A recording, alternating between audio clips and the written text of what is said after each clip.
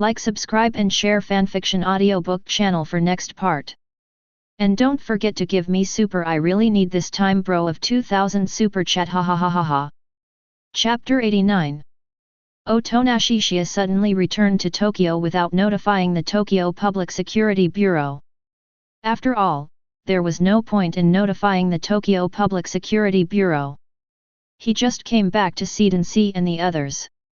The Tokyo Public Security Bureau had no idea that he had suddenly returned, and the Leningrad military headquarters was even less aware of it. Although it wouldn't be a big deal if it was known, it would at least save a lot of trouble temporarily. After spending a day in Tokyo with Denji, Xiaohong, and Pokita, Otonashi Chiya prepared to return to the Soviet Union. These are all the specialties and foods I bought from the Soviet Union. They are enough for you to eat for several days, but don't keep them for too long or they will go bad.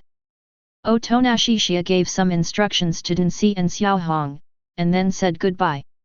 He transferred himself into the Kamui dimension. Although he could teleport Denji, Xiaohong, and Pokita to the Soviet Union through Kamui space, he felt it was unnecessary. Neither Dianxi nor Xiaohong can speak Russian, so living in a place like the Soviet Union would definitely be very inconvenient. It's hard to say for Pokita. It seems that the devil has a talent for language. Once he comes to the human world, he can speak human language and everyone can understand it. He doesn't understand why. Besides, Xiaohong is still in school.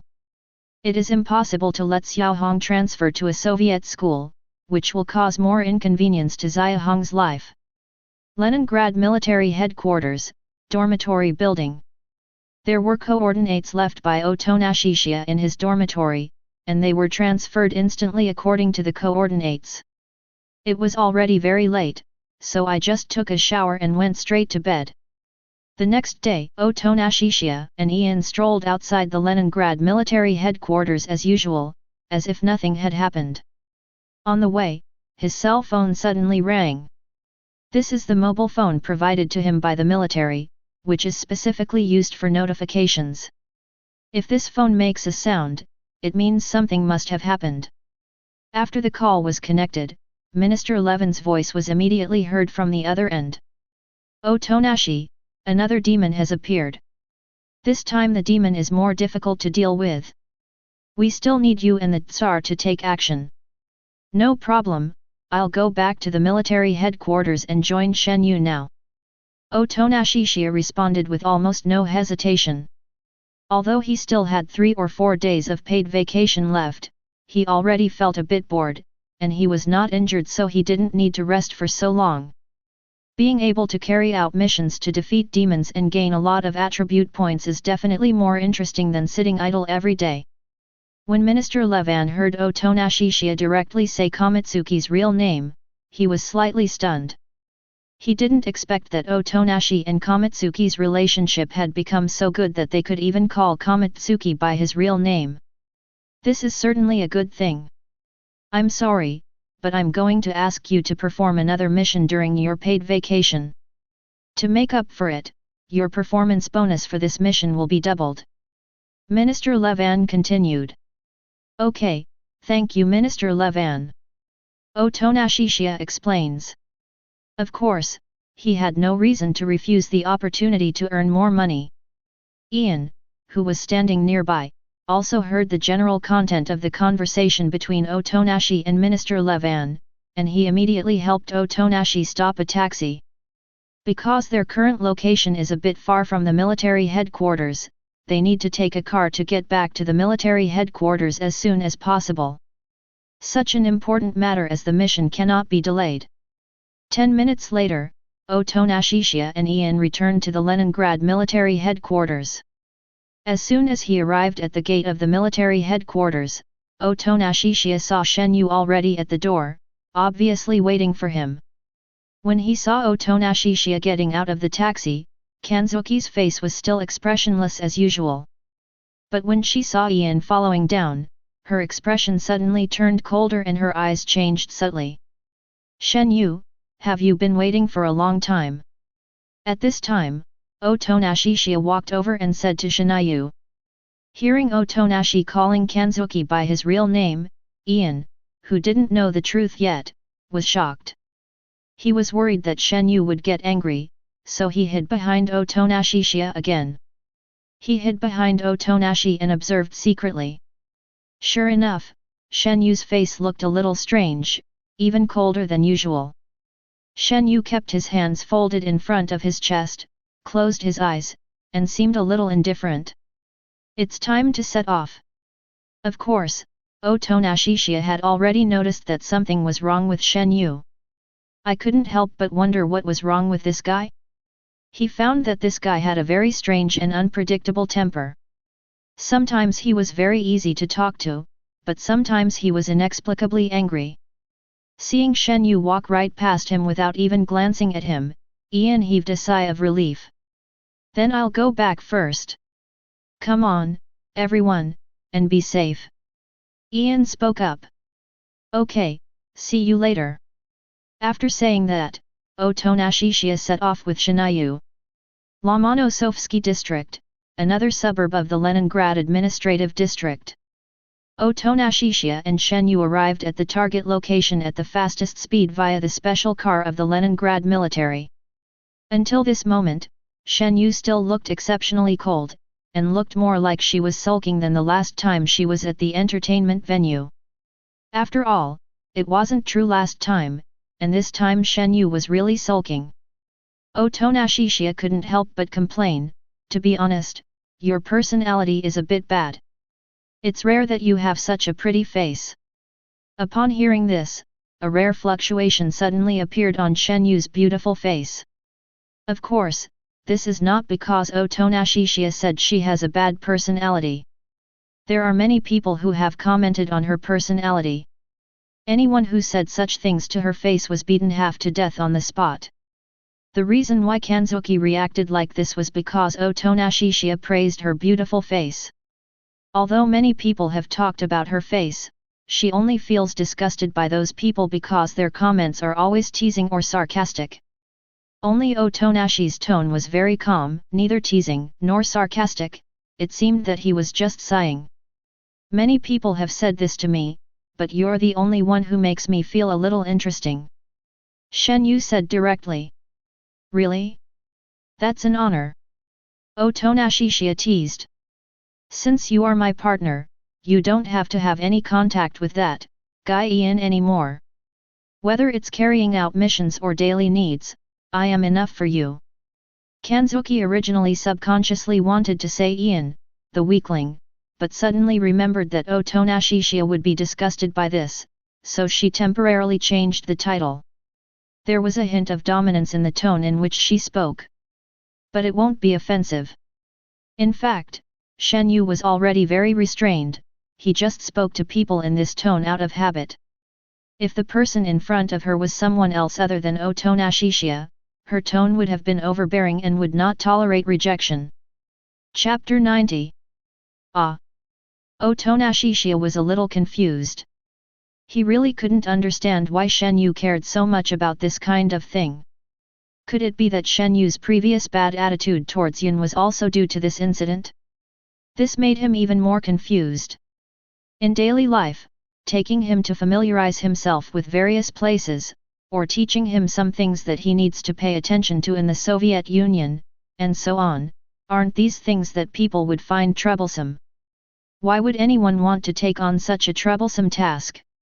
Otonashi Chiya had rejected Kamitsuki's invitation twice in a row before, but he did not refuse on purpose because he disliked Kamitsuki.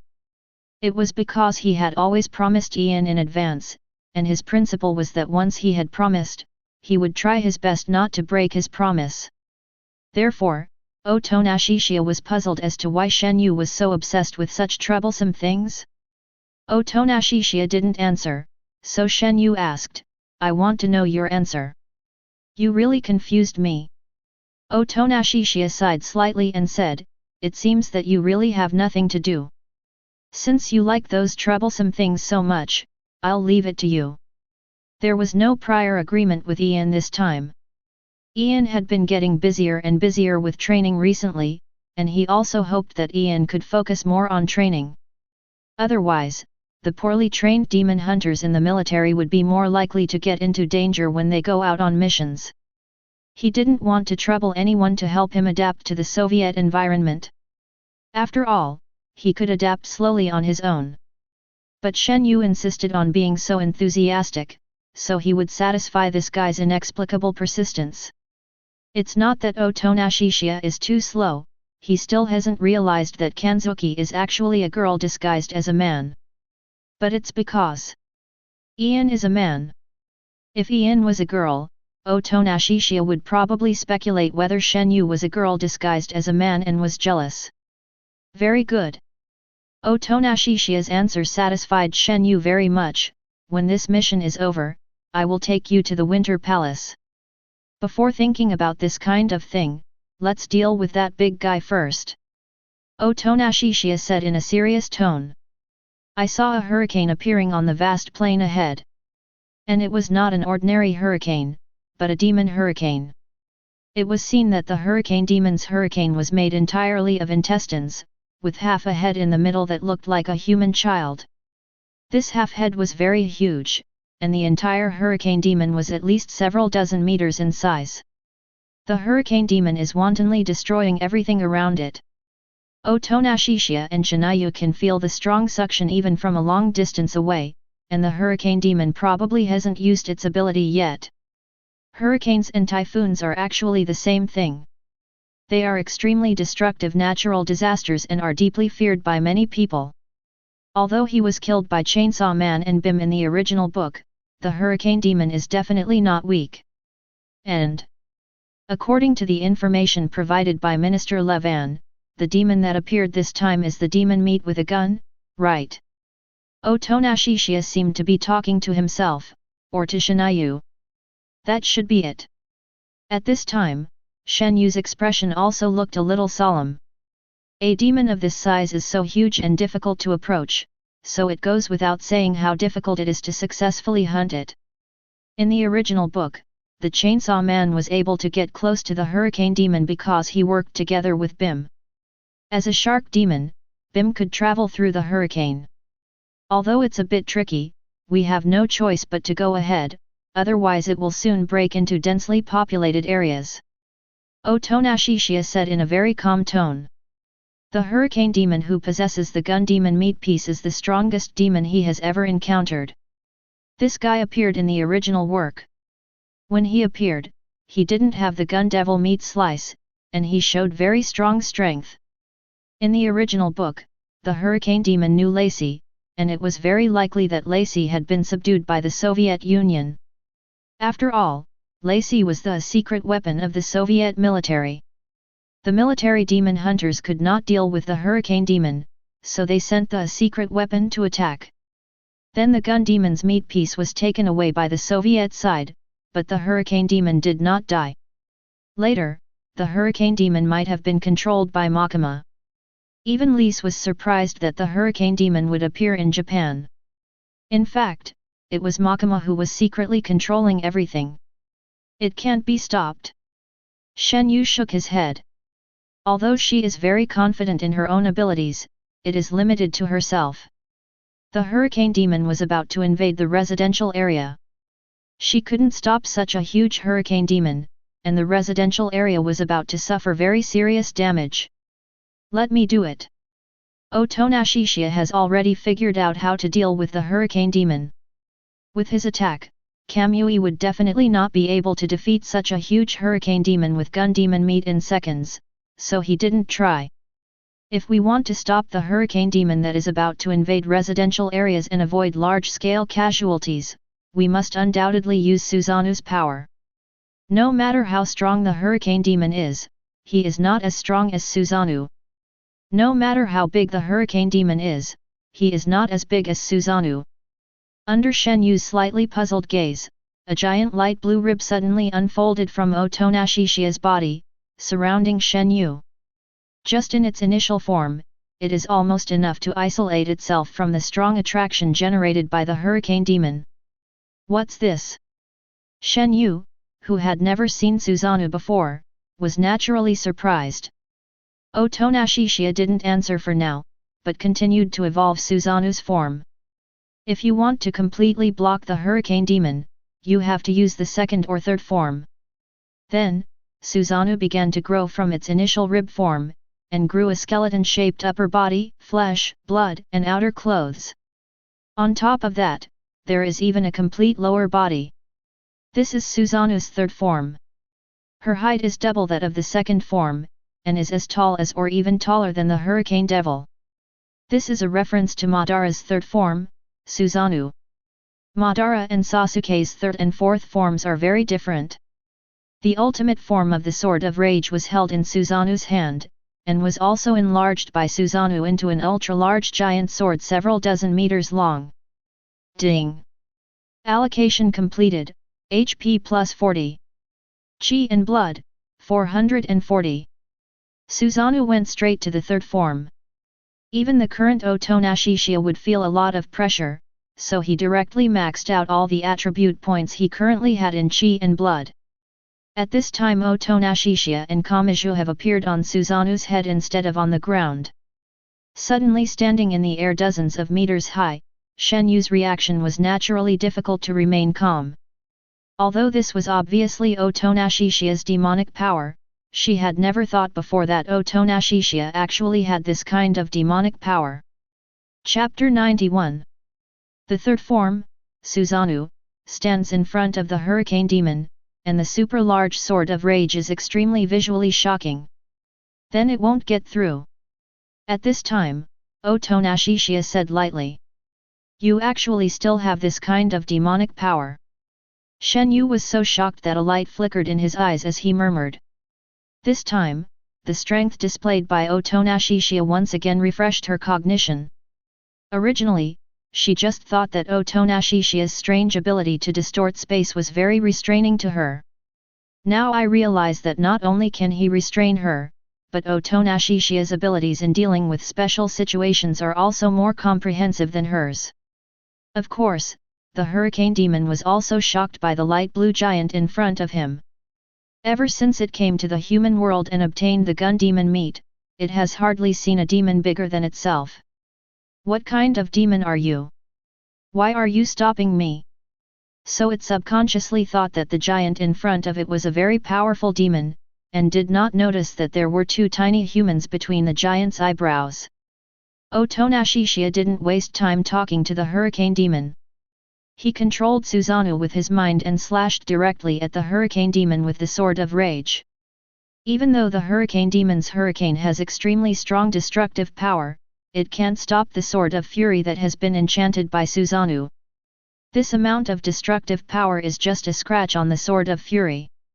Otonashishiya can even go a step further, and with dual Kamui, he can apply the Kamui space distorting effect to his weapons, just like Kakashi's Kamui Shuriken. However, there is no need for such a perverted enchantment to deal with the Hurricane Demon. Not only will the output be seriously overflowed, but the consumption of using Kamui for enchantment is also unimaginable. He was not sure if he could withstand the consumption of Kamui's enchantment, so he did not dare to try it unless it was absolutely necessary. The super-large rage sword easily broke through the hurricane barrier composed of countless intestines, and the sword directly cut on the head in the middle of the Hurricane Demon. Ah! Who the hell are you?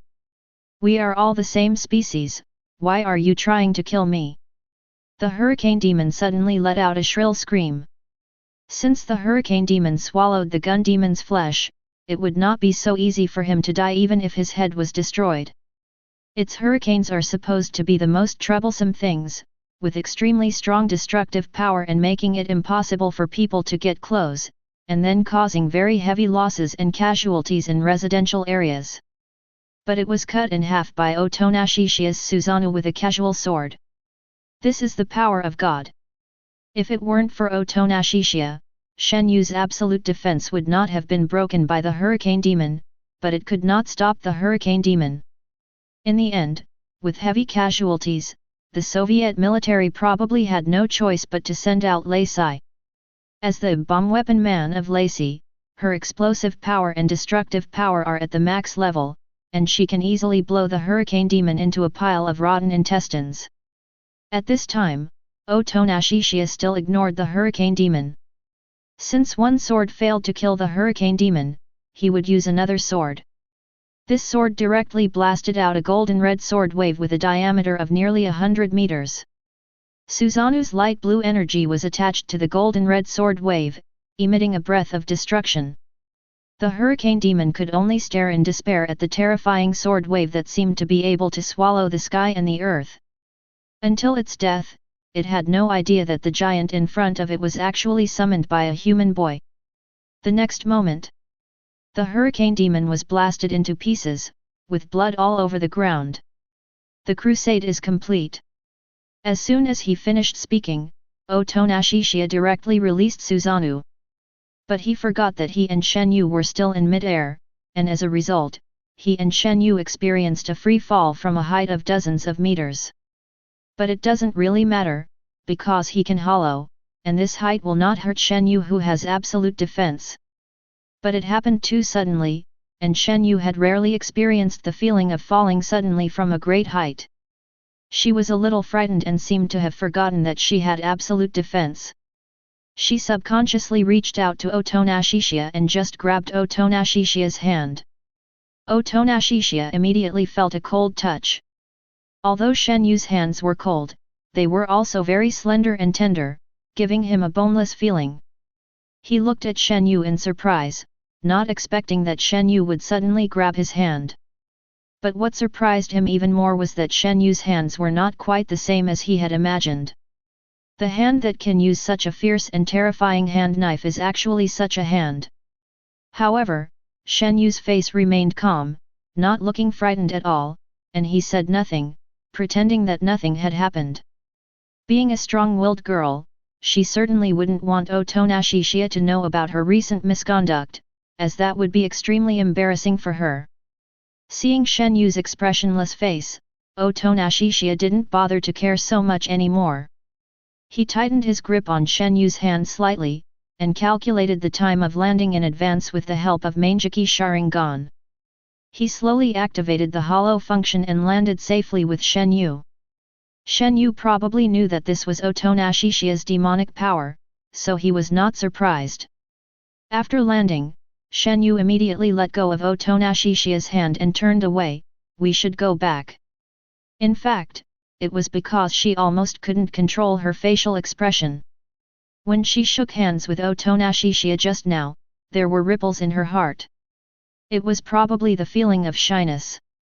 She absolutely did not want to admit that she was as shy as a little girl. This was a great shame for her.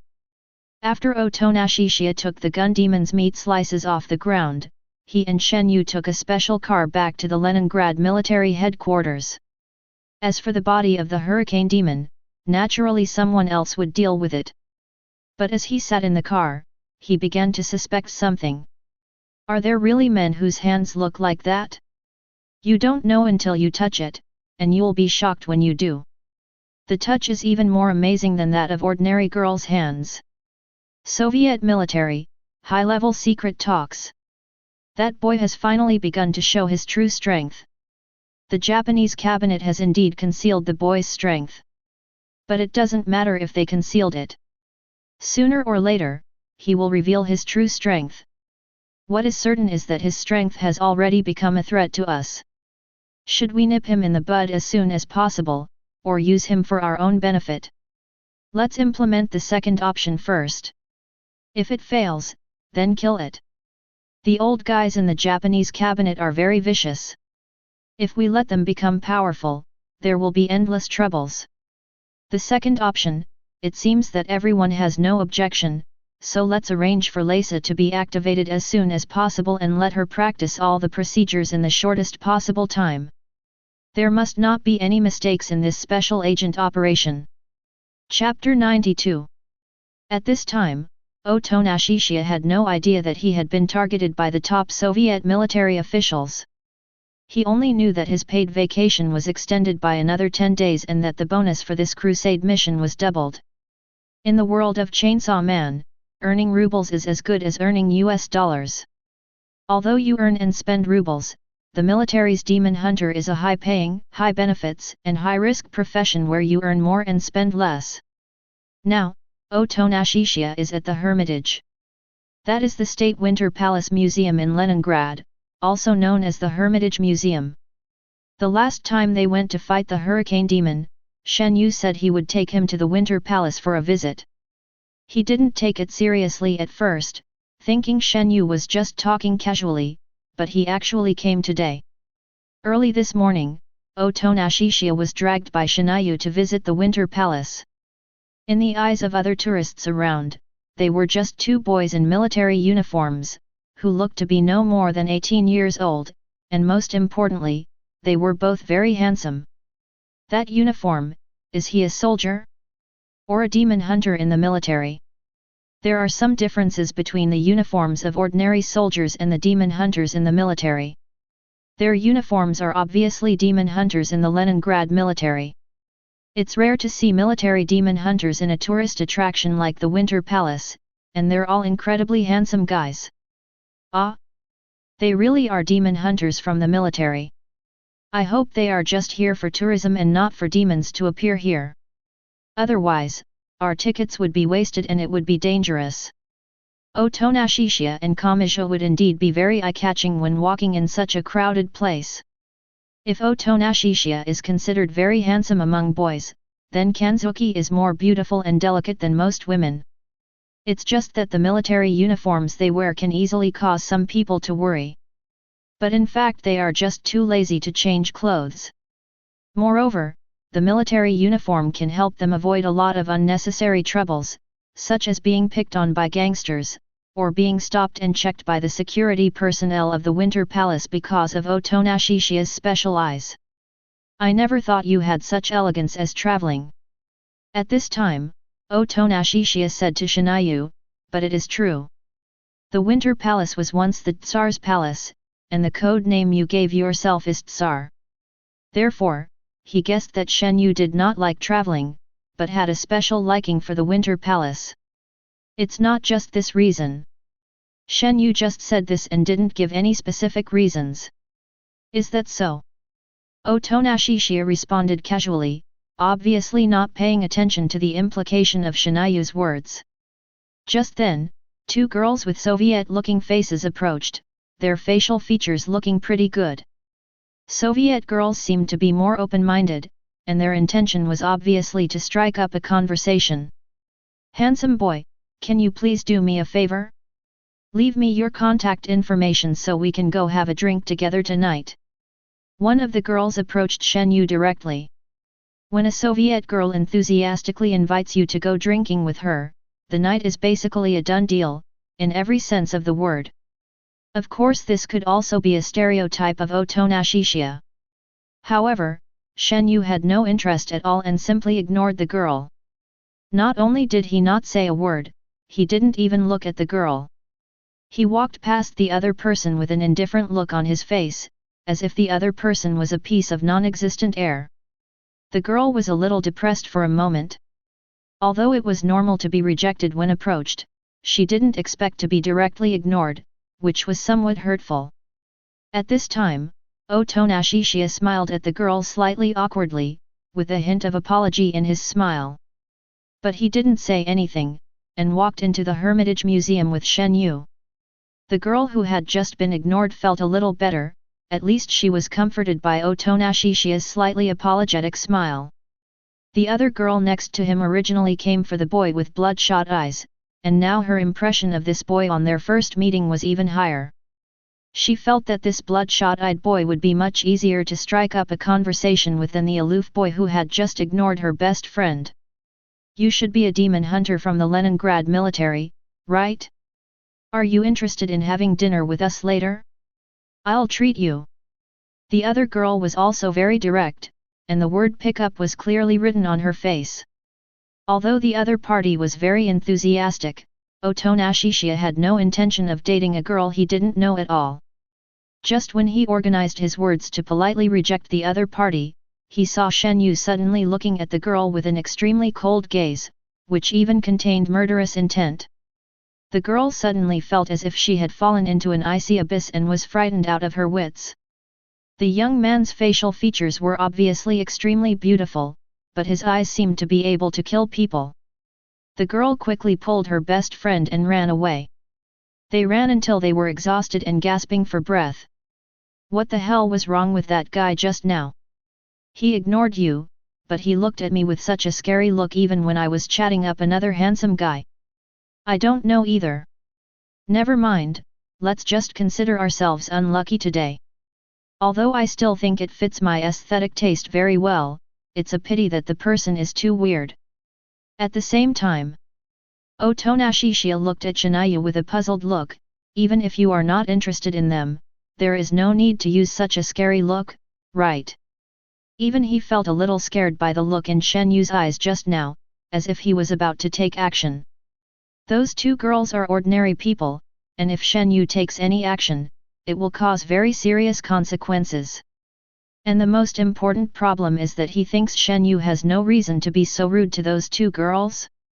Otonashishiya's tone was already gentle enough, but Kamui not only refused to listen, his expression became even gloomier, as if it would be a huge mistake for Otonashishiya to say a fair word to the two girls just now. However, Otonashishiya would not indulge Shen Yu's strange temper forever. Forget it, I don't want to provoke you, so do whatever you want. We were originally traveling together happily, but now things have become a little unpleasant. Fortunately, the unhappiness is only temporary. Not long after, Shen Yu returned to normal. She pointed in a direction and said to Otonashishiya, "Let's go over there and take a look." It was as if nothing unpleasant had happened just now. Good. Otonashishiya was not the kind of person who would haggle over small details, so he responded immediately. Although it was not a big deal overall, he still felt a little helpless. He thought he had a pretty good temper, but Shen Yu's weird personality made him confused and troubled. If it were an ordinary person, he would probably not be able to stand Shen Yu's temper. Chapter 93. During this trip to the Winter Palace, there were quite a few Soviet girls who came to chat with Otonashishiya and Kamui. However, Shen Yu ignored them mercilessly. Otonashishiya had no choice but to ignore it, lest Kanzuki look at the girls with that scary look again. If Shen Yu's reaction was just so strange once or twice, he would just feel puzzled, but after it happened so many times, he gradually began to doubt. Whenever a girl came to chat him up, Shen Yu's reaction was always that.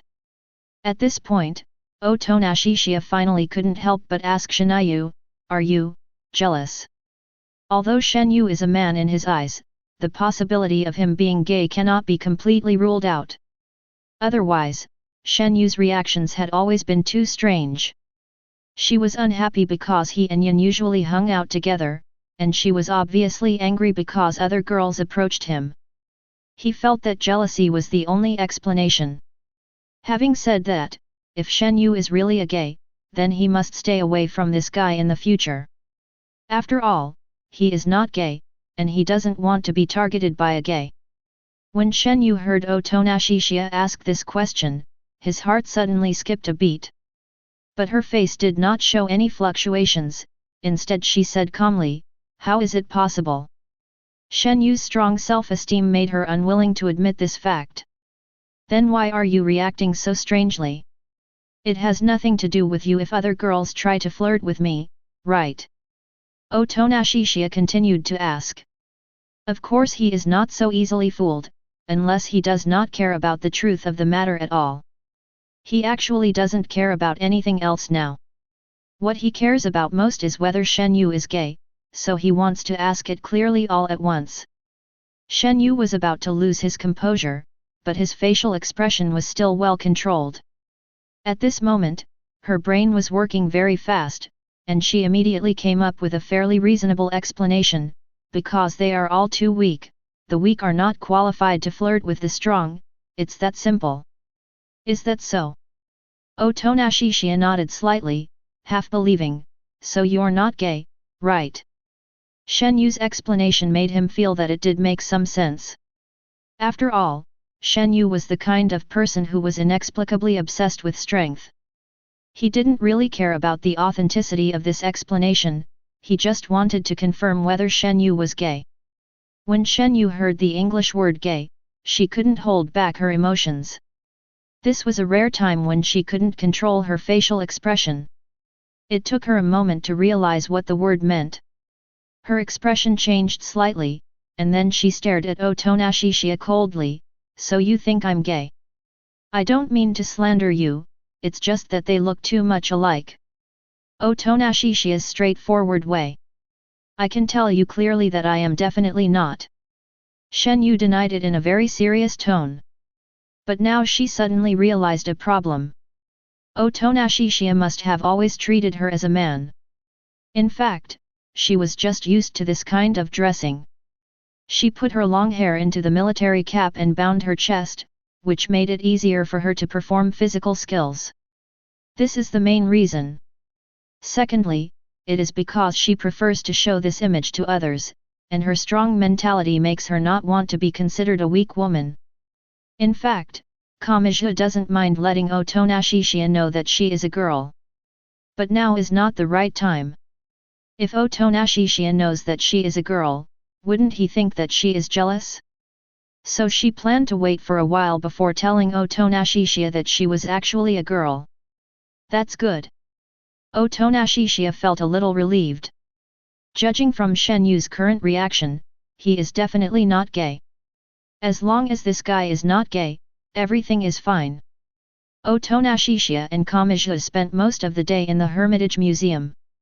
When the time was almost up, they set off back to the military headquarters. When I came back, I happened to meet Ian. Otonashi. And the Tsar.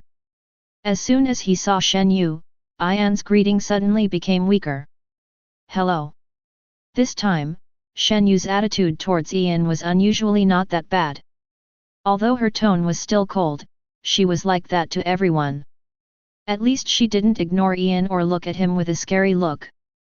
This was because the situation was different now, and now she was not as hostile towards Ian.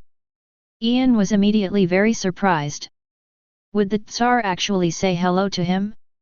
This was so abnormal that he was a little flattered. Not only Ian, Otonashishiya also felt a little surprised. Did Shen Yu's attitude towards Ian suddenly improve? Why are you all looking at me like that? Shen Yu asked immediately. Nothing, I just feel a little uncomfortable. Otonashishiya said with a smile. He had almost gotten used to Shen Yu's cold, arrogant and eccentric personality, but Shen Yu suddenly became a little polite, which made him a little uncomfortable. Shen Yu roughly understood what Otonashishiya meant. But she couldn't refute it. She had never been friendly to Ian before. She could only remain silent. Afterwards, Shen Yu went home. When Shen Yu left, Ian whispered to Otonashishiya, Otonashi, how did you do it? You could make that Tsar change so much. He felt that Otonashi must have done something to the Tsar, otherwise how could his attitude towards a weak man like him change so much? I didn't do anything. Otonashishiya himself didn't know what was going on. Today I just went to the Hermitage Museum for a visit, and didn't do anything else. A trip to the Winter Palace. Ian immediately fell into thought, is it because I went on a trip with you today that I feel much happier than usual? It seems like the Tsar likes you a little bit, Otonashi. Ian pondered. No, no, no. Otonashishiya immediately retorted, I have confirmed that he is not gay, at most he just has a weird personality. All right. Ian thought so too. Things like boys liking boys should not happen to that Tsar. A night passed. Otonashishiya had just finished breakfast when he suddenly received a notice from Minister Levan. He and Shen Yu soon arrived at Minister Levan's office. When he saw Shen Yu coming as well, he guessed that there must be something important that needed to be notified to both of them at the same time. There is something I need to inform you of in advance. A new person will join our military soon, and you will be needed to guide him for a period of time. Minister Levan said. Newcomer. Otonashishiya was immediately confused. Who was this newcomer that wanted to make such a big fuss? I heard she's a very pretty girl. I'll leave her to you when the time comes.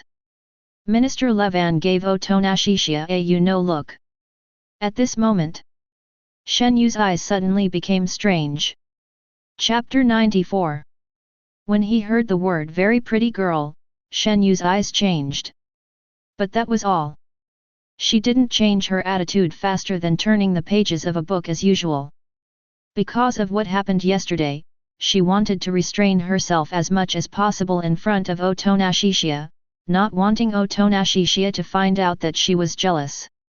At this time, Otonashishiya's gaze was heading in the direction of Minister Levan, but Minister Levan did not have as exaggerated insight as Otonashishiya.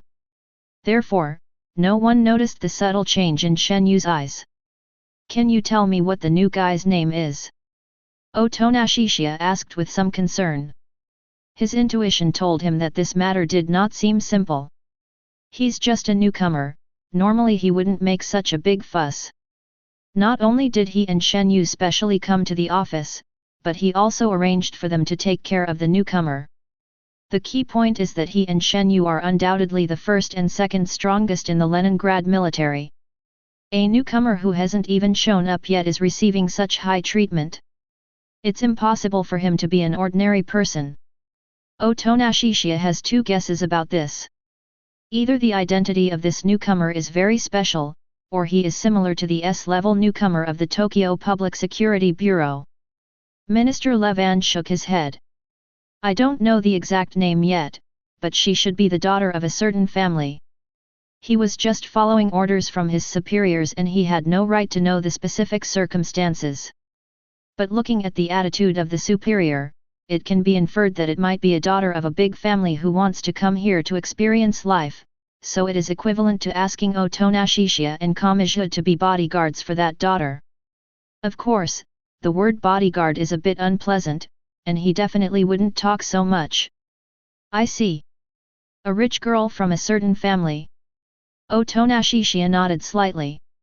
Even Minister Levan said so. I guess he guessed right. It is indeed because of his very special identity. Otonashishiya immediately thought of the word bodyguard. Aren't he and Shen Yu specifically responsible for protecting this young lady with a special identity? Just then, Minister Levan's landline phone suddenly rang. "Excuse me, I have to take a call first." Minister Levan said something to Otonashishiya and Chinayu, and then answered the phone. After a few responses, he hung up the phone, and then he informed Otonashishiya and Chinayu, "Okay, the newcomer will be able to arrive at our military headquarters this afternoon. Then let us know when she arrives." Otonashishiya explains. Shen Yu remained silent throughout the entire time, and there was no emotion on his face, but what he was thinking in his heart was another matter. Otonashishiya didn't pay much attention to the newcomer and waited calmly until the afternoon. Anyway, as long as she's not some spoiled young lady, it won't be a big deal to bring a newcomer with her. If she really is a spoiled young lady, he will just quit and no one can do anything to him. When the newcomer arrived at the military headquarters, Minister Levan notified Otonashishiya and Kamatsuki again. They met the newcomer in the lobby of the office building. Minister Levan was right. She was indeed a very pretty girl, but she was also a girl that Otonashishiya was very familiar with. She has purple hair, emerald green eyes, delicate and cute facial features, and longer bangs combed on both sides of her ears. She was already wearing the uniform of the Leningrad military. Although her figure was not impressive, she looked very well proportioned and slim, and this well-proportioned figure made her look more comfortable. Especially the collar-like thing on the neck with a pull ring on it, which made Otonashishiya very sure that the girl in front of him was Leslie. Reese was a member of the Soviet military's top-secret weapon-man transformation program. He lost his parents at a young age and was locked up in a secret room by the Soviet military for a transformation program, which can also be called a human experiment. The Soviet military used the heart of the bomb demon to transform Reese into a bomb weapon man, who became a war machine serving the country. Of course, the bomb demon had actually been eaten by Pokita a long time ago, and people including Lace had their memories of the bomb erased, so her code name was not Bomb but Bomb. It seems that weapon-type demons are very special. Even if they are eaten by Pokeda, they will not disappear completely like other demons. People's memory of this name is erased, but the demon heart in the bodies of weapon humans like Lise and Guangxi still exists. Hello. At the same time, Lei Se also saw Otonashishiya and Kamiju, and she immediately greeted them with a smile on her face, looking very lively and cute. Ding! Host activates the achievement First Encounter with Lacey, and gains attribute points, 1. Allocated attribute points, 101. Including the 100 attribute points obtained from hunting the Hurricane Demon, Otonashishiya currently has 101 attribute points. The 100 attribute points of the Hurricane Demon are very reasonable, and the difficulty of hunting it is much higher than that of the Camera Demon with 40 attribute points. But now Otonashishiya is concerned about a problem. Since the newcomer that Minister Luan was talking about is Lacey, then there is a big problem. You have to know that Les is the Soviet Union's war machine and also an agent who has received various trainings. It is impossible for her to be the so-called daughter of a wealthy family. Moreover, Lacey has no personal freedom at all. Once she is dispatched, it must be a secret operation arranged by the top leaders. So the question is, what will this covert operation be? Otonashishiya's mood became heavy. The Soviet high-level officials specially arranged for Lise to pretend to be a newcomer to approach him in Shinayu, which showed that the high-level official's target was either him or Shinayu. He felt that it was most likely him rather than Shen Yu. After all, Shen Yu was a Soviet and he was an outsider. At present, Otonashishiya has no clue and cannot guess what the specific intentions of the Soviet high-level officials are, but it is certain that the Soviet high-level officials should have regarded him as a threat. Now he wanted to see what the Soviet leaders wanted Lise to do to him. Seeing that Otonashishiya and Shinayu didn't respond, Lacey pouted slightly, her expression was a little cute and a little disappointed. Why are you so aloof? Otonashishiya realized that he had been distracted for too long, and immediately came back to his senses, smiling and saying to Lace, "My name is Otonashishiya, and I am currently a member of the Special Operations Force Team 1. Shen Yu simply didn't want to talk to this girl. I think I was assigned to Team 1, so we'll be teammates from now on." As soon as she finished speaking, Lacey immediately changed her tone and said, "Oh, yes, yes. It's not just my teammates. I'll ask you to take care of me in the future. Let me think about it." Lacey held her perfectly curved chin with one hand and began to ponder seriously. Then he suddenly hammered his palm, as if he had thought of a good idea. "I will call you Master Otonashi from now on." Chapter 95.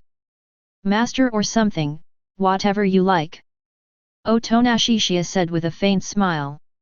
He certainly couldn't act like he had known Lace for a long time and talk to her as a complete stranger. And he has to be more cautious than ever before. As an agent, Lace is the most special. If he is not careful, he will easily be discovered by the sensitive Lace. "Okay. Master Otonashi." Lacey looked at Otonashishiya with a beautiful smile and a cute blush on her face. Especially the word Master Otonashi seems to be able to captivate people, with a hint of playfulness in the charming tone. Even though Otonashishiya knew that Reese was just acting, his scalp still tingled when he heard it.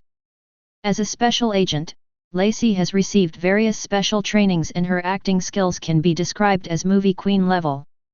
I can only say that she is worthy of being called Lacey, she is really good at it.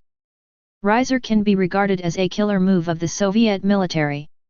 No matter what the Soviet high-level officials' intentions towards her were, the beauty trap was a panacea.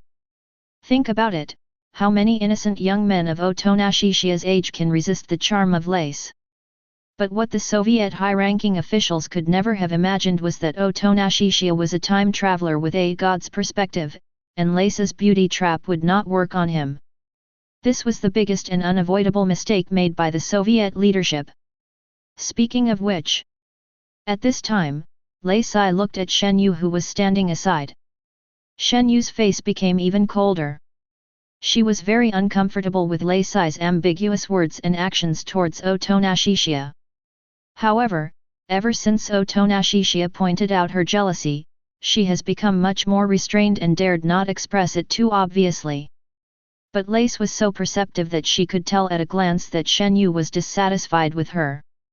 Especially since she had a full set of intelligence, she had already learned all the information about Otonashishiya and Kamui before taking action. In other words, Shen Yu didn't know anything about Lei Sai, but Lei Sai knew Shen Yu almost everything. They even knew that Shen Yu was actually a girl. After all, her intelligence network was directly connected to the top military officials. This should be the captain of Special Operations Team 1, right? Even though Shen Yu had a cold face, the smile on Lei Sai's face did not change at all. Yes, his name is Shen Yu, and he is my current partner. Otonashishiya explains. He. Lacey's mouth corners suddenly raised slightly, as if she had discovered something very interesting. In Russian, the pronunciations of he and she are different, so the word he in Otonashishiya's words reveals one thing, that is, Otonashishiya does not know the true gender of Kamatsuki. What happened to him? Otonashishiya's suspicion rode. Nothing, nothing. Lei Sai chuckled and said, it's just that I feel like he seems to have some opinions about me. In that case, I will only call you Master Otonashi from now on. Lacey also deliberately used the word he instead of she in the information she knew. Because she didn't want Otonashishiya to know Kamui's true gender so soon, which would make her plan go more smoothly. All right. Otonashishiya pretended to show a slightly helpless smile on his face. He and Lace were both competing in acting skills, but the difference was that he knew that all of Lace's work was just acting, while Lace didn't know that his work was also acting. Master. So what should we do next?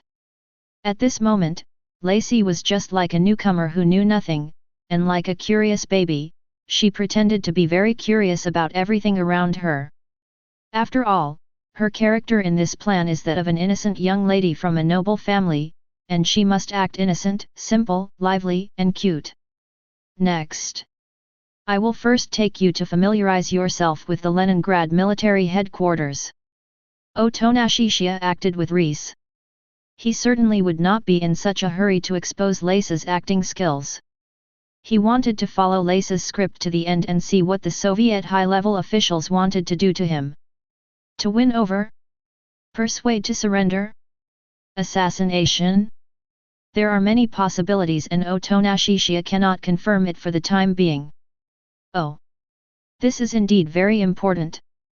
At this time, Lei Sai took a step forward and took Otonashishiya's arm. Master, let's go quickly. Seeing this scene in front of her, Shen Yu's pupils suddenly shrank, and at this moment, she was absolutely shaken. Even Otonashishiya's mouth kakuzu twitched slightly. Seeing Otonashishiya's reaction, there was no change on the surface of Lacey, but she was secretly delighted in her heart. As expected, he is just a pure boy.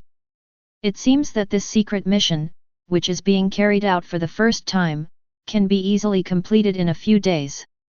It's a pity that the slight twitching reaction at the corner of his mouth was deliberately pretended by Otonashishiya. If in this drama, the role played by Lacey is a naive, lively, and lovely daughter of a wealthy family, then the role played by Otonashishiya is a pure-hearted boy who has left his hometown and is lonely in his heart. But Kamui in the back was just a spectator of the drama and had no idea that Otonashishiya and Reese were acting with each other.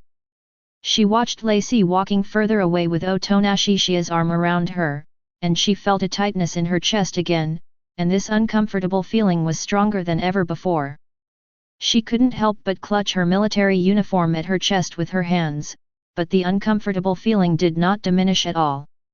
Shen Yu immediately strode forward and grabbed the hand that Lei Sai was holding on Otonashishiya's arm.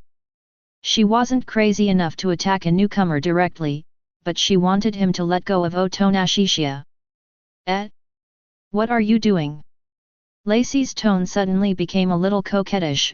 I want to improve my relationship with my master, why are you stopping me? Don't worry about him, he always acts weird. Let's keep going. Otonashishiya said in a calm tone. He deliberately spoke for Lacey in order to pretend that he had been conquered a little by Lacey in order to confuse Lacey. The more serious Lacey's misjudgment is, the sooner he will know the truth behind the scenes. Shen Yu suddenly froze in place. Otonashishiya was simply competing with Reese in acting, and had no idea that this would cause Kamui to suffer a severe blow. But he really didn't have the heart to worry about Shen Yu now. The sudden dispatch of lies by the Soviet high-level officials had already made him feel a sense of crisis. He could only take care of himself now. Besides, he didn't think that what he did would have any impact on Shen Yu. After all, he didn't know Shen Yu's real gender, let alone what Shen Yu was thinking. Otonashishiya and Lei Se had already walked away, but Shen Yu was still standing there with a slightly complicated expression. She was suddenly confused. What on earth was she doing? Chapter 96. The Soviet Union 10 years ago. In less than a month, many incidents of child kidnapping occurred, and at least hundreds of children seemed to have disappeared. All the victims' families have not been able to find their children to this day, and some of the kidnapped children are orphans without any family members. That's because they all died in a brutal and devilish plan by some gang. This gang was once the most powerful gang in the Soviet Union, but was later destroyed by the Soviet military with thunder and lightning. Because the gang had become so powerful that it touched the interests of the military took decisive action to suppress it. Although the military found detailed data records about the Devil's plan at the gang headquarters, they did not make it public because it involved some of the military's secrets. The so-called Devil plan, in other words, is also a kind of breeding poison plan of the gang, forcing hundreds or even thousands of children to make contracts with various demons. No matter how much the contract costs, or whether the children live or die, some demons who are unwilling to sign the contract will even kill the children. All the children are forced to kill each other in a large place that is like a prison. Only one person can come out alive in each round of the goo breeding plan, and the last one who survives can become a powerful force in the gang. However, as luck would have it, when the first round of the goo breeding plan was about to end, the Soviet military decided to take action against the gang. When the military smashed the gang and entered the prison, only one girl among thousands of children survived. That girl had an expressionless and extremely calm face, and her hands were covered in blood. The girl was later adopted by the military, and after being raised for several years, she was sent to the Leningrad military headquarters. Since he was directly airdropped in to replace the original captain of Team 1 of the Special Operations Force, the original captain and his subordinates would naturally not be convinced by a newcomer who looked like a pretty boy. As a result, some of these people died and some were injured. The girl established her prestige through this battle, and even though she committed such a serious taboo, she was saved by the military. This girl was Shen Yu. Her name was actually a code name given to her by the gang during the goo-raising plan. She was originally an orphan without a name, so she did not like the code name during the goo-raising plan period and gave herself a new code named Tsar. Over the years, Shen Yu has either been fighting or spending her time in solitude. Being dubbed the strongest and yet indifferent to the weak, she is undoubtedly lonely. Her ideas were shaped during the period of the goo breeding project, and she believed that the weak did not even have the right to survive. Until a guy named Otonashishiya appeared, which broke Shen Yu's life that had remained unchanged for many years, and even made her, who had always been absolutely confident, confused. I can't be at a loss like this any longer. Recalling everything that had happened to her, Shen Yu's heart suddenly became firm, and the tightness in her chest was relieved a lot. Because she now had to admit the fact that she cared about Otonashishiya very much, to the point of liking him. After figuring out the cause of the chest tightness, she felt less uncomfortable. After all, at least there is a clear goal instead of being confused. Otonashishiya is showing Reese around the entire Leningrad military headquarters. He hardly used his brain and just took Lacey around the military headquarters the same way Ian had taken him around before. The order is the same, and even the words are similar. It's just acting anyway. Oh right. I don't think I've introduced myself to Master yet. At this time, Lacey suddenly said, I am the eldest daughter of the Lawfield family, Master, you can just call me Lacey. Ms. Lacey. Otonashishiya then said.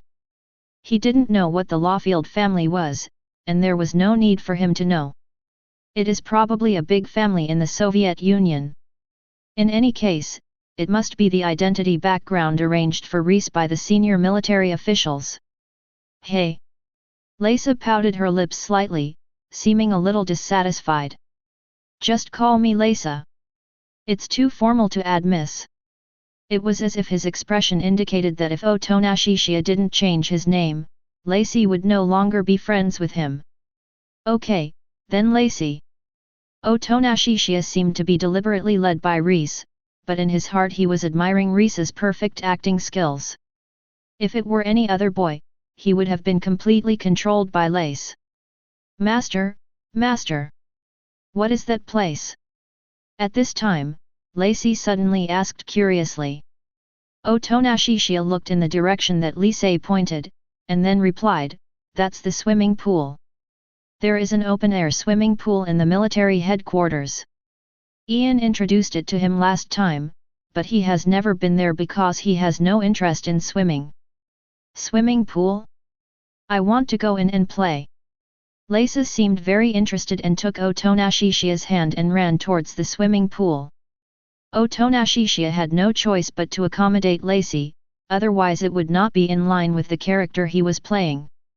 When Otonashishiya was brought into the swimming pool by Lacey, Shenyu followed behind. Master, I haven't been to the swimming pool yet. What should I do next? At this time, Lacey asked. This is my first time here too, and I'm not very clear about it. Otonashishiya said truthfully. This time he was not acting, it was really his first time to come to this swimming pool. Okay. Lacey immediately went to find the staff. Staff. We don't have swimsuits. Can we rent some here? Yes, please come over here. The staff said to Otonashishiya and Reese. Okay. Lacey immediately took Otonashishiya's hand and followed the staff. You want to swim in it? Otonashishiya couldn't help but ask. Yeah, isn't it possible? A look of pity suddenly appeared on Lacey's face. That's definitely possible. How could it not be possible? Otonashishiya said with a smile. Great. Master, you are so kind. Lacey's face was full of joy and she gave Otonashishiya a light kiss on the face. The blush on her face became even more intense, as if she was a little shy, and she lowered her head bashfully. Shenyu, who happened to have walked into the swimming pool, witnessed this scene with her own eyes, and her brows immediately frowned. You.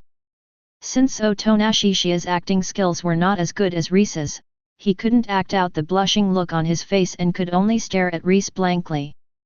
But he was indeed a little shocked by Lacey. They had only met for half an hour, but Lacey's words and actions were almost always flirting. Most people would have fallen for her long ago. Especially what happened just now, under normal circumstances no little boy could withstand it, and he almost fell completely. Otonashishiya believed that if he had not known that this was a conspiracy of the Soviet high-level officials and that everything Reese showed was just acting, he would not have been able to resist such temptation. If I met Lace for the first time without knowing anything, even if I wasn't completely devoted to her, I would definitely have been attracted to her. At this time, Lacey said shyly. Don't keep staring at me like that, I'm also very shy. Chapter 97. Ahem. Otonashishiya pretended to cough and turned serious. Aren't you the eldest daughter of the Lawfield family? You should still be an unmarried girl. How could you do such a thing to a boy you just met and with whom you have an ordinary relationship? He is imitating Are-kun in the original work. The innocent and serious Arai-kun fits the character he needs to play now. In the original work, Arai-kun said this to Himeno-senpai. How can our relationship be ordinary? You are obviously my master. Lei Sai retorted, besides. I'm just not married yet. If I marry you in the future, won't there be any problem? Then she added in a flustered and shy tone, oh, of course I'm just saying if. After saying that, she shyly looked away, as if she was embarrassed to look Otonashishiya in the eye. Otonashishiya also scratched his face lightly with his fingers, pretending to be a little embarrassed. The staff member walking in the front was immediately overwhelmed by the display of affection, and his heart was filled with envy and jealousy. Otonashishiya and Reisa played each other, and ended up hurting innocent people unintentionally. Especially Shen Yu in the back. At this moment, she bit her lower lip with her pearly teeth, feeling very uncomfortable. Afterwards, Otonashishiya and Reese rented a men's and a women's swimsuit with the help of the staff. At this time, Otonashishiya noticed that Shinayu had also followed, so he asked Shinayu, "Do you want to rent a swimsuit as well?" Although he was acting with Lacey, he could have taken a swim to relax. That's not necessary. Maybe Mr. Shen Yu is a landlubber and doesn't dare to go into the water at all. Lacey suddenly said in a slightly playful tone. But this was not part of her plan, she just teased Shen Yu out of bad taste. Because she knew Shen Yu's real gender, and according to the information she knew, Shen Yu did not want others to know that she was a girl, so she probably did not dare to go into the swimming pool. Wouldn't she be exposed if she did? Really? If you don't like swimming, forget it. Otonashishiya explains. Since he guessed that Lei Sai must have known the information about him and Shen Yu before she took action, he believed that what Lei Sai said was true and thought Shen Yu was really a landlubber. His words gave Shen Yu some face and avoided the word landlubber. However, Shen Yu remained calm and said in a cold tone, "Please rent me a women's swimsuit." Hearing this, Otonashishiya didn't react at first, but the next moment he realized that something seemed to be wrong. Women's swimwear? Otonashishiya was immediately puzzled. The staff nearby also looked stunned. Of course he knew the captain of the Special Operations Force Team 1, the strongest man codenamed Tsar. But isn't this Tsar a man? Why women's swimwear? Even in Lacey's green eyes there was a flash of surprise. Doesn't Shen Yu want others to know that she is a girl? She didn't expect that Shen Yu would reveal her true gender so casually. Could it be that her teasing just now made Shen Yu angry and took it seriously? Or, this woman actually has a crush on Otonashishiya? Intelligence is certainly not omnipotent. Otonashishiya had only been in contact with Shen Yu for a few days, and the Soviet military did not deliberately monitor Otonashishiya at all times. The reason why the military arranged for Kamitsuki to partner with Otonashishiya was because this would allow Otonashishiya and Kamitsuki to perform difficult tasks together, and this would also allow Otonashishiya to expose his true strength more quickly. They had never expected that Shen Yu would be attracted to Otonashishiya. So before this, Lise had never thought that Shinayu had a good impression of Otonashishiya, until then she began to have a little doubt. Seeing Otonashishiya's slightly stunned look, Shen Yu suddenly felt a little happy and the corners of his mouth slightly raised. She casually took off the military cap on her head, and her soft long hair immediately fell on her shoulders, and she gently lifted her hair. "I've been a girl since birth, what else can I wear if not a women's swimsuit?" Shen Yu has come to terms with it. It doesn't matter if you're discovered to be jealous or if your self-esteem is damaged. This time she didn't want to lose to a lace who appeared out of nowhere, and she didn't want to leave herself with regrets. You are a woman. This is not Otonashishiya's acting, he was really shocked by Kamui. After spending so many days with Shen Yu, he never thought that Shen Yu was actually a girl. After all, Shen Yu's words and actions were not like those of a girl. He finally understood what was going on. Shen Yu's strange behavior before was due to jealousy.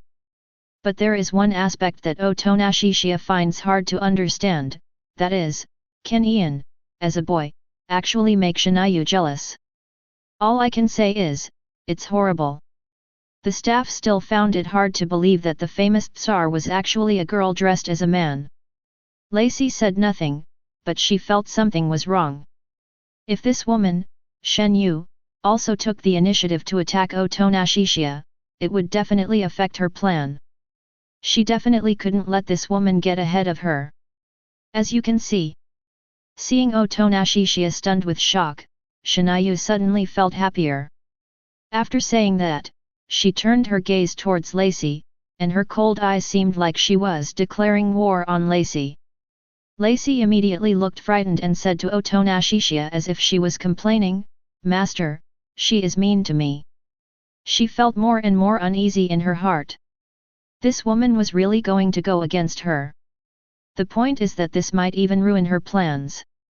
At this time, Chiya could only smile awkwardly.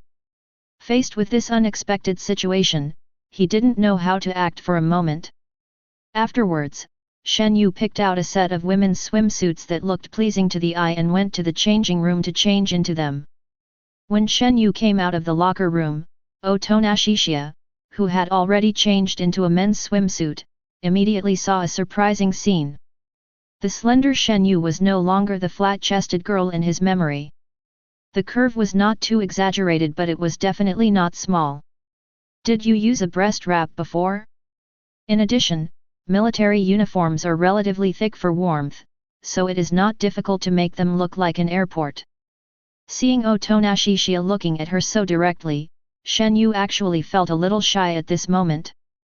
She held one hand on her ribs somewhat unnaturally and grabbed the other arm. Because she hadn't worn women's clothes for many years, she inevitably felt a little uncomfortable wearing this swimsuit, and she didn't know whether it was suitable for her. She suddenly hoped that Chiya could give her comment. So he deliberately moved closer to Chiya, waiting for his comment. Chapter 98. But Shen Yu's hint was too difficult to understand, and Chiya didn't see anything. Although he has great insight as he possesses the Mangekyō Sharingan, no matter how strong his insight is, he cannot see such a thing. He could tell from Shen Yu's somewhat unnatural look that she seemed a little shy. He thought this was quite normal. A person who had been dressed as a man for years would normally feel shy if she suddenly wore such a revealing swimsuit. Seeing that Chiya didn't react at all, Shen Yu deliberately moved closer, almost sticking directly to Chiya. In the end, Chiya still couldn't tell what Kamatsuki was trying to do, so he asked in confusion, "What's wrong?" Shen Yu was silent for a moment, and then took the initiative to speak, "Don't you have anything to say?" "What I want to say?" Chiya was slightly stunned, and combined with Shen Yu's slightly shy look just now, he finally understood something. I guess she wanted him to see if the swimsuit fits him. "I think this swimsuit suits you very well, but it's mainly because of your appearance and figure. You look good in anything." Chiya said truthfully. He usually speaks the truth when he makes comments. He doesn't like to praise or criticize others. Shen Yu's figure is indeed impeccable, tall and slender, and the only regret about her is that her breasts have changed. He is about 1.7 meters tall and visually not much shorter than Chiya. However, given Shen Yu's personality, she definitely doesn't like wearing high heels, otherwise she would be almost as tall as Chiya if she wore high heels. That's fine. At this moment, Shen Yu showed no emotion on the surface, but in her heart she had to admit that she was delighted by the praise she had just received. Chiya suddenly thought, since Shinayu was so easily jealous before, and even wanted him to comment on whether the swimsuit fit, then it means that she has a good impression of him, right? But the system did not activate the achievement. It seems that Shinayu is not the main character in the original work. Just then, Lacey also came out of the locker room. Her swimsuit was bolder and more revealing than Shen Yu's, and she had chosen it on purpose. Ever since she became an agent, she had completely abandoned her sense of shame. When she did this, she felt as calm as Shisui and didn't feel shy at all. But she still had to put on her best acting skills, and asked Otonashishiya with an embarrassed look, "Master, how do you feel? Isn't it obvious? Of course it's beautiful." This time, Otonashishiya did not act, but gave a pertinent comment. The feeling that Lesa gave him was different from Shinayu. If Shinayu was the cold and arrogant queen, then Lesa gave people the feeling of a sweet and salty girl next door. They each had their own characteristics. "Master praised me like this, I almost fell for him," Lacey said with a look of joy on her face. "Hee hee." Otonashishiya laughed in his heart. He didn't know whether Lace would fall or not, but if he was a little boy who knew nothing, he would definitely have fallen. "But I want to know, between me and Miss Shen Yu, who do you think is prettier, Master?" Lacey asked tentatively. When Shen Yu heard what Lacey said, a gleam suddenly flickered in her beautiful eyes. It was obvious that she also cared about this issue. "You are not of the same type. I don't think there is any comparison." Otonashishiya shook his head slightly. Why is Master like this?" Of course, Lacey was not satisfied with this answer. Not only was she dissatisfied with her acting, she also felt that her plan had encountered obstacles. In her opinion, Otonashishiya's answer showed that she was not the first in Otonashishiya's mind. But it's normal to think about it. Otonashishiya has been with that woman Kamatsuki longer than she has, but he just didn't know that Kamatsuki was actually a woman before. Now that Kamahu's true gender has been revealed, she will definitely have a significant position in Otonashishiya's heart. At this time, Lesa made up her mind that her attack must be more fierce next time. She must make Otonashishiya fall completely in love with her and prevent this woman, Shinayu, from ruining her plan. However, in reality, Lacey thought too much. Otonashishiya really just felt that there was no comparability between the different types, so he didn't want to comment. He never thought that Lacey could come up with these things in his mind. In addition to Lacey, Shinayu was also a little disappointed with Otonashishiya's answer. "Let's go in. Don't you want to swim?" At this point, Otonashishiya changed the subject. "When you enter the innermost part of the swimming pool, you will see a large open-air swimming pool. However, there were not many military demon hunters swimming in the open-air swimming pool at this time, only a few women were in the pool. When they saw Shen Yu coming in wearing a women's swimsuit, they didn't realize at first that this person was Shen Yu. They just thought that a very beautiful woman had appeared.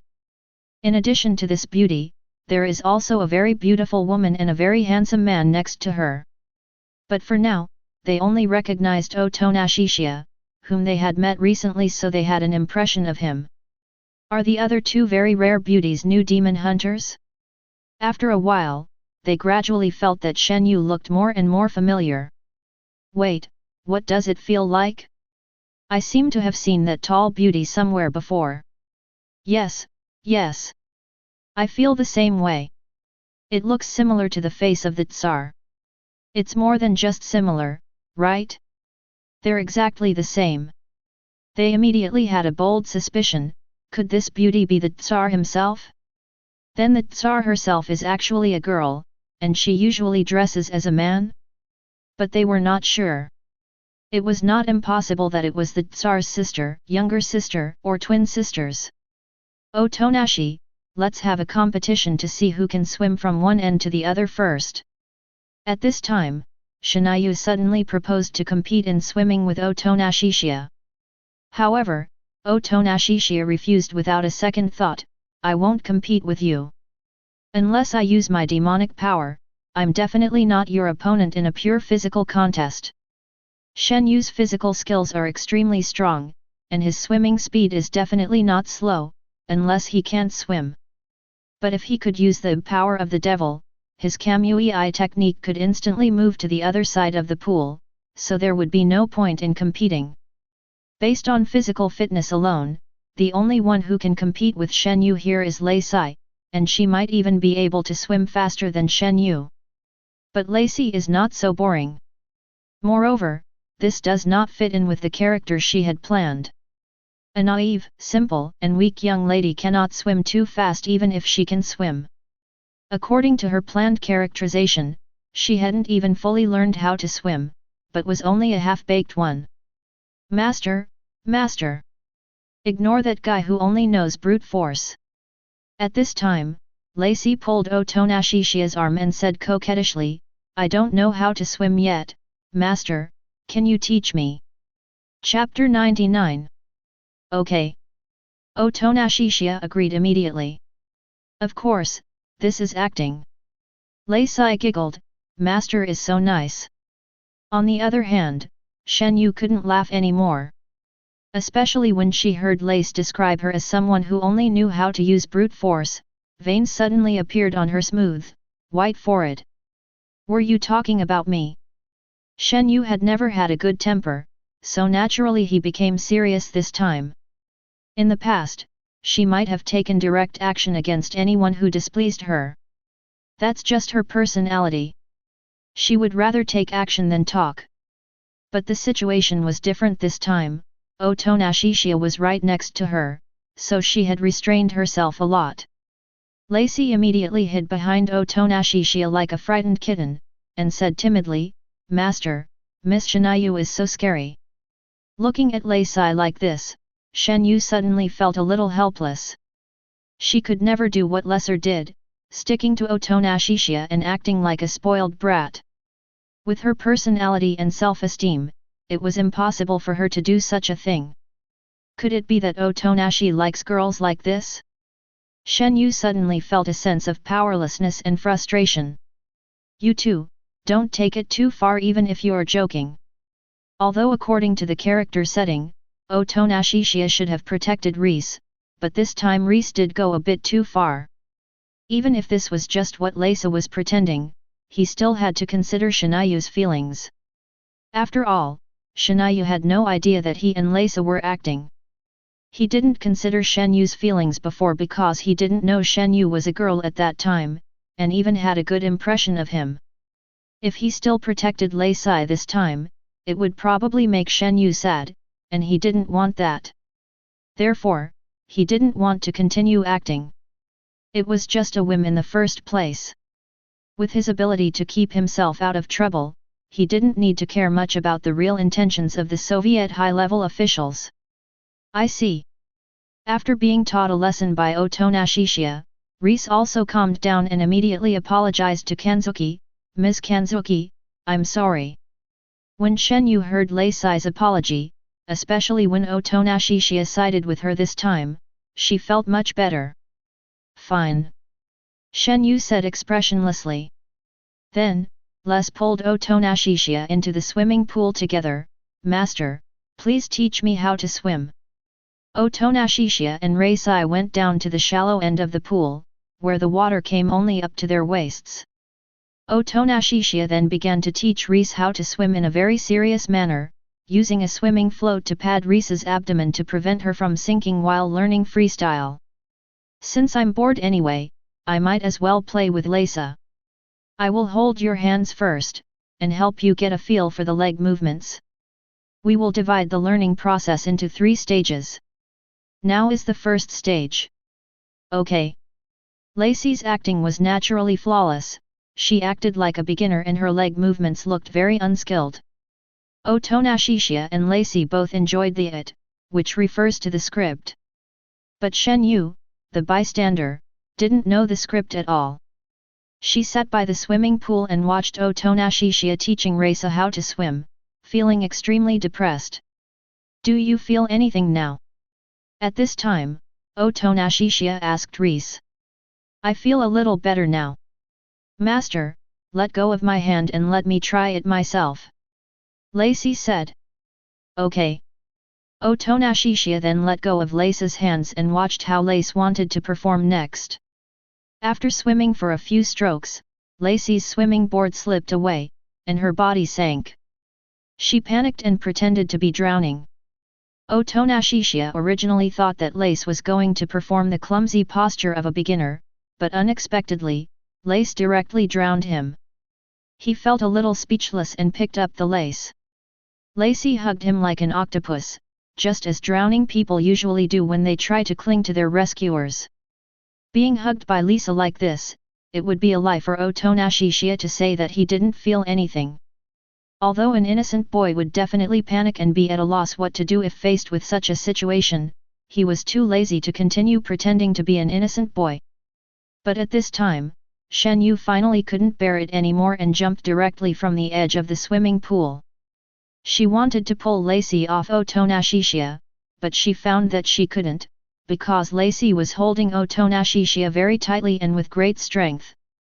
Shen Yu didn't dare to use too much force, not because he was afraid of hurting Chiya, but because he didn't want Chiya to feel unhappy. At this time, Lacey coughed a few times, as if she had choked on water. Chiya then came to the side of the pool and said to Lise, "Lise, we are already at the side of the pool, please come down." Only then did Lace slowly let go of Chiya. After all, she couldn't pretend too much. She coughed a few more times, with a sad expression on her face, and still looked a little frightened. Shen Yu came over with a dark face. "Miss Lacey, let me teach you how to swim next." Shen Yu's tone was extremely cold, and it didn't sound like a well-intentioned self-recommendation at all. But she really just wanted to teach Reese to swim on behalf of Chiya, and she really couldn't stand the ambiguous relationship between Reese and Chiya. She couldn't really hit Lise, after all, that would easily anger Chiya. "No, I just want my master." Ahem. Lacey immediately refused and coughed twice. "Why don't we stop here today? It's hard to continue studying after nearly drowning. Let's come back next time when we have the chance." At this time, Chiya didn't want to continue playing the house game with Leslie. "Okay, I'll listen to you, master," Lacey said nicely. On the way to the locker room, Lacey whispered to Chiya, "Master is so gentle and kind to me. If I really fall for him, Master must be responsible for me." "Wait until you really fall," Chiya said casually. I also laughed in my heart. Not to mention falling in love with him, if Lace had any feelings for him, she would have activated the relevant achievements long ago.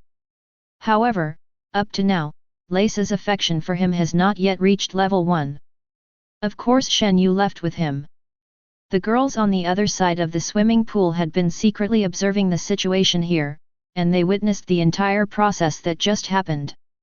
They are still not sure whether the beautiful woman who looks like the Tsar is the Tsar himself, because Chiya did not directly say Kamitsuki's name just now.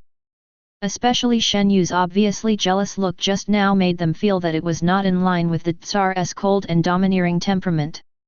Chapter 100. Chiya, Reese, and Kanzuki all changed into their military uniforms in their respective locker rooms. After Shen Yu put on her military uniform, she still put her long hair into her military cap out of habit. It looked the same as usual, but Chiya's impression of Kamui would never be the same. He could no longer regard Shen Yu as a man.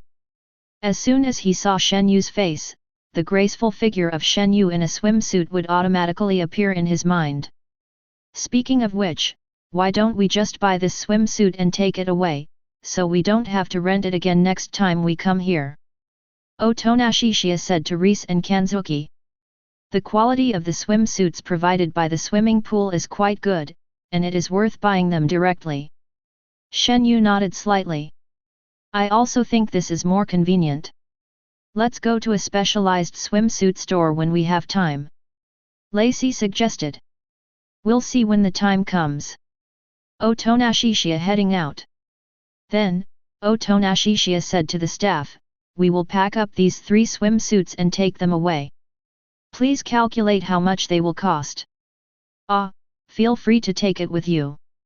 This is free," the staff explained, "because we always recycle the swimsuits we rent out as waste fabrics, so they are all disposable items, so it doesn't matter if you take them away directly." "Okay," Chiya explains. When Otonashishiya and the other two left, the staff was still a little bit incredulous. It turns out that the Tsar is a girl dressed as a man. No wonder her face is so delicate and beautiful. Next, Otonashishiya will take Reese to visit other places in the military. It was almost evening when we finally finished the tour. That's all for today, time to go to dinner. Otonashishiya explains. Today was a relief for him. He had been acting with Lace for so long that he was a little tired. Shen Yu nodded.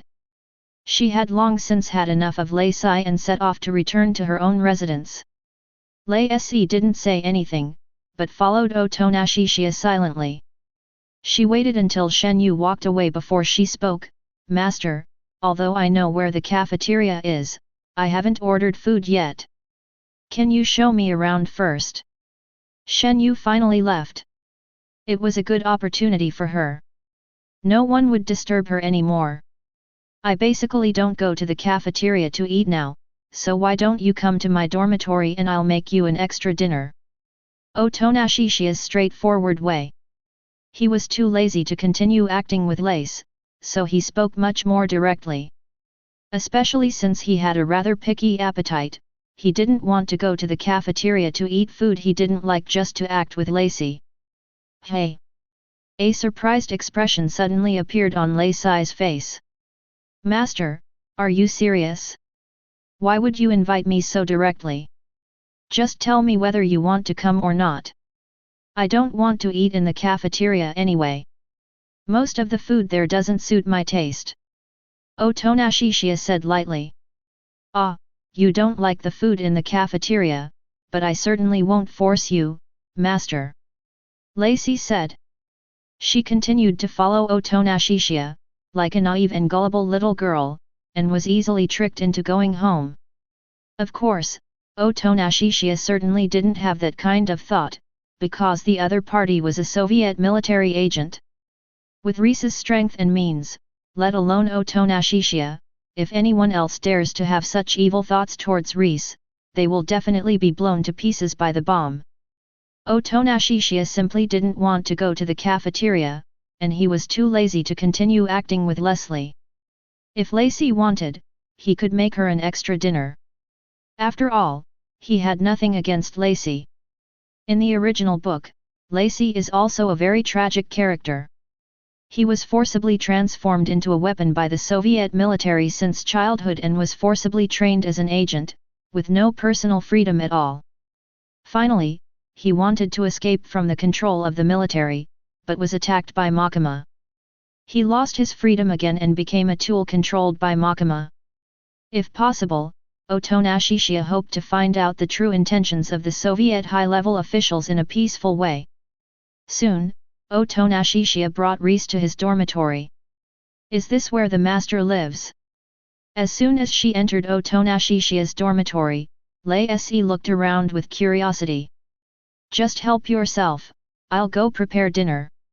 Otonashishiya said something to Reese, then put on an apron and went into the kitchen as usual. With nothing else in mind, Reese followed Otonashishiya into the kitchen. By the way, what do you like to eat?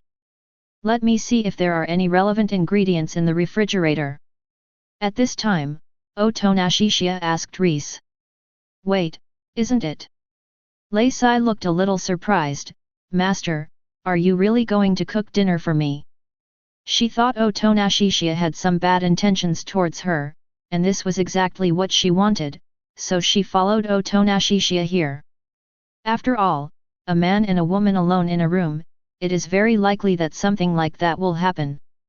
But judging from the current situation, it seems that Otonashishiya is really just planning to make her dinner?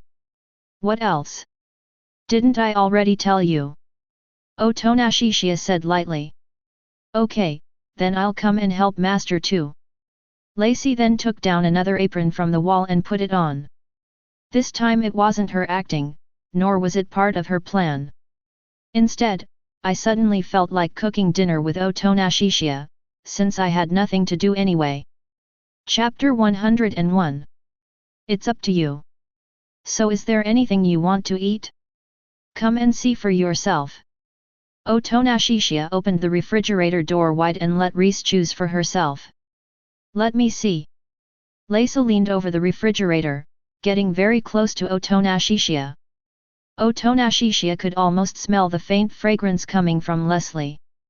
However, he is like Shisui, and will ignore this subtle temptation when he knows that Reese has superb acting skills. This, and this one.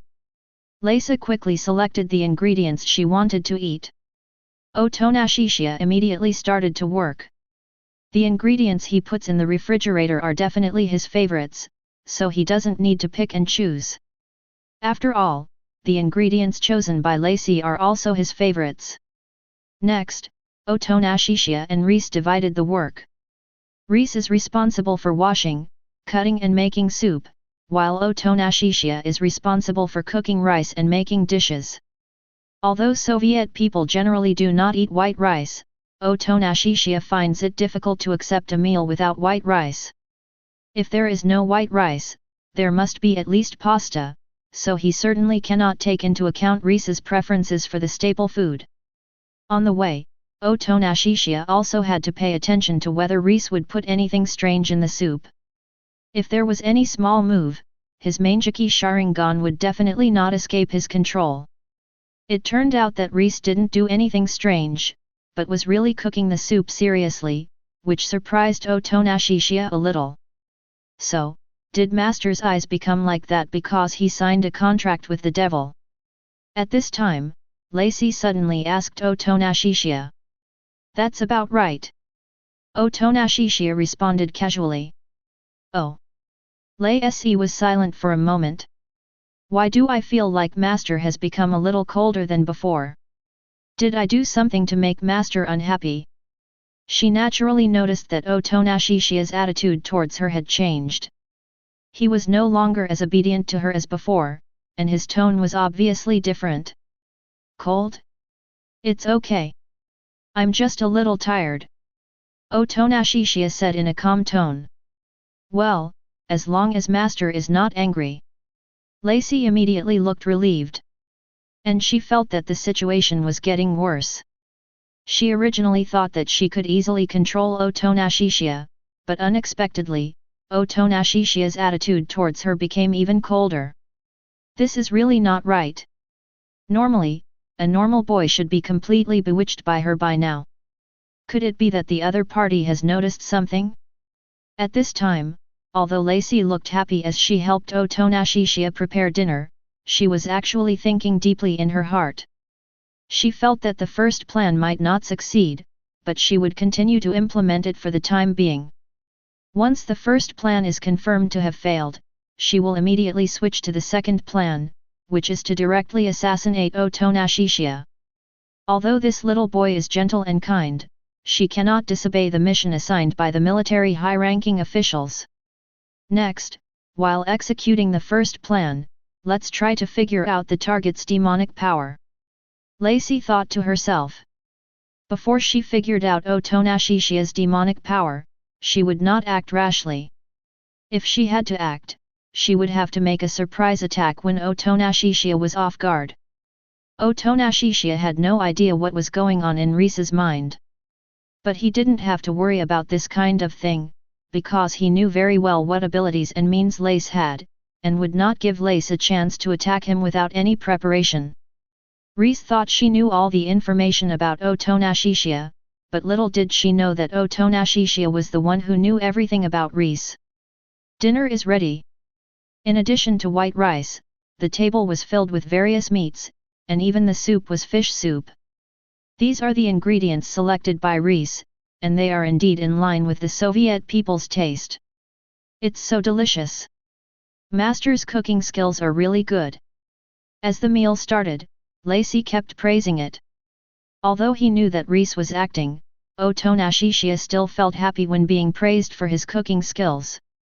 Praising his cooking skills is much more effective than tempting him with various means. After eating, Lacey touched her slightly bulging belly with a satisfied look on her face. At this moment, a system prompt sound suddenly came from Otonashishiya's mind. Ding! Host activates the achievement Lesser's Intimacy, LV1, and gains attribute points, 2. Oh? It doesn't seem to be entirely acting. This naturally came as a bit of a surprise to Otonashi Chiya. It seems that his cooking skills really satisfied Lacey. But LV1 doesn't mean anything, you have to know that the last stage is LV5. LV1 probably just had a slight crush on him, but that didn't stop Lace from still wanting to beat him to pieces in the end. After a short rest, Lace suddenly came to Otonashi Chiya's side, drew circles on the palm of Otonashi Chiya's left hand with one finger, and said to Otonashi Chiya in a meaningful tone, "Now that you have eaten and drunk enough, don't you want to do something else interesting later?" Of course Otonashi Chiya could hear the implication of Lacey's words, which was already very obvious. "Is it interesting?" "I don't think so," Otonashi Chiya said lightly. If he took the initiative to accept it and it really came to that, either he will be fooled and teased by Lace, or he will turn into a bomb weapon and blow him up in the face. In either case, it's not interesting. Master, don't you like awkward things? Aren't most people interested in this kind of thing?" This time Lacey was more direct. Otonashi Chiya's reaction just now was a little beyond her expectations. She was indeed just teasing and testing Otonashi Chiya, and of course she didn't intend to go that far so soon. If Otonashi Chiya accepted, she would stop and tease Otonashi Chiya at the last minute, but unexpectedly Otonashi Chiya directly expressed that he was not interested. Otonashi Chiya neither confirmed nor denied the answer and simply did not answer. Seeing that Otonashi Chiya had no reaction at all, Lace's eyes changed slightly, and a look of loss and sadness appeared on her face. "To be honest, I fell in love with Master at first sight when we first met. I was so proactive, so how could Master not be moved at all?" This was probably her last attempt. Yeah, I'm not moved at all." Otonashi Chiya stopped acting completely and spoke with a blank expression in a calm tone. Chapter 102. Hearing this answer, Lace's eyes suddenly changed slightly. However, she still managed her facial expression very well, and her face gradually became lost. "Well, Master has no feelings for me, there's nothing I can do about it." Lacey's tone was sad, and her pitiful look made people feel pity for her. But the slight change in her eyes just now could not escape Otonashi Chiya's Mangekyō Sharingan. In his eyes, this should be the subtle fluctuation of Lacey feeling that the plan had failed. Apart from this change in her eyes, it was all pure acting. Otonashi Chiya drank his after-meal tea quietly without saying a word. Not only did Lacey's acting fail to arouse any sympathy in him, it even made him want to laugh. Lacey put on a very good show and didn't get angry so quickly. Instead, she left with a look of disappointment on her face. "Goodbye, Miss Lacey." Seeing that Lace was about to leave, Otonashi Chiya said goodbye to her. "Master is so cruel." Lacey said this in a resentful tone and left Otonashi Chiya's dormitory. Otonashi Chiya shook her head slightly with a hint of helplessness. Even at this moment, Lacey was still showing off her acting skills. "I can only say that he is truly dedicated." The moment she helped Otonashi Chiya close the door, Lacey's facial expression suddenly changed. There was no trace of the loss and sadness just now, but rather a cold and emotionless look. She just walked downstairs of the dormitory building with this indifferent expression, and when she met other demon hunters, her expression changed again, and her expression changed faster than turning the pages of a book. At this time, Lace's face was filled with a sweet smile. The demon hunters were immediately attracted by this cute and beautiful girl, and at the same time they were wondering when such a cute girl came to their Leningrad military headquarters. At the same time, Otonashi Chiya in the dormitory was still drinking tea calmly. "After what happened just now, I guess Lacey has already decided to kill me." Otonashi Chiya speculated in his mind, "Although I don't know what her ultimate purpose is in seducing me in the first place, if she doesn't leave after her seduction plan fails, she will most likely kill me. Just wait and see when Les will attack him. He will wait for Les to take the initiative and then he can counterattack." However, the next morning, there was a knock on the door early in the morning. "Master, Master, it's time to get up, Master." I knew it was Lacey the moment I heard the voice. Chiya was lying in bed trying to take a nap, but was woken up by Leslie. He had no choice but to get up and open the door for Lacey. "What do you want from me so early in the morning?" Looking at Lacey, who was smiling outside the door, Chiya asked speechlessly. This was a little unexpected for him. He had almost revealed his true colors yesterday, but Lacey still came to him with a smile on her face early this morning. "What tricks are you trying to play again?" "I'm here to wake up Master." "Did Master still lie in bed just now?" Lacey teased. Chiya was too lazy to answer and went to brush his teeth and wash his face first. Lace walked in directly without asking Chiya if he agreed, and sat on the sofa. It was as if what happened yesterday had never happened. After washing up, Chiya prepared to go to the kitchen to make breakfast. "Have you had breakfast yet?" Before passing the living room and entering the kitchen, Chiya asked Leslie in passing. "Not yet." Lacey replied immediately. "Then I'll make one for you." Chiya put on an apron and prepared to make a large and filling beef dish for Reese, while he himself had eggs, bread and hot milk as usual. Sitting on the sofa in the living room, Lacey could just see Chiya's back in the kitchen.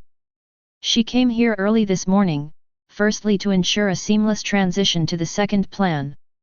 After what happened yesterday, she had confirmed that the first plan had little hope of success. But he couldn't expose himself in front of Chiya, because that would make it difficult to move on to the second plan. The so-called second plan is to assassinate Chiya, or at least make him incapable of movement, and then take him back to the secret room for weapon transformation experiments. In this way, Chiya would become her kind and, like her, would no longer have personal freedom and would always be a war machine of the Soviet Union. The ultimate goal of the first plan is actually the same. She just wants to lure Chiya into the secret room by seducing her. If possible, she tries not to use force to solve the task. But unfortunately, she had to use force next. The second reason why she came here so early in the morning was because Lacey wanted to have a free meal. Although she is a very important agent and war machine of the Soviet military, she does not need to eat at all due to her weapon man's body structure, because the physique of a weapon man is basically equivalent to immortality. Usually, she has to do various special training every day. Don't need is not equal to don't like. But the Soviet military didn't care whether she liked it or not. Knowing that she didn't need it, they wouldn't bother with her diet. The military had a strict, old-fashioned and corrupt system from top to bottom. Therefore, Lacey hadn't eaten decent food for many years, especially since Chiya's cooking skills were quite good. She tasted it once yesterday and immediately fell in love with it. A few minutes later, Chiya came out with a large plate of beef. "Eat it. This big portion should be enough for you," Chiya explains. "Great. It turns out that I still like Master the best," Lacey said happily. Part of the joy was acting, but the other part was from the heart. She was almost drooling just by smelling the aroma of the fried beef. Throughout the day, Lacey had to eat 3 meals a day in Chiya's dormitory. The meat ingredients in the refrigerator were almost eaten up by Lacey, and her favorability rating increased again. Ding! Host activates the achievement Liza's favorability, LV2, and gains attribute points, 4 points. Thinking back on Lacey's actions throughout the day, combined with the activated achievement, Chiya suddenly felt a little confused. What kind of plan is this guy Lacey carrying out, or is he just here to eat and drink for free? At this time, Lacey was sitting contentedly on the sofa to rest. She stretched lazily and comfortably, and a graceful curve suddenly appeared on the front of her military uniform. She was completely defenseless against Chiya, who was sitting next to her. Lace suddenly thought that she couldn't disobey the orders of the military high-ranking officials anyway. After Otonashishiya was transformed into a weapon man, she would ask Otonashishiya to make delicious food for her every day. Those rigid old-fashioned people in the military should not forbid her from doing such a thing. But she overlooked one question, that is, as a bomb weapon man, can she really defeat Otonashishiya? If Otonashishiya is not a time traveler, then Lisei's deeply hidden identity as a weapon man can indeed catch people off guard, but the fact is that he has opened the god's perspective and even has the almost unsolvable ability of double Kamui. Chapter 103. Since most of the food in the refrigerator had been eaten by Lesa, Otonashishiya had to go to the mall to buy groceries early in the morning. Lesa also followed him out because Lesa came to have breakfast again this morning. He had no objection to eating and drinking for free, after all, he had the money to pay for the ingredients. But he always felt it was a bit strange. Shouldn't this guy Lace be planning how to crush him? A killer who wanted to crush him came to his place every day to eat and drink for free. This was so strange. As soon as I walked out of the dormitory building, I ran into Ian. "Good morning, Otonashi." While Ian was greeting Otonashishiya, he also noticed the purple-haired girl following Otonashishiya. "Who is this?" "Good morning Ian, how's training going?" Otonashishiya explains. The training was okay, not too tiring, and there were some improvements. Ian responded with a smile. "Is this master's good friend?" At this time, Lacey suddenly asked. "Ah, I'm Otonashi's colleague, my name is Ian." Ian then introduced himself to Lacey. Hello, I'm Lacey, the one who loves Master the most in the world." Lace said with a very lively smile. "So it's Miss Lacey. But what does favorite master mean?" Ian didn't quite understand. This made Otonashishiya feel a little embarrassed and he didn't want to explain. The meaning is very simple. Master Otonashi is my master, and the person I love most is my master. Lacey said this without the slightest shame. Oh. Ian suddenly realized, so she's Otonashi's girlfriend. It's my fault for being so slow to react. At the same time he was very surprised. This was the first time he knew that Otonashi had a girlfriend, and she was a very cute and beautiful girl. Lacey smiled happily, "You are really good at talking. I admire good kids like you who love to tell the truth." The smile on Ian's face seemed a little awkward. Being an introvert by nature, he simply couldn't handle such a lively and cheerful girl. At this time, Otonashishiya couldn't stand it anymore, so he said to Ian, "Don't listen to her nonsense. My relationship with her is not what you think." "Ah? Isn't it?" Ian was a little stunned. "Master, don't be so shy. You invited me to your house last time." Lacey seemed to be teasing Otonashishiya on purpose. For a moment, Ian was confused. Is this Miss Lace Otonashi's girlfriend? He had just seen Otonashi and Miss Lacey walking out of the dormitory building together. The level of ambiguity was no less than that of a boyfriend-girlfriend relationship, right? Okay, stop messing around. Otonashishiya didn't have the time to play with Leslie, and spoke in a flat tone. Hee. Lacey stuck out her tongue playfully. Then Otonashishiya explained to Ian, "She is the new person that Minister Levan asked me and Shen Yu to bring 2 days ago. That's why she calls me master." "I see." Of course, Ian still believed what Otonashishiya said more. He always felt that Otonashishiya was a very honest and reliable person. However, he felt that the way Miss Lace just behaved showed that she clearly liked Otonashi. Such a beautiful, cute, lively, and cheerful girl seems to be a perfect match for Otonashi, and he is sincerely happy for Otonashi.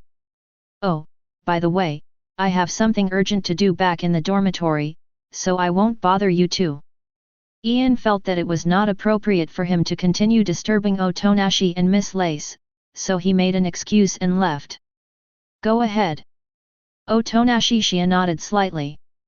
But he always felt that Ian seemed to have misunderstood something.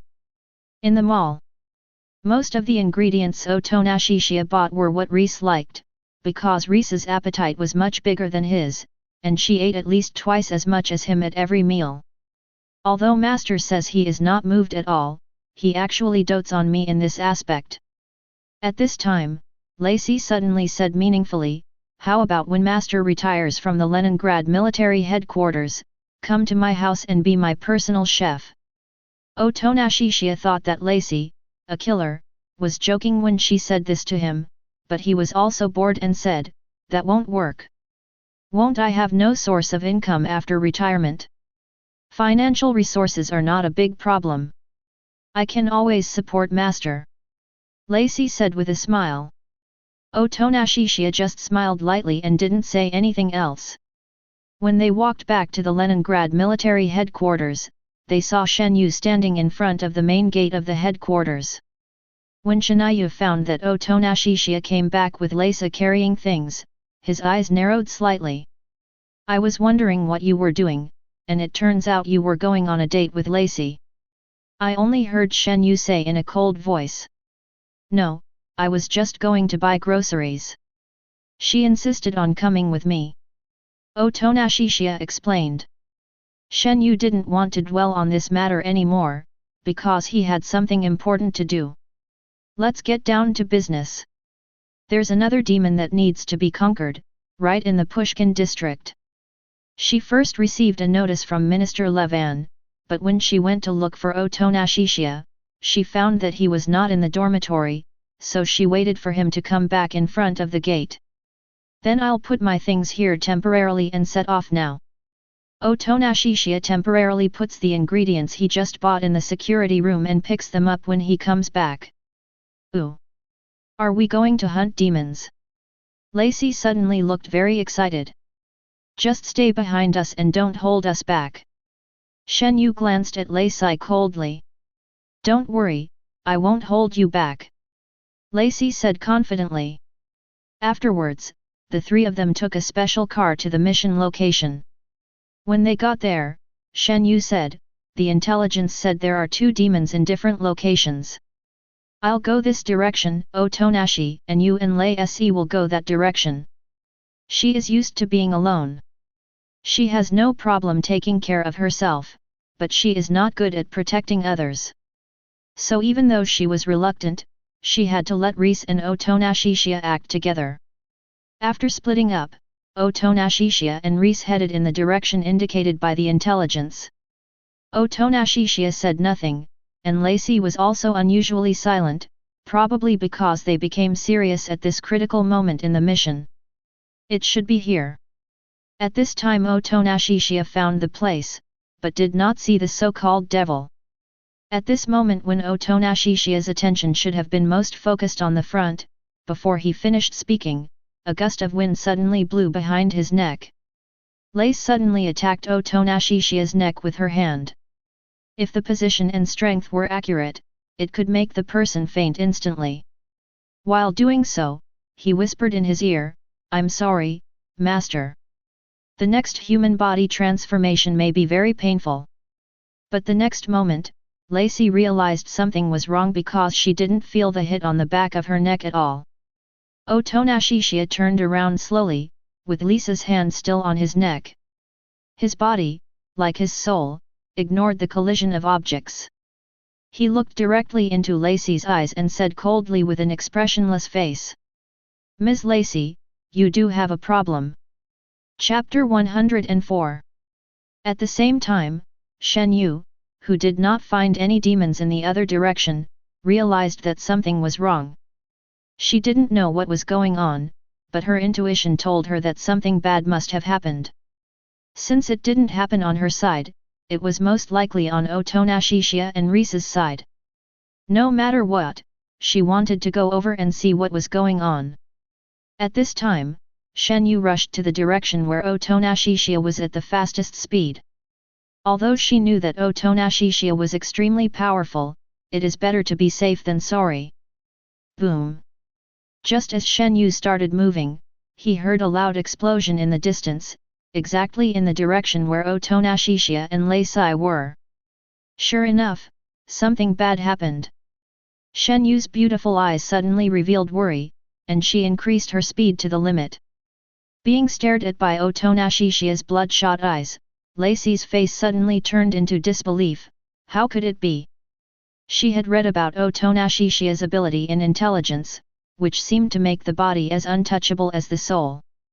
But her actions this time have ensured the success rate as much as possible. This subjugation mission was a false mission issued by the military high-ranking officials to cooperate with her actions. The purpose was to temporarily distract Shen Yu and to easily catch Otonashishiya's loopholes. Just now, she judged that Otonashishiya's attention was focused on the front and he should be defenseless, so she decisively took the opportunity to attack Otonashishiya. However, Lacey's information was far from enough. She didn't expect that Otonashishiya knew everything about her, and she also underestimated Otonashishiya's hollow. If I'm not mistaken, you are a killer sent by the Soviet high-level officials, right? At this time, Otonashishiya escaped underground and reappeared behind Lesser. Before he could finish his words, his left eye glared and a spatial Uzumaki broke Lacey's neck in an instant. However, Lacey did not fall down. She caught her severed head with her hands, turned around and smashed her head at Otonashishiya. At the same time, he used his hand to open the pull ring of the collar around his neck, and the head flying towards Otonashishiya exploded at that moment, and Lacey's body also exploded, with a power far stronger than that of an ordinary grenade. Bang! The surrounding weeds and flowers were all blown up in an instant, and the ground was cracked, but Otonashishiya was the only one who was completely unharmed. His hollow avoided the lethality caused by Lisa's self-explosion. As the thick smoke dissipated, a completely different Lace appeared before our eyes. The lost head was restored, or more precisely, it was transformed into the torpedo-shaped head unique to the bomb demon. The two arms that were blown off by itself also quickly grew out and turned into two demon arms formed by countless fuses. She also had a skirt filled with a large amount of explosives on her body. This is the appearance of a bomb weapon man. In the original novel, Lacey's clothes didn't explode when she transformed for the first time. In certain circumstances, such as when her body was destroyed, her clothes would explode when she transformed again. But no matter what, I definitely wouldn't dare to describe it in detail. I'm scared of the little dark room. It seems that Lacey is going to go all out. I still underestimated Master's strength. Even though she had been exposed, Lacey's tone was still as cheerful as ever. Give up, you are no match for me. Why don't you just tell me what the Soviet leaders are up to? Otonashishiya also had time to chat with Leslie. Although it is now certain that Lacey just wanted to launch a sneak attack on him, he always feels that the real intention of the Soviet high-level officials is not that simple, otherwise the seduction plan at the beginning would seem to be meaningless. Why would she need to seduce someone if she wanted to attack him with her abilities? But this time, her target happened to be Otonashishiya. How do you know if you're a match if you don't try first? Lacey's meaning was very clear. She would never stop until she completed the orders from the top. She has long been trained to be a war machine that will do whatever it takes to achieve her goals. In the original book, Lacey would try not to kill anyone she could, but once someone got in the way of her plan, she would show no mercy to anyone, no matter who they were. Afterwards, they would secretly donate money to the victims. All I can say is that although he will do anything to achieve his goal, he still has a relatively kind heart. Otonashishiya shook his head slightly, his expression turned cold and serious, and he stopped chatting. Reese took the initiative again, flashed in front of Otonashishiya, raised her hand and pointed it at Otonashishiya's face. Boom! At this moment, Lacey's arm was like an RPG rocket launcher, and the explosion caused from her palm to the front could reach at least 10 meters away. Ordinary people would be blown to pieces, even the public security demon hunters in the original book would be blown to death instantly. Except for the top public security demon hunters, all others would be killed instantly by Lise. Yet Otonashishiya remains intact. Unless Lacey can continue to bombard him without interruption for a long time, no matter how powerful the explosion is, it will be useless and will never break his hollow. Seeing this, Lacey was stunned for a moment, but she still didn't believe it. With one easy leap he reached a height of more than 10 meters, and his leg transformed into a missile head in mid-air, which then chopped down on the crown of Otonashishiya's head. Bang! The missile warhead exploded instantly, creating a huge crater on the ground, and all the weeds and flowers on the ground died. Otonashishiya was still safe and sound, and even stood there motionless. The moment Lacey landed, she used her other leg to perform a high sweep towards Otonashishiya's head, and her other leg also turned into a missile head. She didn't believe that Otonashishiya's strange ability could last for a long time. Normally, if he continued to use the power of the devil, he would not be able to bear the cost of the contract sooner or later, so she used intensive explosion output as much as possible to let Otonashishiya slowly die. Without complete information about Hollow, Lacey couldn't imagine what the weakness of Hollow was. Have you had enough of the fuss? It's almost my turn. At this moment, Lacey suddenly heard a cold voice from Otonashishiya, and her pupils suddenly shrank. In this state of body and soul, could he still attack her? After Lacey's high sweep leg penetrated Otonashishiya's head and exploded, Otonashishiya's body suddenly materialized, and one hand grabbed Lacey's right leg, which had just penetrated his head and was repairing itself after the explosion. He planned to take this opportunity to use Lace to hone his physical skills. Anyway, he is invincible, just like Madara, who can kill instantly but chooses not to because he just likes to play. Feeling her right leg being grabbed, Lacey was shocked and couldn't understand what kind of demonic power Otonashishiya had. Otonashishiya exerted force suddenly, and Lacey's center of gravity shifted, and he knocked her to the ground. Just as his hand was about to grab Lacey's neck, Lacey's body exploded instantly, and all parts of her body, including the large amount of explosives on her skirt, exploded at this moment. Bang! Chapter 105. The power of this wave of self-explosion is enough to destroy everything within a radius of hundreds of meters. All the flowers, plants, and trees within a radius of hundreds of meters were destroyed. Fortunately, it happened in such an open wasteland. If Lise had self-destructed in the training base of the Demon Exorcist Section 1, almost everyone except Otonashishiya and Kishive would have been killed. What a shame, you're still too slow. Otonashishiya is not covered in smoke or dust. No matter how powerful the explosion is, it is futile in front of Hollow. He even took advantage of the time when Lise self-destructed to allocate some attribute points to himself, and recently he accumulated 107 attribute points. Since I'm going to practice physical skills with Lise, the strength and speed attributes will naturally have to be raised a bit higher. Ding! Allocation completed, strength plus 40, speed plus 40, health plus 27. Strength, 150. Speed, 159. Chi and blood, 467. At this time, Otonashishiya did not look at Lise who was lying on the ground and had exploded beyond recognition, but looked up at the other Lise in front of him. This is also one of the abilities of the bomb weapon man. Any part of the body can be turned into various bombs, and after the self-explosion, a new body can be reshaped. At the moment when he was about to self-destruct, Otonashishiya saw with his own eyes that Lacey once again pulled the collar ring around his neck. This is how the weapon man was restarted or resurrected. As long as he has enough blood and can move, or someone helps to start him, the weapon man can achieve true unlimited resurrection. However, Lacey, who was in the form of a bomb-weaponed man, was naked except for the explosive apron on her body. Because the self-explosion just now had completely destroyed her military uniform, but Fujimoto's mysterious power added a pair of pure white panties out of thin air, because Fujimoto suddenly remembered that he was drawing a boys' manga. It's not good for an unmarried girl to show this appearance in front of the opposite s*x, right? At this time, Otonashishiya joked casually. Didn't I say that it would be okay to marry master? Although Lacey said she wanted to marry her master, she used the explosion behind her to accelerate herself and rushed towards her beloved master at subsonic speed like a missile launch.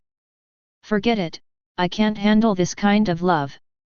While Otonashishiya was chatting, a subsonic lancer pierced through his body. He immediately turned around and kicked Lacey's back. Lacey knew that Otonashishiya would do this, and took advantage of this opportunity to immediately detonate all the bombs on her back. After the previous battle, she had a better understanding of Otonashishiya's demonic power. Although the soulification of the body was very tricky, the opponent would turn back into a physical form when launching an attack. Therefore, this time she was feinting, deliberately waiting for Otonashishiya to counterattack before detonating the bomb, which should be able to hit the opponent's materialized body. However, fantasy is beautiful and reality is cruel. Hollow is Otonashishiya's own ability. If Lacey can think of it, can he not think of it? Bang! As the bombing ended, the hope that had just risen in Lass's heart was dashed again, because a fist stretched out from the smoke in front of her and hit Lass's face, or to be more precise, the alien's head. Otonashishiya's strength is now more than 10 times that of an ordinary person. With a full-strength punch, he knocked Lace's entire body flying in mid-air. As a bomb weapon man, Lacey is strong in destructive power and explosive power, both in terms of strength and speed. Although her defense is also very strong, it is not as strong as Shen Yu's absolute defense that is as firm as a mountain. Lise once again used the explosion behind her to stabilize her body. She no longer dared to attack Otonashishiya easily. Tisk! Lacey couldn't help but let out a light sigh. With the demonic power currently displayed by Otonashishiya, she felt that it was impossible to break through, as if there was no weakness at all. She was specially trained by the military high-ranking officials. She has studied almost all the demonic powers that were recorded in the data, and has never seen any demonic power without weaknesses. She still believed that Otonashishiya's demonic power couldn't possibly have no weaknesses, she just hadn't discovered them yet. But she didn't dare to act rashly now, as continuing to carry out ineffective output would only waste her blood. Because every time the bomb man lets a part of his body explode and then recovers on its own, he will consume his own blood. Once the blood is consumed to a certain extent, he will not be able to use the power of the weapon man, he can no longer be resurrected, and he can't even maintain the form of the weapon man. What happened here? Just then, Shen Yu finally arrived. Her speed was already fast enough, but the battle between Otonashishiya and Lise just now happened in an instant. Seeing the messy scene nearby and the monster that looked like a human but more like a demon opposite Otonashishiya, Shen Yu immediately realized that the monster must be an enemy. Another troublesome guy. Lacey's tone sounded helpless. She was already completely helpless with Otonashishiya alone, and now there came Kamatsuki who was also not easy to deal with. She felt that her actions today had undoubtedly failed, and she had no choice but to escape. It would be dangerous to stay here any longer. This voice, which sounded somewhat familiar, immediately surprised Shen Yuexin. Isn't that Lacey's voice? This monster that is neither human nor demon, could it be Lacey? Seeing Lacey suddenly turn around and run, Shen Yu immediately chased after her. But driven by the bomb explosion, Lise can reach subsonic speed at the fastest, and Shen Yu can't catch up at all. After all, no matter how perverted her speed is, she can't compare with the bomb weapon man. Want to escape? Otonashishiya would of course not just watch Lise escape. His left eye was bloodshot and immediately focused on Lise. A space Uzumaki that was large enough to absorb Lise was formed instantly. Even if Lise's speed reaches subsonic, it is useless. Unless it is an instant movement like Flying Thunder God, almost no one can avoid the transfer of Kamui. What's more, Minato was only facing a single Kamui, and he almost didn't have time to use Flying Thunder God. The transfer speed of 2 Kamui would be much faster than that of a single Kamui. Without psychological preparation, no one can escape the first sight kill double Kamui. At this moment, Lacey only felt that the space around her was distorted. She had no idea what was going on. Before she could react, she was sucked into the space Uzumaki. Disappeared. Seeing that lace in front of him suddenly disappeared, Shen Yu stopped immediately. A hole. Shen Yu thought that Lacey had successfully escaped, and he was immediately furious.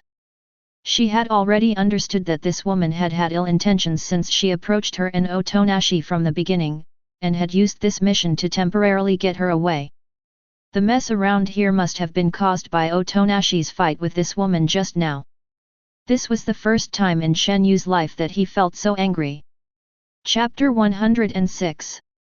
Seeing Shen Yu's angry look, Otonashi Chiya immediately explained, "Don't worry, Lacey didn't escape, but was captured by me." Caught? Shen Yu was immediately surprised and asked, "Where did you catch it?" She just saw Lacey suddenly disappear, and didn't see when Otonashi Chiya took action. But she thought about it and realized that there was indeed a familiar sense of space distortion on Lacey's body just now, just like when Otonashi Chiya broke her absolute defense before. From this perspective, it should be Otonashi Chiya's demonic power again. "I won't tell you where we caught her. I'll talk to her briefly later. Let's go back to the military headquarters." Otonashi Chiya said to Shinayu, "There are no demons nearby. This should be a false mission. Lacey is most likely a killer sent by the military. Otherwise, the military would not make such a low-level mistake. There is no trace of demons at the mission location." As he spoke, Otonashi Chiya and Kamatsuki left the place. As for the mess around here, he didn't care. After all, it was Lace who was blown up like this, not him. The top military officials? Why would they send assassins to kill you? Shen Yu felt a little puzzled. Maybe they think I'm too strong and see me as a threat. Otonashi Chiya guessed. There is no other reasonable explanation. He has never offended the Soviet military. Even now that he works in the military headquarters in Leningrad, he can be considered to be working for the military. Those damn bastards! Shen Yu's pretty face suddenly turned gloomy. She has had many contacts with senior military officials, so she knows who the senior figures are within the military. After what happened this time, she has developed murderous intentions towards those old guys. Calm down. I'll talk to Lacey first. Otonashi Chiya could see the murderous intent in Kamatuki's cold expression. This is a matter between him and the military top brass, and he doesn't want Shen Yu to get involved. In particular, there may be other weapons people inside the military. There are many children who have been locked up in the secret room by the military for transformation programs. There should be more than one weapon person, Lace. Shen Yu's physical skills are indeed very strong, but his absolute defense cannot be called true absolute defense, and it is still dangerous when facing a weapon man. Shen Yu calmed down and decided to see what Otonashi Chiya could talk about with Lacey. Meanwhile, Kamui space. Looking at this completely unfamiliar space, Lacey has not yet taken off the form of a bomb weapon man. He immediately assumed a fighting stance, alert for situations that could occur at any time. The more unfamiliar the environment is, the easier it is for people to feel fear of the unknown, especially in this dark Kamui space, where there is only countless grey pillars and nothing but dead silence. Ms. Lacey, now is the time for you to tell me the truth, right?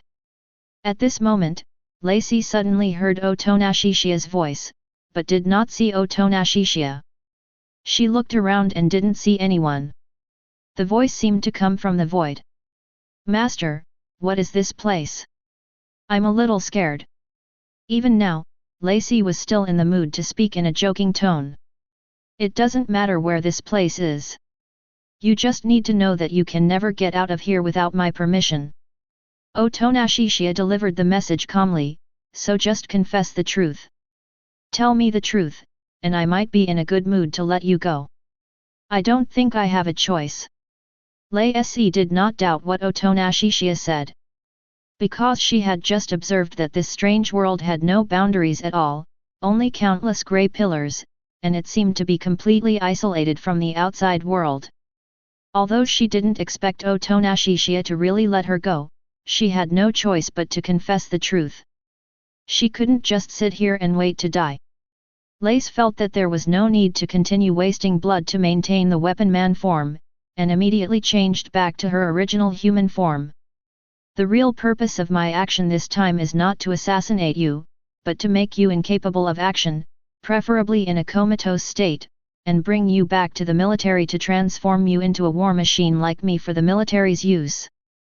Because the military leaders think you are too powerful, which makes them feel threatened, and they are particularly unwilling to see Japan's strength grow. Lacey had basically explained the real intentions of the military top brass, only slightly avoiding the word secret room. There is nothing special about other things, except that the secret room is top secret, and as an agent, she cannot reveal it even if she dies. But what Lise would never have thought of was that Otonashishia, who had turned on the god's perspective, would immediately think of the secret room. Bringing him back to the military to be transformed into a war machine like Lacey, doesn't this mean that he will be forced to undergo the weapon man experiment? Otonashishia was able to judge that Reese was not lying because this completely explained Reese's previous acting skills. So, you don't want to kill me, but you want me to be transformed into a war machine that is completely deprived of personal freedom like you, right? Otonashishia questioned in a cold tone. Lace's expression suddenly changed slightly, because Otonashishia's words just hit the deepest pain in her heart. Her biggest dream was freedom, but from the moment she was locked up in a secret room by the Soviet military as a child, she was destined to be away from freedom for the rest of her life. Yes. After a moment of silence, Lacey admitted it. At this moment, she actually felt a little guilty. After all, who would want to be deprived of their personal freedom forever? But she was also helpless and could not disobey the order. There's no point in me living anymore, Master, just kill me. Lacey didn't think she had any hope of getting out of here, so she asked to die. Although the weapon man can't be killed, there is a way to prevent the weapon man from being resurrected. After killing him, don't provide blood or help the weapon man start up. Then lock my body in here forever. This way, the military won't be able to find it and revive it. Lise only seemed fine on the surface, but in fact, this Kamui space had caused her to suffer from PTSD, as if she had returned to the secret room where she was subjected to transformation experiments every day. Since she could never get out, she felt that she might as well die. Living in here was just like being transferred from one military cage to another. No. Otonashishia refused mercilessly, wouldn't it be too easy for you to be killed like this? Since you want to deprive me of my personal freedom, I will do the opposite.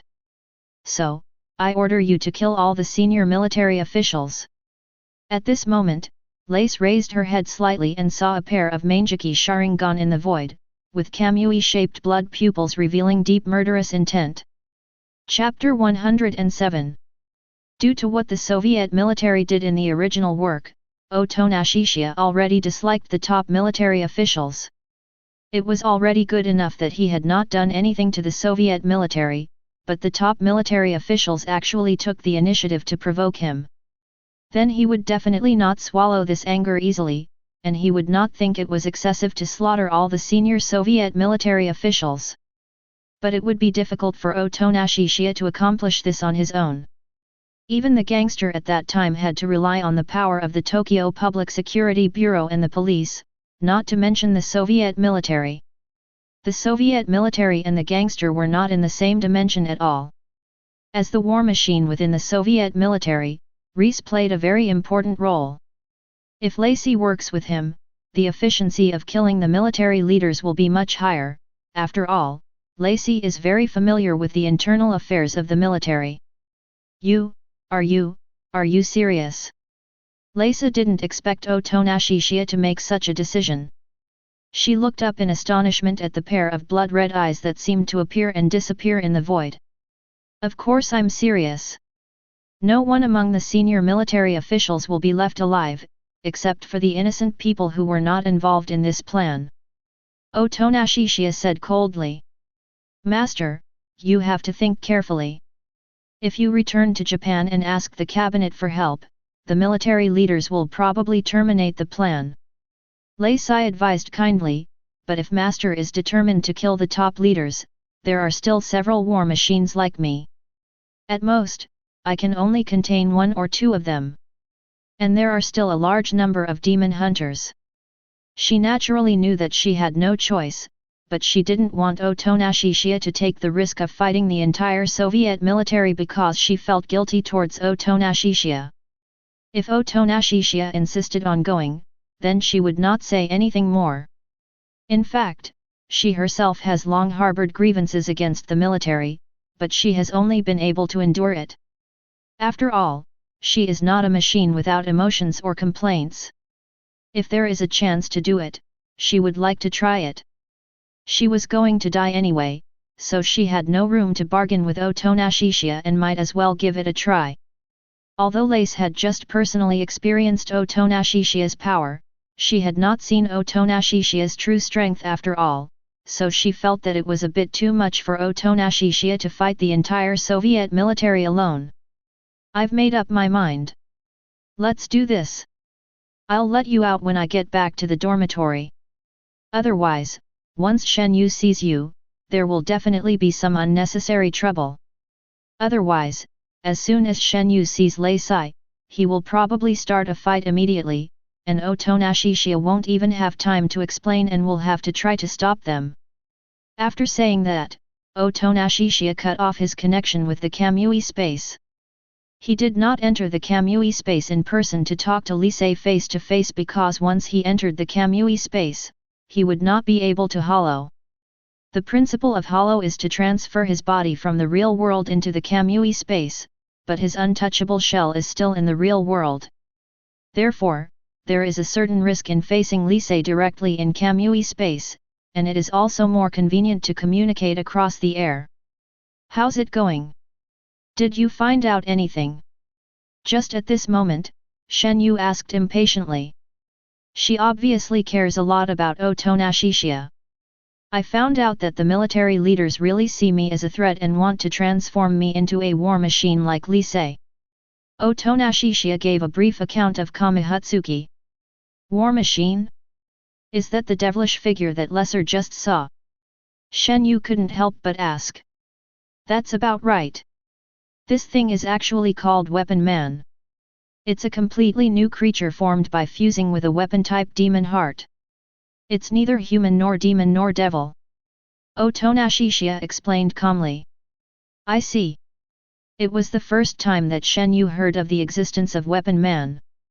After all, there are very few people in the world who know about the Weapon Man, and the Soviet military has never told Shen Yu such a secret. Then, Chiya gave Kamitsuki a brief account of the secret room where human body experiments and transformations were carried out. When Shen Yu heard the relevant description, her pretty face changed slightly, because she recalled the grazing plan she had accepted in the gang many years ago. This is simply... Shen Yu suddenly realized why the military had concealed the gang's plan to raise goo from the world. The gang's plan to breed poisonous insects is exactly the same as the military's human experiments. The only difference may be that the gang's breeding plan is more cruel and inhumane in comparison. Not only do they kidnap children who already have families, but they also treat the lives of all children as worthless. The military is made to look less dark. The military decided to destroy the gang, probably because they were afraid that the exposure of the gang's plan to raise poisonous insects might involve the military's human experiments, so they took the initiative to eliminate the risk. Just what? Chiya was a little confused. He had no idea what Shen Yu was thinking, nor did he know about the gang's plan to raise goo. I mean, the military is just so abominable. Shen Yu doesn't seem willing to talk about his past. She especially didn't want Chiya to know that she had killed many innocent children like her in the Gu breeding plan, fearing that Chiya would hate her because of this. Chiya didn't say anything more. He didn't intend to tell Shenyu about his revenge plan. Because they don't want Shenyu to get involved, it will not be good for Shenyu. Otonashi, let's kill those old guys together. However, at this moment, Shenyu suddenly spoke, his tone cold and full of murderous intent. Hearing this, Chiya was immediately surprised. He didn't expect Shenyu to take the initiative to make this request. Are you sure? This matter has nothing to do with you. There is no need for you to take this risk. Chiya immediately reminded. The reason is simple. They want to touch you, so I want to kill them. Shenyu said directly. This sentence directly revealed a lot of things, but she was not shy at all, only had a strong murderous intent towards those old guys in the military. Chiya was stunned by Shenyu's straightforward words. In that case, he decided not to hide his revenge plan from Shenyu. Like you, I am also preparing to take action against the top military officials, but I will use Lacey's familiarity with the military so that I can be much more efficient. Chiya outlined his plan. Lacey. Shenyu was silent for a moment. If she can stand up to trust, then I think it's fine. Although she disliked that woman, she had to admit that if they had Lacey's help, the difficulty of eliminating the top military officials would drop sharply. Chapter 108. Then I'll let her out now. As soon as he finished speaking, Chiya's right eye formed a space Uzumaki, transferring Reese out of the Kamui space. He certainly didn't want Lace to stay in his Kamui space all the time, because every time he used Hollow, his body would automatically transfer to the Kamui space, that is, become materialized. It was as uncomfortable as if there was always someone behind him, and like a sword of Damocles hanging over his head, so he would not let anyone stay in his Kamui space for a long time. Being suddenly teleported back to the real world, Lacey was a little slow to react. Seeing Lacey suddenly appear, Shenyu didn't want to pay attention to Lacey. She was very angry about the woman's previous behavior. If Otonashi's plan hadn't required Lacey's help, she would have wanted to attack the woman on the spot. Shenyu originally thought so. But when she saw Lacey showing up without any clothes on, she couldn't ignore her anymore. You. Shenyu suddenly remembered that it was the same when Lace was in Weapon Man form before, but she didn't pay much attention because the alien head was too eye-catching. I didn't expect that Lace would still be like this after turning back into human form. Seeing Shenyu's obviously shaken eyes, Lacey roughly understood that Shenyu was very concerned about her current appearance. I can't help it. Master is so tough on me. Lacey shyly covered her chest with her hands, but did not cover them completely. Shenyu couldn't bear it anymore and immediately covered Otonashi's eyes with his hands. Put on your clothes first. Otonashi directly took out a set of military uniform from Kamui space and threw it to Lacey. It would be disrespectful if Lacey were to go back like this. If others who didn't know the situation saw him, they would probably think he was a pervert. Moreover, his eyes were a little confused. Before, he was facing a bomb weapon man and it was not a big deal when he was in combat mode, but now that he had turned back into human form, the feeling was completely different. Seeing a set of military uniforms appear in the familiar space Uzumaki, Lacey immediately recalled that the space Uzumaki that had sucked her away before was exactly the same as this one. As expected, I still love this gentle and considerate master that I like the most. Lace stopped joking and quickly put on her military uniform. Although Otonashi's military uniform was a bit big for her, it was barely wearable. At this moment, she was thinking about Otonashi's ability. The space Uzumaki that appeared this time and last time should be the door connecting the real world and that mysterious space. In her memory, she had never heard of this kind of demonic power. But it didn't matter, she no longer had any intention of fighting Otonashishiya.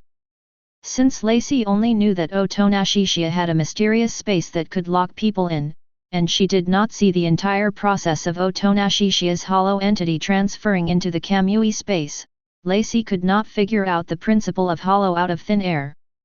How shameless! He just did something ruthless to Otonashi. Shen Yu couldn't stand Lacey's behavior and said in a cold voice. Lacey's expression had also become serious. I will atone for my sins with my actions. I don't ask Master to forgive me. I will do my best. Let's not talk about this anymore. I will let you go after I kill all the high-ranking military officials. Otonashishiya said, when the senior military officials are gone, you will be free. You can go wherever you want. Just don't mess with me again. After all, he was not sure whether Lacey would help him sincerely, and Lacey's acting skills were difficult to recognize. He said this to give Lace hope, and he knew very well that Lace's biggest dream was freedom. With this guarantee, Lacey would work for him more wholeheartedly. Lace was a little surprised that Otonashishiya would let her go. She smiled with relief. In fact, even if Master didn't say these words, I would still help Master wholeheartedly. That would be the best, but I will never go back on my word. You should think carefully about where you will go next. Otonashishiya always follows his principle of always doing what he promised. Place. Lacey couldn't help but ask, Master, are you really so confident facing the entire military? Do you think you have seen my full strength? Otonashishiya asked back in a calm tone. I think it should be about the same, right? If it's the same giant that appeared when we were dealing with the hurricane demon, the military would have known about it a long time ago. Lacey wasn't sure either, so her tone was a little unsure. But after hearing this, she became curious if Otonashishiya really had something else to hide. You'll know when the time comes. Otonashishiya said lightly. The abilities he showed in the Soviet Union were limited. He has not yet fully expanded the Susanoo form, nor has he used the double Kamui ability to ultimate in front of others, because there is currently no opponent who can make him use his full strength. For example, in this battle against Lisa, he only used hollow combined with physical skills, and finally locked Lisa in the Kamui space, and the battle was over. All right. Lisa felt that Otonashishiya was not bragging, and she was immediately looking forward to what kind of power Otonashishiya would display when facing the entire military. So what should we do now? At this time, Shen Yu asked. Lace is the most familiar with the military. Let her provide some advice first. Otonashishiya explains. If he is asked to give advice, this is not his forte. He has always relied on the god's perspective to appear to have everything under control. But no matter how well you know the original work, it does not provide a detailed description of the internal affairs of the Soviet military. Therefore, the only advice he could offer was to confront the enemy head-on and find the military base to take action directly. The high-ranking military figures are usually scattered all over the place. Let's not go back to the Leningrad military headquarters now, because the military has spies planted in the headquarters. When they see you and I return safely, they will definitely report the situation to the military immediately. Lacey said solemnly, for the time being, let's find a place where there are no military spies to monitor us. In a few days, the senior officials will have a meeting at the military base in Moscow. Then we can take action and wipe them out at once. I will use false intelligence to confuse the military in the next 2 days to prevent them from reacting so quickly and becoming suspicious. But the security of the Moscow base will be the most difficult to breach at that time. All the weapons and demon hunters of the Moscow military except me will gather there. Chapter 109. Thanks to the absolute confidence shown by Otonashishiya, Reese also began to have hope for the freedom she dreamed of. Otonashishiya's absolute confidence certainly had its reasons. He was just playing around when he fought with Reese, not using either Susanoo or the power of rage. If he wanted to, he could kill Lace with one sword. Although Lace was immortal, she had lost her ability to move and therefore could not revive herself. The other weapons personnel of the Soviet military are at most as strong as Lace, not much stronger than Lace. Otonashishiya's absolute strength can crush Lisa, and naturally he can also crush other weapon men. It's no harm to fight one against many, this is a gap that cannot be made up by numbers. Lacey knew very well that as long as she could eliminate all the senior military officials, she would indeed be able to regain her freedom. Although this was not fatal to the Soviet Union, the largest country in the world today, the high-ranking military officers could be replaced by another group after one group was slaughtered. After all, there had been a major purge decades ago, and those who were slaughtered were far more than just the top military officials. This time, Otonashishiya is only targeting senior officials who have decision-making power and are involved in the operation, and is not targeting other innocent military personnel unless they insist on hindering Otonashishiya's revenge plan. Moreover, any smart people among the new batch of senior executives know that they should learn their lesson and will not provoke Otonashishiya and Reese again. As for the future destination that Otonashishiya just mentioned, Lisei has already thought about it. Although it may not be realized, people should always have ideals. Where can we avoid the military's eyes? Just take us there. At this time, Otonashishiya said to Reese. Okay. Afterwards, Lei took Otonashishiya and Shen Yu to take various detours, completely avoiding all military eyes. As an agent, she just needs to know the spies planted by the military in various places, which will facilitate her daily agent operations, and her anti-reconnaissance ability is also extremely strong. Finally, they came to a slum-like area. This is a slum that has almost been abandoned. The military has not placed spies in such a meaningless place. It is okay for us to stay here for the time being. Lei Sai said, I once bought a very ordinary house here. It was originally intended to be a backup when needed for missions. I never thought it would come in handy at a time like this. Just as Lei said, it was indeed a very ordinary small house. It would be no more than 100 square meters, judging by the naked eye. It looked no different from other poor houses around it. The more unrecognizable it was, the better. Oh, yes. Just as she was about to open the door, Lacey suddenly remembered something, there are some embarrassing things in there. Don't laugh at me if Master sees it later. Not really. I usually don't make fun of others casually. Otonashishiya explains.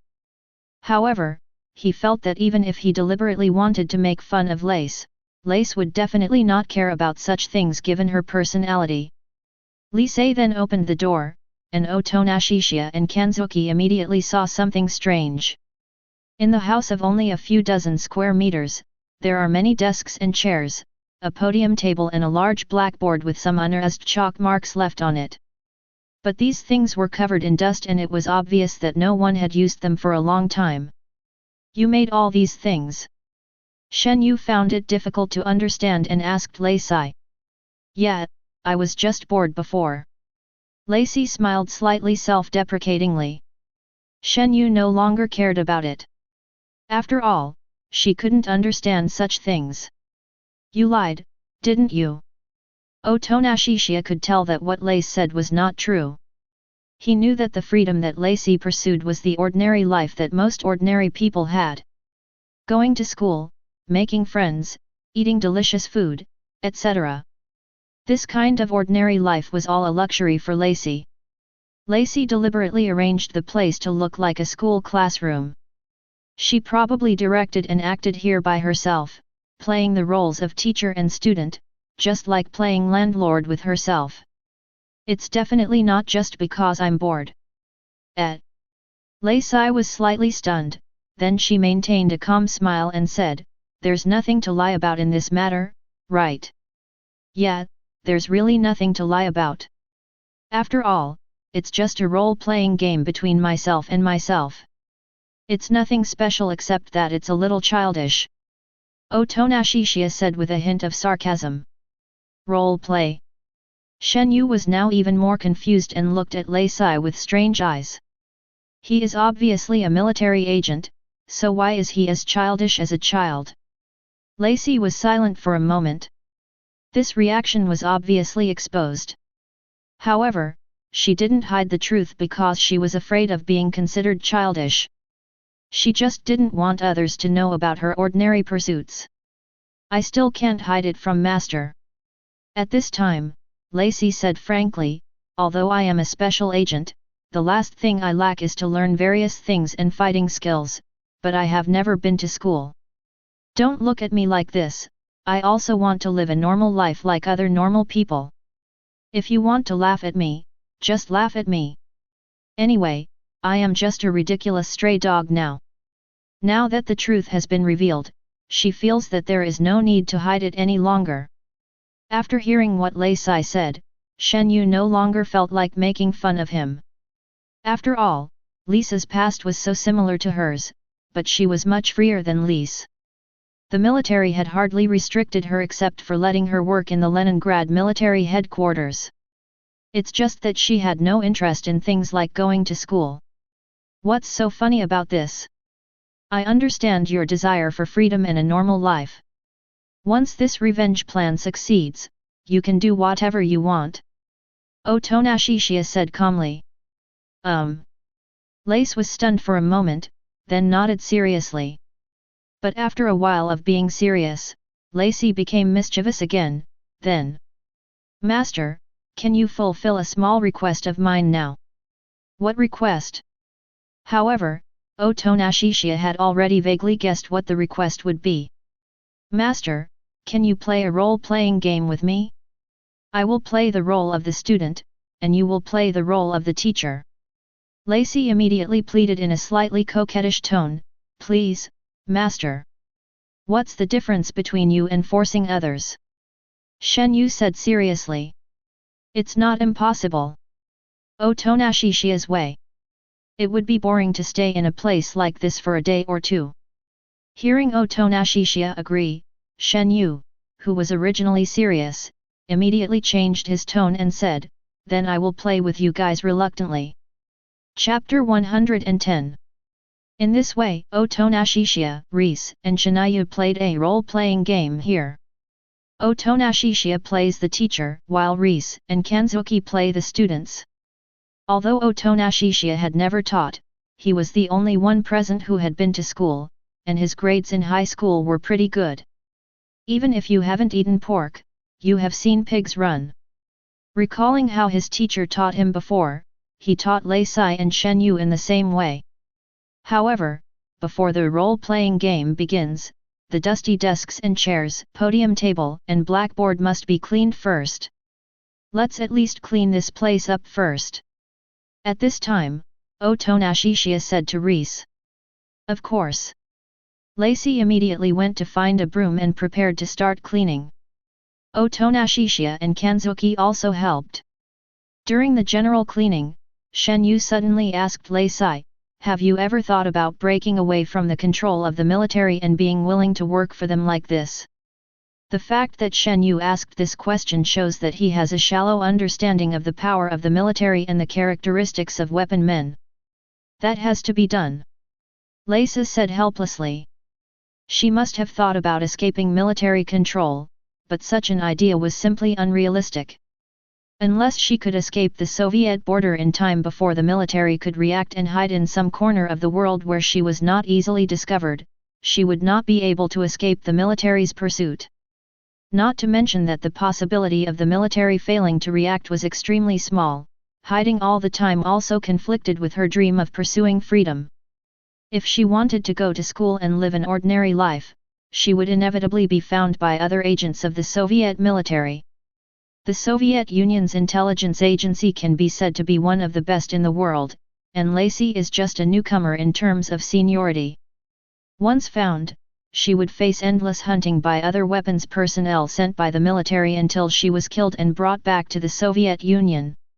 Due to the immortality of the weapon men, they can help each other to restart and revive, but if Lace dies once, she will not be able to restart, and she will be taken back to the Soviet Union after losing her ability to move.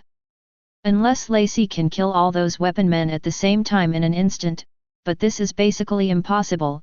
It requires her strength to crush other weapon men to make it possible. In short, without Otonashishiya's influence, Lacey would not have dared to rebel against the military. It took less than half an hour for the three of them to clean the entire house.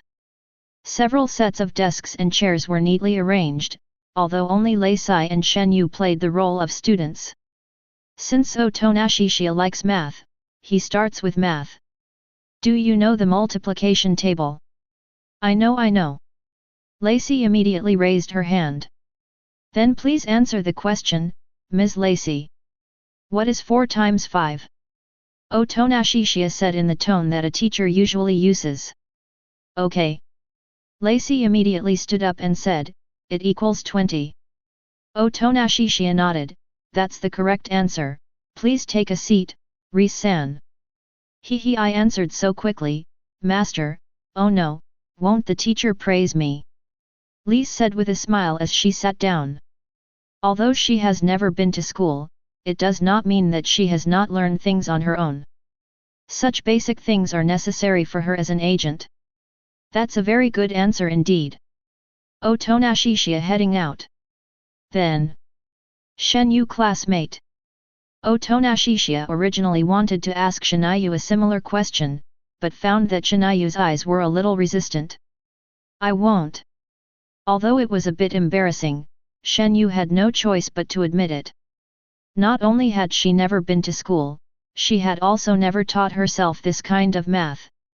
Originally, she didn't care about this kind of thing at all, but the current situation is completely different.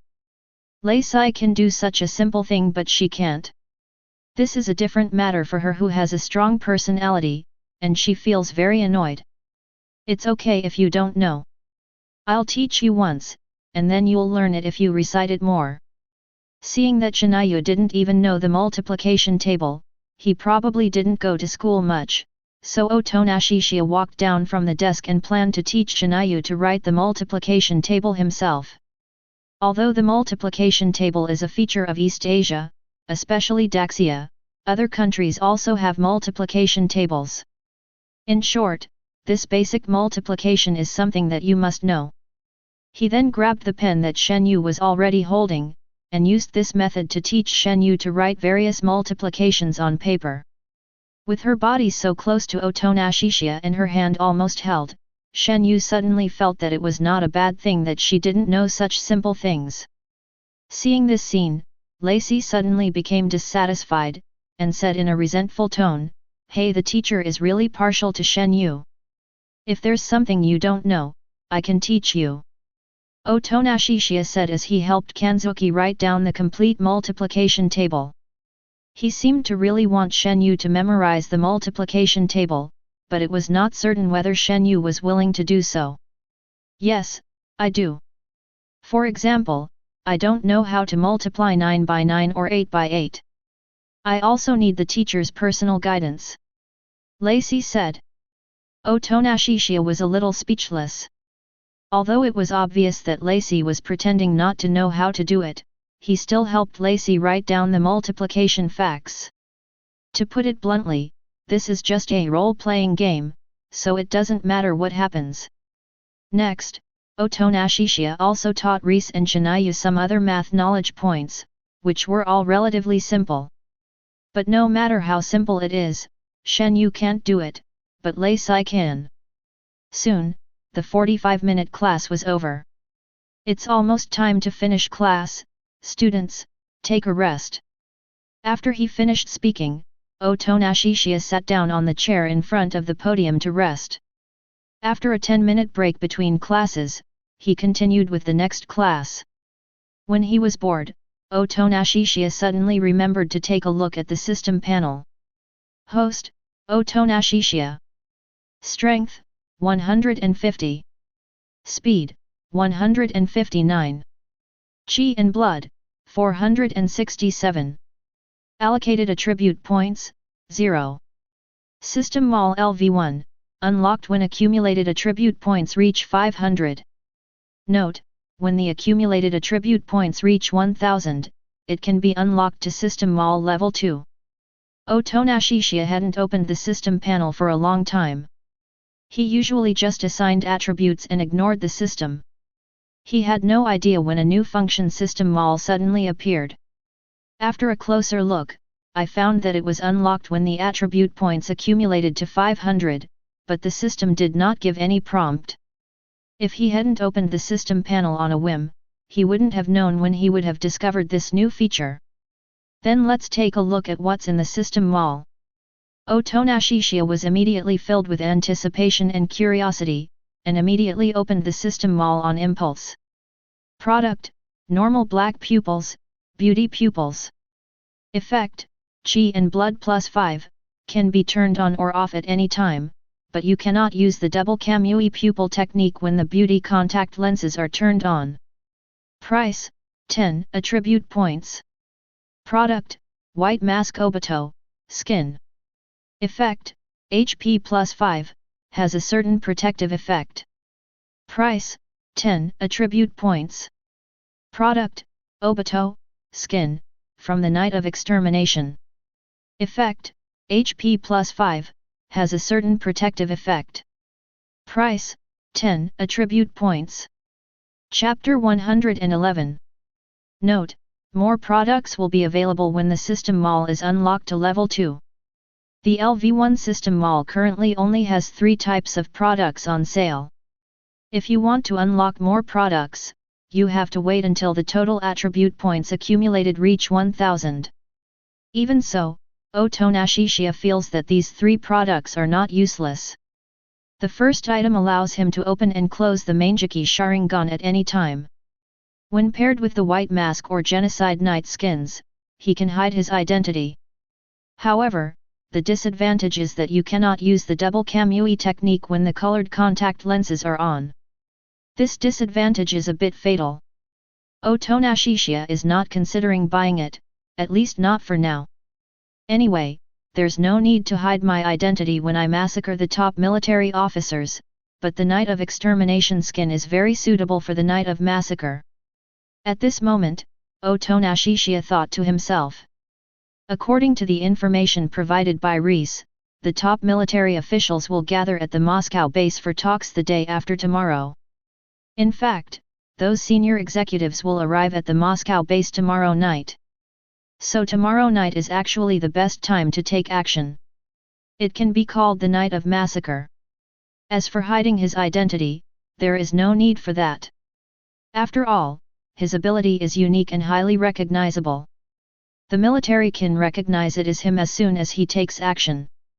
Otonashishiya simply thinks that this skin of Genocide Knight or Red Knight Blade is very cool.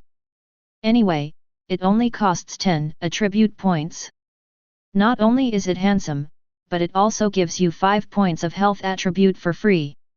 Unfortunately, he currently has no attribute points, so he just needs to hunt down 1 or 2 demons before tomorrow night. Next, Otonashishiya played role-playing games with Reese and Kamui for most of the day. He was a little tired of playing.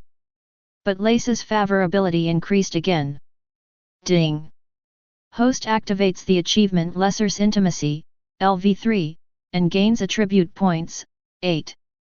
Having obtained 8 attribute points but still 2 attribute points away from purchasing the Night of Annihilation skin, it's time for Otonashishiya to go hunting demons.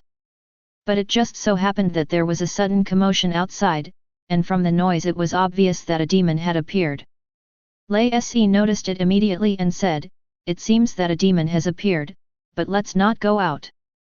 If we take action, we will be easily discovered by the military." "It's okay. I'm sure," Otonashishiya said confidently. As long as he uses the double Kamui well, he can kill the demon instantly without being discovered by ordinary people, unless the demon is too strong. "Okay, then master, be careful." Naturally, Lacey wouldn't say a word about what Otonashishiya wanted to do. After spending these days with Otonashishiya, including fighting with him, she felt more and more that everything Otonashishiya said could come true. Otonashishiya said nothing more, his body went directly into the ground, and then went in the direction where the devil appeared. As soon as he spotted the demon, he didn't care what kind of demon it was, he just reached out from under the demon, and his right eye Kamui immediately activated, transferring the entire demon and himself into the Kamui space. The ordinary people around were still screaming and running away, and they didn't notice that the devil had disappeared, let alone see Otonashishiya who had just appeared for a brief moment.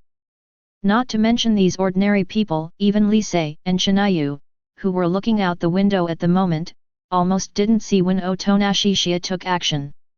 The demon disappeared before they knew it. No wonder Master just said he was sure. Lacey suddenly sighed. It's Otonashi after all, but... At this time, Shen Yu looked at Lacey. How long are you going to call him Master? Your plan has been exposed, do you still want to continue playing this role? For some reason, she felt a little uncomfortable when she heard Lacey call Otonashishiya Master. It might be because Lacey's tone was ambiguous every time she called her Master. Is it not possible? I did make a very big mistake before, but I sincerely want to make up for it as much as possible, and I also want Otonashi to continue to be my master. It was rare for Lacey to speak so seriously. Shen Yu was slightly stunned, and she also heard the sincerity of Lacey. But then, Lacey added, after all, I like master more now. Shen Yu's expression suddenly turned cold. Sure enough, I still can't recognize you. I'm telling the truth. Lacey looked a little aggrieved. But it was obviously an act. With her intelligence and sharpness, how could she not know the reason why Shen Yu did not approve of her? She was somewhat deliberately teasing Shinayu, because she had already seen Shinayu's feelings for Otonashishiya. As for herself, it would be a lie to say that she has no feelings for Otonashishiya, so strictly speaking, she and Kamui are also rivals in love. At the same time, Otonashishiya and the demon are both in the Kamui space. Although he couldn't use Hollow in Kamui space, he didn't need to rely on Hollow to deal with the broom demon in front of him. He could now see clearly that the guy he had pulled into the Kamui space was just a giant broom. Apart from its huge and terrifying appearance, there was nothing special about it. It could be considered a very weak demon. What the hell is this place? Let me out. Being suddenly transferred to this completely unfamiliar space, the broom demon suddenly felt fear. The weaker the demon, the more timid it tends to be. Although demons' emotions are not as rich as humans, they also have the most basic emotion of fear.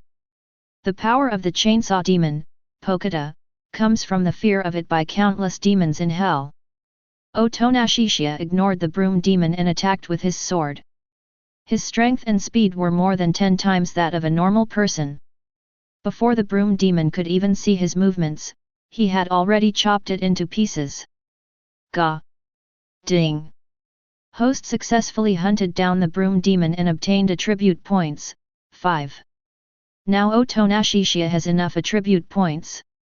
He couldn't wait to open the system mall and buy the Knight of Annihilation skin. Ding! Host successfully purchased Knight of Extermination skin, attribute points -10, current remaining attribute points, 3. It has been purchased, but it did not take effect on Otonashishiya immediately, but it appeared in the system panel. I saw one more thing below system mall.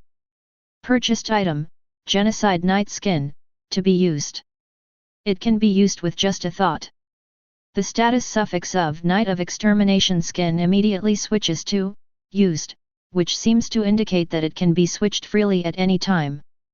Otonashishiya's appearance instantly changed to that of Obito during the Night of Genocide, although his face and body remained unchanged. His black hair suddenly became much longer, and his hairstyle was basically the same as Obito or Uchiha Madara in the Night of the Genocide. He wore a red tiger skin mask on his face and wore grey and black clothes.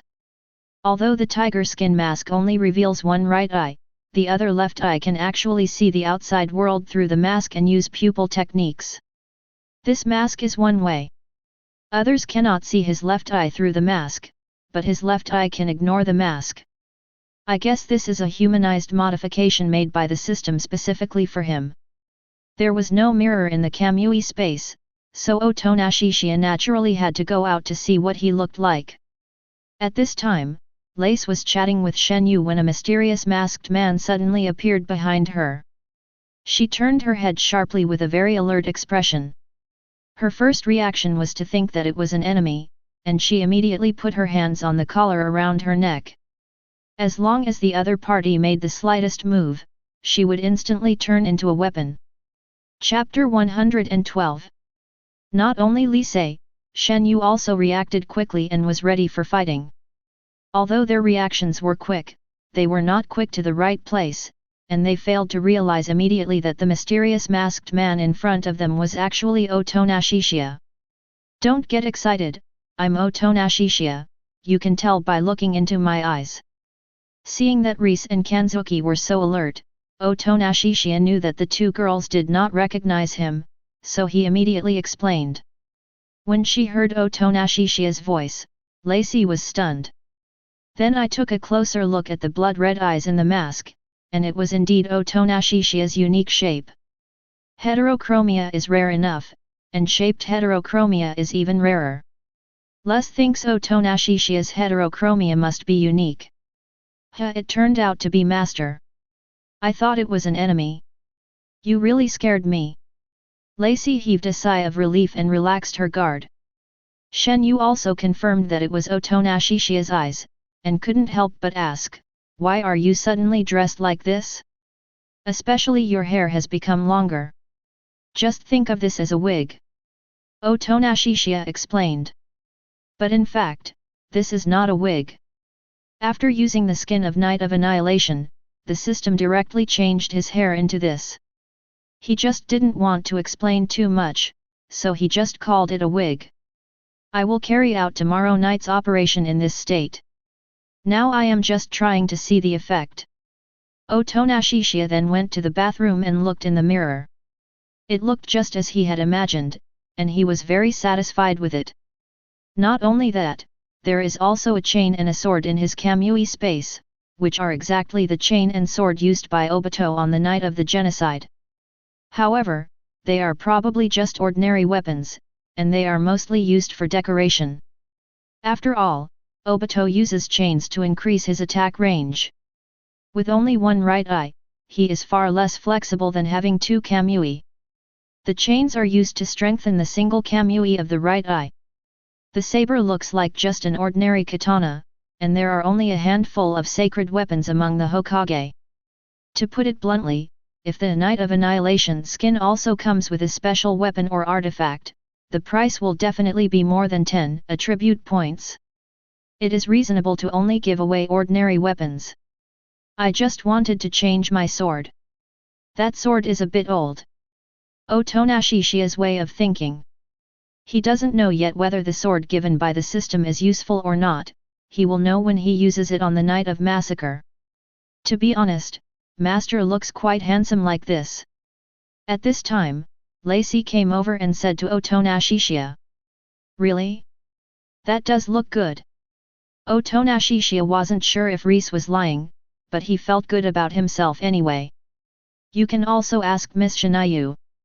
What do you think, Miss Shinayu? At this time, Lacey looked at Shen Yu behind her. Shen Yu was silent for a moment, then said bluntly, I think this outfit is a bit scary, but it is indeed handsome. Scary and handsome are not contradictory. She was really nervous when she saw Otonashishiya like this for the first time. That's fine. Otonashishiya thinks that the more mysterious and scary it is, the better. He will not let those senior executives die too easily, but will let them die in despair. Then we will leave for Moscow tomorrow morning and arrive there in advance to be prepared. Lacey said. As she spoke, her eyes suddenly became sharper. The next day, Otonashishiya and the other two drove directly to Moscow. Although Moscow and Leningrad are far apart, their current situation is not suitable for taking a plane or subway, as it would allow the military to detect any abnormality in advance. The drive only takes about 10 hours, and we just need to arrive in Moscow before nightfall. Let's follow the battle plan we made yesterday. Lei Sai will be responsible for creating a commotion to lure out the other weapon men, and then she and Shen Yu will deal with the military demon hunters, and I will be responsible for dealing with the weapon men. Otonashishiya emphasized the plan again to Reese and Shinayu. Apart from him directly activating Susanoo, Lei Sai's characteristics as a bomb weapon man are most suitable for creating noise. It would be best to lure out all the weapon men together, so that it would be convenient for him to solve them all in one go. Then those demon hunters from the Moscow military can be handed over to Lei Sai and Shinayu for handling. Then, with the help of Lesser, they found the military base in Moscow directly. Hold my hand and I'll take you in. At this time, Otonashishiya said. Once they get a little closer to the military base, they will be easily discovered, but it will be different if he lets Lei Sai and Shinayu hollow together. Okay. Without hesitation, Reese grabbed Otonashishiya's hand. If it weren't for the fact that the battle was about to begin and she shouldn't be serious, she would have hugged Otonashishiya's arm. Shen Yu was a little shy and hesitant at first, but when she saw how decisive Lei Sai was, she didn't want to admit defeat. Otonashishiya vaguely felt that Shinayu and Lei Sai were competing with each other at this time, and he smiled helplessly. When Lei Sai and Shen Yu grabbed his left and right hands respectively, he immediately took Lei Sai and Shen Yu and escaped into the ground in a hollow state. Not only that, in the hollow state, they will not be detected by radar or the like because their entities are in the Kamui space. Of course, Lei Sai and Shinayu don't know where their physical bodies are. At most, they just know that Otonashishiya has become a soul with them. Lei Sai was surprised to see Otonashishiya taking herself and Shinayu through the underground. She didn't expect that Otonashishiya could not only transform himself into a soul, but also bring them to do the same. Although there are records about ghost demons in the Soviet military's materials, the demonic power of ghost demons cannot turn people into ghosts, not to mention that Otonashishiya has more than one ability. Therefore, Lei Sai cannot imagine what kind of demon Otonashishiya has contracted. Soon, Otonashishiya and the other two sneaked into the military base quietly. It's already late at night, so get ready to take action. Action begins. At Otonashishiya's command, Lei Sai directly pulled open the pull ring around her neck. There was a slight bang sound from her mouth, and her head suddenly exploded like a bomb. Bang! The huge explosion was particularly loud late at night. The alarm at the military base was immediately triggered, and a sharp and piercing alarm sounded. Military personnel spotted Lei Sai's figure immediately because of the loud noise and her appearance. Bomb, are you planning to rebel? A notification similar to that of a broadcast was heard. The military, including Lei Sai herself, calls her bomb because the memory of bomb has long been erased from the humans in this world. Lei Sai didn't reply. Bang! The explosion beneath her feet created a crater, providing her with powerful explosive force, and she rushed towards the military building like a missile. Chapter 113. Bang! Lei Sai pressed her palm against the outer wall of the building, and a huge gap was immediately created. But before she could rush through the gap, the military sent out armed men to intercept her. Seeing all those armed men rushing towards her was exactly what Lei Sai wanted to see. Her original purpose was not to rush in and kill the top brass, but to lure out the military's weapons men. After all, it was impossible for her to break through the interception of several armed men and kill the senior executives with her own strength. Loot out all these weapon men, and then just leave the rest to Otonashishiya. Are you crazy? How dare you betray me? It's not too late to give up resistance now. Your superiors might even give you a break. Think it over carefully, don't let your impulsiveness ruin yourself completely. Seeing that Lei Sai did not rush further into the gap, the armed men did not rush to attack Lei Sai. After all, they have known each other for so long, and neither of them wants Lei Sai to do something stupid and ruin herself. As for wanting them to join in the rebellion, that is impossible. Not everyone yearns for the freedom of ordinary people like Lei Sai, and some weapon men have already had their edges smoothed out by time. Moreover, their jobs are not all the same. There are weapons people with seniority, high status, good treatment, and a little more freedom. These weapons people are already content with the status quo and do not want to take the risk of rebelling against the military. Success may not necessarily be good for them, but if they fail, they will be doomed. If the military can transform them into weapon men, then there is a way for them to become ordinary people again. By taking out the weapon demon's heart in a special way, they can create the next weapon man. As for those who turn back into ordinary people, there will be no other ending except being tortured to death. Instead of replying, Lacey retreated immediately and moved behind Otonashishiya. I see, Shen Yu, you have also betrayed me. The weapons people could not recognize Otonashishiya wearing a red tiger mask, but they recognized Shinayu. Rebellion. Shen Yu sneered contemptuously, it should be called revenge. Those weapon men didn't understand what Shen Yu meant by revenge, but they didn't want to waste time talking to Shen Yu. Since you want to die, we will satisfy you. Several armed men attacked together and killed Otonashishiya and the other two. Otonashishiya discovered that some of these weapon men were people he knew, including the flame gun weapon man, the javelin weapon man, and the whip weapon man, all of whom he had seen in the original work. It seems that these three guys originally belonged to the Soviet military, but were later poached and taken over by Makima.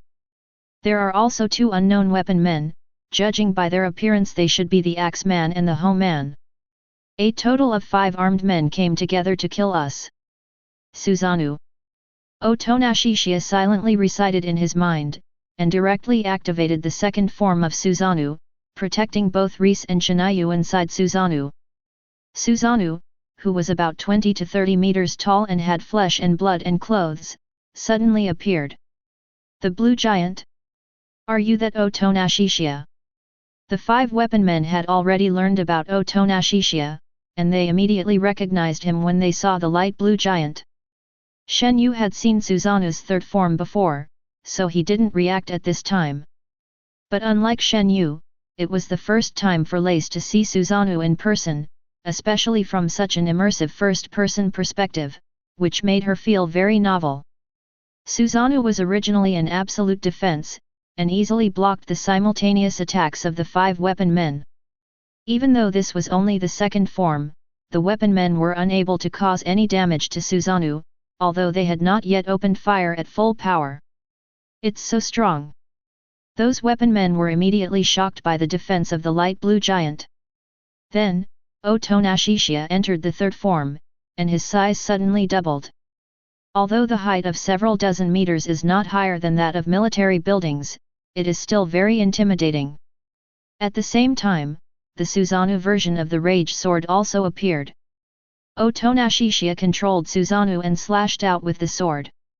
A sword wave that almost covered the sky and the sun instantly swallowed up the 5 weapon men. Otonashishiya deliberately held back his strength, otherwise the entire military building would have been destroyed by this sword. He didn't want the top military officials to die so easily, so he didn't let the sword wave directly devour the entire military building. That would have been too easy for those guys. Besides, there were many innocent people in the building, and he wasn't so cruel as to kill everyone he saw. As a result, the super-large sword wave came to an abrupt halt, leaving only the motionless bodies of 5 weapon men. It is true that the weapon men have immortal physiques, but the prerequisite is that there must be someone who can help resurrect them. Now that they died together, there is no chance of resurrection. This sword. Lacey's eyes widened in shock at this extremely shocking scene. This sword was not mentioned in the intelligence. Because the last time Otonashishiya hunted the Hurricane Demon, he just used an ordinary sword and did not use the full strength of the angry demon at all. Lacey became more and more aware that she had underestimated Otonashishiya's strength before.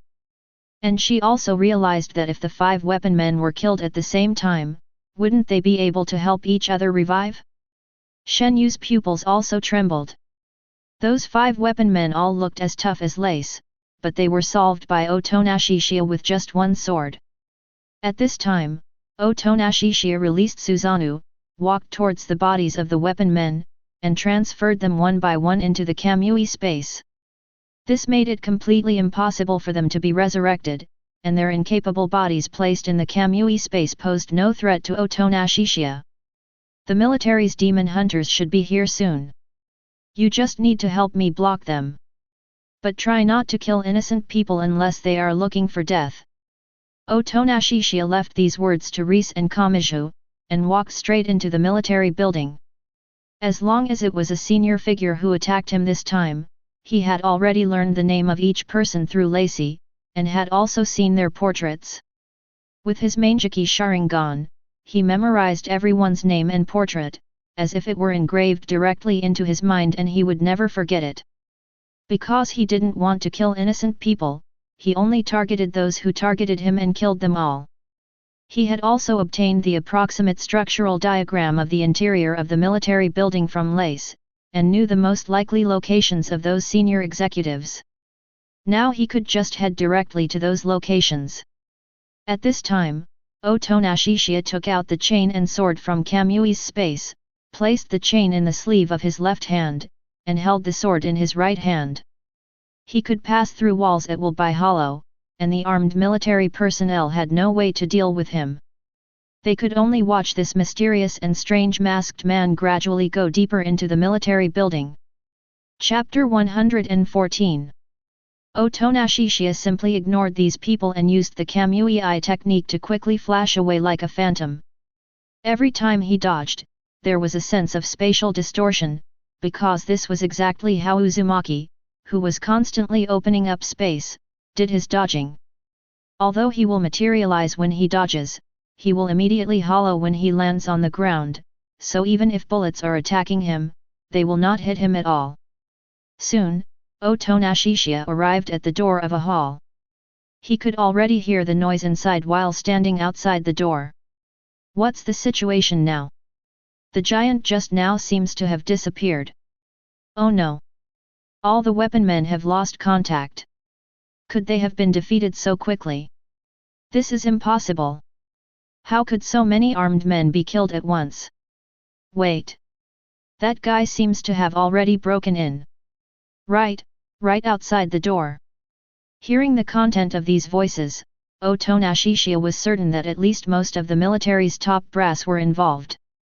He hollowed directly through the door that seemed very sturdy and required fingerprint unlocking to open.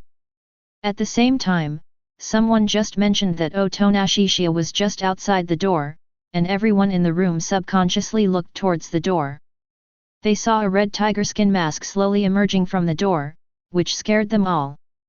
Otonashishiya walked in slowly, took a quick look at everyone present, and determined which ones he wanted to kill.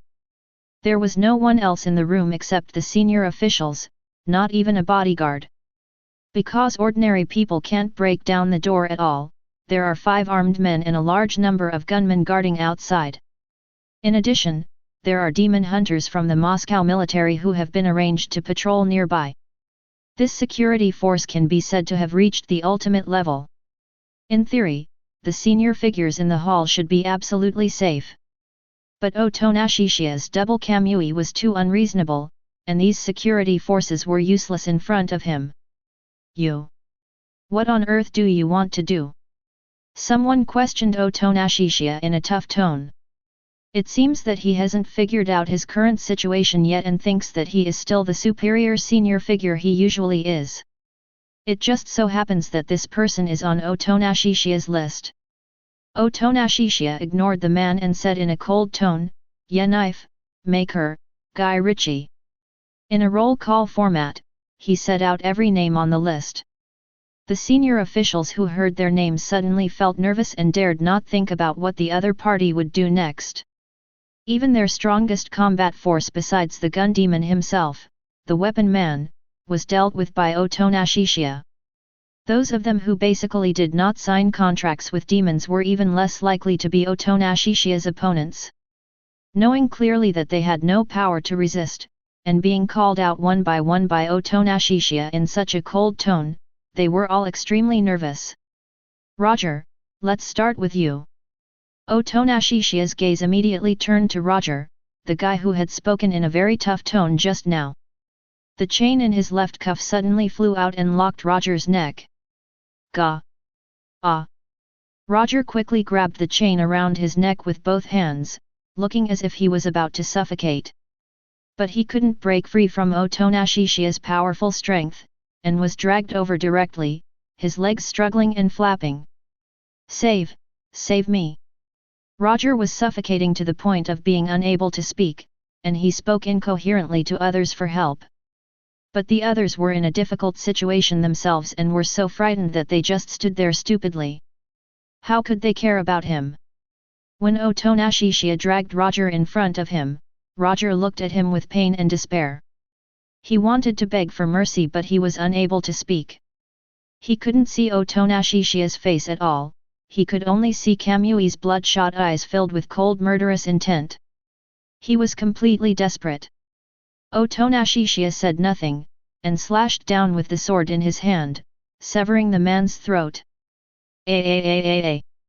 Roger was killed, and several people present screamed in fear. Next, Yekiniv. Otonashishiya is like a Shinigami, killing whoever's name he clicks.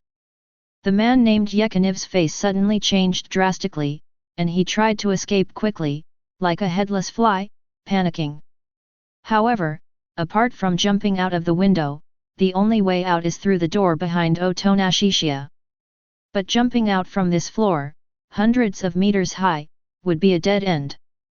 Of course, Otonashishiya didn't even give the other party a chance to jump out of the window, and the chain in his hand locked Yekiniv's neck again. He walked over personally and, under Yekiniv's horrified and desperate gaze, killed him with one strike.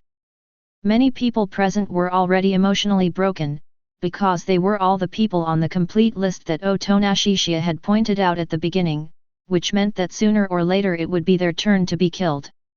Some of them fled in panic, while others rushed over like crazy to fight Otonashishiya. The man who wanted to fight him to death passed through his body. He turned around and slashed the man with a knife, and the man fell down immediately. Then Otonashishiya flashed to the door and pointed his sword at those who tried to escape. Those people were so frightened by the blade flashing with cold blood that they took a half step back and dared not run forward anymore. I will only kill those on the list, but if you make any more moves, you will all be killed. Otonashishiya said in a cold tone. Those who had not been named before breathed a sigh of relief at this moment, thinking that they would not be killed. But they were still worried and didn't dare to relax completely. They didn't dare to move or make any sound, for fear that the other party would kill them if they were in a bad mood. As for the senior officials who were named, they were naturally even more devastated. Now they couldn't escape, nor did they know whether to escape or not. They could only line up and wait to die. Someone begged for mercy frantically, but Otonashishiya was completely unmoved, as if he hadn't heard anything. His face was blocked by the mask and no expression could be seen. Malkal, Guy Rich. This time, Otonashishiya read out two names in one breath, and the chains tied up Markle and Guy Ritchie together, and then suffocated the two men to death directly with the chains, which would undoubtedly be more painful than a knife in the throat. Every time Otonashishiya kills someone, it is an endless psychological torture for the remaining people who are about to be killed. Because they can't do anything, they can only wait for their own death in agony. Those high-level officials who were not named gradually calmed down. They roughly understood the other party's purpose this time.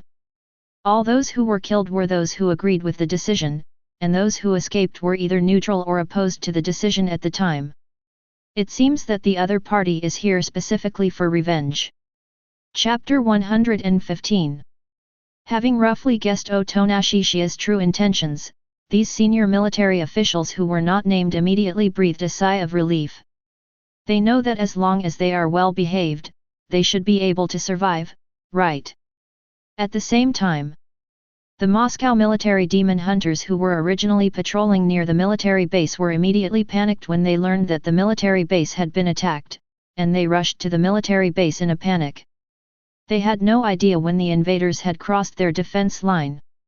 If they were held accountable later, they would all be in big trouble. The military demon hunters had just arrived when Chiya had entered the military building and was about to start a killing spree. Seeing Lacey with a demon head and Shinayu in military uniform standing in front of the military building, they immediately determined that these two should be invaders, especially the demon-like guy. But the strange thing is that the guy with a devil-like head is also wearing a military uniform. They didn't recognize Lacey because the weapon man was a secret known only to a very few people, but they recognized Shen Yu. The Tsar, the strongest man in the Leningrad military, is also quite famous in their Moscow military, but what they don't understand is why the Tsar invaded the military base. You are the invaders. Is the famous Tsar planning to rebel? Let's go together and take them down quickly. We can't let this terrible situation get any worse. These demon hunters from the Moscow military wanted to get rid of the two invaders as soon as possible because they heard that another intruder had entered the building. Little did they know that what they were most worried about had already happened, and Chiya was playing the death list game. Just a friendly reminder, we are only here for revenge and do not like to kill innocent people. But if you insist on seeking death, I can only say sorry. Before the battle began, Lacey emphasized it deliberately. Like Chiya, she doesn't like killing innocent people. But if she is hindered, she will take action without hesitation. However, the battle hasn't started yet. How could the demon hunters of the Moscow military listen to what a demon says? After all, they don't know that this demon is actually a weapon man with overwhelming strength. So arrogant? Come with me. They all used their respective demonic powers to attack Lace and Shinayu. Lise sighed slightly and easily dodged the various demonic powers that came at her with great agility. In the blink of an eye, she rushed in front of the demon hunters, opened her right hand forward, and pointed her palm at those people. Boom! It immediately caused an explosion of considerable size with terrifying power. All the demon hunters within a dozen meters in front were blown to pieces, some with broken limbs and some with faces disfigured, but no one had died yet, at most they were dying and unable to move. This was because she showed mercy and only made these people lose their ability to fight. Chiya had instructed her, so of course she obeyed. Besides, she didn't want to kill anyone casually, so she didn't kill anyone. Shen Yu just rushed forward, and those ordinary demonic powers could not break her absolute defense at all.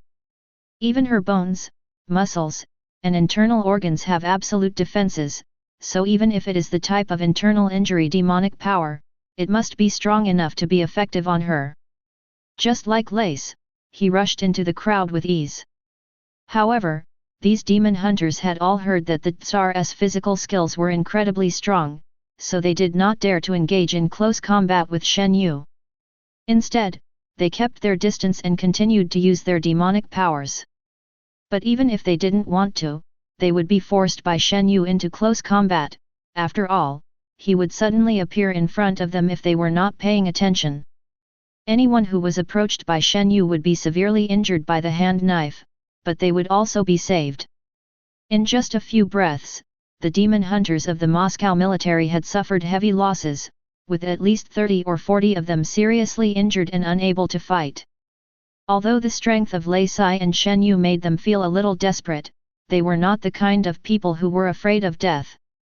They will defend the military building to the death, this is their mission. However, if Lei Sai and Shen Yu had not deliberately let things slide, their resolve might not have been so resolute.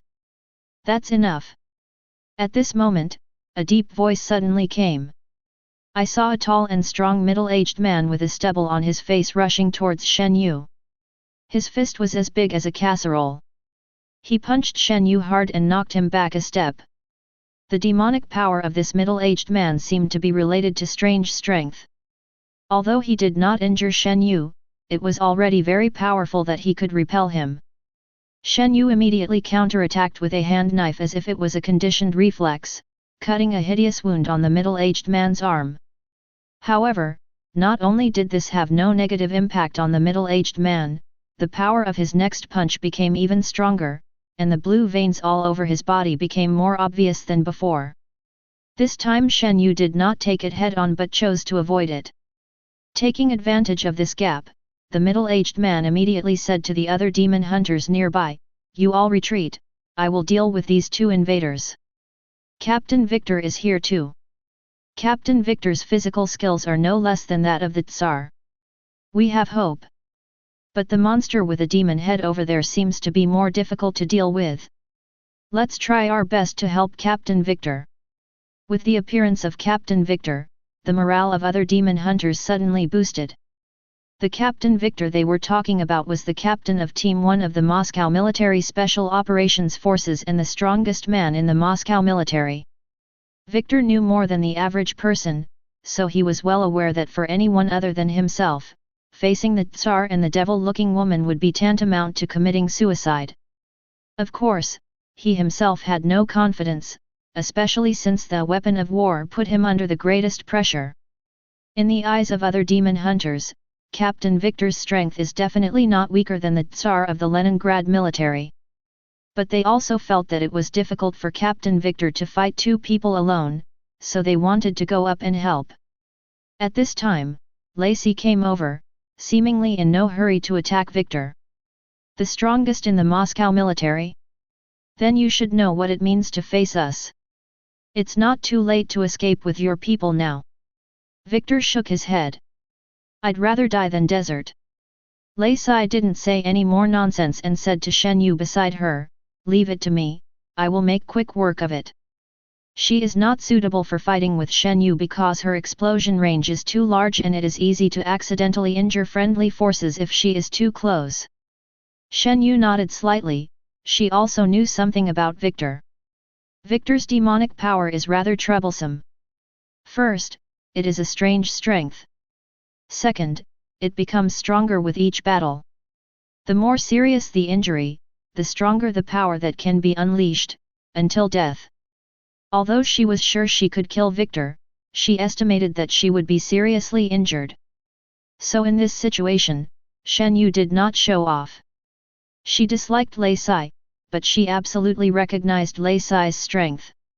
However, just as Lacey and Victor were about to engage in a bloody battle, a mysterious man wearing a red tiger mask suddenly appeared out of nowhere. Chapter 116. Less than a minute ago, inside the military building. Valin. At this time, Otonashishiya had already called out the last name on the death list. The man named Valin had already looked as pale as death. He knew that he was going to die, so he gradually became numb from despair and torment. Otonashishiya felt that there was no need to torture this guy any further, so he just killed him quickly. With a flash, he stabbed the opponent in the throat. As Valin fell to the ground, Otonashishiya swung the knife with his hand, and the blood on the blade was thrown to the ground. Otonashishiya then looked at the senior officials who were still alive.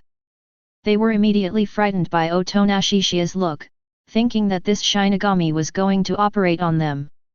My target this time is not you, but I have one condition, which is to review the contents of the contract between you and the Japanese cabinet. Otonashishiya said lightly.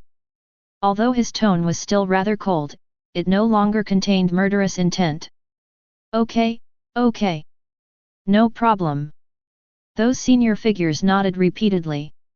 Although the content of the contract between their military and the Japanese cabinet should have been a secret that could not be disclosed, their lives are now in danger, so who cares about what is confidential or not? Those people immediately took out a thick contract. There was one person who had quite good composure. Although he was scared, he still walked over and handed the contract to Otonashishiya in person. It was quite good that he dared to approach Otonashishiya after what had just happened. Thank you very much. Otonashishiya also expressed his gratitude. But he spoke suddenly, which scared the other party. After the shock, the man realized that Otonashishiya was thanking him. You just killed someone and you thanked him. Are you schizophrenic? At this moment, the angry demon who had disappeared for a long time suddenly spoke out. He was criticized by the angry demon again. Otonashishiya found that this guy came out every time just to criticize him. I killed those who had ill intentions towards me, and I have no problem with the others, so why can't I say thank you? Otonashishiya retorted to the furious demon in his mind. But this time you were swayed by anger. I thought you wouldn't be affected by anger at all. The angry demon hadn't spoken until now because she hadn't meant to interrupt Otonashishiya's killing just now. Isn't revenge normal? I'm not that magnanimous, or I'll be treated like a soft persimmon and bullied by others. Otonashishiya said lightly. It is true that his Mangekyō Sharingan can absorb anger, but that doesn't mean he won't feel angry himself. While Otonashishiya was arguing with the angry demon, he opened the contract to see what the contents were. The contract contained too much content, so he automatically omitted the meaningless nonsense and focused on the more important content. After a quick scan, I found that this was not just an unfair clause imposed by the Soviet military on the Japanese cabinet, but the Japanese cabinet also sold it. Specifically, the Japanese cabinet only wanted him to represent Japan and shine in the Soviet Union, and asked the Soviet military to give him enough opportunities to perform and do enough media publicity. These are not a problem for now, but later on the terms regarding armed men will be involved. The secret of the weapon man cannot be known to ordinary people. Just like the matter of the gun demon, the top leaders of various countries are aware of it. Not to mention the Japanese cabinet, in the original book even Kishive knew about the weapon man. The contract stipulated that Otonashishiya would be given a 3-year protection period, after which the Soviet military would allow him to be subjected to weapons experiments. In general, the Japanese cabinet is using him as a tool purely for its own interests, which is no different from selling him. It's just that the Soviet military torn up the contract in advance. As soon as they saw that his strength was too strong and felt threatened, they took action against him in advance. They were probably afraid that he would suddenly run back to Japan during the 3-year protection period and strengthen the power of the Japanese cabinet. Anyway, there was a huge gap in strength between the Soviet Union and Japan, and it was originally a hegemonic treaty. The Soviet military took the initiative to tear up it, and the Japanese cabinet did not dare to say a word. Your anger has risen and fallen. Do you want to kill someone again? At this time, the furious demon spoke. Since she is inside Otonashishiya's body, and she is an angry demon, she will immediately notice if Otonashishiya's anger fluctuates in the slightest. The two biggest fluctuations she felt were from the top military officials and the current contract, so she thought Otonashishiya was going to go on a killing spree like he did today. Otonashishiya did not deny it. When there is a chance, I will take care of those guys in the cabinet as well. He had always disliked the cabinet, but he generally would not kill people casually as long as the other party did not provoke him. If it was just normal international cooperation, like that between Kishive and Guangxi, he wouldn't have much objection. But he could not tolerate the fact that the Japanese cabinet sold him without hesitation even though it knew that the Soviet military intended to transform him into a weapon. After reading the contents of the contract, Otonashishiya put the contract back on the table intact. Then he turned around and left. He had already killed everyone he should kill, so there was no need to stay here any longer. Until now, those senior military officials who were still alive did not dare to breathe, and their bodies were too stiff to move. The masked man in front of me, who looked like a Shinigami, turned around and took a few steps before suddenly disappearing without a trace. The fleeting sense of spatial distortion is difficult for ordinary people to detect without paying very close attention. After a long while, they were still not sure whether the Shinigami had left. He should have left. Then someone spoke in a very low voice. But the others still didn't dare to speak, they were already frightened by Otonashishiya's methods. After a while, they finally relaxed their long tensed bodies, let go of their hanging hearts, and slumped in their seats, feeling relieved. Having just walked through the gates of hell, they were thankful to be still alive. At this time, Otonashishiya transferred directly to the side of Reese and Shinayu through the Kamui space. As for the bodies of the 5 armed men, he planned to deal with them later. As soon as I appeared, I saw Lacey confronting someone. The middle-aged man in military uniform seemed to be quite powerful. I have already done what I wanted to do. Are you sure you want to die? Otonashishiya said to the group of demon hunters in front of him. Quick! A few of you go in and check the situation, and the rest of you come with me to stop these 3 invaders. Don't let them get away. Victor seems to be a bit stubborn. He is so stubborn even though he knows that his opponent is almost unbeatable. Otonashishiya was a little speechless, but he still recognized Victor's spirit of refusing to surrender even at the cost of his life. It's great that you have the guts to challenge me, but that's all I can praise you for. So I should let you face reality. As soon as he finished speaking, the third form of Susanoo suddenly appeared. A blue-green giant several dozen meters tall looked down at the group of demon hunters as tiny as ants. Chapter 117. At the moment Susanoo appeared, and in her third form, all the demon hunters slowly raised their heads with stiff necks, looking at the giant in front of them with incredible eyes. The giant also had a huge sword in his hand. They had only heard about the invaders, and unlike the weapons men, they did not have access to information about Otonashishiya, so Susanoo stunned them instantly. After all, they were just ordinary demon hunters from the Moscow military, and had no idea that the invaders possessed such demonic power. Ha, ha ha, are you kidding us? How can we possibly defeat this kind of enemy? Don't be discouraged, everyone. If we fight together, we will definitely still have a chance, right? Looking up at the giant in front of them, many demon hunters showed expressions of dumbfounded and despair. Their originally firm will was suddenly shaken. But there were still many people who were tenacious and tried to resist the giant before them. Don't lose your spirit so easily. Captain Victor was already sweating profusely, with a lot of cold sweat on his face, but he still tried his best to encourage others. He originally thought that Lace was the strongest among the invaders, but he didn't expect that the mysterious masked man was the most terrifying. If one Tsar put him under a lot of pressure, and Lesser made him feel that there was little hope, now there was a stronger mysterious masked man, he was already desperate. But it's still early, because these demon hunters don't know Susanoo's true strength. Her huge size alone is enough to make them sweat profusely. Encouraged by Captain Victor, the demon hunters rushed towards Susanoo.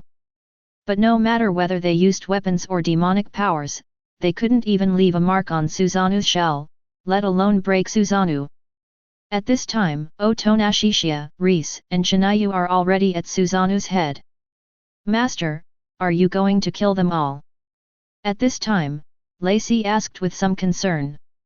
No, just let them face the reality. Looking at the demon hunters below who were still struggling in vain, Otonashishiya said calmly, it's really ugly to see them lingering on and refusing to admit defeat. He then used his mind to control Susanoo and slashed the sword horizontally forward. There was a completely uninhabited mountain area ahead. After all, there would be basically no ordinary residents near such an important place as a military base. The sword wave created by this sword directly shaved the head of the hill within 10,000 meters ahead. All the demon hunters stopped their actions and looked back with a dazed look on their faces. A large area of mountains behind them had been flattened, and everything the giant sword wave passed through was destroyed. Their pupils seemed to be shaken. Even though the sword wave just flew over their heads, they could still feel the terrifying aura that could destroy the world. If this sword were to strike them, wouldn't they be instantly evaporated into ashes? At this moment, Victor also knew that he could not withstand this sword at all. This was an opponent that he absolutely could not defeat. No matter how strong his demonic power is, he can only use it while he is alive. The sword just now was able to evaporate him directly, so his so-called demonic power seemed ridiculous. Victor immediately knelt down and completely gave up his meaningless struggle. Please, spare my men's lives. Victor knew very well that the mysterious masked man could kill them with just a flick of his finger, so he begged the man to spare his men. Even Captain Victor had lost his fighting spirit, so naturally the mentality of the other demon hunters also completely collapsed. They either dropped their weapons or knelt down due to weak legs, and they no longer had the slightest desire to fight. Even Lace and Shen Yu were shocked by the sword just now. The terrifying power was simply unbelievable. This kind of demonic power that can destroy a large area of terrain in an instant is something that even Lace, who has read countless materials about demons, has never seen before. Lace couldn't help but wonder if the devil that Otonashishiya contracted was even more powerful than the gun devil? At least if the sword just now was used in a densely populated residential area, in her opinion, the level of disaster would definitely be higher than that of the gun demon that had descended on the world. However, what Reese and Shinayu certainly could not imagine is that this is still not the full strength of Otonashishiya. Susanoo has just reached the third form, and there are fourth forms and perfect forms above it. In Hokage, Uchiha Itachi seems to call the Karasuo Tengu armor the perfect form. Madara's fourth form is the Karasuo Tengu armor, and the perfect form is called the complete form, which makes me a little confused. In order to avoid arguments and confusion, I will just use Madara's Susanoo form. The third form has legs, and the fourth form is the Karasuo Tengu armor. The perfect form is just the perfect form. Of course, the sword just now was not only the power of Susanoo, but also the ultimate form of the Rage Sword. But unlocking the complete form of Susanoo and pairing it with the ultimate form of the Wrathful Sword will undoubtedly make it even stronger. Seeing that these demon hunters had completely lost their fighting spirit and were begging for mercy, Otonashishiya didn't say another word. He then released Susanoo and disappeared into the air with Lisei and Shinayu. Ding! Host activates Achievement Night of Slaughter, gains attribute points, 100. Because the double Kamui's transfer speed was very fast, Lisei and Shenyu only felt a trance in front of their eyes, and a picture flashed by. They didn't even realize that the scene was actually the scene inside Kamui space, and in a flash they appeared in Lisa's little house. As soon as they landed, Otonashishiya said to Reese, "According to the agreement, you are now free. The military brass certainly won't dare to do anything to you. Even if they want to, they don't have the ability to do so now." Originally, the military had armed men who could restrain Lace, but now the bodies of the 5 armed men are still lying in his Kamui space. From now on, the military leaders will not be able to touch Lace, unless they go completely crazy and directly use the gun demon body. Shen Yu, who was standing aside, had no expression on the surface, but in his heart he hoped that Lisei would leave quickly. That. Lisei hesitated for a moment. "Can I choose to stay with Master?" "Why?" Otonashishiya probably guessed the reason, but still asked. "Of course it's because I like Master and it's definitely not a good idea for me to stay in the Soviet Union anymore. I want to go live with Master in his country." Lisei said this without any shyness, and the blush on her face was just acting out of habit. Although her words of love might also be acting, being able to follow Otonashishiya is definitely the best choice for her, at least it is the safest. Hearing this, Shen Yu's pupils trembled slightly. Otonashishiya fell silent, because he suddenly remembered the 5 weapon men in Kamui space. Perhaps I could create a special organization composed of weapon people. Chapter 118. There are only a few countries that possess the original body of the gun demon, and the weapon man can almost be said to be the strongest fighting force after the gun demon. Moreover, countries that possess the gun demon will not use the power of the gun demon unless it is absolutely necessary. Just like nuclear weapons, it mainly serves as a deterrent. Once a country uses it first, it will definitely be targeted by the whole world. Unless it is like in the original book, where everyone in the world is united in wanting to kill Makima, even if the United States is the first to use the power of the gun demon, it will not be besieged by the whole world. Now besides Les, there are 5 weapon men lying in the Kamui space beside Otonashishiya. It is not difficult to subdue those 5 weapon men. Although there are strong and weak weapon people, such as the chainsaw weapon man, Tensei, and the arrow weapon man Guangzi, there are also weak weapon people like the waist knife.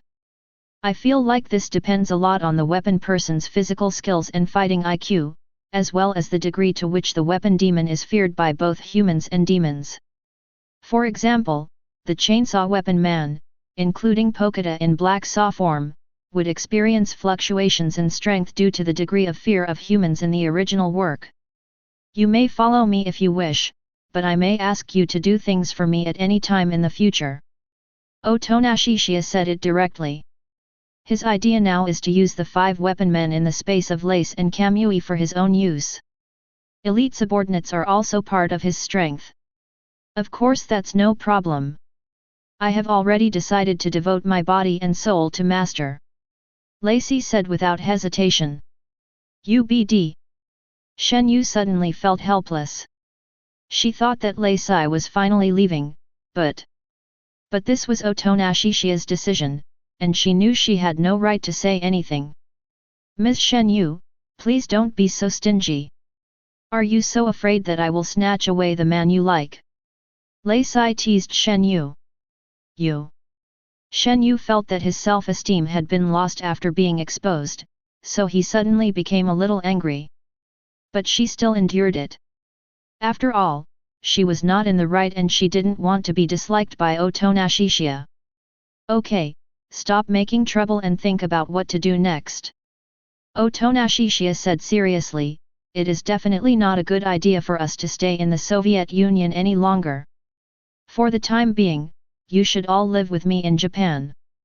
They had just slaughtered some of the Soviet Union's top military officials. If they stayed in the Soviet Union, they would not be afraid of being troubled, and no one could trouble them, but there would definitely be many inconveniences in their daily lives, so it would be best to move to another place. At the moment, the most suitable place to go is to return to Japan, but Otonashishiya is already looking for an opportunity to overthrow the cabinet, so living in Japan is only temporary. Anyway, the world is so big, there are still many places to go besides the Soviet Union and Japan. Even his Kamui space is not uninhabitable if people really want to. But before that, I'll go to Minister Levan to settle the salary. Otonashishiya plans to stay here tonight and go to Minister Levan early tomorrow morning to submit his resignation and settle his salary. He must get the money before leaving. I'll go too. Shen Yu said. Not only the salary, she also needs to find an opportunity to sell her villa, otherwise it would be a waste to keep it there. I just started working for a few days and I don't think I have much salary. Lacey said. We'll talk about tomorrow's affairs tomorrow. Now it's time to deal with those armed men. Otonashishiya said in a flat tone. After that, he transferred the 5 weapon men that he had killed at the military base from Kamui space. The bodies of these 5 guys were horrific to look at. If it weren't for the weapon man's immortal physique, normal people would have died long ago. However, these 5 guys have turned back into human form. The corpses in human form can be resurrected by feeding them blood. There is no need to restart them through a switch, otherwise they will directly turn into weapon men again. In the original novel, after Waist Knife was chopped in half by Chainsaw Man, the scene suddenly changed and he woke up in human form, and then was madly tortured by 2 egg demons. Lacey, you should know some specialized binding techniques, right? At this time, Otonashishiya asked. Normally, as an agent, Lacey should be professional in this area. As expected, Lacey nodded. Then tie them all up so they can't transform into weapon men. This way it will be easier for me to talk to them. Otonashishiya explains. Although he could still kill these 5 guys with one sword again, it would be best if these 5 guys could behave themselves. He was either using Susanoo or Hollow tonight, and it was impossible for him not to be tired after using it so many times. The consumption of vitality and pupil power is also huge, and if Susanoo is opened too much, the body will also feel severe pain. After all, the principle of Susanoo is to materialize his vitality, and it is impossible for a part of the body to be hollowed out without feeling it. But it is not to the point where it is unbearable. With the self-healing ability of the chi and blood properties, he will recover after a few days of rest. Okay. Lacey immediately took action. She just happened to have several spare ropes. But then again, she was originally planning to use it on Otonashishiya. Afterwards, Lacey tied her 5 former colleagues to 5 chairs respectively. She used professional techniques and special ropes to tie them into such a position that there was no part of their body that could exert force, unless they had strong physical skills to be perverted. She could at least be sure that the physical skills of her 5 colleagues were not that strong. It's already fine. They will definitely be very well behaved this way, Lacey said confidently. Then she cut a hole in her forearm with a dagger and fed blood to all 5 people. However, Shen Yu was still relatively cautious.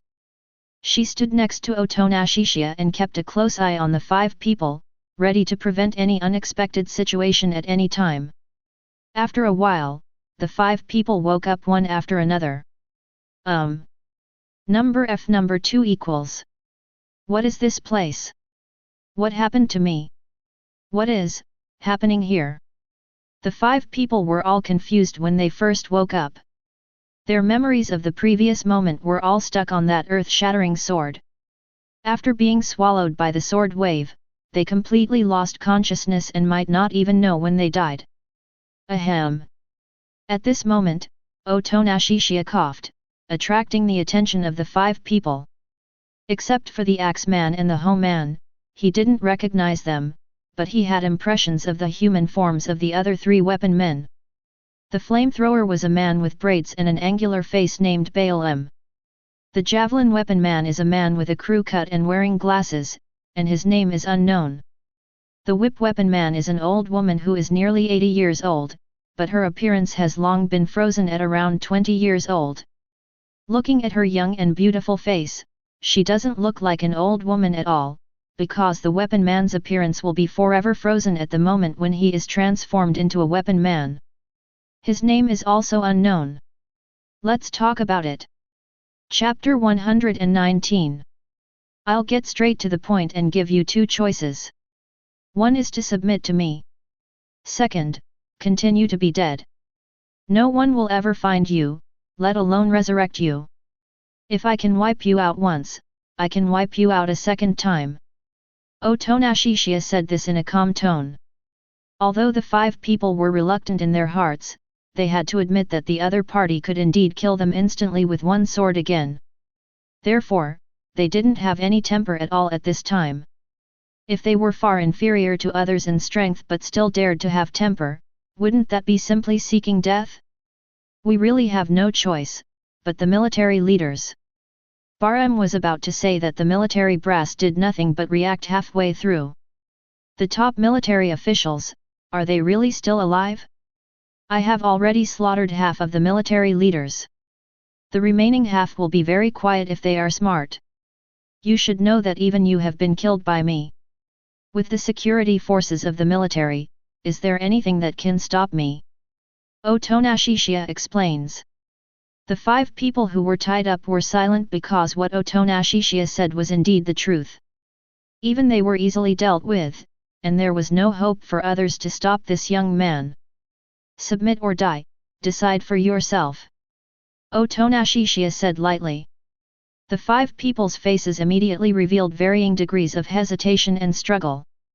At this time, the whip weapon man spoke up, what about our wages? Will we still have the same wages as before? Otonashishiya was a little speechless. Although he remembered that this whip sister was a dumb, silly, and immature girl, he couldn't help but feel a little. At this time, you old woman still have the time to talk about this. Barem couldn't help but complain. Who are you calling an old woman? I am from an ancient superior race, an immortal superior human being. The whip weapon man said in a rather immature tone. At this time, Otonashishiya interrupted this guy's second-year speech and said, just tell me, how much was your previous salary?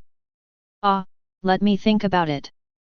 I received 3,000 yuan last month, and I haven't received my salary this month yet, and you have tied me here. The whip weapon man replied. 3,000 rubles, right? What about the others? Otonashishiya continued to ask. Then he found out that these guys' salaries were all several thousand rubles, with the lowest being 2,000 and the highest not exceeding 5,000. Although the exchange rate between the ruble and the US dollar in this world is about 1:1, or 4,000 yuan a month is not much in his opinion, and is far below the salary standard of a demon hunter in the military. In fact, this is because these weapons men, including Lacey, in addition to going out on missions, have to undergo various training every day. The weapons men's physique does not require food, and the military provides accommodation. In the eyes of the military, these weapons people do not need high salaries or high consumption at all, so they are paid according to the standards of ordinary officials, rather than as high salaries as the demon hunters in the military. They really don't have much time or leisure to spend, so most of their wages are saved and rarely spent. But the whip weapon woman is an old money grubber, and she is also a silly woman with a bit of a middle school mentality, so she said those nonsensical words just now. I will pay you your original salary as a base salary, and if you do anything for me, such as hunting demons, I can give you an additional commission. Otonashishiya said, of course, the salary is only part of it. I will not severely restrict your freedom like the Soviet military did. As long as you come when I need you and don't cause me any trouble, you can do whatever you want the rest of the time. I don't bother to care about you. Except for the whip weapon man, these weapon men actually don't care much about their salaries. But the high degree of freedom attracted them. Life in the Soviet military was originally very boring. Even if some weapons personnel had relative freedom due to different jobs, they were not very free. The most painful thing for them is that they are treated purely as weapons by the military high-ranking officials, but they have all the emotions of human beings. Originally they had indeed been content with the status quo, not wanting or daring to resist the military, but today a mysterious young man who was powerful enough to crush them and could kill any high-ranking official at will suddenly appeared before them, and they began to become restless. Anyway, they have no choice, so they might as well believe the benefits offered to them by the other party. Even if the actual situation is worse, it will not be much worse than when they were in the military before. I, Oleg, am willing to surrender. At this time, the javelin weapon man spoke first. Baram, I am also willing to surrender. The flamethrower weapon man also said immediately. The whip weapon man looked at Oleg, then at Baram. Ah! You all figured it out so quickly. Then I, Freya, surrender too. Afterwards, the remaining two weapon men also surrendered. Otonashishiya thus learned the real names of the axe weapon man and the hoe weapon man, which were Sybil and Toy respectively. In fact, these weapons men did not have much prejudice against Otonashishiya. As Lace's colleagues, they all knew very well why Otonashishiya wanted to take action against the top military officials today. To put it bluntly, it was for revenge. They also have no feelings for the military top brass. After all, the military top brass have never treated them as human beings. And me. At this moment, Lacey suddenly raised her hand like a student and said with a smile, I have long been a loyal subject of Master. Lacey, untie them now. After that, Otonashishiya said to the 5 people, but let me remind you one last thing. If you dare to betray me, I will not give you any chances. You will face eternal death. The 5 men nodded obediently. They didn't even dare to resist when they were restrained and oppressed by the military, let alone betray the young man in front of them whose strength could crush the military. Just don't be stupid. Master is actually a very good person. Lacey's tone was unusually serious, and it seemed that she was really trying to advise the 5 people. Lace, aren't you the executor of this mission? And you were the first to surrender. Looking at Lace, whip weapon man Freya couldn't help but say. The mission she was referring to was naturally the military high-ranking officials instructing Lacey to bring Otonashishiya back to the base for transformation into a weapon man. While untying the 5 men, Lacey said, Abandon the dark and join the light. We are all weapons anyway, isn't it a good thing to follow a master who can truly treat us well? Chapter 120. That's true. Freya nodded, unable to deny it. If what Otonashishiya said can be fulfilled, then it would be best for them to follow Otonashishiya. After being untied, the 5 people did not dare to do anything strange and seemed rather reserved. Just be natural. If you do something strange, it won't escape my notice. If not, there's no need to be so restrained. Otonashishiya explains. The 5 of them nodded to show that they understood. Then I will assign you your first task. In a few days, come with me to clean up those old guys in the Japanese cabinet. Otonashishiya said in a cold tone. The massacre of senior military officials tonight was too exhausting for him, so he had no plans to take action against the cabinet right away. Just in case, he needed to rest for a while to let his body and pupil power heal. After all, he was not sure whether Makima was in the cabinet, nor was he sure whether the cabinet had any other special means. If Makima was there, it would be much more difficult to purge the cabinet than the Soviet military. And before officially taking action, Otonashishiya has to settle Denji, Kohong, and Pokita first. The cabinet must know about these people who are closest to him. If they are not settled first, they may be attacked by the cabinet. So he had to make full preparations before taking action. Okay. The 5 armed men were all very obedient. They couldn't help but sigh in their hearts that this young man was really cruel. First, they slaughtered the top military officials of the Soviet Union, and then they slaughtered the Japanese cabinet as well. However, they could probably guess the reason, which was probably due to some problem in the contract between the Soviet military and the Japanese cabinet. As for the real reason, they did not ask. They had long regarded themselves as weapons and would unconditionally obey and execute any tasks assigned by their master. The reason was not something they should ask. The only difference is that their master has changed from the original senior military officials to the current Otonashishiya. Now, come back to Japan with me. Otonashishiya said to everyone, come and stand beside me and put your hands on me. Lise was the fastest, she directly held Otonashishiya's hand. Seeing this, Shenyu was not to be outdone and immediately grabbed Otonashishiya's other hand. Looking at this scene, Freya seemed to have understood something. She stroked her chin and pondered, oh my, it seems I have to be more careful. She only grabbed the edge of Otonashishiya's clothes to avoid causing dissatisfaction from Reese and Chinayu. As a colleague of Lei Sai, her authority and intelligence is similar to Lei Sai's, so she naturally knows the secret that Shenyu is a girl. It was the military that took Shenyu away from the gang when she was still a little girl. The fact that she was a girl was not important information at all. The other 4 weapon men were in much the same situation, either grabbing the corners of his clothes or placing them on Otonashishiya's shoulders. Otonashishiya immediately transferred everyone into the Kamui space, and then seamlessly transferred to his home in Tokyo. At the same time, he has taken off the Night of Extermination skin and returned to his usual appearance. He didn't want to go back and see Diancie and the others in the same manner as on the night of genocide, as it would easily scare people. As for the salary issue, I just need to go to the Leningrad military headquarters again tomorrow. The most urgent task now is to settle Diancie, Xiaohong, and Pokita, which is much more important than the salary issue.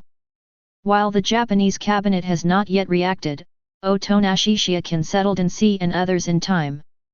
Once the news of the Soviet military incident tonight reaches the Japanese cabinet, the guilty cabinet will certainly worry about his revenge, and it will not be surprising that they will take the initiative to attack him or his close ones. Due to the extremely fast transfer speed of the dual Kamui, everyone just felt the picture flashing in front of their eyes and did not notice the existence of the Kamui space. Tokyo, Japan. At this moment, Dongshan Xiaohong had just finished tutoring Diancie and was eating fruit and watching TV. Since moving into Otonashi's house, she can buy whatever she wants to eat at any time. She no longer has to be like before when she wanted to eat delicious food but couldn't afford it or dare to buy it. Denji was playing games with Pokita in the bedroom. Otonashi-kun hasn't been home for a few days. Logically, he should be back tomorrow, right? Dongshan Xiaohong suddenly thought of Otonashi-kun. She looked at the calendar. Tomorrow was Friday. The last time Otonashi-kun came back was on a Friday. Just at this moment, a space Uzumaki appeared in front of Dongshan Xiaohong. Otonashi-shia brought everyone over. Dongshan Xiaohong was very surprised to see Otonashi-kun suddenly come back. But at the same time, there were several people around Otonashi-shia, which made her surprised and confused. Why did Otonashi-kun bring back so many people this time?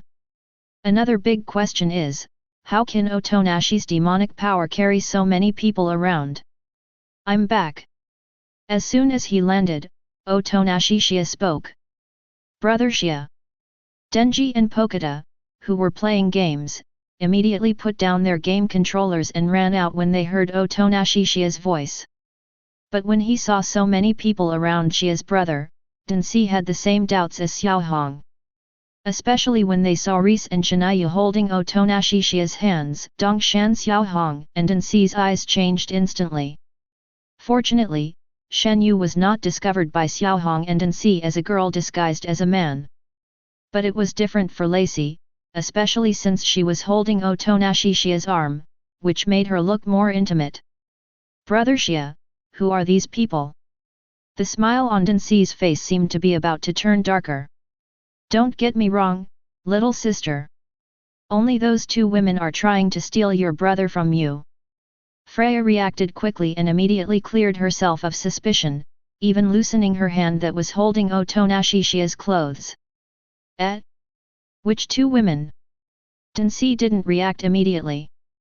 But is it only this older sister who is speaking and the one with purple hair who has an ambiguous attitude towards Xia brother?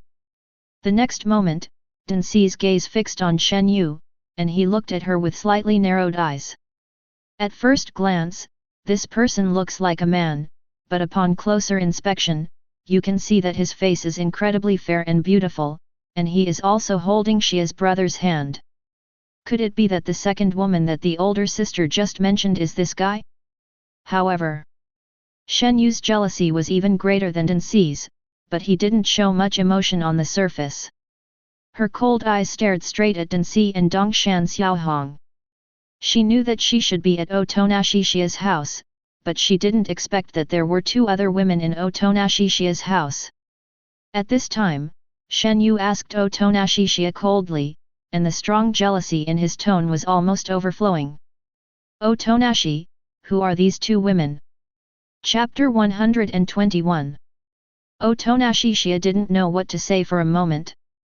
He was in a hurry to come back and settle Densi and the others, and neglected to consider what would happen if Lise, Shinayu, Densi, and Xiaohong met. Now isn't this, the legendary Shura field? Ahem. Otonashi-shia coughed and said, calm down for a moment and listen to me. Due to the language barrier, he spoke Japanese to Xiaohong and Densi, and then he switched to Russian and said to Shinayu, calm down, Shinayu, don't stare at others with that kind of eyes. In fact, except for Shen Yu, everyone present can speak Japanese. As agents, they must master multiple languages. At this time, Xiaohong was already trembling with fear at Shinayu's eyes, and her face looked a little pale. Densi was not afraid of this girl dressed as a man, and immediately responded with a more fierce look, but in Shen Yu's eyes, he looked both cute and funny. Only Otonashi-shia could calm Shinayu down. Shinayu immediately looked away and no longer looked at Densi and Xiaohong with that cold gaze. Dongshan Xiaohong immediately breathed a sigh of relief. Densi also snorted and stopped looking at Shen Yu. Only Leisure still had a smile on her face. She didn't participate in the fight between Kamui, Denji, and Xiaohong at all, and she never let go of Otonashi-shia's arm. No one knows whether this is her acting or not. If it is acting, then we are just watching the fun in person. Freya next to her was just there for the fun, and she distanced herself from the beginning by disassociating herself from the matter. The other 4 armed men stood there without saying a word or moving. Anyway, they are men, this kind of thing has nothing to do with them, and they are even less likely to get involved and cause trouble for themselves. She's Densi, she can be considered my sister. And this is the tutor I hired, her name is Dongshan Xiaohong. Otonashishia first introduced Densi and Xiaohong, introducing them in both Japanese and Russian. When she heard that it was her sister and the tutor, Shen Yu's pretty face, which was as cold as frost, suddenly softened a little. But since that little girl is Otonashi's sister, is it necessary for her to be so hostile towards her? Could it be that she is a brother complex? Densi curled her lips slightly. She was somewhat dissatisfied with her sister's identity. But Chiya's brother claimed that this identity is indeed the most suitable one. Then Otonashishia introduced the identities of Reese and Shinayu. This is Shinayu, my partner who worked in the Soviet Union, and this one. He suddenly felt that Leisa's identity was a bit complicated to explain, so he thought for a while before continuing. She is my subordinate Leisa, who was originally a Soviet agent and is now recruited by me. Although Shinayu didn't like people calling her by her real name, the 2 girls she just met were obviously close to Otonashishia, so she didn't say much. And the 5 people behind me were originally Soviet agents, and now they are my subordinates. Otonashishia only gave a general introduction and did not elaborate on the identities of these people as weapon men, because Denji and Xiaohong definitely had never heard of what a weapon man was, so there was no need to explain too much. We are all weapons loyal to our masters. At this time, Freya said to Densi and Xiaohong with a smile. Owner. When he heard this word, Densi immediately thought of something that he was too embarrassed to talk about. However, this big sister, who is obviously from the Soviet Union, can speak Japanese so fluently. She is indeed as amazing as the agents on TV. Soviet agents? Did something happen? Dongshan Xiaohong suddenly became sensitive to some details. Soviet agents, and so many of them, something serious must have happened, right? Something did happen. Otonashishia roughly told Densi and Xiaohong what happened. After hearing this, Denji was immediately furious. How abominable! How dare those guys treat Chiya and I like this? Dongshan Xiaohong was also a little frightened after hearing this. If Otonashi-kun was really captured by the Soviet military, then she would never see him again. Fortunately, Otonashi-kun is fine now. I think the Soviet military won't do that again, right? They don't have the guts now, but if they still dare to overestimate their capabilities, then I don't mind completely reshuffling their entire leadership. Otonashishia said, but now there is a new trouble, because according to the contract, the cabinet is also an accomplice, so they will be wary of me or even take the initiative to attack me after they get to know the news. Of course, I do want to settle accounts with them. Although the Shura scene just now was quite troublesome, he now used the affairs of the Soviet military and the Japanese cabinet to completely divert everyone's attention, which can be said to have perfectly resolved the Shura scene, but this was only a temporary resolution. So, what should we do now? Dongshan Xiaohong said worriedly. Densi was also very worried and uneasy. She didn't want to be separated from her brother Chiya, and she didn't want anything to happen to her brother Chiya. Don't worry too much. I will settle you down in a place where no one knows. When this is over, you can live a normal life. Otonashishia said to Denji and Kuren, now, see if there is anything you want to take away. Densi and Dongshan Xiaohong immediately went to pack up their things. After a while, Dongshan Xiaohong stuffed everything she wanted to take away into her school bag and suitcase. The main thing that Dianza took away was various games, of course the most important one was Poketa. The rest of you stay here first. I'll come back after I settle them down. Otonashishia said to Reese and the others. Before leaving, he suddenly remembered something and said to Xiaohong, oh, by the way, you will also be transferring schools after this. I'm sorry. Dongshan Xiaohong immediately shook her head, it's nothing. She was touched that Otonashi-kun cared so much about her. She had basically no objection to transferring schools. After all, she didn't have many friends in her original school, so she had no regrets. As long as I can continue to go to school, it's fine. As for my sisters and brother Yeli, I don't know how long it will take before we can see them again. When the time comes, maybe Daxia, or maybe the United States, anyway, I will help you find a new school, and you can continue to go to university there after graduating from high school. Otonashi pondered. He hasn't decided yet which country to go to next. Although his favorite country is definitely Daxia, he can't just go there. However, Otonashi thought of a way. He had learned before that demon hunters in this world also had global transfers, similar to the transfers of esports players. In simple terms, he puts himself on the market, and then all countries can participate in the bidding. The country with the highest bid will sign a work agreement with him. Chapter 122. You guys will stay here for the night. I'll probably be back tomorrow morning. Otonashi gave instructions to Reese and the others, then left with Densi and Xiaohong. The next moment, Otonashi has moved with Denji and Higashiyama Xiaohong to the Soviet Union, to that small room in the slums. It was the first time for Densi and Dongshan Xiaohong to experience this ultra-long distance space teleportation, and they immediately felt both curious and surprised. You will temporarily live here for the next few days.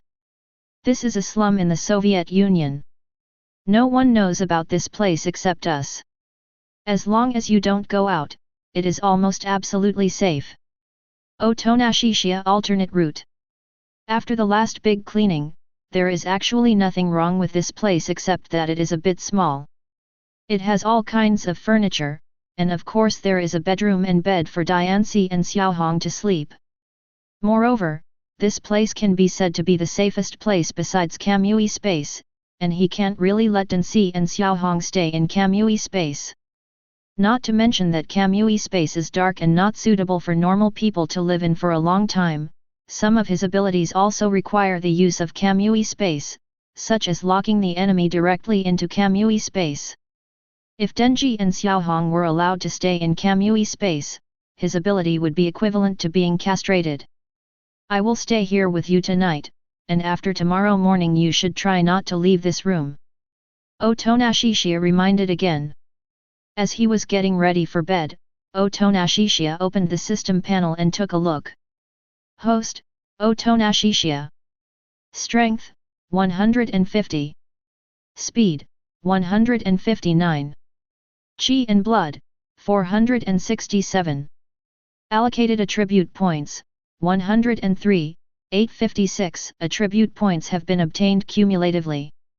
System Mall LV1, 144 attribute points are required to unlock to LV2. Purchased item, Genocide Night Skin, to be used. It can be found that the system panel has undergone some changes compared to the last time.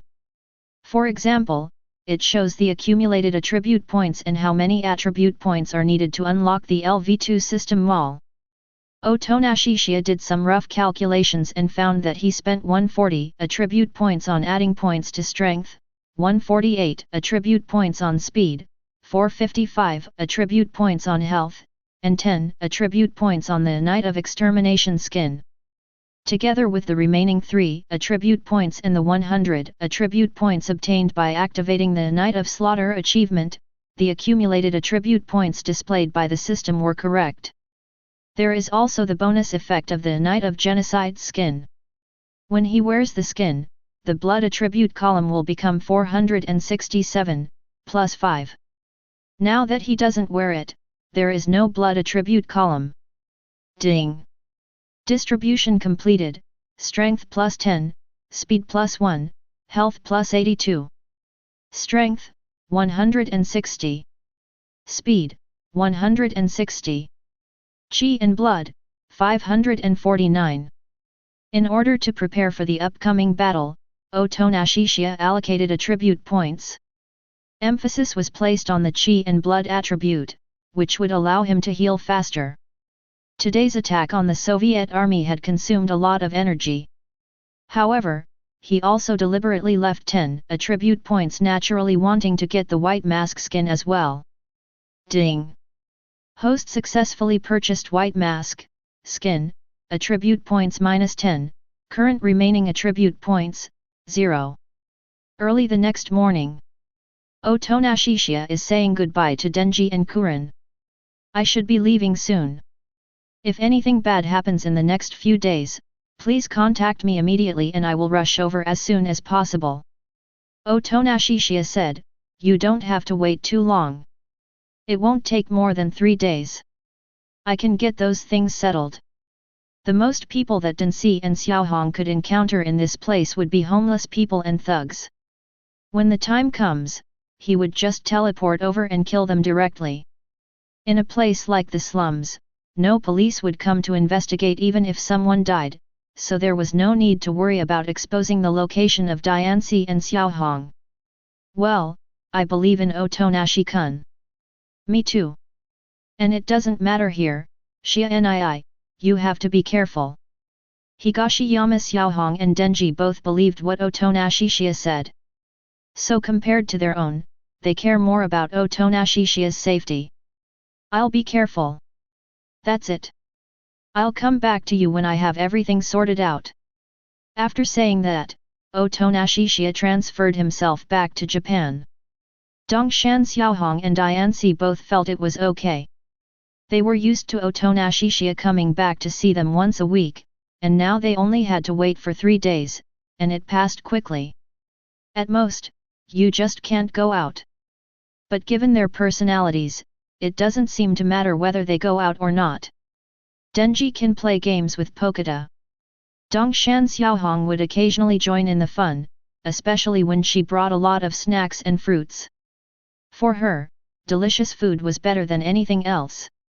Returned to Tokyo. The first thing Otonashishiya saw when he walked out of Space Uzumaki was 4 big men lying in a mess on the sofas in the living room. He could immediately imagine what happened last night. He probably thought that both bedrooms were occupied by Lise, Shenyu, and Freya, and these 4 grown men had to make do with sleeping on the sofa. Although theoretically a weapon man does not need to sleep due to his physique, and his physical condition can be restored by drinking blood just like a demon, he will still feel tired if he does not drink blood. It is actually quite comfortable to take a nap when he is physically tired. Just at this moment, Lacey opened the bedroom door and walked out. Ah, Master has returned. Seeing Otonashishiya coming back, Lacey's mouth suddenly raised slightly. By the way, Miss Shenyu just got up and is changing clothes. Master, do you want to come in and take a look? However, as soon as she finished her words, the door was suddenly slammed shut. It was obviously Shenyu who did it. The noise woke up the 4 grown men on the sofa, but they had already slept enough and it was indeed almost time to get up. I'm not that pervert. Otonashishiya rolled her eyes at Reese. By the way, you slept with Shinayu last night, so Freya must be in the other room. He originally thought that the relationship between Lacey and Shenyu would be incompatible, but it turned out that Shenyu was more willing to sleep with Lacey, whom she was most familiar with. Yes, I have a very good relationship with Miss Shenyu. Lacey said with a smile. If it's true, that would be best. Otonashishiya said casually. After a while, Freya also came out from another room. I'm sorry for putting 4 of you grown men through this last night. Freya apologized as soon as she came out. It doesn't matter. It's actually quite comfortable to sleep on the sofa. Yeah, at most sleeping for too long might be bad for your health, but we are weapons men and don't need to worry about physical problems at all. None of the 4 of them cared. It can be heard that the 4 people on the sofa gave the bedroom to Freya. To be precise, first of all, they did not dare to compete with Lise and Shinayu for the bedroom, and secondly, they gave the other bedroom to Freya. After all, in their eyes, Reese and Kamui are the direct descendants who have a special relationship with Otonashishiya, while they are just the side descendants who have just surrendered. Chapter 123. Otonashishiya is making breakfast in the kitchen. He had just come here after helping Dansi and Xiaohong prepare breakfast, and now he also had to prepare for Shinayu and the others. Including Otonashishiya himself, a total of 8 breakfasts need to be prepared. So he was particularly busy this morning. But Lacey came in to help. Those guys should like all kinds of meat just like me. Then the food in my refrigerator may not be enough.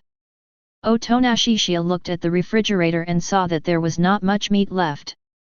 Lacey's appetite alone is already so huge, what about a few more people?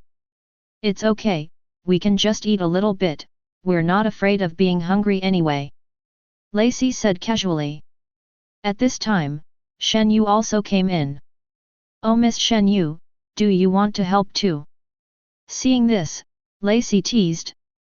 Shen Yu ignored Lacey and said to Otonashishiya, let me help too. You can leave anything to me. Then help me clean it first, and then cut the ingredients. Otonashishiya subconsciously thought that Shen Yu must be a good cook, so he didn't explain in detail, such as how different ingredients should be cut into blocks or slices. Hearing Shinayu's calm and decisive agreement, Otonashishiya felt more at ease handing it over to Shinayu. As a result, the next moment, Shen Yu was seen using his hand knife to randomly cut the ingredients.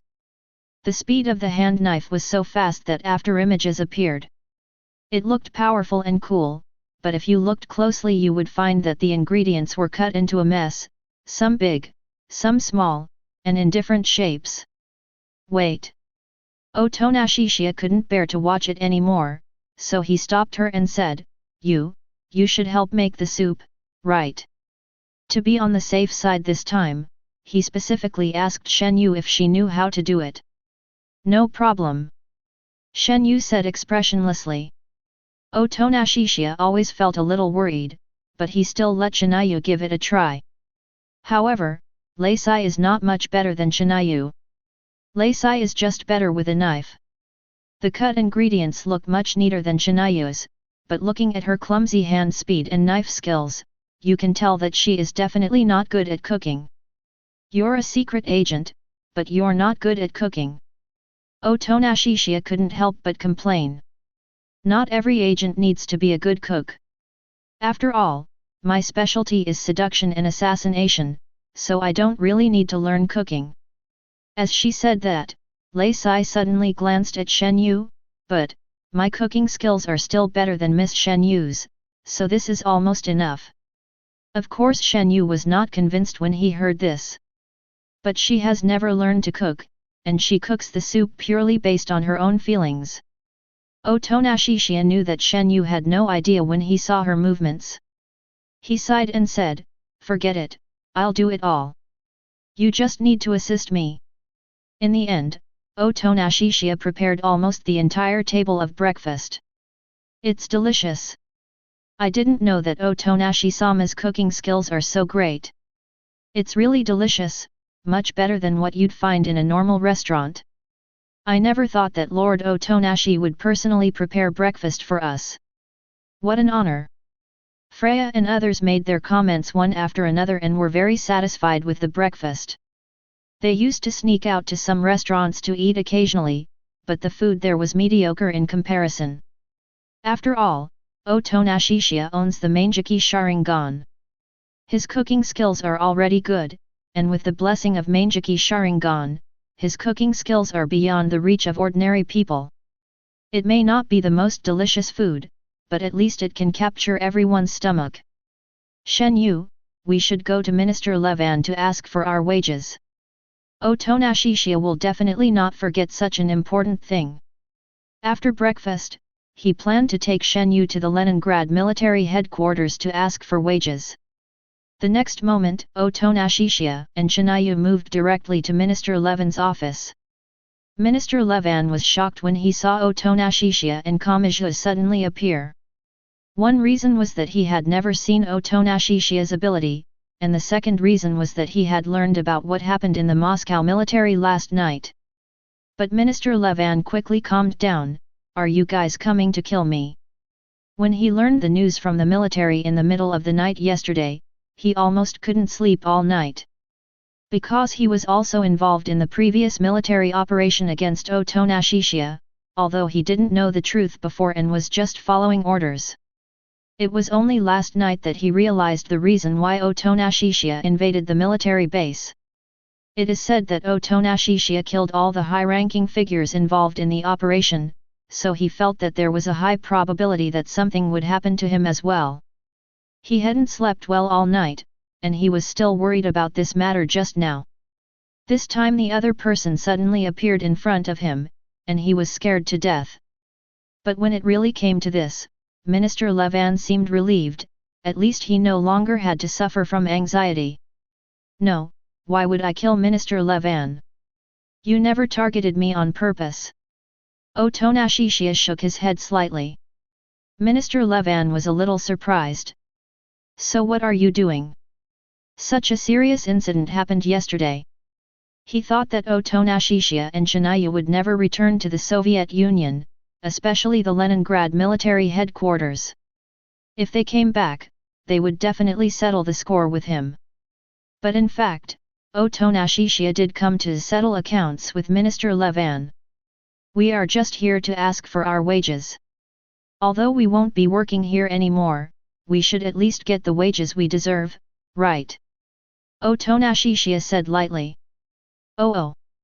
Minister Levan was confused. His mind was full of whether he would be killed, and he completely forgot that he had not yet paid Otonashishiya and Chiya. If Otonashishiya didn't tell him, he didn't know how long it would take for him to suddenly remember. No problem, I'll calculate your salary and send it to you right away. Minister Levan hurriedly began to calculate the wages that Otonashishiya and Chiya were due to receive so far. Originally, this should have been the responsibility of the finance department, but the situation this time was very special and he dared not be negligent in the slightest. If he was not careful, he might lose his head.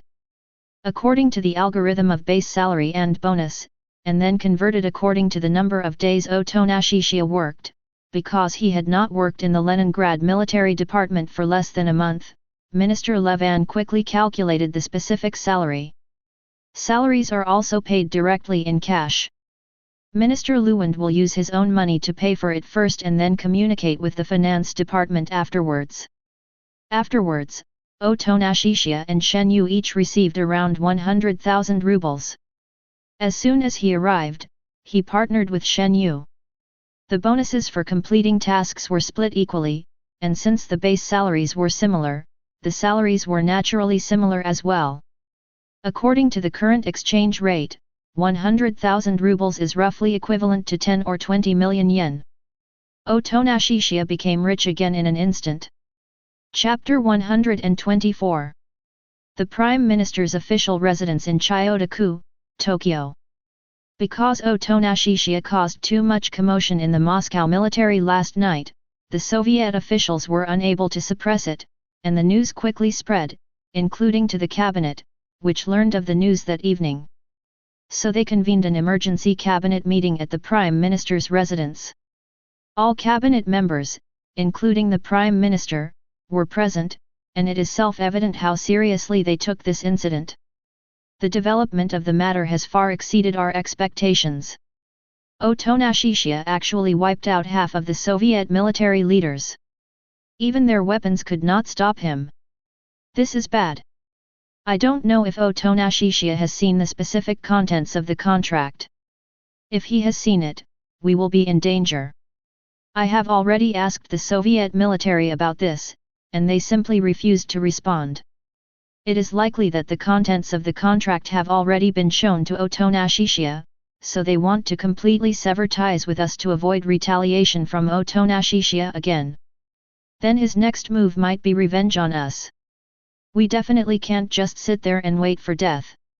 All the cabinet ministers were extremely anxious about Otonashishiya's affairs. They were so guilty that they were worried that Otonashishiya might see the contents of the contract. But it turned out that their worries were correct, and Chiya was indeed going to take action against them. At this time, the Prime Minister said in a deep voice, "Let's take action first. We have trained a lot of death warriors, and it's time to put them to use." Sitting next to the Prime Minister are the Chief Cabinet Secretary and the Deputy Cabinet Secretary. The thing Chiya was most worried about still didn't happen. What he was most worried about was that Makima was hiding in the cabinet for the time being and hadn't appeared yet. After all, the demon of domination was particularly dependent on development. In the original work, Makima's identity is a demon hunter directly under the cabinet secretariat, but her actual status is almost on par with those cabinet ministers. The fact that she did not show up at such an important cabinet meeting shows that what Chiya was worried about did not happen. Death Squad. It was originally a measure that could only be used as a last resort, and now it is indeed a last resort. Send that kid to hell, and he won't be a threat to us. Although he is much stronger than Anbian, he is not as obedient as Anbian. It is best for such a disobedient dog to be a dead dog. Then quickly arrange the assassins. When that guy comes back or comes to us, let them take action. The cabinet ministers all agreed that they wanted to get rid of Chiya, the disobedient dog. The cabinet secretly cultivated a group of death warriors, which was reflected in the original book. In the later part of the first part of the comic, Kishive led a team of death squads to raid Makima. The Shore and the Death Squad are suspected to be the means used by the cabinet to contain Makima. The cabinet should not be so stupid as to not keep Makima in mind at all. As the dominant demon, Makima developed too quickly, and his actions were beyond the bottom line of the cabinet. The cabinet was afraid that Makima would completely get out of control and threaten them, so they sent Anbian and the Death Squad to deal with Makima. The solution is to use the lives of several assassins to sign a contract with the Devil of Hell, and let the Devil of Hell send Makima back to Hell. Countless devils in Hell, even the Dark Devil, hate Makima. Once Makima returns to Hell, she will die. Although the contract signed by Makima and the Prime Minister can achieve almost unlimited resurrection, it seems to be invalid in Hell. This is still controversial, but I hope everyone will not argue, because no one can give an absolutely correct statement except Fujimoto himself, so arguing is meaningless.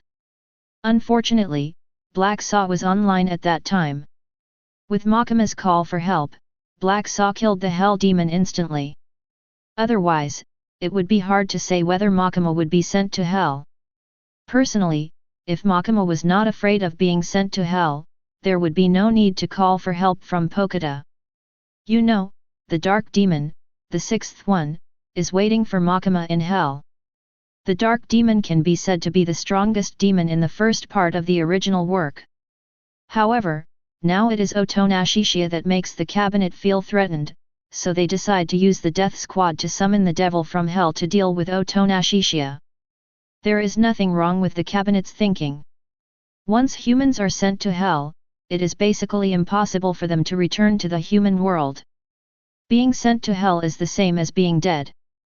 If Chiya was a normal person, he would never be able to come out of Hell, but the prerequisite is that he must be a normal person. Meanwhile, Chiya has just returned to Tokyo from the military headquarters in Leningrad. He had no idea what means the cabinet had already decided to use to deal with him, but he could guess that the cabinet would probably take action against him. Chiya also believes in striking first and gaining the upper hand. The longer he delays, the more disadvantageous it will be for him. Now he felt that his body and pupil power were almost recovered, and he planned to strike the cabinet today. Let's prepare for the official action today. First, go to the Prime Minister's residence, and then deal with the other old guys one by one. Chiya said to Lisei and other weapon men. He didn't want Shen Yu to take this risk with him, but Shen Yu insisted on going, so he didn't try to stop her. The working places of the cabinet ministers are no secret, at most the security is very tight. But not all ministers work in the same place. Usually they only gather at the Prime Minister's residence when the cabinet meeting is held, so he said to go to the Prime Minister's residence first. Yes. The weapons men nodded solemnly. They definitely want to perform well on their first mission with their new master. It's the same as before. I'll teleport you there directly, and you can transform when you get there. Otonashishia did not make any battle plan, or rather, this sentence could be considered his battle plan. Otonashishia then moved everyone to Chiyoda Ward in Tokyo, where the Prime Minister's official residence is located. He had been to this area before when he was on patrol, so he could transfer here accurately through Kamui space, but it was still quite far from the official residence. Then, he led everyone to make several transfers within the sight range, and soon arrived near the official residence. The security forces here are like nothing in front of them. Action! As soon as Otonashishia finished speaking, the weapon people suddenly transformed. Pulling open the bomb ring, bomb weapon man, pulling out the javelin from the back of the neck, javelin weapon man, snapping fingers, whip weapon man, pressing the molars, flame gun weapon man. Each weapon man has a different way of transforming. Otonashishia led the Shinayu and the weapons men to instantly break through the so-called security forces and rush into the Prime Minister's residence. The cabinet meeting had just ended and the ministers had not yet left their official residences. But they have already prepared their death squad, waiting for Otonashishia to come to them. Chapter 125. Soviet Union, Ghetto. Denji, Pokita, and Dongshan Xiaohong had no difficulty adapting to this new place. Dongshan Xiaohong still likes reading books as usual, and eats some snacks and fruits from time to time. There is also a TV here where Denji and Pokita can play games. Boom boom boom. However, at this moment, there was a sudden loud knock on the door.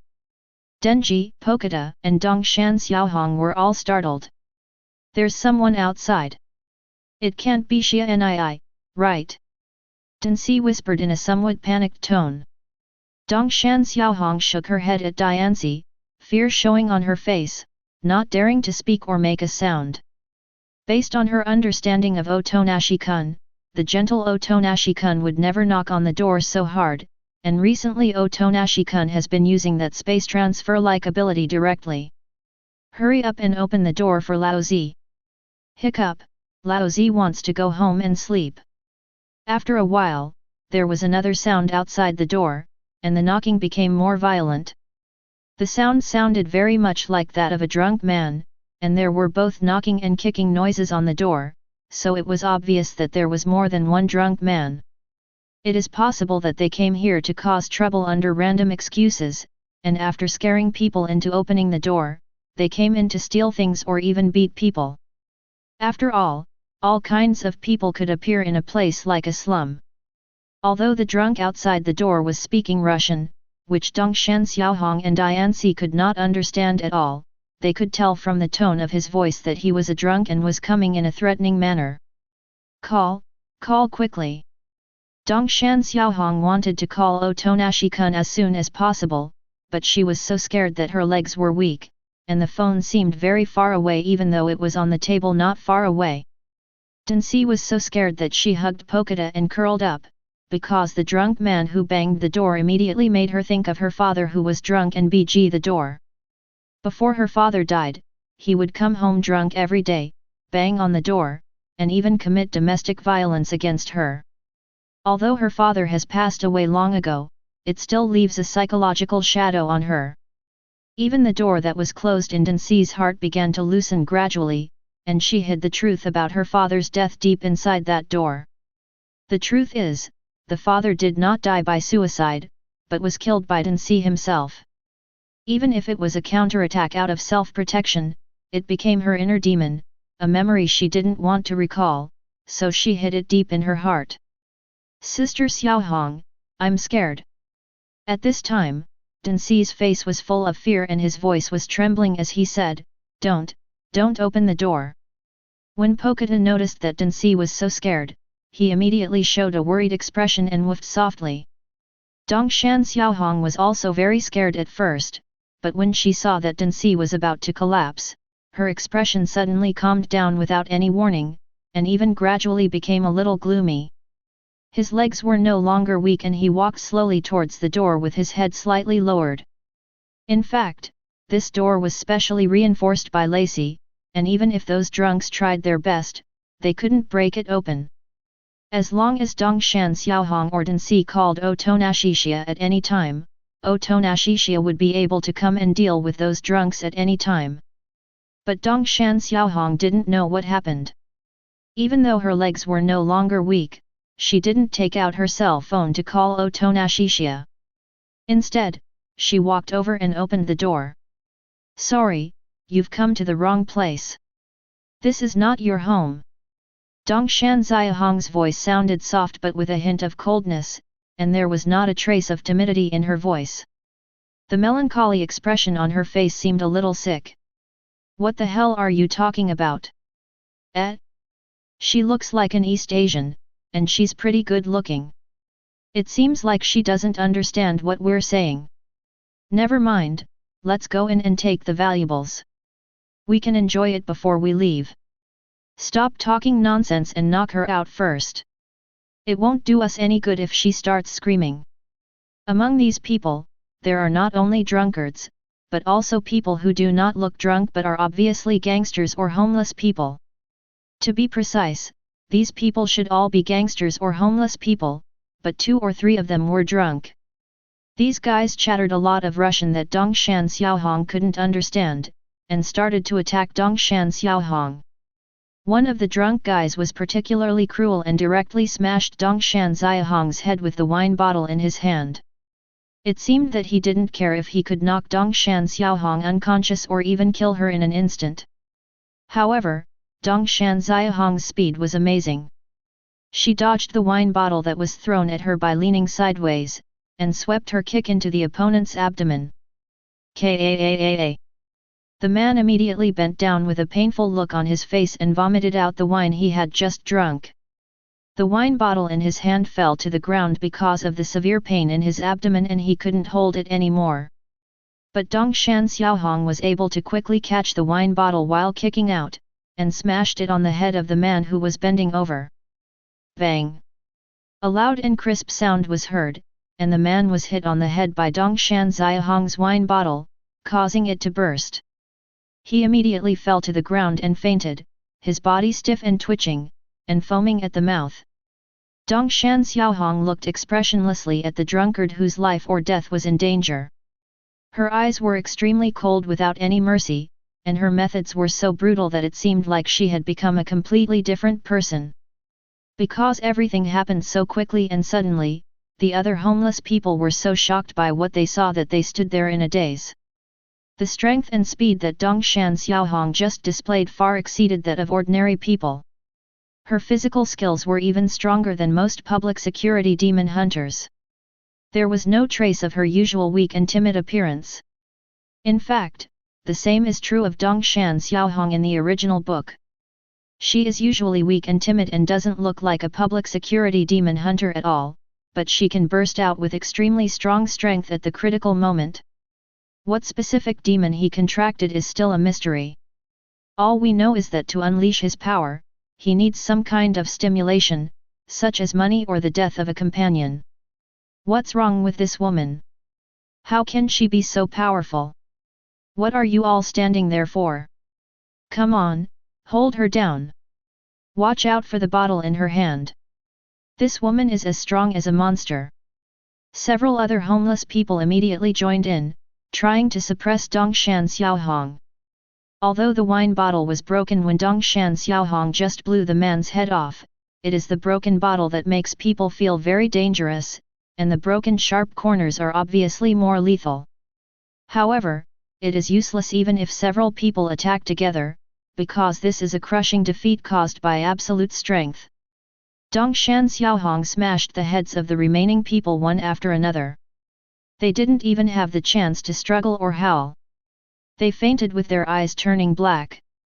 In contrast, Dongshan Xiaohong was unharmed, and the blood on her body was all splashed when the homeless men's heads burst open. There were also a few blood-stained broken wine bottles on the ground. Hee hee, He he he. Looking at the bloody scene all over the ground, Dongshan Xiaohong suddenly laughed like a madman, and the expression on her face became morbid and bloodthirsty. He he, I can't take it anymore. I'm almost going crazy. I can't kill anyone anymore. He he he. Chapter 126. Densi was also frightened by the horrific scene that Sister Xiaohong had just witnessed, but he also felt inexplicably safe. After all, several big men were knocked down by Sister Xiaohong in one fell swoop. Sister Xiaohong? Densi asked cautiously and tentatively. Hearing Dianxi's soft call, Dongshan Xiaohong immediately turned around. She had quickly calmed down and smiled at Densi, no longer sneering or having a sickly expression like before.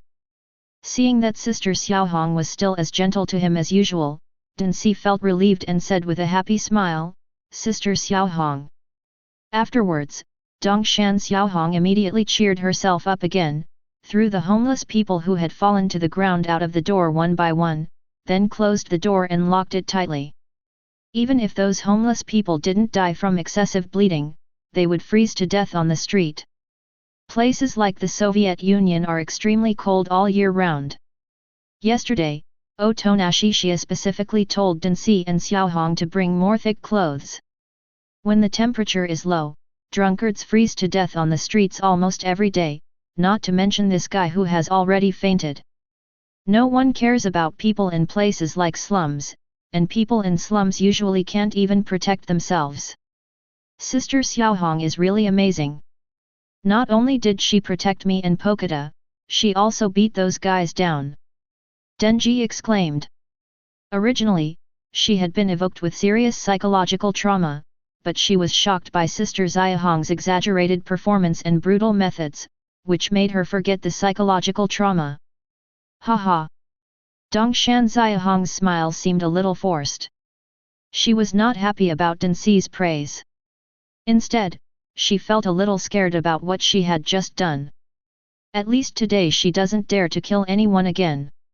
If this happens again, she will definitely call Otonashi-kun first.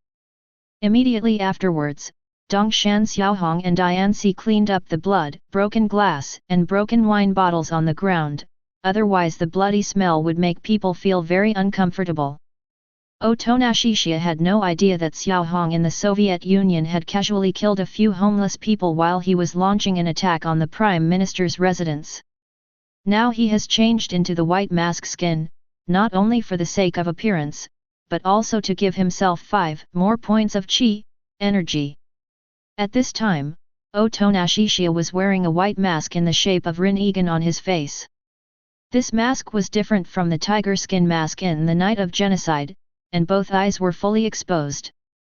The clothes he is wearing are the same as Obito's in the white mask period, a grey-black windbreaker with a high collar, a white belt around his waist, a short sword wrapped around the belt at his back, and a long grey cloth strip tied behind his mask. However, that short sword must be an ordinary weapon, and the system did not give him the Uchiha fan as well. After all, the Uchiha fan is not an ordinary weapon, and a skin with 10 attribute points will definitely not give him such a good weapon. It is estimated that you will have to wait until the system mall is unlocked to at least level 2 before you can buy the Uchiha fan. Although the principle of the Uchiha fan is to absorb chakra and convert it into wind properties and bounce it back, the system may also modify this principle to allow it to be used in the world of Chainsaw Man. The specific details will depend on when the more advanced system mall is unlocked. At the same time, the cabinet ministers were monitoring the movements of Otonashishiya and others through the big screen. When they saw that there were 6 armed men, they were all stunned. They thought that Otonashishiya would bring 2 or 3 helpers at most, but they never expected that he could actually recruit all the weapons personnel of the Soviet Union. Quick! Send out the assassins to stop them.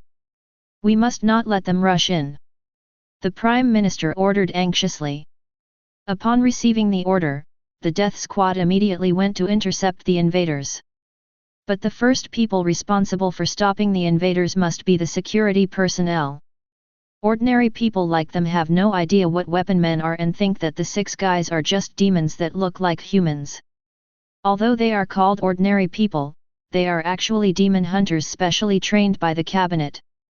Their duties are different from those of the public security demon hunters, and their job is to protect the important figures of the cabinet. They have both demonic powers and can wield guns. Some of them use guns for long-range attacks, while others use demonic powers. However, bullets were useless when hitting the weapon man. Lace and the others didn't need to dodge the bullets at all, and the bullets couldn't break Shen Yu's absolute defense. Even the power of the devil either failed to hit the target or had no effect. What's wrong with these guys? They can't be stopped at all. I will stop it even if I can't. I will stop it even if it costs my life. The security personnel were stunned by this unprecedented weapon. In fact, any one of the armed men could kill them all, let alone 6 of them appearing at the same time. Lace and other armed men broke through the security line with great force, but tried their best to save the lives of these people. However, at this time the death squad also arrived. Devils of hell, we are willing to sacrifice our lives, please help us send these people to hell. The first few warriors sacrificed themselves in unison without hesitation. As soon as they finished speaking, they simultaneously cut their necks with daggers without any expression. The next moment, a huge finger appeared out of nowhere and wiped off their heads horizontally. Immediately afterwards, a door appeared in the air. It was the Hell's Gate leading to hell. A huge hand shaped like a human hand, which seemed able to cover the sky and the sun, stretched out from the Hell's Gate. A giant hand with 6 fingers slapped Otonashishiya and the others. Demon from hell? I see. That's interesting. Otonashishiya, with his Mangekyō Sharingan, of course had the ability to hollow in time to prevent the demon of hell from taking people to hell, but he simply hollowed and volunteered to be sent to hell by the demon of hell. The ability of the Hell Devil was activated very quickly, and in a flash, Otonashishiya, Lise, and others were all taken away by the Hell Devil. Ding! Host activates the achievement First Visit to Hell, and gains attribute points, 10. It happened so suddenly that Shen Yu, Lei Sai, and several weapon men were stunned for a moment. Only Otonashishiya remained calm because everything was under his control.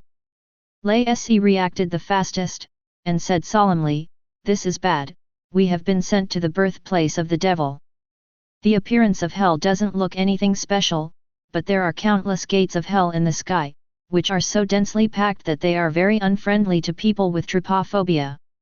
However, before the others had time to panic, they were taken by Otonashishiya and transferred into the Kamui space, and then instantly transferred back to the human world through the Kamui space.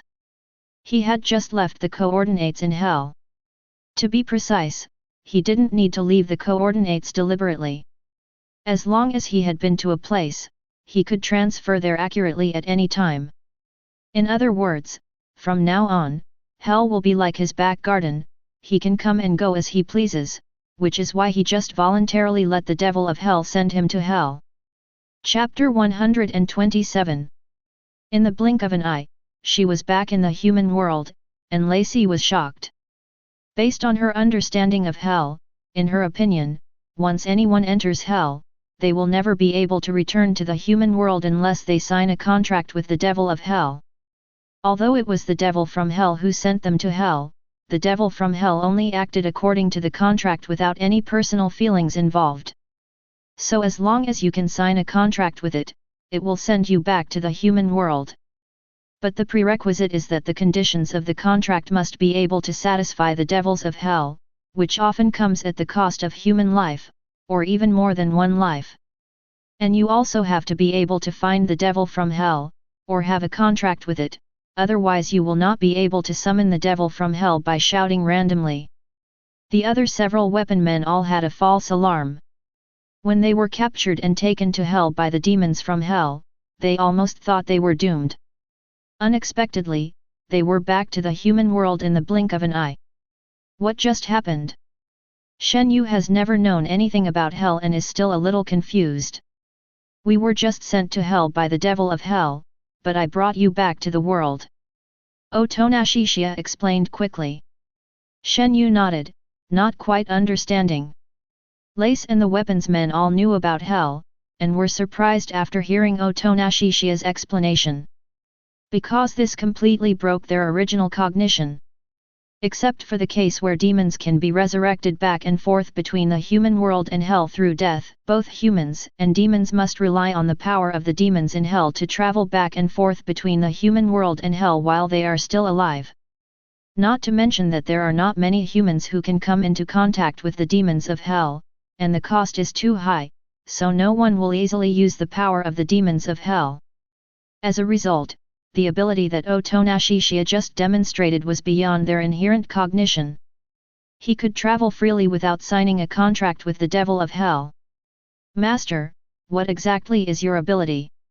Lacey murmured in disbelief. The other weapon men were also very shocked. They immediately admired their new master even more. So many incredible miracles had happened to him. Now is not the time to talk about this. Let's deal with the cabinet first. Otonashishiya said lightly. When those assassins saw that Otonashishiya and others had just been sent to hell and came back immediately intact, they couldn't believe it and were all terrified. This? How is this possible? They were clearly taken away by the devils from hell. Could the devils from hell also make mistakes? Wouldn't our people have died in vain? Cheer up. If it doesn't work, try again. We must throw them into hell without fail. The dead warriors quickly forced themselves to recover from the shock, but Otonashishiya would not give them a second chance to sacrifice themselves to summon the devil of hell. He drew out the short sword from his waist and continuously opened up space for Uzumaki to dodge. Those assassins could hardly see his figure, they could only see flashes of sword light passing by before their eyes. In just a blink of an eye, more than a dozen assassins had their throats slit by Otonashishiya's short sword. At the same time, Shen Yu, Lei Se, and the weapon men also took action. In less than 3 seconds, the cabinet's long-trained death squad was completely wiped out. Something bad is happening. Otonashishiya and his men are back from hell, and they've wiped out all the death squads. How is this possible? How did they come back? Did they also have a contract with the devils in hell? But none of them paid the price with their lives. Weapon men can't sign a contract with the devil. What should we do now? All our trump cards have been destroyed, and there is no time to summon public security demon hunters from all over the place. The cabinet ministers saw what had just happened on the big screen and were all extremely anxious. They were at the end of their rope. It was too late for them to escape at this point. To be more precise, there was no chance of escape from the very beginning. The next second, Otonashishiya's body passed directly through the wall and entered the conference room. The ministers had already recognized the mysterious man wearing a white mask as Otonashishiya through the surveillance on the big screen, but his sudden appearance at this moment still frightened them. Before they could even open their mouths to beg for mercy, Otonashishiya said coldly, "No need to waste your time. None of you can escape today." After the issue was resolved, Otonashishiya was too lazy to interfere in the subsequent matters, such as the official transfer of personnel to serve as new ministers. He did not understand this aspect and had no interest in interfering. But soon someone came to him. "Mr. Otonashi, what you did today caused a complete cabinet reshuffle. Of course, we will not and dare not blame you." This person seemed to be representing the government to negotiate with Otonashishiya, and his attitude was very respectful and he did not dare to offend him. "We are going to promote the new minister next. If Mr. Otonashi needs it, each candidate for the new minister can be reviewed by Mr. Otonashi first. The official intention is very clear, to please Otonashishiya as much as possible. In their view, if Otonashishiya dared to destroy the cabinet today, he would dare to destroy them tomorrow. They were not sure if Otonashishiya would suddenly be in a bad mood one day, so they tried their best to please him. Ding! Host activates the achievement High Position and Power, and gains attribute points, 100. Otonashi Chiya suddenly activated this achievement, and now his status in the eyes of the official is indeed very extraordinary. Beside him were Shen Yu and 6 armed men including Lei Sai, giving people a very strong sense of oppression. The man who came here on behalf of the official side kept sweating on his face and had to wipe it with a tissue from time to time. No, I'm not interested in this kind of thing. Just don't mess with me. Otherwise, I can settle accounts with you again at any time. Otonashi Chiya said in a calm tone. But the words spoken in such a calm tone can make the other party tremble with fear. We certainly don't doubt that Mr. Otonashi has the ability. Since you are not interested in the cabinet election, we won't talk about it. The man still looked humble and bowed. Also, can we ask Mr. Otonashi about his future plans? For example, will he continue to stay? The man asked again in a humbly voice. If the big shot hadn't forced him to ask this question, he really wouldn't have dared to ask it, for fear that he would be killed by Otonashi Chiya if he was not careful. Think about it, they just fired the cabinet members and immediately asked them whether they would stay. This attitude is too ugly. It is easy to guess the official intention, which is that Otonashi Chiya and his subordinates are too powerful. They are frantically trying to curry favor with Otonashi Chiya in the hope that Otonashi Chiya can stay, which will in turn strengthen their country's strength. Chapter 128. Otonashi Chiya has also seen through the intentions of the big man behind the other party. If he, Shinayu and the people with weapons stay to live, it will invisibly enhance Japan's strength. Because living here for a long time will inevitably gradually form various concerns, such as friends and family. Once some difficult to deal with demon appears in Japan, normal people will definitely take action to protect these concerns. In short, the special profession of demon hunter is almost a contribution to the strength of any country it is in. Although Otonashi Chiya doesn't really want to help those cunning big shots, he hasn't decided where to go next, so for the time being he still has to bring Densi and Xiaohong back to live with them. Unless the official bigwig is mentally ill, no one would dare to provoke him again. This can be seen from the attitude of the official who came to talk to him this time. Moreover, the weapon men can also protect Dianci Xiaohong, so if anything happens, there will be weapon men on duty. I won't leave for now, but it's hard to say what will happen next. Otonashi Chiya replied expressionlessly. Okay, okay. The man nodded repeatedly. That's pretty much it. We will announce the mistakes made by the former cabinet members later. Mr. Otonashi should understand what we mean. The meaning of this sentence is not difficult to understand. It is nothing more than the official taking the initiative to explain to the outside world what Otonashi Chiya did. To put it bluntly, everything is the fault of the former cabinet members, and what Otonashi Chiya did was justified. Although this is indeed the case, the fact that the official authorities actively acknowledged it and even announced it to the outside world is of a completely different nature. Clear. Seeing the other party sweating profusely, Otonashi Chiya couldn't help but say, "You don't have to be so scared. I'm not a murderer. As long as you don't provoke me too much, I won't kill innocent people." Yes. However, Otonashi Chiya's words did not have any effect. Instead, the other party was afraid to wipe the sweat off his face. He was helpless and had nothing to say.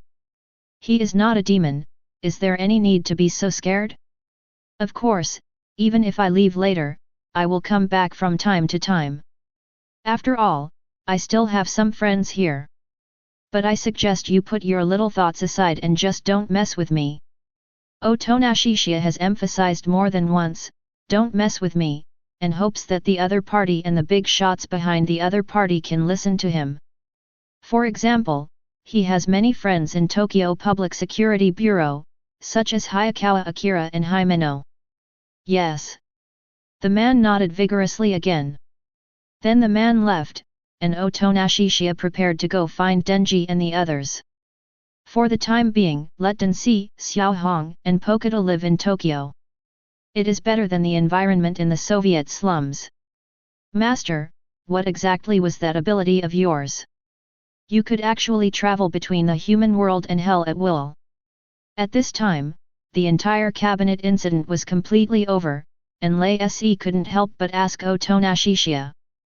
Not only her, but several other weapon men were also very curious, as Otonashishiya's abilities were completely beyond their understanding. Although Shen Yu didn't feel as deeply as they did, after all, she didn't know much about hell, but she still became curious about what Shen Yu said. It just so happened that she had always been wondering how Otonashishiya could have so many pervert abilities. That is my demonic power, but it is also an unspeakable secret. Anyway, I can go to hell anytime I want, and I can leave anytime I want. Otonashishiya explains. Although this explanation was the same as no explanation, Lei Se and the others did not ask any further questions. After all, Otonashishiya had already said that it was a secret that could not be told. The secret of the double Kamui must never be revealed, this is the iron rule that Otonashishiya adheres to. The space opened by the double Kamui is specifically connected to the different space. The Kamui space is originally a different space that is completely isolated from the human world and hell. No matter whether he is in the human world or hell, he can transfer to the Kamui space, and he can also transfer from the Kamui space to the human world or hell at will. He had never been to hell before, so he definitely couldn't be teleported to hell blindly. Now that he has set foot in hell, he can be teleported there accurately at any time. This time it is certain that Makima is not in the cabinet, so there is a high probability that she is still in hell. Otonashishiya thought to himself. He had not forgotten his previous decision to go to hell to find Makima. In terms of strength, his current chi and blood attributes can be considered strong enough. He has basically no problem except facing the root demon. The root demon is the ceiling among demons, especially since hell is the home ground of the root demon. For example, the dark demon is truly invincible in his own dark realm. It can be understood that the dark demon in the dark realm has an invincible frame, and you cannot kill it at all. So when you meet the root demon, just don't fight to the death. With 2 Kamui, at least you will have no problem protecting yourself. But Otonashishiya felt that it was not the time to go to hell yet, and he would wait until he finished what he was currently doing. At this time, Otonashishiya moved to Denji alone. It's been resolved, we can go back. It's getting better so soon. Denji was immediately surprised. Chiya's brother had said it would take no more than 3 days, so she was mentally prepared to wait for 3 days. However, she didn't expect that it would heal in less than a day. Well, but... At this time, Otonashishiya noticed that there were some bloodlines on the ground at the door that had not been completely cleaned up. Did anything happen during this period? Did someone attack you? Yeah, there were drunk guys trying to break in before, but they were all knocked down by Sister Xiaohong. Sister Xiaohong is so awesome. Denji praised.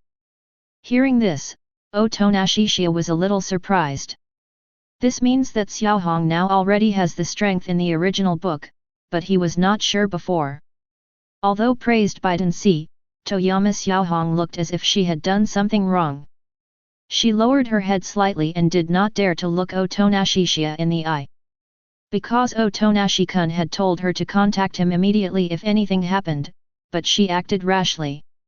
What if it wasn't those homeless people but strong people whom she couldn't defeat? Then she would have implicated Denji and Pokita as well. I'm sorry, I shouldn't have been so impulsive. Dongshan Xiaohong took the initiative to admit her mistake. What's there to be sorry about? Didn't you protect Denji and Pokita?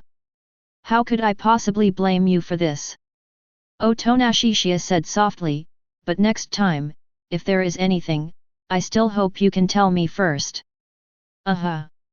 Dongshan Xiaohong smiled happily.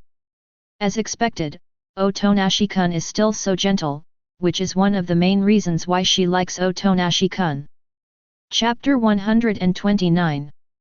Otonashishiya has brought Denji, Koharu, and Pokita back to Tokyo again, and they are still living in their original home for the time being. As for the others, Shinayu, Leisai, and those weapon men, Otonashishiya helped them rent 2 suites in the same apartment so that they had a place to live temporarily. Since we are all in the same apartment building, we can all gather in the Otonashishiya suite except when we are sleeping, and then go back to our own rooms when it is time to sleep. This cabinet incident was deliberately handled by the Japanese officials. The civilians only knew that the cabinet had committed suicide and got into trouble. They did not know what specifically happened, nor did they know about Otonashishiya and others. Only Japanese officials and senior officials of certain countries know the truth of the whole matter, and they all tacitly choose to keep it completely secret from ordinary people. Therefore, it has basically no impact on the daily lives of Otonashishiya, Densi, Xiaohong, and others. He thinks the authorities are really smart in this regard. But he still had to find his next place to go. He needed a place to live for a long time, then buy a house and settle down.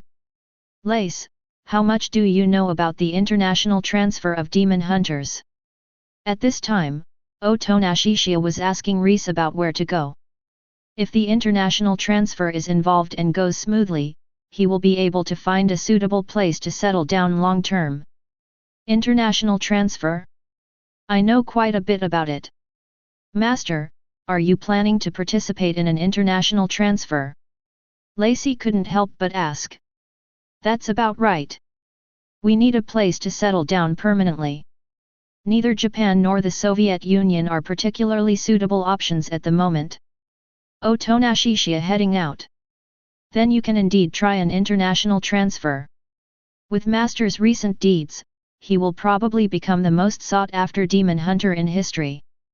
Lacey immediately became excited. It's hard to imagine how outrageous Master's transfer fee would be. You should know that the mechanism of international transfers is that each country makes an offer. If a demon hunter has a clear owner, then the original country will decide which country the player will be transferred to. This is usually decided by the country with the highest bid, and the transfer fee is also paid to the original country. But Otonashishiya is a demon hunter without a clear affiliation, and the Japanese officials dare not claim that Otonashishiya belongs to them. So at that time it will be up to Otonashishiya himself to decide which country to transfer to. Of course, the bidding process will still proceed as normal, and the transfer fee will also belong to Otonashishiya. Therefore, Leisa is looking forward to seeing how high Otonashishiya's transfer fee will set in international transfers. It's too early to talk about this. Please tell me the specific rules of international transfers first so that I can prepare in advance. Otonashishiya doesn't care that much about the so-called transfer fee. What he cares about most is the sincerity and attitude of the countries participating in the bidding towards him, and whether they are the countries he likes. Let me think about it. There are 2 international transfer periods every year, the summer transfer period and the winter transfer period. As for the specific time, Lei Se thought about it, and suddenly her eyes lit up. Oh! In less than half a month, this year's summer transfer window will begin. So soon? That's just what I want. Otonashishiya said, then I'll see who I should contact. I can help Master contact them. I remember that Daxia is the destination for international transfers this year. I know someone who works there. Lacey's connections must be pretty good. Then I'll leave it to you. Otonashishiya explains. Lacey, however, looked dissatisfied and muttered, Master is just talking, isn't there any expression? What does that mean? Otonashishiya already had a sense of what Reese might say. Lace didn't say anything, but leaned slightly towards Otonashishiya, then tapped her own face with her fingers. This action was already very obvious. Otonashishiya was silent for a moment. Be serious, there's no need to tease me with this kind of thing. In his opinion, this was probably a way for Lacey to tease his acting skills. I am a very serious person. Could it be that Master is already embarrassed now? It was obvious that Lacey's words were meant to tease Otonashishiya. That's what you said. Having been teased to this extent, Otonashishiya certainly couldn't stand it anymore. He just tried to persuade Lace that it was unnecessary, just to remind Lace not to think that he didn't dare. It would be a bit bad if she sacrificed her innocence just to tease him. He had already reminded her, and since Lacey was still going to push her further, he wouldn't care anymore. Lacey suddenly felt her face being tapped and her joyful smile froze slightly. Just as Otonashishiya said, Lacey was indeed trying to tease Otonashishiya's acting skills. She didn't expect Otonashishiya to be serious, but she had actually prepared herself mentally for unexpected events. What she didn't expect was that her heart was actually touched. This subtle heart-pounding feeling was completely different from the last time she took the initiative to kiss him on the face. After all, at that time, Lacey's performance was purely acting, but now she has some different feelings towards Otonashishiya, but she herself doesn't care. Seeing that Lacey was slightly stunned, Otonashishiya said calmly, "See? I warned you a long time ago, but you didn't listen to my advice." "No? I don't think there's anything wrong with it. Master is my favorite person." Lacey smiled faintly. After this incident, she became more clear about her feelings. She realized that although her love for her master was not great, it was definitely not fake. Otonashishiya just felt that this guy was still being stubborn. "Forget it, I won't make trouble with you anymore, so is my expression just now enough to satisfy you?" "Of course I am satisfied. I will call the staff member to say hello later," Lacey said with a smile. After a while, Dongshan Xiaohong came back from school. "I'm back. Xiaohong, welcome back." Lacey immediately went over to help Xiaohong take off her school bag. Speaking of which, Lacey is really capable and she quickly got along well with Xiaohong and Densi. Pokita has not been recognized as the chainsaw demon yet. Otonashishiya speculates that in the original work, it was Makima who deliberately spread the news of the Chainsaw Man to the top leaders of various countries, because it is clear that Makima did so to the demons of the Eternal Demon. It can be said that all the events in the first part of the original work were Makima's plan, and even the Chainsaw Man Church in the second part was a problem left over by Makima. So if it weren't for Makima's influence, almost no one in the world would have seen the Chainsaw Demon, and the demons who were killed by Pokita in hell would have lost their memories and reincarnated. Shen Yu's relationship with Densi and Xiaohong is still cold, but the main reason is that they don't speak the same language. Chapter 130. Dongshan Xiaohong is still attending her original school for the time being. Otonashishiya planned to wait until the international transfer was completed and the new destination was decided, and then he would go to handle the relevant procedures for Xiaohong to drop out and transfer. It was almost time for dinner, and Kanzuki, Reese, and the weapons people all gathered at Otonashishiya's side. Fortunately, the living room of his apartment is big enough to accommodate so many people. At this moment, Densi suddenly showed his head at the bedroom door and waved to Otonashishiya quietly. Otonashishiya saw Densi out of the corner of his eye, and he immediately walked over, wondering what Densi wanted him to do. When Chiya came in, Densi immediately closed the door and asked quietly, "That guy named Shen Yu seems to have a grudge against me and Xiaohong." "Really? I feel fine. She is usually like that, taciturn and cold. And the most important thing is that she can't speak the same language as you." Otonashishiya explained, "She only speaks Russian, and you only speak Japanese, so you can't communicate with her." "Oh. I see. I thought she could speak Japanese." Diancie suddenly realized. Seeing that Sister Lace and several other older brothers and sisters could speak Japanese, she subconsciously thought that Shen Yu could also speak Japanese. But she overlooked that everyone except Shen Yu was an agent. "No wonder Sister Xiaohong ignored us when we talked to her before. I thought she had something against us." Denji couldn't help but say. "It shouldn't be, right? Otonashishiya also didn't have much confidence in saying that Kamui had no problem with Denji and Cao Erhung. After all, Shen Yu's jealousy was too outrageous. Well, next I will try to find a way for you to communicate normally. Otonashishiya explains. What is the solution? Denji asked. It's very simple. Just make sure you all speak the same language. However, Otonashishiya does not intend to let Kamui learn Japanese alone or let Densi and Xiaohong learn Russian alone, as this would always give the impression that he is favoring one side more. In order to avoid this trouble, he plans to let Shinayu, Densi, and Xiaohong learn the same new language, which can be Hyuxia or English. Of course, he personally prefers Hyuxia. This can also be used as a preparation for settling in a new place in the future, so that Dianci and Xiaohong will not be unable to communicate with people in a new country when they go there. As for Pokeda, it is probably not necessary, as the demon seems to have the talent of knowing various human languages.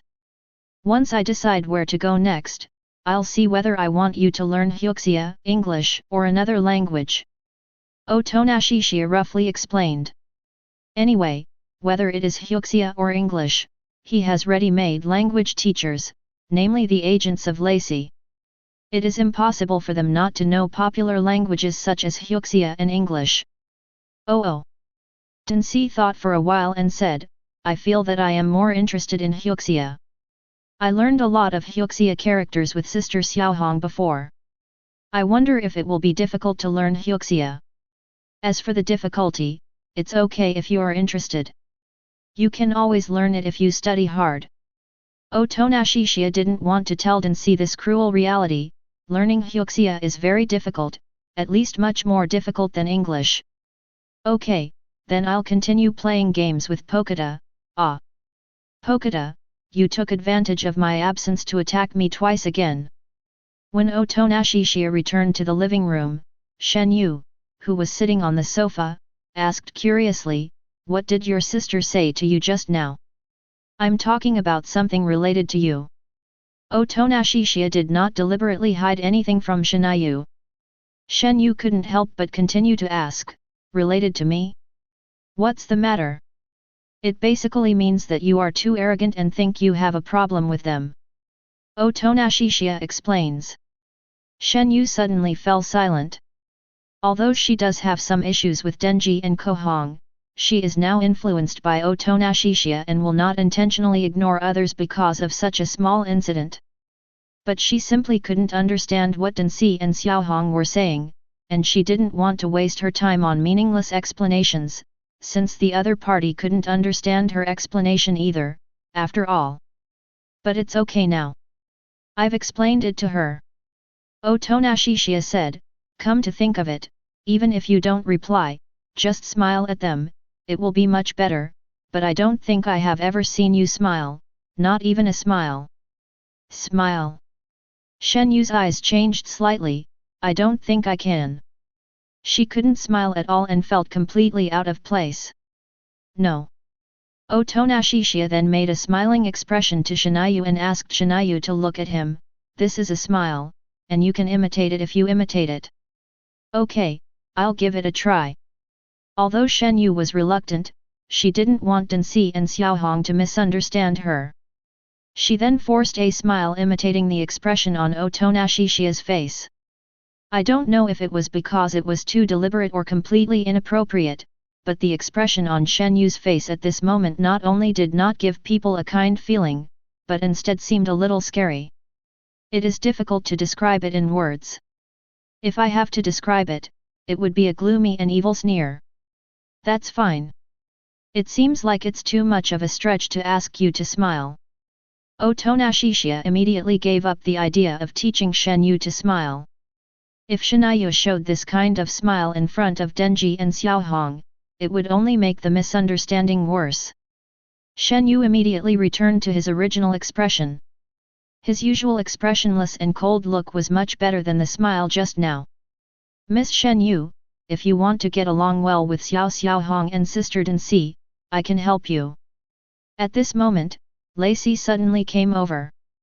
She heard the conversation between Otonashishiya and Shen Yu just now and immediately understood what had happened. Unnecessary. Shen Yu refused in a cold tone. Her proud self-esteem would not allow her to ask Lace for help. Obviously I'm trying to help Miss Shen Yu. Lace spread her hands helplessly. I appreciate your kindness, but that's all. Shen Yu said calmly. Or you can use some simple English to communicate with Diancie and the others. At least Xiaohong should be able to understand it. At this time, Otonashishiya suggested. Xiaohong is a top student. Her spoken English may not be very good, but she should have no problem understanding some simple sentences. But what Otonashishiya didn't know was that Kamatsuki was captured by the Yakuza at a young age, and had been fighting for survival since he was a child. He had no chance to study at all, so he was a complete illiterate. Not to mention English, I can only speak my native Russian and don't recognize most of the words. I don't know English either. I don't know anything except Russian. There was no trace of embarrassment on Shen Yu's face, and his tone sounded righteous and confident. Chapter 131. You don't know any English? Have you never been to school? Otonashishiya couldn't help but ask. No. Shen Yu shook his head. At this moment, Lei Sai suddenly pulled the corner of Otonashishiya's clothes and whispered in his ear, Master, come with me. Then Lei Sai pulled Otonashishiya aside and whispered, Let me tell you about Miss Shen Yu's life experience. Her background. Otonashishiya was immediately curious. Then, Lacey gave a brief account of Shen Yu's past experiences in the Mafia. However, in order to take Shen Yu's feelings into consideration, she did not explain the grazing plan in detail. Otonashishiya didn't know that Shen Yu had killed many innocent children like her. But even if he knew, he wouldn't really care. After all, it was an environment where if you didn't kill others you would be killed by others, and you had no choice but to protect yourself. He is not so unreasonable that he would not dislike Shen Yu because of such things. After listening to what Lisei said, Otonashishiya understood why Kamatsuki had never been to school, and this was probably also the reason why Kamatsuki had such a strange personality. What are you whispering about? Seeing that Otonashishiya and Reese were whispering something, Shen Yu couldn't help but walk over and ask. Nothing, we were just saying that Miss Shen Yu is very beautiful. Lacey looked very serious and didn't look like she was joking at all. Her acting skills are amazing. It's rare for her to show such a serious expression, which makes it easier for people to believe that she is telling the truth. Yet, Shen Yu's tone was somewhat doubtful. Otonashishiya felt that it was outrageous that Reese could make Shen Yu half believe. Of course, Master, don't you think so? Lacey said with a smile. While speaking, she poked Otonashishiya's waist with her left hand hidden behind his back, as if to signal Otonashishiya to help her speak. She didn't want Shen Yu to know what she had just said to Otonashishiya. If Shen Yu knew, he would definitely be angry with her. As Lisei said this, Shen Yu's gaze immediately shifted to Otonashishiya. Otonashishiya could immediately feel Shen Yu's unusual gaze, as if he was very concerned about his answer. Otonashishiya couldn't help but guess that it was probably because of what Lesser said, very beautiful. Facing Shen Yu's gaze, Otonashishiya immediately nodded and said, yeah, yes. Hearing this, Shen Yu was immediately delighted, but she did not show it on her face and sat back on the sofa with an expressionless face. Miss Shen Yu is so easy to fool. She fooled me so easily. Lacey whispered. But she immediately realized something. Oh no, Miss Shen Yu probably doesn't care what I said to you just now, but only cares about the 4 words very beautiful. Otonashishiya said nothing, because he had already seen it. Miss Shen Yu really likes Master very much. Lacey teased Otonashishiya intentionally. Xiaoxiaohong is the same, and so is Sister Danci. By the way, Sister Danci is definitely not the Master's biological sister, right? And then there is me. The master is really a sinful man. When saying the words serious sins, Lacey deliberately slowed down her speech and emphasized her tone. Otonashishiya wanted to refute, but he couldn't. Yes, he is a very sinful man. At this moment, the furious demon in Otonashishiya also joined in the booing, but her voice was only audible to Otonashishiya. Stop making trouble. Otonashishiya said to the angry demon helplessly in his heart. Why can't I join in the fun? Are you discriminating against demons? The furious demon immediately protested. I'm not going to talk nonsense with you anymore. I have to go prepare dinner. Otonashishiya ended his verbal battle with the angry demon. Prepare dinner. Come on, let me try what you cook later. The furious demon suddenly said. She had always seen other people enjoying the food made by Otonashishiya, and over time, she wanted to try it even though she had never tasted human food before. Not long after she came to the world, she started cooperating with the Kyoto Public Security Bureau. Later, the Kyoto Public Security Bureau provided her with human corpses and blood.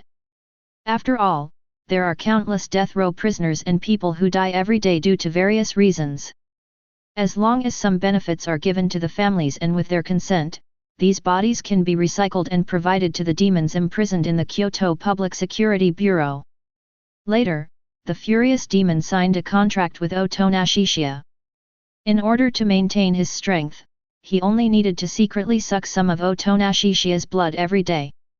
She discovered that the human boy's blood and energy were extremely strong, so strong that it was outrageous, so her sucking some blood every day did not seem to cause any adverse effects on the boy. Of course, Otonashishiya also noticed that the furious demon had been secretly sucking his blood every day during this period, but since it was only a little bit each time and had almost no effect on him, he did not take it seriously. It's up to you. If you want to try it, just try it. Halfway through his speech, Otonashishiya suddenly thought of something. By the way, do you demons master all human languages as soon as you are born? He has always been curious about this question, and this time he can ask the angry demon. That's about right. We can understand anything you say, Russian, Japanese, English, whatever. I've known it since I can remember. The furious demon replied, I don't know why, but my memory seems to be missing. I always feel like I existed before I came to the world. That's because you were killed in hell and then reincarnated in the human world, but almost all of your memories before that were lost. Otonashishiya got the answer and also explained it to the angry demon. Hell? I see. It feels very familiar. The angry demon felt a sense of familiarity when he heard the word hell. Then I'll come out now. As soon as the furious demon finished speaking, there was a sudden movement in the palm of Otonashishiya's right hand, and the blood mark on the palm immediately flashed with blood. The next moment, the true form of the furious demon appeared next to Otonashishiya.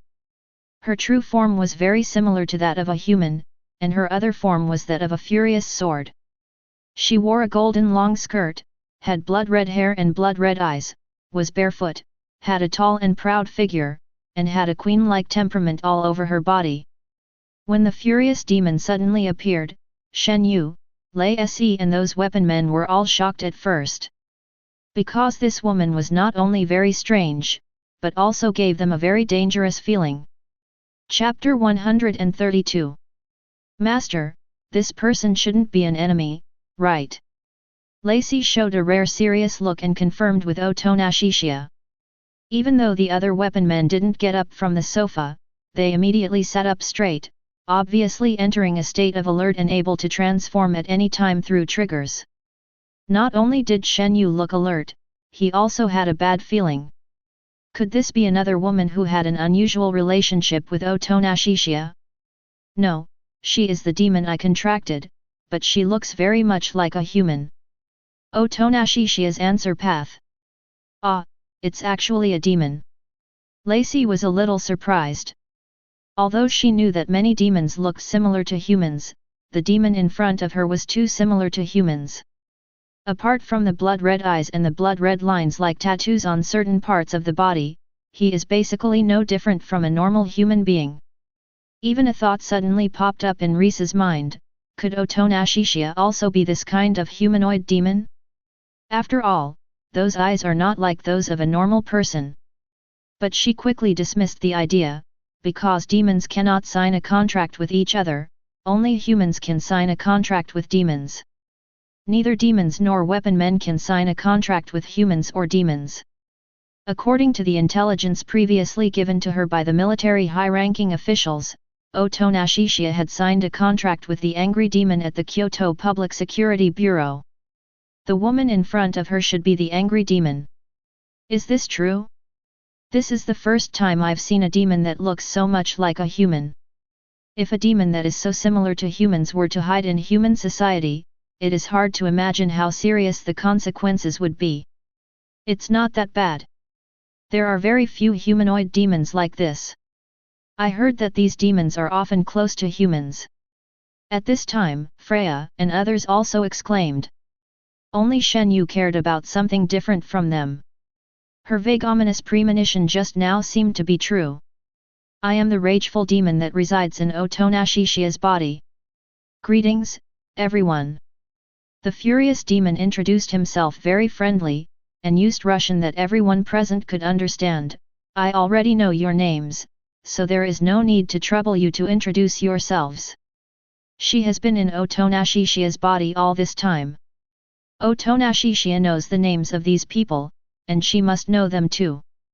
Except for certain times when Otonashishiya would deliberately block her sight, she usually knew everything that happened to Otonashishiya. Lacey and the others immediately relaxed their guard. The demon who signed a contract with Otonashishiya will definitely not harm Otonashishiya during the contract period, except for the cost of the contract. Should we just call you the Raging Devil? Is there any other convenient name? At this time, Lacey asked. Name? My name is the Raging Devil. I haven't considered any other names. The furious demon spoke bluntly. She felt that she was a pure demon and there was no need to have a human name. Calling you the Raging Devil is a little awkward, how about I give you a name? Otonashishiya also said. The furious demon was slightly stunned, and after hesitating for a moment, he nodded, then you can help me get it. After all, the importance of this human boy in her eyes is different. If those people like Lace wanted to give her a human name, she would never accept it. I thought about it and decided to name you Scarlet.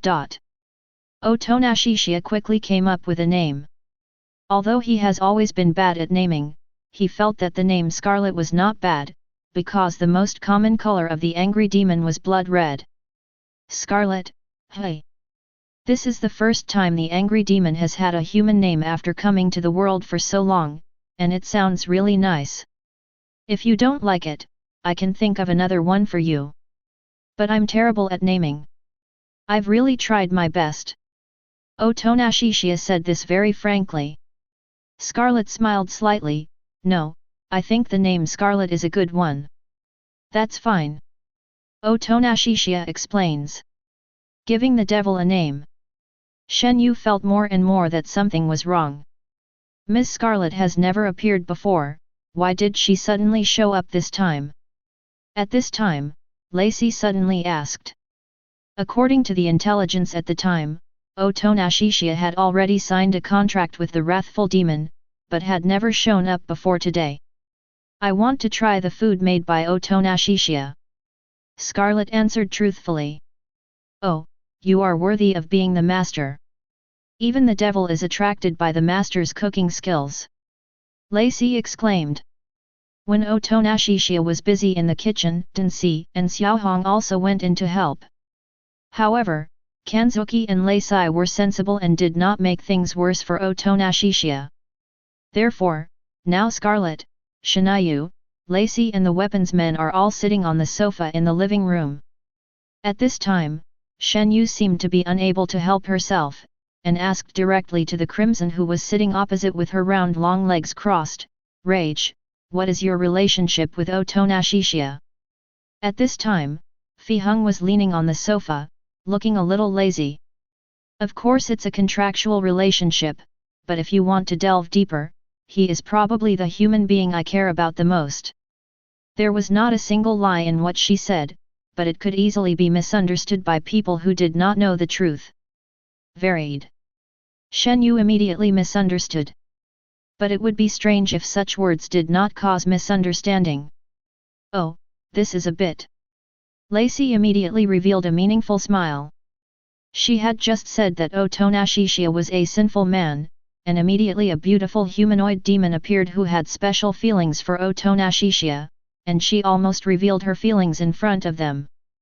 The weapons people think that Lord Otonashi is so awesome. Even demons can be conquered, let alone angry demons, which sound very advanced. No one present doubted whether demons could develop fondness for humans. Although demons do not have as rich emotions as humans, they still have many basic emotions, and the higher the level of the demon, the richer the emotions. What's more, even ordinary demons like bat demons and leech demons can fall in love. At this time, Otonashishia was busy cooking and had no idea what was happening outside. When he brought the dishes out, he noticed that the atmosphere in the living room seemed a little strange. "Excuse me, what just happened?" Otonashishia put the plate on the table and asked. Shen Yu's eyes suddenly revealed a hint of resentment. "I never thought that you would not even let the devil go." Chapter 133. Ah! Otonashishia was stunned for a moment, not understanding what Shen Yu meant by this sentence. What does it mean that he doesn't even let the devil go? Isn't it? Shen Yu asked back. No, you should first explain to me what I mean by not even letting the devil go. I really don't understand what this means. Otonashishia looked a little helpless. I guess it's because Miss Scarlet just said that you are the human she cares about the most. Lei Sai explained for Shen Yu. As she spoke, she went into the kitchen to help serve the dishes. Of course the other armed men felt embarrassed to just sit there and wait, so they also went over to wash and get the dishes and serve them. Oh, so that's what you mean. Otonashishia immediately understood. It turned out that it was because Scarlet said something that could easily be misunderstood. You all misunderstood Scarlet's meaning. Otonashishia then explained, she signed a contract with me because of the special nature of my eyes, so to be precise, she cares about my eyes. Shen Yu helped serve soup to everyone, and asked in a somewhat suspicious tone, is that so? Almost, but... At this time, Fi Heng said, the past was the past, and the present is the present. At the beginning, I really cared about his eyes the most, but now, I am also interested in him as a person. What she meant by this sentence was probably that she wanted to dig out all the secrets of Otonashishia. But her words were so vague that they were more likely to be misunderstood than the previous one. Shen Yu immediately glared at Otonashishia coquettishly, as if blaming Otonashishia for fooling her. Otonashishia sighed, Fi Heng, can't you speak more clearly? You're only making me misunderstood more. Really? But I think this is quite interesting. The corners of her crimson mouth raised slightly. Seeing this, Otonashishia immediately understood that Scarlet was obviously doing it on purpose. He had vaguely discovered before that Fi Heng was a bit sinister, and now it seems to be true. Otonashishia was too lazy to explain further.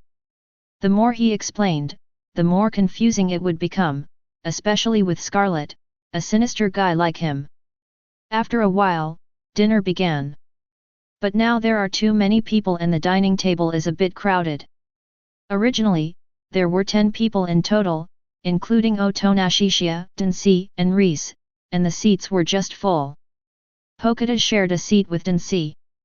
Now that there is an extra person named Hong Hong, someone has to stand or sit on the sofa. Well, Flame Gun Weapon Man Balm was about to offer his seat, but Scarlet had already sat down. But she didn't sit on a chair, but sat directly on Otonashishia's lap. Otonashishia wanted to say something but didn't know what to say. Shen Yu's pupils suddenly trembled. Lacey couldn't help but marvel in her heart, Miss Scarlet is obviously a devil, yet she is so capable. She had only heard that the more human-like a demon looked, the smarter it was and the higher its IQ was. She had only heard about it, but this time she saw it with her own eyes. Hey! Seeing this scene, Dongshan Xiaohong was extremely surprised, and at the same time, she couldn't help but feel envious. Ah! What are you doing? Densi was so excited that he almost jumped out of his seat. Higashi Yamakohong and Denji have just met Scarlet and know that she is the demon contracted by Otonashishiya. But what I didn't expect was that this devilish elder sister would act so intimately towards Otonashishiya. Human little sister, I just want to taste the food made by Otonashishiya, what's wrong? The smile on the crimson face was slightly joyful. That's not the problem. The problem is why you want to sit on Chia's lap. Densi said excitedly. I'm so envious, oh no. How abominable. Isn't there no room left? So I can only sit here. Scarlet said as a matter of course. Then I'll switch with you and give you my seat. Denji said immediately. No, I feel more comfortable sitting like this. Scarlet refused in a calm tone. Dongshan Xiaohong smiled awkwardly. Although she couldn't help feeling a little envious, she couldn't be as bold as Diancie. You. Diancie was suddenly angry and envious. Shen Yu stared at Fiheng intently, and the air was filled with a thick invisible jealousy. Allah Allah. Lacey, on the other hand, enjoyed watching the show without any hassle. The people who were concerned about weapons kept a distance from the matter as it was none of their business. They considered themselves to be side branches and did not want to cause any trouble for themselves. I can't use human cutlery, I need you to feed me. At this time, Fiheng grabbed the chopsticks and handed them to Otonashishiya, indicating that Otonashishiya should feed her. The way she held the chopsticks was obviously from someone who had never used them before. It was really difficult for a demon who had never used chopsticks to suddenly eat with them. But the gazes from Kanzuki, Denji, and Xiaohong have already made Otonashishiya feel a little pressured, while Lacey just seems to be watching for fun. Just about enough, don't overdo it. Otonashishiya put Scarlet down from his lap, and went to the kitchen to get a spoon and a fork. If you don't know how to use chopsticks, you can use these too. Use a spoon to eat rice and a fork to eat vegetables. As long as you have hands, you can use them, at most you may not be very skilled at using them. Because he knew that Fiheng was teasing him out of evil intentions, he naturally didn't want to continue to indulge her and cause trouble for himself. That's fine. Scarlet said casually. Afterwards, Otonashishiya sat on the sofa and ate. According to his habits in his previous life, he would still enjoy his meal even if he walked around with the bowl in his hand. This was the case whenever there were many people at home during festivals, and he had long been accustomed to it. After dinner, we rested for a while. Scarlet seemed to be satisfied and returned to the palm of Otonashishiya's right hand, continuing to reside inside him. Lacey has also contacted the international transfer staff in Daxia and informed Otonashishiya of the specific situation. According to the other party, we can go there in advance to prepare in about 7 days. This year's international transfer will be held in Shanghai, so we can go there directly then. It's all demons, right? It's all fine. Otonashishiya nodded slightly. Anyway, he has nothing to do recently, the only thing is that it will delay his trip to Hell. He planned to visit Hell and find Makima after the international transfer was over. Try to eliminate this potential threat as much as possible. As long as Makima has not been found, it will be an unstable factor. Even if it is not the Japanese cabinet, the top leaders of other countries will not be much better. It is best not to let Makima fall into the hands of any top leaders. Chapter 134. Tokyo Public Security Bureau. Otonashishiya came to visit an old friend. General Manager Yoshimura, I will no longer work at the Leningrad military headquarters, and I probably won't continue to work at the Tokyo Public Security Bureau, but I will come back occasionally to visit. At this time, Chiya was in Yashimura Taki's office. After all, I've done something so unfair to you. It's already very generous of me to come back and visit you once in a while. Yashimura Taki said with an apologetic look on his face. As a senior official in Tokyo Public Security, he had naturally heard about what happened in the cabinet not long ago, and he also knew that the person who took action was Chiya and his subordinates. But he just felt very guilty towards Chiya. After all, it was he who persuaded Chiya to go to the Soviet Union to work as required by the cabinet, and such an unpleasant thing happened as a result. That's not true. The affairs of those guys in the cabinet have little to do with General Manager Yashimura and the Tokyo Public Security Bureau. Chiya's faint smile. As a man who could distinguish right from wrong, he naturally would not vent his anger on Manager Yashimura. Just think about it, it is impossible for ordinary people to know the content of the contract between the Soviet military and the Japanese cabinet. Even Yashimura, the chief of Tokyo Public Security, was just an ordinary person in front of the bigwigs in the cabinet. I understand. We in Tokyo Public Security Bureau always welcome you back as a guest. Yashimura Taki immediately smiled. Well, there's nothing else to do, that's about it. After saying that, Chiya left the office. After Chiya left, Yashimura Taki couldn't help but feel emotional. He didn't expect that after what happened, Chiya would still be willing to talk to him so amicably. Chiya then met Hayakawa Aki and Himeno in the lobby. Himeno immediately waved to him, "Hello. Otonashi-kun is back. Welcome back. Is this a paid vacation? How is it like working in the Soviet Union?" Hayakawa Akira asked in a calm tone.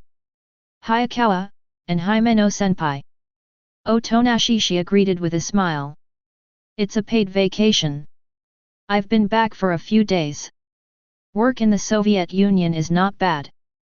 It was obvious that Hayakawa Aki and Himeno were unaware of the recent events, so Otonashi had no intention of revealing those things to them.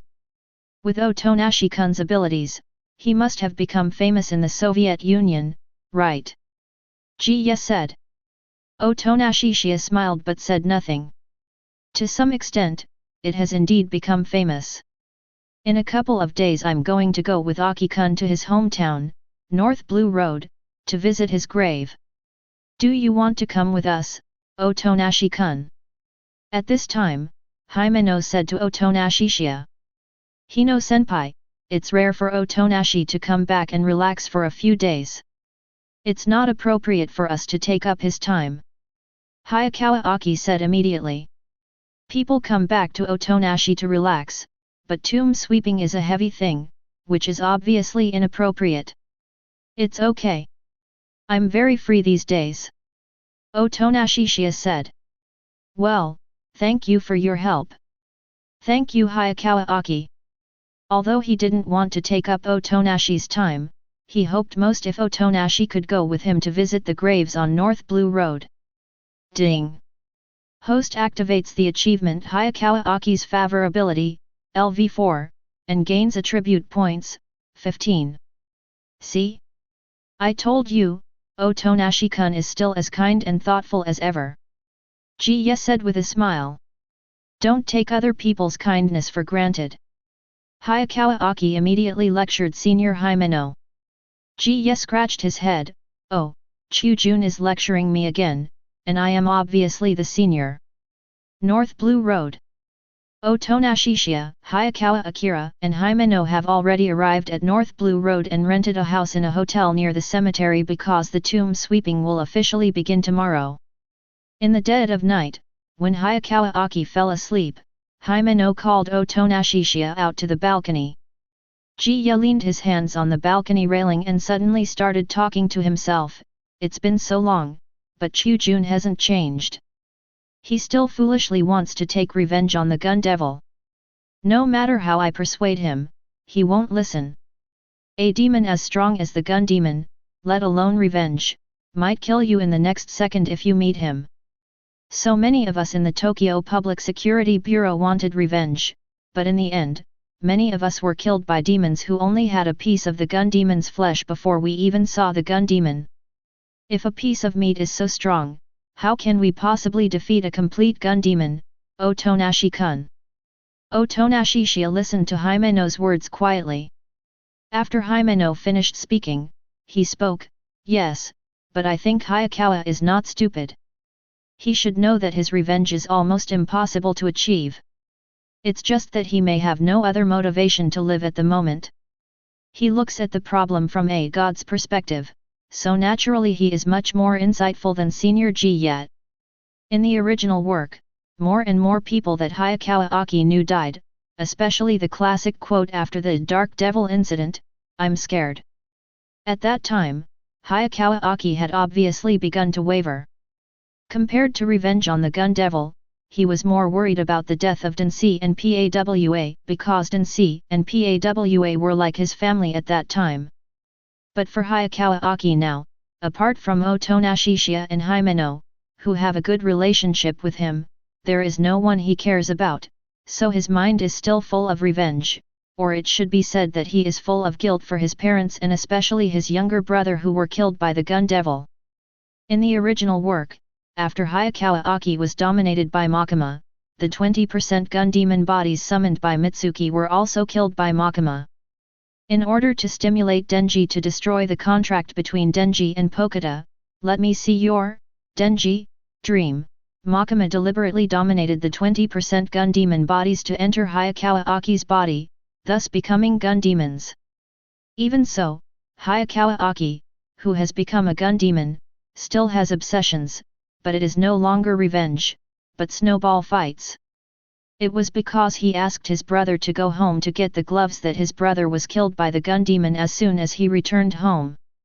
However, he, who was standing not far away, survived by chance and witnessed the scene with his own eyes. Perhaps he thought that if he had let his brother stay and play snowball fight for a while longer, his brother would not have been killed by the gun demon, so snowball fight became the biggest obsession in his heart, and even after his death, he still had the obsession. Hayakawa Aki probably didn't want to live anymore, but carrying hatred and guilt, he had the motivation to live. Although he knew that he couldn't defeat the gun demon, he had no other choice. The motivation to live. Chiya gradually fell silent. At least he can't be sacrificed until he has another motivation to live. Otonashi emphasized to Himeno, "So you have to try your best to prevent him from using the power of the cursed demon at any time, but even if he runs out of time one day, I still have a way." Chapter 135. What is the solution? Chiya couldn't help but ask.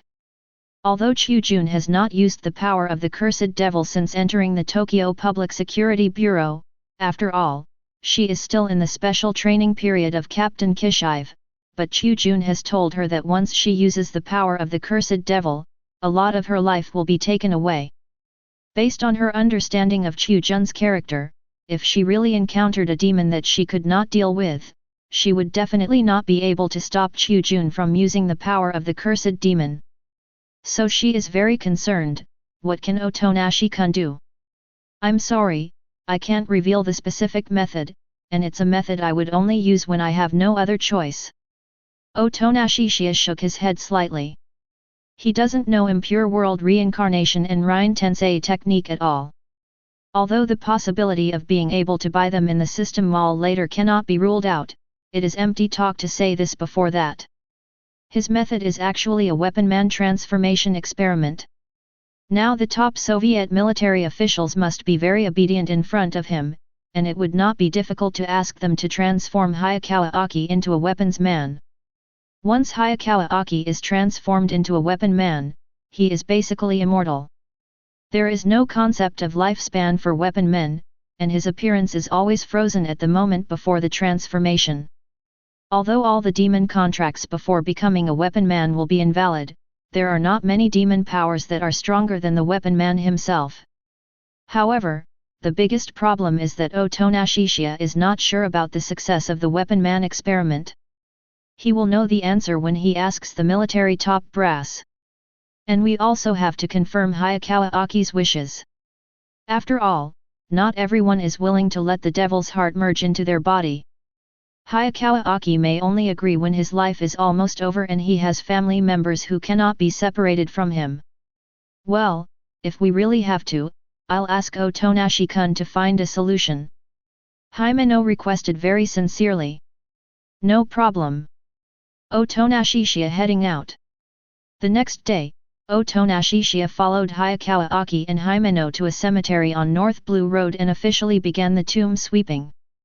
A considerable portion of the graves in this large cemetery are victims of the gun demon disaster, including Hayakawa Aki's parents and younger brother. Flowers, offerings, eyes closed, worship. Hayakawa Aki didn't say a word throughout the whole process, but his determined eyes showed that his goal of revenge on the gun devil remained unwavering. Noticing the look in Hayakawa Aki's eyes, Otonashi could only wait for time to settle. It was not wise to tell Hayakawa Aki the truth about the devil of the gun now. After completing the tomb sweeping, they followed the original procedure and took the bus back to Tokyo Public Security Bureau. At this time, they were in front of the Tokyo Public Security Headquarters building. Thank you very much for being willing to accompany us to visit the graves. As they were about to say goodbye, Hayakawa Aki once again expressed his gratitude to Otonashi. Is Otonashi-kun going back to the Soviet Union soon? Chiya asked. Otonashi smiled and said nothing more. He didn't need to say goodbye to Hayakawa Aki and Himeno specifically, because even if he went through an international transfer, he could still come back at any time no matter which country he went to work in, but he probably wouldn't come back too often. Master. At this moment, Lace's voice suddenly came from not far behind.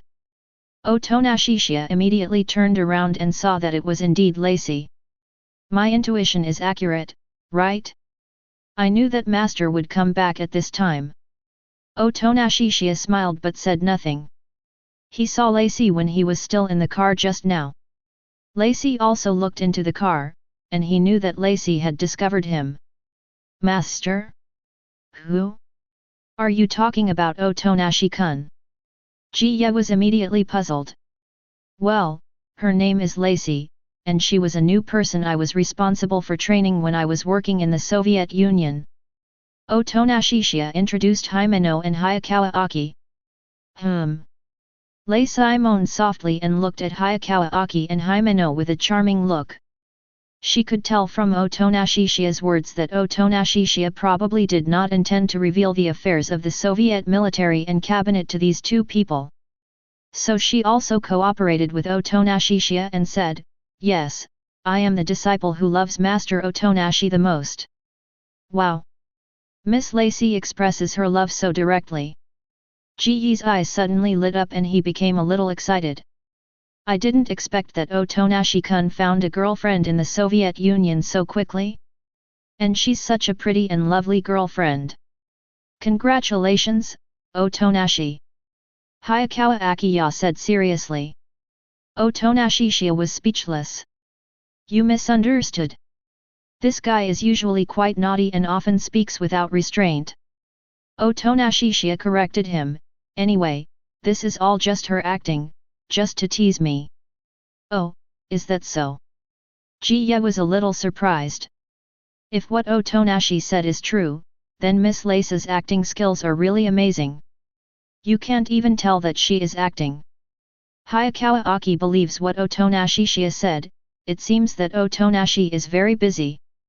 Yes. Otonashi nodded undeniably.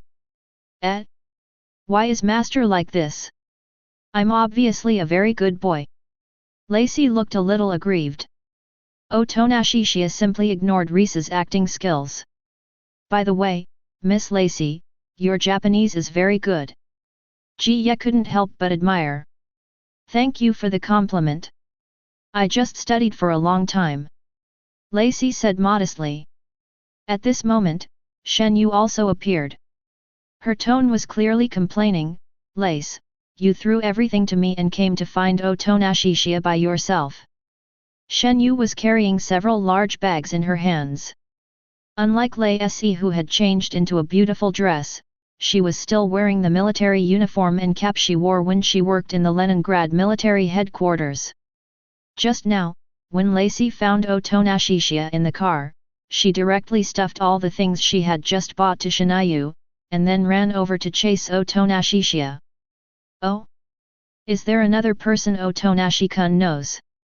Chiya asked curiously. Although she couldn't understand what the handsome young man was saying, it was obvious that he was an acquaintance of Otonashi-kun and Miss Lei Se. "Yet, she was my partner when I was working in the Soviet Union. She was also the strongest demon hunter in the Leningrad military. Her name was Shen Yu." Otonashishiya introduced again. "She." Chiya immediately heard the strange details and couldn't help asking, "Isn't this a boy?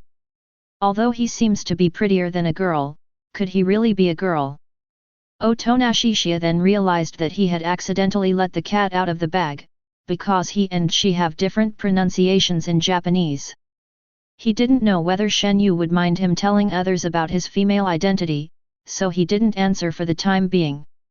He immediately asked Shen Yu first, "Shen Yu, I just let it slip by accident. If you don't want others to know that you are a girl, I will explain it to them." However, Shen Yu did not say anything, but took off her military cap on her own initiative. Her long, smooth hair immediately spread out, and she turned into a long-haired beauty. It seemed that the action was directed at Chiya, the new strange woman. Chapter 136. Otonashishiya was a little surprised. He originally thought Shen Yu would mind others knowing she was a girl. After all, she had always been dressed as a man before. Unexpectedly, Shen Yu took the initiative to expose her female identity as soon as she arrived. However, Otonashishiya vaguely felt that Shen Yu seemed to have other intentions. Just now, it seemed that he had deliberately taken off his military cap in the direction of Senior Himeno. Could this be jealous? To Senior Chiya, whom I have never met. Oh! What a beauty! Chiya was immediately amazed. After all, such beauties are extremely rare. She was already surprised by the appearance of a lace, and now another Kamituki appeared, and it seemed that they both had a special relationship with Otonashi-kun. Otonashi has always been popular with women. Hayakawa Aki said it all. Lei Se also saw Shen Yu's intention, and she immediately teased, "Miss Shen Yu is quite sensitive, and she doesn't want others to mistakenly think that she and my master are in a relationship." Ah!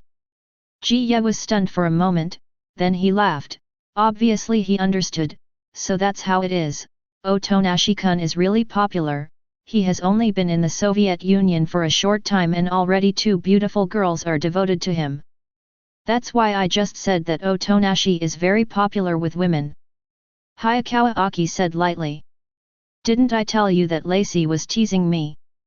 Otonashishiya was a little helpless. Even if Miss Lei Se's acting skills are just that, Miss Shinayu's acting is definitely not that, right? Miss Shinayu's actions just now were very cool, it was as if she was asserting her sovereignty to us. Himeno asked Otonashishiya. Otonashishiya was speechless. Lei Se did make him feel that every word and line was most likely acting, so he couldn't be sure, but as for Shen Yu's words, he had already seen through it and was sure that she had special feelings for him. So he couldn't deny Jiyi's questioning. Seeing that Otonashishiya did not refute, Himeno knew that he had guessed correctly. "I guessed it right. But it's a pity that Miss Kanzuki doesn't seem to speak Japanese. We can't communicate if she only speaks Russian, otherwise I would like to ask her what she likes about Otonashi-kun." Chiya said with some regret. "Okay, stop messing around." Otonashishiya had no choice but to change the subject. "Please don't be so rude to others, Chiya-senpai." Hayakawa Aki started to lecture Himeno again, but this time he seemed to be speaking for Otonashishiya. Okay, I won't talk about that anymore." Himeno said, "From this perspective, Otonashi-kun is living a happy life in the Soviet Union. Aki-kun, you don't have to worry about Otonashi-kun. You should worry more about yourself. Hayakawa Aki could tell that Himeno-senpai was going to mention something related to his Devil of Vengeance spear again, so he said bluntly, my decision will not waver. I knew Chujun wouldn't listen to my advice, but I will never give up until the day I die. Chiya also said in a firm tone. I suggest you relax more and stop talking about such heavy topics all the time. At this time, Otonashishiya interrupted Hayakawa Aki and Himeno. Then it's almost time for me to go back. Bye. Otonashishiya then left with Reese and Kamiju. At this time, Himeno sighed, Otonashi-kun is right, let's relax more while our paid vacation is still here. Hayakawa Aki didn't say anything, but that also meant he didn't refuse. Walking on the way home, Shen Yu took off his military cap and never put it on again, with his long hair flying all the way. Because she found that Otonashishiya seemed to have a philandering physique, and a new strange woman would suddenly appear if she was not paying attention, she decided not to dress up as a man when she was with Otonashishiya in the future. Although there were girls passing by from time to time who were attracted by Otonashishiya's appearance and Mangekyō Sharingan, when they saw Reese beside Otonashishiya, especially the powerful Kanzuki, they completely dispelled all thoughts. Shen Yu gradually discovered that this was very effective, and his determination became stronger. Before, she always thought that dressing as a man was suitable for fighting and would not be looked down upon. Now, she feels that it is better to be a girl. By the way, did you guys just go shopping for groceries? At this time, Otonashishiya looked at the bags in Kamiju and Risa's hands and asked casually. Yes, because we didn't know exactly when you would be back today, and we didn't have enough food at home, so Lacey dragged me out to buy groceries. Shen Yu explained in detail. Although she disliked Lacey at first, their relationship gradually improved as they spent more time together. Given your appetite, you really need to buy a lot of food every day. Otonashishiya Tokoto. If he wasn't rich enough, with a total of tens of millions of yen on him, the appetite of people like Reese would quickly bankrupt an ordinary family. That's also for Reese and the others, don't take me with you. Shen Yu said calmly. What does it matter? Anyway, I don't want any salary. I just hope that master can make delicious food for me. Lacey said. By the way, master, there is new progress regarding international transfers. At this time, Lacey suddenly talked about business. The president of the Demon Hunter Association in the Magic City said that he hopes master can go there in a couple of days to visit. What do you think? The Demon Hunter Association? Is it the Celestial Empire's agency responsible for international transfers? Otonashishiya couldn't help but ask. Well, the functions of the Celestial Demon Hunter Association are very broad. They are not only responsible for international transfers. Simply put, almost all aspects of celestial demon hunters are managed by demon hunter associations in various places. Lacey explained briefly. P.S. Since the setting of Daxia in the world view of Chainsaw Man is too sensitive, I can only say that those who understand it will understand it, and those who touch it will die, so I will not mention those sensitive words in this book, and use the Devil Hunter Association as the main force of the Hyuxia Demon Hunters. I see. Otonashishiya now understood. The Demon Hunter Association is similar to the local public security departments in Japan, but it may have greater power than the public security departments and may even be responsible for such important matters as international transfers. The president has personally invited us, so we should give him the honor. Let's set off in 2 days. Otonashishiya naturally had no reason to refuse. What he looks at in a new place is attitude, sincerity, and whether he likes it. The fact that the president of the Demon Hunter Association of Magic City took the initiative to invite him has already demonstrated his attitude and sincerity, and Daxia is definitely his favorite destination. Chapter 137. When the day of departure came, Otonashishiya naturally had to give instructions to Denji, Kohong and Pokita. We have important matters that require us to be away for a few days. I will ask Sister Lace to stay with you. Otonashishiya plans to go to the Demon City with Shen Yu and the weapon men, because these can increase his bargaining chips. But he was worried about leaving Danci, Xiaohong, and Pokada here, so he asked Lisei to stay and look after them. Received. I will obey Master's orders unconditionally. At this time, Lacey said obediently. By the way, do you have to call me Master from now on? Otonashishiya couldn't help but ask. He always felt that this name could easily lead to misunderstanding, and he didn't want to cause unnecessary trouble from time to time in the future. Master, are you unhappy? Well, I will call you something different from now on. Lacey seemed very obedient. But the smile on his face gave Otonashishiya a bad feeling. Higashiyama Xiaohong, Denji, and Pokada are all very well behaved. After all, it is not the first time that Otonashishiya has been away from home. Once Otonashishiya has confirmed his destination in the upcoming international transfer, Danci and the others can be taken over as well. The next morning, we took a flight from Tokyo Airport directly to Shanghai. As for the visa, Lacey has already asked the president of the Demon City Demon Hunter Association on behalf of Otonashishiya. If you are a demon hunter who is only planning to participate in an international transfer, you need to apply for the relevant visa in advance. However, if you have a special invitation letter from the president of the association, you can get a visa on arrival directly, which means you can apply for a temporary visa directly with the relevant documents as soon as you land on the plane. As for the 15-day visa-free policy for Japan, that is not something that can be said at this time.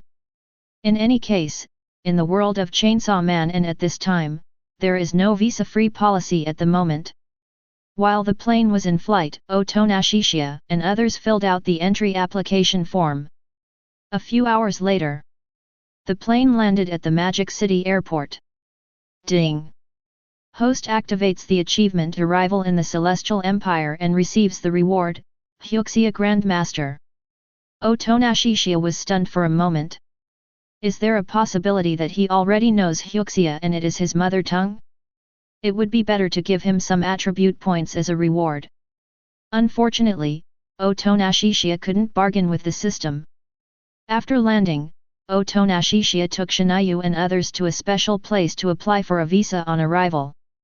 In fact, it would be enough to just show the entry application form and the invitation letter from the president of the Demon City Demon Hunter Association, but they still added their previous work documents. After a while, the visa on arrival was processed. Moreover, the Demon Hunter Association of Demon City seemed to have sent someone to pick them up. The visitor was a middle-aged man with a square face and formal attire. You should be Mr. Otonashi that President Zhang invited. I will send you to the Demon Hunter Association now. The middle-aged man specifically spoke in Russian to Otonashishiya and others. He was instructed to do so by his superior, who said that all the guests could understand Russian and only one of them could not speak Hyuxia, but it was still most convenient to speak Russian. Okay, thank you for your help. Otonashishiya then said. Then, the middle-aged man took them to a luxurious long car that could accommodate all of them. Sitting in the car and looking at the scenery outside the window, Otonashishiya couldn't help feeling a little emotional, as he had finally returned to Daxia again. Demon Hunter Association of Demon City. The exterior looks even more majestic than the Tokyo Public Security Bureau, just like a palace. Sorry, everyone except Mr. Otonashi, please wait for a moment, because President Zhang hopes to talk to Mr. Otonashi alone. At this time, the middle-aged man said in a polite tone. Shen Yu, Freya, and other weapon people did not speak, but looked directly at Otonashishiya. They completely obeyed Otonashishiya's wishes. It's okay. I'll go meet President Zhang by myself. You guys stay here and wait for me. Remember not to cause trouble here. Otonashishiya said to Kanzuki and the others. Yes. Lord Otonashi. The weapons men nodded seriously. Shen Yu raised his eyebrows slightly, as if to indicate that he understood. Then, Otonashishiya met with President Zhang under the guidance of the middle-aged man. The middle-aged man left silently and closed the door. This looks like Chairman Jiang's study, and probably also his workplace. Hello, President Zhang. Otonashishiya used Hyuxia directly. The man in front of him was not young, and looked to be in his 50s or 60s. Not only did he have a Mediterranean hairstyle, but he also had a lot of white hair. However, his face looked dignified, his eyes were firm, and especially he had a spirit that did not seem to match his age. Chairman Zhang immediately stood up and walked over to shake hands with Otonashishiya. I am finally meeting you. Thank you for giving me this honor. However, President Zhang did not seem surprised that Otonashishiya spoke fluent Hyuxia. Because he had specifically investigated Otonashishiya's identity background and discovered that Otonashishiya was actually a mixed race of Hyuxia and Japanese.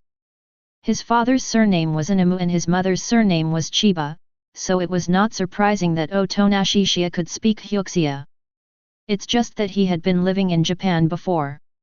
Although he found very little relevant information when he wanted to track down Otonashishiya's parents, it didn't matter.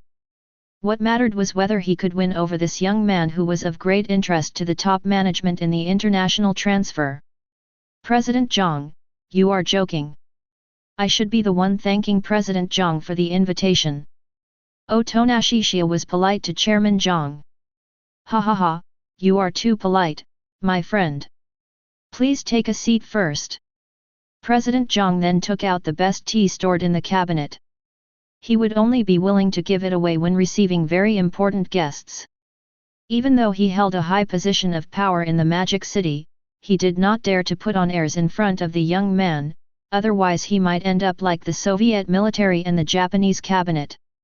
The big shots above and he, when they learned that the young man was about to participate in an international transfer, all attached great importance to this matter. Think about it. He just did those things to the Soviet military and the Japanese cabinet, and now he wants to participate in an international transfer. It is obvious that he is looking for a place to go. Although this young man is very dangerous, they discovered based on intelligence that he is only dangerous when he wants revenge, and is usually too gentle to be a strong man. In other words, as long as they don't do anything stupid, this young man is not actually dangerous. If they can win this young man in this international transfer, it will not be difficult to get him to stay and settle down for a long time. This will also be a great achievement for President Zhang, so he is very concerned about this matter. I've heard that you are planning to participate in our upcoming international transfer. I'd like to ask if you have any intended destinations. After making tea, President Zhang started talking about business. Chapter 138. I'm a straightforward person, and my favorite place to go is Daxia. Otonashishiya didn't want to play any tricks with President Zhang because it was too troublesome. To be a riddle teller, in layman's terms, it is just for profit, or at most a more advanced form of bargaining. In his eyes, interests are not the first priority. Anyway, the treatment he deserves will definitely not be reduced. If there is not even this little sincerity, then he thinks there is nothing to talk about. President Zhang didn't expect that the young man would be so straightforward. Since the other party has spoken so directly, he will not continue to play Tai Chi. Especially since the other party has already expressed his attitude, he was pleasantly surprised. Isn't this exactly the answer he was most expecting? Therefore, President Zhang also said frankly, we also attach great importance to you. Of course, this international transfer will still proceed as normal. We will try our best to offer a price that satisfies you. Although he thought about discussing it with Otonashishiya privately, it seemed too informal and lacked sincerity, because international transfer was the most formal way. Transfers like those of Guangxi and Kishive can only be considered temporary loans and do not belong to the type of transfers that directly determine the country of their destination. Okay. Otonashishiya nodded without saying anything more. But speaking of which, I heard that you brought several strong men from the Soviet Union with you. Do you plan to let them transfer as well? Chairman Zhang also cares about those Soviet strongmen. That's right. They have no affiliation now, just like me. To be more precise, they are now my subordinates, so they will naturally be tied to me when they transfer. Otonashishia said calmly. I see. I understand now. President Zhang suddenly felt excited and solemn. The Soviet warriors brought by Otonashishia can be said to be the original backbone of the Soviet Union, the strongest among them below the gun demon. If their celestial empire can take it down in one fell swoop, then their overall strength will become unprecedentedly powerful. But when it comes to international transfers, the bidding for Otonashishia will definitely be fierce, and representatives from other countries will surely compete with them like crazy.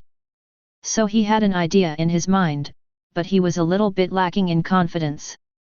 It was hard to imagine how high the bid would be at that time. International transfers will officially begin soon. Before that, you can go around our magic city. With your speaking ability, it won't be a problem at all. President Zhang said, where do you want to stay for the time being?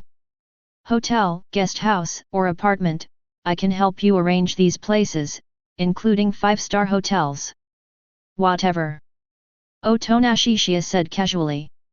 Then we'll arrange a stay for you in a 5-star hotel. President Zhang said. When Otonashishia left, President Zhang sat back in his swivel chair and slowly turned back and forth while thinking. This is a once-in-a-lifetime opportunity for both his future and the growth of Daxia's strength.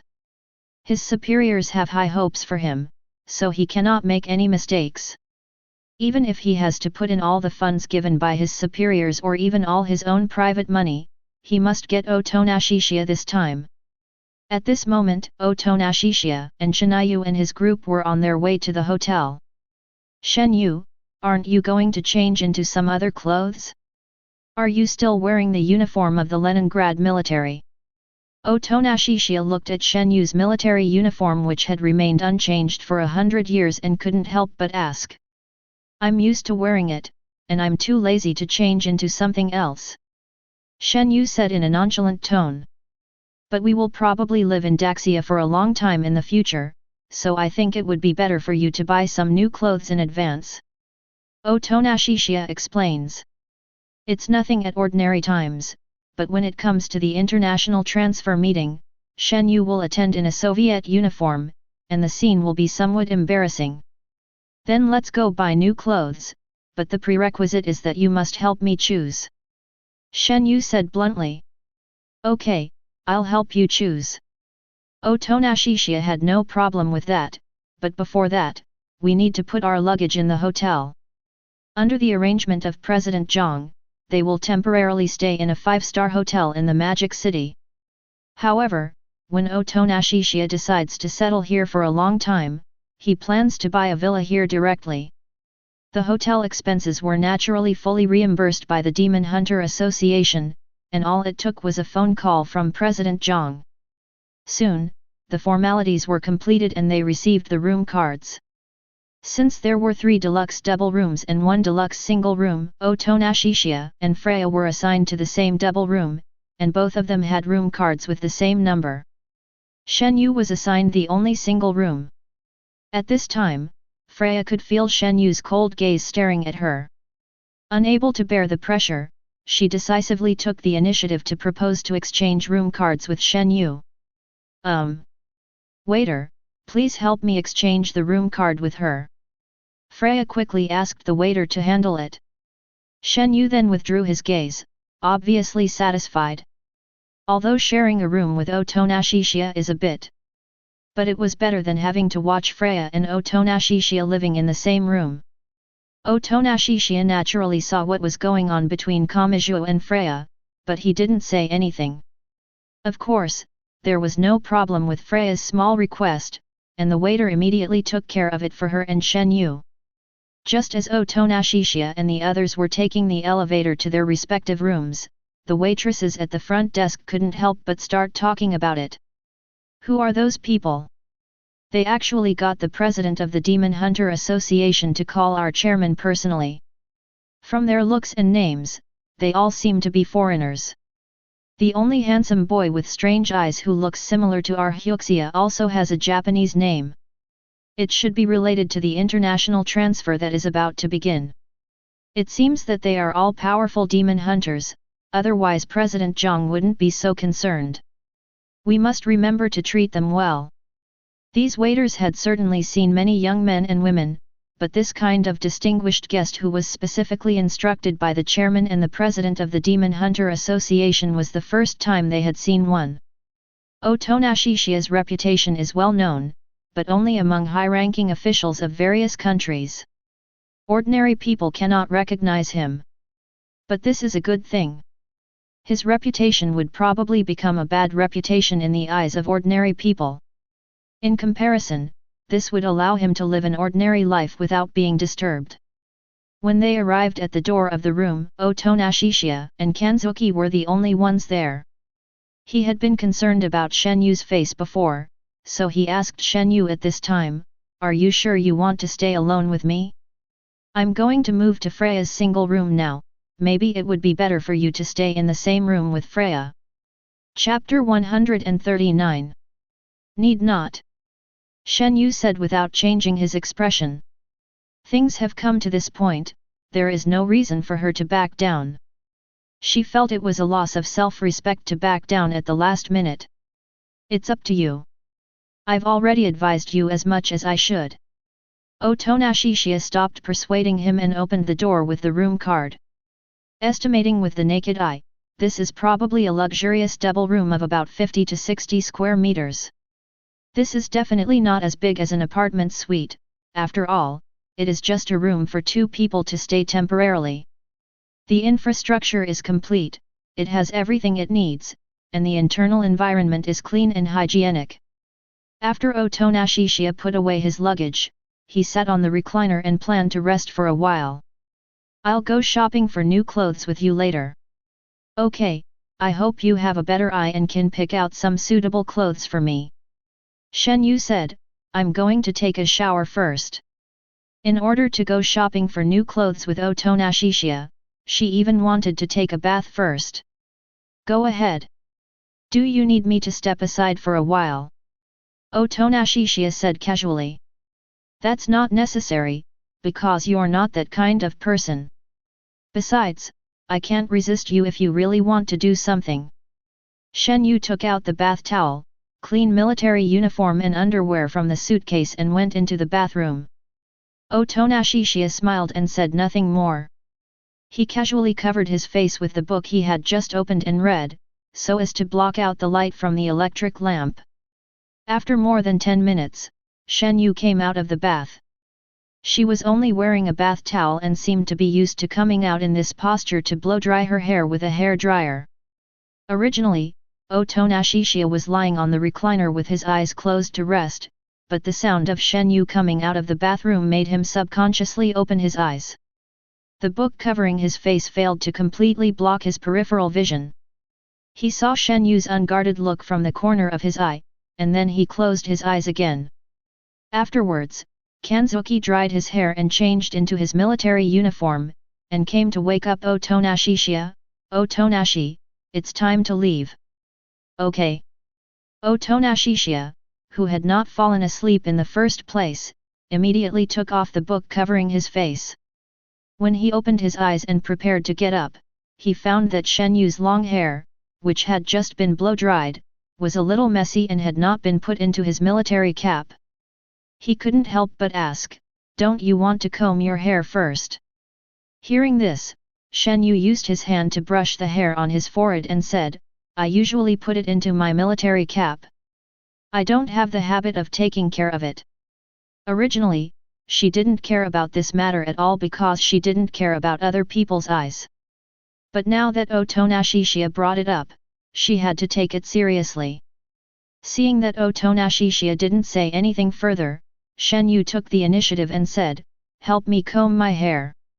"Good."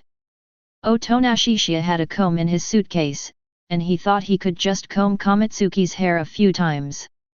But when he really started, he couldn't help but become very serious. Kanzuki sat on the chair and Otonashishiya stood behind her. Being so close, I could naturally smell Shenyu's fragrance, although it was mostly the scent of shampoo and shower gel. When his fingertips touched Shenyu's hair, Otonashishiya suddenly remembered that this was his first time combing a girl's hair. All he could do was to help Shenyu comb her hair so that it was less messy and had a similar hairstyle. Your technique is obviously a little unfamiliar. Haven't you combed other girls' hair before? At this time, Shenyu suddenly asked. No, this is the first time. If there is anything you are not satisfied with, just tell me how to improve it. Otonashishiya's honest words. No, this is enough. Shenyu's tone sounded as if he was in a good mood. After all, she is the first and currently the only one to have her hair combed by Otonashishiya himself. So she actually hoped that Otonashishiya's technique would be as clumsy as possible, and that it would take him longer to comb her hair. Then I'll just continue as before. Otonashishiya still follows his original ideas. His technique is a little unfamiliar and slow but not clumsy, and he is very careful. Shenyu could clearly feel Otonashishiya's attentiveness, and she was immediately filled with joy. Feeling that it was about time, Otonashishiya stopped what he was doing. It's already healed, look in the mirror and see how you feel. Hearing this, Shenyu moved the mirror next to the table over and took a look. It feels good. Shenyu said with satisfaction. It was definitely better than the messy look she had just had, and Otonashishiya was so attentive. Then we can set off. Otonashishiya put away the comb, took the room card and prepared to go out. This time, Shenyu did not wear the military cap, but revealed the hair that Otonashishiya had just combed for her. By the way, you haven't worn a hat much lately. Otonashishiya discovered this problem a long time ago. But he didn't pay much attention to it the first 2 times, but after it happened so many times, he couldn't help but become curious. Because I think it's better this way. After all, I don't want to be mistaken for a man all the time. Shenyu made up an excuse. She certainly didn't want Otonashishiya to know that she did this to prevent Otonashishiya from having affairs outside. Is that so? Otonashishiya didn't care about the truth of this sentence, and thought that Shinyu might just suddenly not like dressing up as a man. But when Otonashishiya thought of a woman dressed as a man, he subconsciously looked at Shenyu's place. It was still so flat, just like an airport. He couldn't help but ask, you even took off your military cap, why are you tying that piece of cloth so tightly?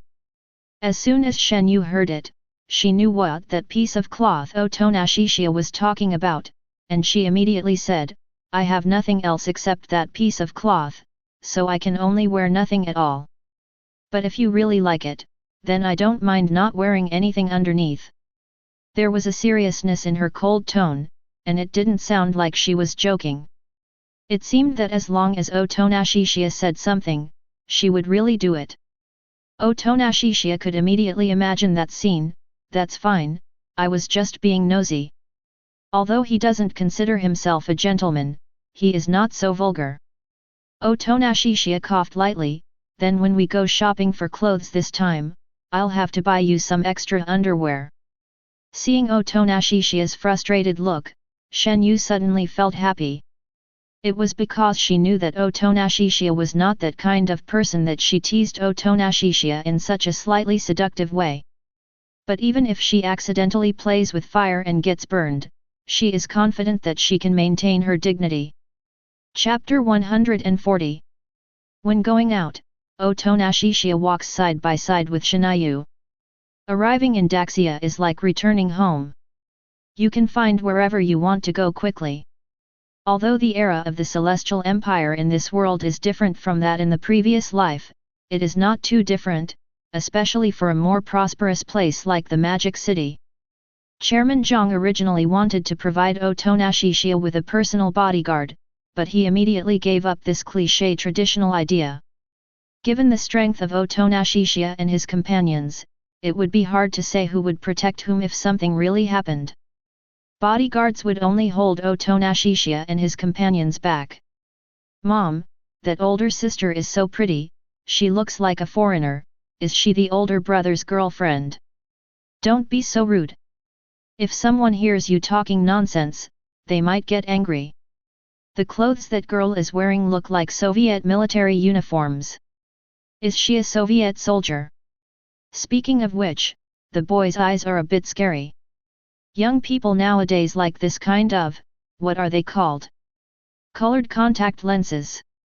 No matter which country or place, Otonashishiya's looks and Kamiju's beauty will attract all kinds of attention. But they have long been accustomed to this situation. There are clothing stores over here and over there.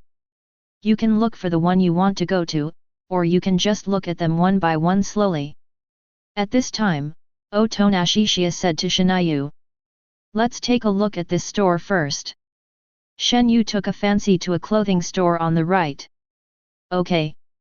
Otonashishiya brought Kamatsuki into the store. Since Shenyu only speaks Russian, he must be brought along when buying clothes, otherwise there will be no way to communicate properly with the store clerk. "Welcome, are there any assistance needed?"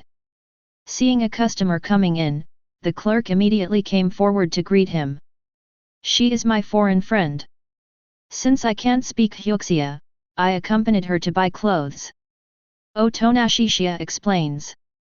Next, he communicated with the clerk and selected clothes based on Shenyu's own opinions. Since Shenyu always felt that skirts were not suitable for her, she preferred clothes that were more neutral. They are all of this type. The female clerk next to her couldn't help but suggest, "This beautiful Soviet lady is so pretty, I think it's worth it for her to try on all kinds of skirts, right? Then I'll talk to her." Otonashishiya then translated what the female clerk had just said into Russian and told it to Shinayu. Shenyu wanted to refuse directly, but she hesitated for a while. "What do you think?" Otonashishiya didn't quite understand what Shenyu asked out of the blue. "What do you mean by I think? I'd like to know your advice." Shenyu immediately spoke more directly. "My suggestion. I think you can give it a try. You won't lose anything anyway." Otonashishiya said, "Although I have never seen you wearing a skirt, I can imagine that you must be very beautiful." Hearing this, Shenyu's attitude suddenly changed. "Then I'll try." Especially the sentence "it will definitely be beautiful" that concerned her the most. Seeing that Shenyu agreed, Otonashishiya immediately said to the clerk, "She is willing to try it, so please recommend us some skirts that are more suitable for her." "With pleasure." After saying that, the female clerk immediately took Otonashishiya and Kamiju to the area where various skirts were displayed. The female clerk seemed very motivated. In fact, she does this job because she loves it and wants to dress every customer up to look handsome or beautiful. With the recommendation of the female clerk and Shenyu's own wishes, she selected 5 sets of dresses. "If you like all 5 of these, I think you don't need to select them any further. Just buy them all." Otonashishiya said to Shinayu, "But before that, go to the dressing room and try it on to see how it works." Shenyu then took her favorite dress and went into the dressing room. Of course, this favorite is only relative to other skirts. She still felt that skirts were not in line with her temperament, but she wanted to know whether what Otonashishiya had just said was true or false. The female clerk was looking forward to seeing what this beautiful Soviet customer would look like when she changed into her skirt. But at this moment, Otonashishiya suddenly called Shinayu again. "Oh, by the way, I haven't bought you anything to wear inside yet, please wait a moment." Then he turned to the female clerk and said, "I almost forgot. I need you to take my friend to pick out some of that stuff, because she is, how should I put it, not wearing anything underneath." As he spoke, he gestured in front of his chest. As for himself, he decided not to go with them, as it would be a bit awkward. The female clerk looked puzzled at first, but after seeing the gesture, she immediately understood what Otonashishiya meant. She smiled and said, "Okay, I understand." The smile on her face was actually hiding her inner surprise. I can't help but sigh that young people nowadays are having more and more fun. Such a beautiful foreign girlfriend, but she is not wearing anything underneath. I don't know whether the girl didn't want to or her boyfriend asked her to do so. After a while, Shen Yu randomly selected a few pieces of underwear. This thing was not as comfortable for her as the cloth. It felt a bit strange to wear, probably because she was not used to it. Not only that, this skirt also made Shen Yu feel uncomfortable. Therefore, she felt a little regretful and uneasy in the dressing room. She still felt that she was totally unsuitable for wearing skirts, and Otonashishia's imagination that she would be beautiful would probably be shattered. But now that she's already dressed, Shen Yu doesn't want to back down. She endured the discomfort and walked out of the locker room. Her eyes were slightly flustered, but her face was cold without any extra emotions, and her aura was still cold, arrogant, and powerful. However, Otonashishia noticed the difference in Shinayu's eyes. He first looked at the effect of Shinayu wearing the dress, and then praised, "It's just as I thought. Isn't it beautiful?" At this time, Shen Yu was wearing a pure black pleated skirt, which combined with her graceful and slender figure and her long black hair like a waterfall, gave her a long, straight black feeling. And without the restraint of the cloth, that place is no longer flat, and the figure has changed from the biggest regret to almost perfect. So Otonashishia was not speaking to comfort Kamiju, but was speaking the truth from his heart. Shen Yu's cold and pretty face was slightly stunned for a moment. She didn't expect that Otonashishia would make such an evaluation. But then Shen Yu said, "I know that the skirt doesn't fit me well, you don't have to comfort me so deliberately." Although she felt that Otonashishia said such nice words to comfort her, she couldn't help feeling happy in her heart. Chapter 141. What are you imagining? I'm just telling the truth. Otonashishia retorted, "It's not ugly, so why should I comfort it? On the contrary, it's very beautiful." If the female clerk could speak Russian, he would have wanted to ask her to give him some comments. However, even if Shen Yu didn't understand what the salesgirl said, the look in her eyes, as if she had seen a beautiful treasure, was quite obvious. She has worked here for all these years and has never seen such a beautiful female customer. Really? Shen Yu was skeptical. She couldn't believe that this outfit, which she thought was so inappropriate, received such high praise from Otonashishia. "It won't do me any good to lie to you." Otonashishia was a little speechless. He even had some doubts as to whether Shen Yu had no awareness of his own beauty at all. Generally speaking, a beautiful woman will not look ugly no matter what she wears. After all, facial features are the most important. Only then did Shen Yu reluctantly believe that she looked good in the skirt. Otonashishia pointed to the other 4 dresses next to her and said, "Try these on and see how they look. If they're all good, just buy them all and take them away." With Otonashishia's praise, Shen Yu gradually became willing to accept this kind of skirt. She tried on every set and there was no doubt that they were all very beautiful. They were completely different from Shen Yu's original style when she dressed as a man. Will these really look good? Shen Yu still lacks confidence. "Believe me, it's absolutely beautiful," Otonashishia said in a promising tone. "I see. Let's buy all of these." Shen Yu nodded. No matter what other people think when they see it, as long as Otonashishia really thinks it looks good, she thinks it is enough. After paying, Otonashishia and Shinayu went straight back to the hotel. Shen Yu simply put on the pure black pleated skirt and wore it the same way when she came back. She attracted more people's attention when she walked on the street. These days, Otonashishia and his friends have been staying in the hotel most of the time. All meals are taken in the hotel. Hotels usually have restaurants, let alone a 5-star hotel like this. The transfer period will officially begin tomorrow. Tonight, Otonashishia and his friends will have dinner in the restaurant on the 20th floor as usual. Arriving at the luxurious restaurant, Otonashishiya glanced around and said, "There are quite a lot of people here today. The seats are almost full. I guess it has something to do with tomorrow's international transfers. Many people want to join in the fun. Usually, many big bosses, wealthy people, and the like would dine here, but today there were especially many people."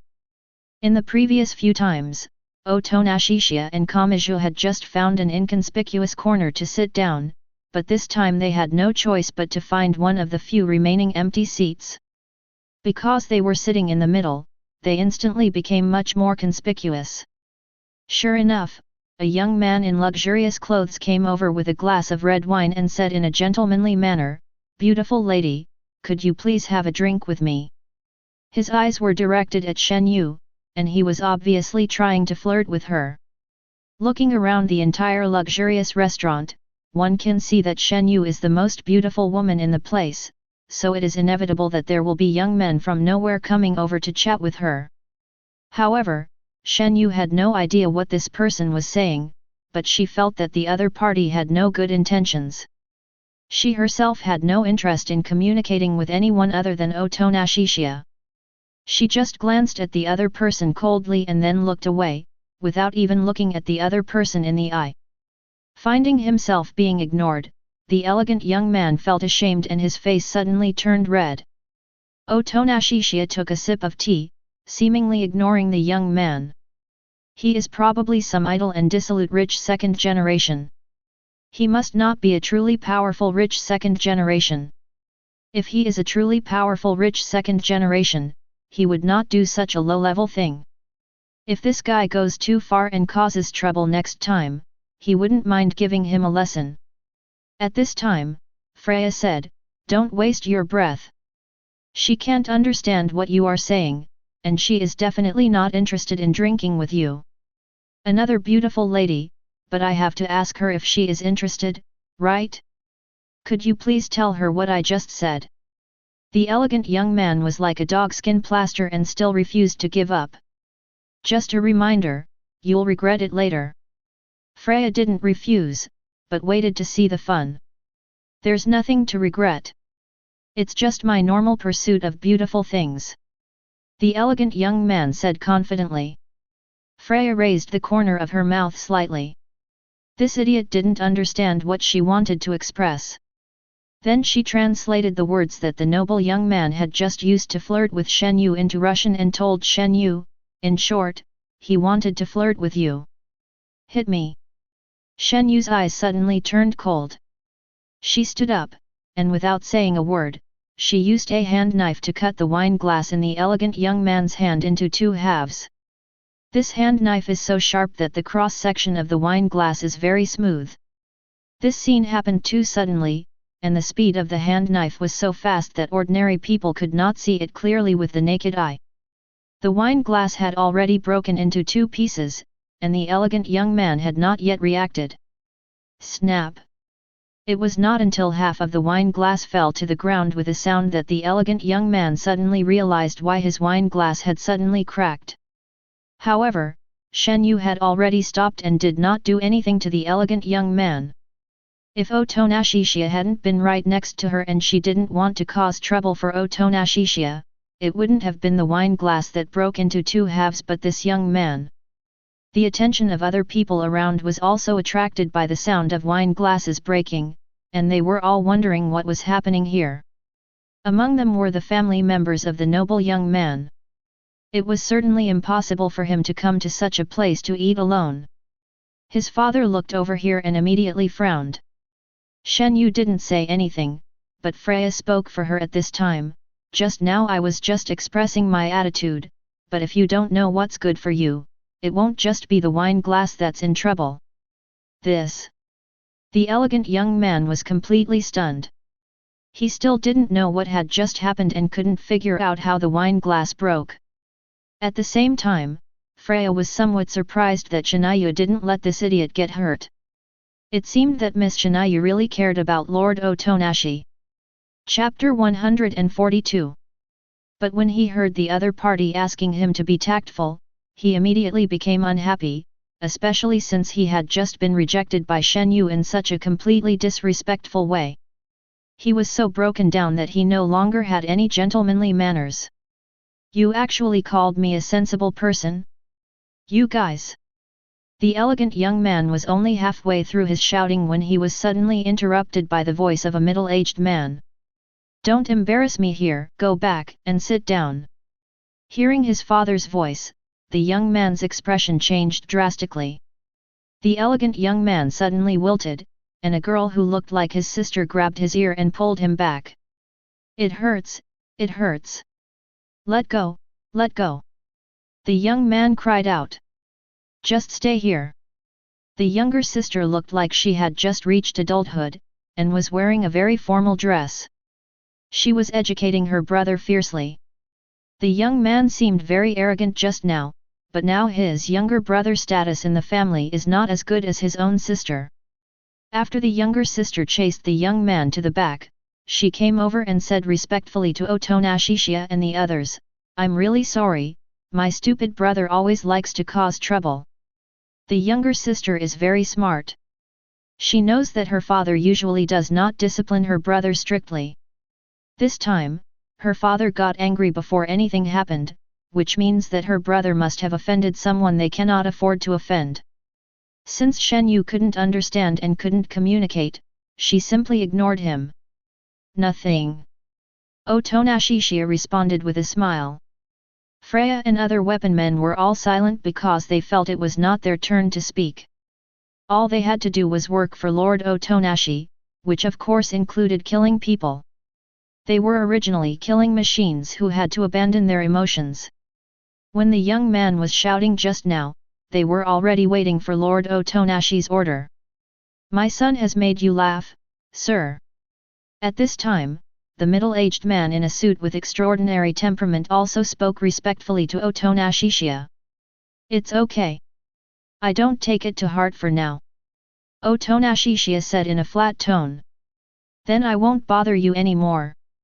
After saying that, the middle-aged man turned and left.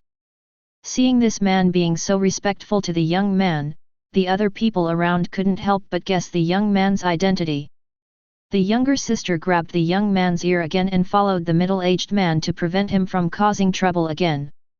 "It hurts. I can walk by myself, stop pulling my ears."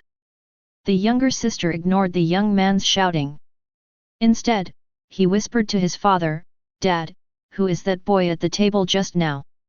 She was curious about who made her father so odd. It is rumored that President Zhang of the Demon Hunter Association has specially invited a young man to participate in tomorrow's international transfer. Even I am not very clear about the specific situation, but I can infer that the young man must be an extremely powerful demon hunter. The middle-aged man said slowly, "It is said that the boy's eyes are bloodshot, and the girl that Ping Guy just chatted up also showed strength that normal people can't have. I'm afraid that the whole table is made up of demon hunters." The Ping Guy that the middle-aged man refers to is naturally his disappointing son. Blood pupils. My sister understood immediately. The first time she saw the boy, she was attracted by his bloodshot eyes, which even had a special shape. No wonder my father didn't dare to provoke the demon hunter invited by President Zhang himself, and he looks very young. In addition to the father and daughter, some people present also vaguely guessed Otonashi Chiya's identity. "That's Principal Liang. He's so respectful to a young man. What's the background of that young man? It just so happens that I want to go to the international transfer tomorrow to join in the fun, and I also learned some inside information. It is said that there will be a heavyweight person this time, and it was invited by President Zhang himself. Could it be that young man? You know what, it's very possible. The description of his appearance that I heard is very similar to that boy, especially his eyes, there's no doubt about it. Then we have to go and get to know him. It won't do us any harm to make friends with someone that President Zhang values." Therefore, more and more people came to Otonashi Chiya to toast. However, Otonashi Chiya only had tea in his hand, and he did not want to exchange it for wine, because in his eyes there was no point in making friends with these people. At most, it's just a gesture of appreciation, with tea in return. Those people didn't dare to say anything when seeing this. They had guessed Otonashishiya's approximate identity and wanted to make friends with him. Would it be asking for trouble to have any objection to a demon hunter that President Zhang valued? After the lesson from the young man, no one dared to covet Chinayu anymore. At most, they only dared to talk to Freya. After all, Freya was also very beautiful. "Hello, beautiful lady, can you tell me your name?" Seeing that a young man from a noble family was trying to talk to her, Freya immediately said jokingly, "Are you serious about chatting me up? I'm nearly 80 years old, and I'm a superior human that you ordinary humans can't even reach." "Almost 80 years old? How is that possible?" The other party was already shocked by the first half of Freya's words and temporarily ignored the second half. He looked at the lady, who appeared to be only about 20 years old, very young and beautiful. There was no way she could be an old woman in her 70s or 80s. "So, you ordinary humans can't understand a superior human like me, so go away." Freya waved her hand and sent the other person away as if she were a idler. The man had to leave in disgrace. He didn't dare to have any complaints, otherwise he would be seeking death. But he still didn't believe what Freya said was true. Even if an old woman in her 70s or 80s put on heavy makeup, it would be impossible for her to look so young and beautiful. He thought that the other party was just trying to fool him just to reject him. After dinner, Chairman Zhang contacted Otonashishiya and explained to him in detail the specific procedures for tomorrow's international transfer, such as when he should arrive and when he should attend. Early the next morning, Otonashishiya and Kamui entered at 8 o'clock. This year's international transfer is held by the Demon Hunter Association of Magic City, and the venue is naturally inside the Demon Hunter Association. Representatives and demon hunters from various countries will gather in the Demon Hunter Association, so today the security forces in a large area near the Demon Hunter Association are very strict. After entering, Otonashishiya and the others only needed to sit and wait in the VIP seats. Chapter 143. The international transfer was held in a very spacious and bright venue inside the Demon Hunter Association. The host stood on a huge platform like a stage. Below are high-end luxurious sofa chairs, and representatives from various countries sit on these sofa chairs to bid. The surrounding area can accommodate many spectators, including the second and third floors surrounding the venue where people can stand and watch. Usually only people of special status are qualified to be spectators. Ordinary people cannot enter the Demon Hunter Association, and the security personnel outside will never allow idle people to enter. Otonashishiya, Kanzuki, Freya, and other weapon men were in a private room on the second floor. There are many private rooms on the second and third floors, which are specially provided to demon hunters from various countries who are about to transfer. They can wait in the private rooms and enjoy some snacks and drinks. Moreover, the glass in the private room facing the venue is one way, which means that only people inside can see outside, and people outside cannot see inside. At this time, representatives from all countries have arrived, and the demon hunters who are about to transfer are also waiting, and the international transfer has officially begun. Dear guests, ladies and gentlemen, welcome to our booth. We uphold the principles of openness, fairness, and justice, and hope that you can bid in a friendly manner and return with satisfaction. Although the host on the stage spoke Hyuxia, the representatives from various countries below, except those from Daxia, all wore real-time translators. After the simple opening remarks, warm applause broke out from all around. Then let me first invite the first demon hunter of this international transfer, Mangekyō from the European Union. He is 35 years old and has hunted 3 demons strengthened by the gun demon meat slices alone. However, Mr. Mangekyō is unwilling to reveal the demon's power. As the host introduced them, Mangekyō also walked out from a private room and stood on the stage facing representatives from various countries. This is a tall man with an empty right sleeve, which may be the price paid for the devil's contract or caused by fighting with the devil. According to the offer from the country of origin, the initial price is 100,000, so you can start now. The initial price reported by the host was set by Mangekyō's original country of origin, and the final price was also paid to the country of origin after deducting the handling fee. P.S. I am afraid of triggering the sensitive word mechanism of the review, so I don't mention the currency name. 110,000. 130,000. 200,100. In the end, it was finalized with a bid of 345,000. This price is roughly in line with Mangekyō's worth. Because from the information provided by the host, the only outstanding record was that he single-handedly hunted down 3 demons with gun-like flesh slices. The secrecy of the demon power was a deduction, and he was already over 30 years old. The older the demon hunter gets, the lower his value becomes, because with age, all aspects of his health will continue to decline, and he will have fewer and fewer things on him that can be used to sign a contract with the demon, so he is definitely not as good as a young person who is strong and has high potential. Mangekyō himself didn't care about the bid at all. He returned to his private room with a blank expression and would not proceed to the next step until the bidding was over. After all, the money will not go into his hands, and he will just move to another place to continue working hard or even work desperately, but the salary in the new place will undoubtedly be higher. The second demon hunter is Takahashi Yako from the North Blue Public Security Bureau of Japan. He was once known as the Bloody Rose of the North Blue Public Security Bureau. The demon he contracted is the Piranha Demon. He has killed 2 demons strengthened by the gun demon meat slice when working in pairs, and 3 such demons when working in a team. His age is kept secret. At the same time, a young woman with a pretty face, tall and hot body walked onto the stage. Although his age has been kept secret, one can tell with the naked eye that this Takahashi boy should be in his 20s. According to the offer from the country of origin, the initial price is 150,000. 200,000. As soon as the host finished speaking, some people couldn't wait to start bidding.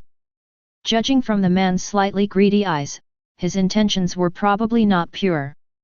It's a pity that the final highest bid was not his, and it was bought by the Soviet Union for more than 500,000 yuan. Since almost all the backbones of the Soviet Union were taken away by Chiya not long ago, referring to the weapons men like Shinayu and Lei Sai, the Soviet military is now a bit weak inside. Therefore, they want to take advantage of this international transfer to buy more powerful and potential demon hunters to fill the gaps in their strength. Next, demon hunters from Northern Europe, the United States, the Soviet Union, and Daxia itself listed came out for transfers, and almost half of them were bought by the Soviet Union.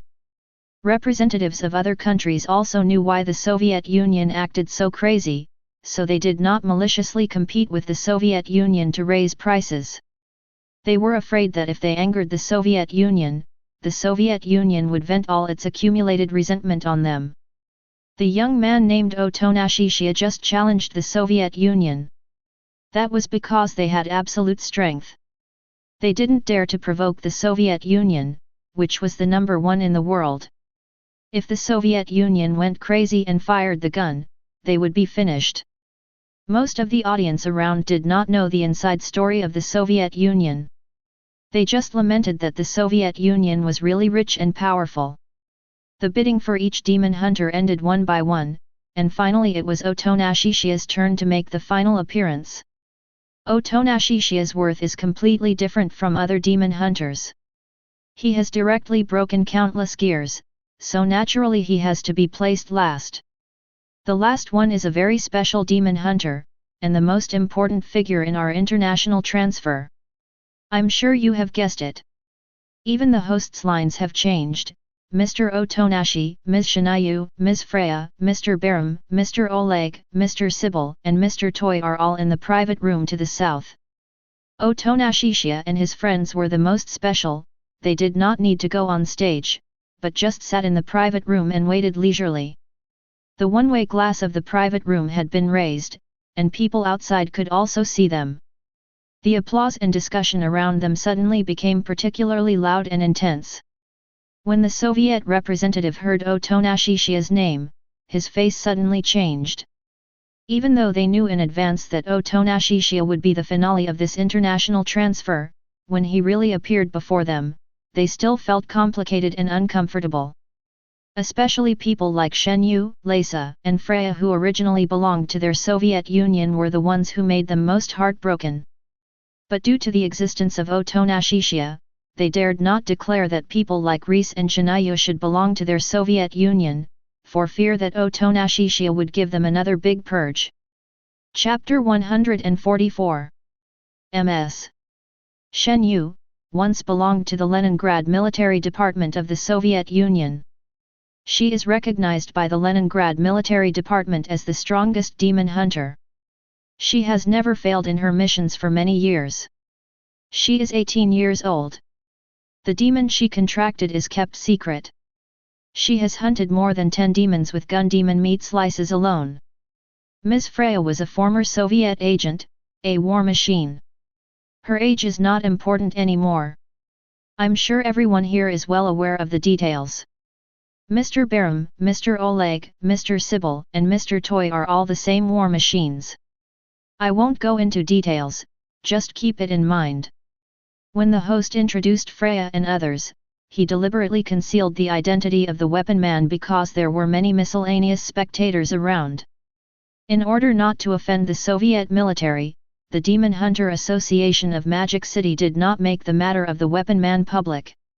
It only required representatives of various countries to understand it. Even so, the representatives of the Soviet Union still felt extremely uncomfortable, as if they had eaten something. Shenyu and these weapons men were once the strongest main forces under their command. Why are all of them from the Soviet Union? Is the Soviet Union going to sell off all of its assets? But they also bought so many demon hunters like crazy before. I don't know what war machine means, but he must be very strong, otherwise he wouldn't be in the last round. Speaking of which, this is the first time I've seen so many demon hunters bidding at the same time. Are they going to be packaged together?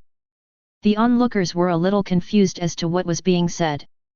Because most of them are completely unaware of the previous huge accident in the Soviet military, nor do they know the secrets of the weapon man. The last one is Mr.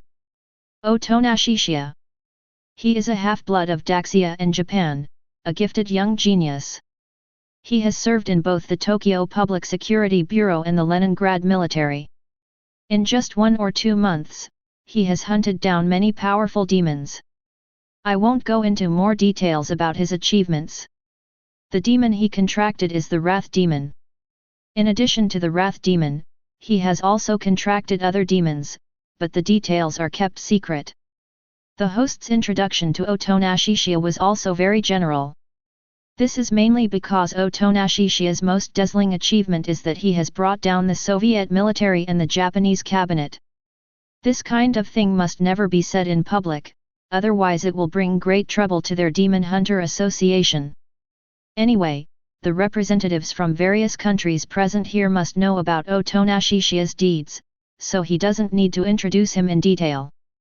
Oh, by the way, there is also Ms. Reese, who is not present. She is also a war machine. These demon hunters, including Ms. Reese, are all subordinates of Mr. Otonashi, so they will transfer with Mr. Otonashi. Since Mr. Otonashi has no country of origin and did not make an offer himself, our Demon Hunter Association has estimated a rough initial price, starting at 100 million. The host's words undoubtedly dropped an extremely heavy bomb on representatives from various countries. They all knew very well what this meant. One was a young genius who could compete with and even crush the demonic Soviet military that didn't use guns. No, the word genius is totally inadequate to describe him. To use the words of martial arts novels, he is a peerless monster.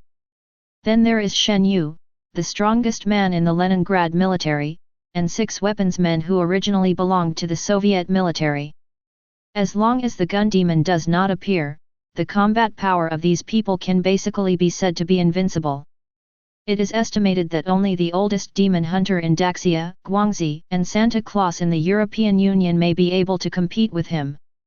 In short, it is no exaggeration to start with 100 million, and even in their eyes this initial price is too low. The ordinary audience around who didn't know the inside story was even more shocked. An initial price of 100 million? That's crazy. When has such a high initial price ever appeared in an international transfer? This has already broken the record for the starting price of an international transfer. It's unprecedented and unlikely to be surpassed in the future. The transaction price must also break the record. Although 8 demon hunters are transferring together, 100 million is a bit too much. But the Demon Hunter Association's valuation is definitely not random. Who exactly is that young man? The others are his subordinates. I guess he is the key figure in this transfer, right? No wonder President Zhang personally invited this young man. It seems that the representatives of various countries are very excited. It seems that they know the origin of this young man. The transaction price of this round may break through the sky. The audience around was talking wildly. They forced themselves to resist the urge to capture this historic moment with their cameras. Because according to international transfer practices, media personnel are not allowed to enter, private filming is not allowed, and it is best not to spread the news to the outside world, otherwise you will be subject to legal sanctions. With the means of the Demon Hunter Association, it is not difficult to catch the person who leaked the information maliciously. At the same time, the host spoke again, then, the bidding begins. Representatives from various countries were waiting for this sentence and immediately began bidding frantically. 200 million. You can come up with only 200 million? 500 million. Everyone sit down, I'll give you 1 billion. When representatives from various countries were bidding fiercely, the representative of the Celestial Empire also spoke calmly, 5 billion, you continue. As soon as the price of 5 billion was announced, the whole place fell into dead silence. They couldn't help but marvel that Daxia was determined to take down Otonashishiya. They really can't afford a sum higher than 5 billion. Apart from Daxia, the only 2 countries that can afford such abundant funds are the Soviet Union and the United States. However, the Soviet Union did not participate in this round of bidding from beginning to end. Their high-ranking military officials had just been purged by Otonashishiya, and their relationship with Otonashishiya was so strained that even if they raised the highest price in the end, Otonashishiya would most likely not choose to make a deal with them. Therefore, it is better not to participate at all, at least you can save some face. However, the Soviet representatives still felt extremely uncomfortable, as if they had eaten something. If those dead military guys had not committed suicide, they might have had a chance to keep Otonashishiya in the Soviet Union. It's impossible to regret now. 5,100 million. As expected, the US representative raised the price. But the US side raised the price with gritted teeth. They did not prepare sufficient funds for this trip, unlike Daxia, which as the host has some advantages. In such a battle between gods, no one else dared to interrupt. Besides, they couldn't afford the price. However, the Hyuxia side did not hesitate and raised the price significantly again, with a calm and indifferent tone, as if they were determined to win. 6 billion. Because other countries only regard Otonashishiya as an extremely powerful demon hunter, while Daxia has defined Otonashishiya as a super weapon, which is completely different in nature. Buying a super weapon that is infinitely close to the gun demon's body at a price of several billion RMB is a huge profit. Chapter 145. Apart from the Soviet Union and Japan, Daxia has the best understanding of Otonashishiya. But the Soviet Union did not have the face to participate in the bidding, and Japan had already known Otonashishiya's attitude. Even if they tried their best to retain Otonashishiya, they could not win him back. The Japanese side can do nothing but regret it, because Otonashishiya was supposed to be the demon hunter of their Tokyo Public Security Bureau. But those idiots in their cabinet insisted on making trouble. First, they sent Chiya to the Soviet Union, and then they offended him to death. In the end, not only did they lose their own lives, but they also handed Chiya over to other countries. It's not that they have no manners, they really want to go to those guys' graves and curse them as idiots. Even cursing their ancestors for 18 generations is not enough to vent their anger. Excluding the Soviet Union and Japan, compared to other countries, Daxia knows that Chiya is a mixed-race person, so it is speculated that Chiya has the best impression of this place. In addition, Chiya has previously answered the question of which country President Zhang likes. Therefore, Daxia can raise the price boldly. It does not necessarily have to be the highest price, but the attitude and momentum must be in place.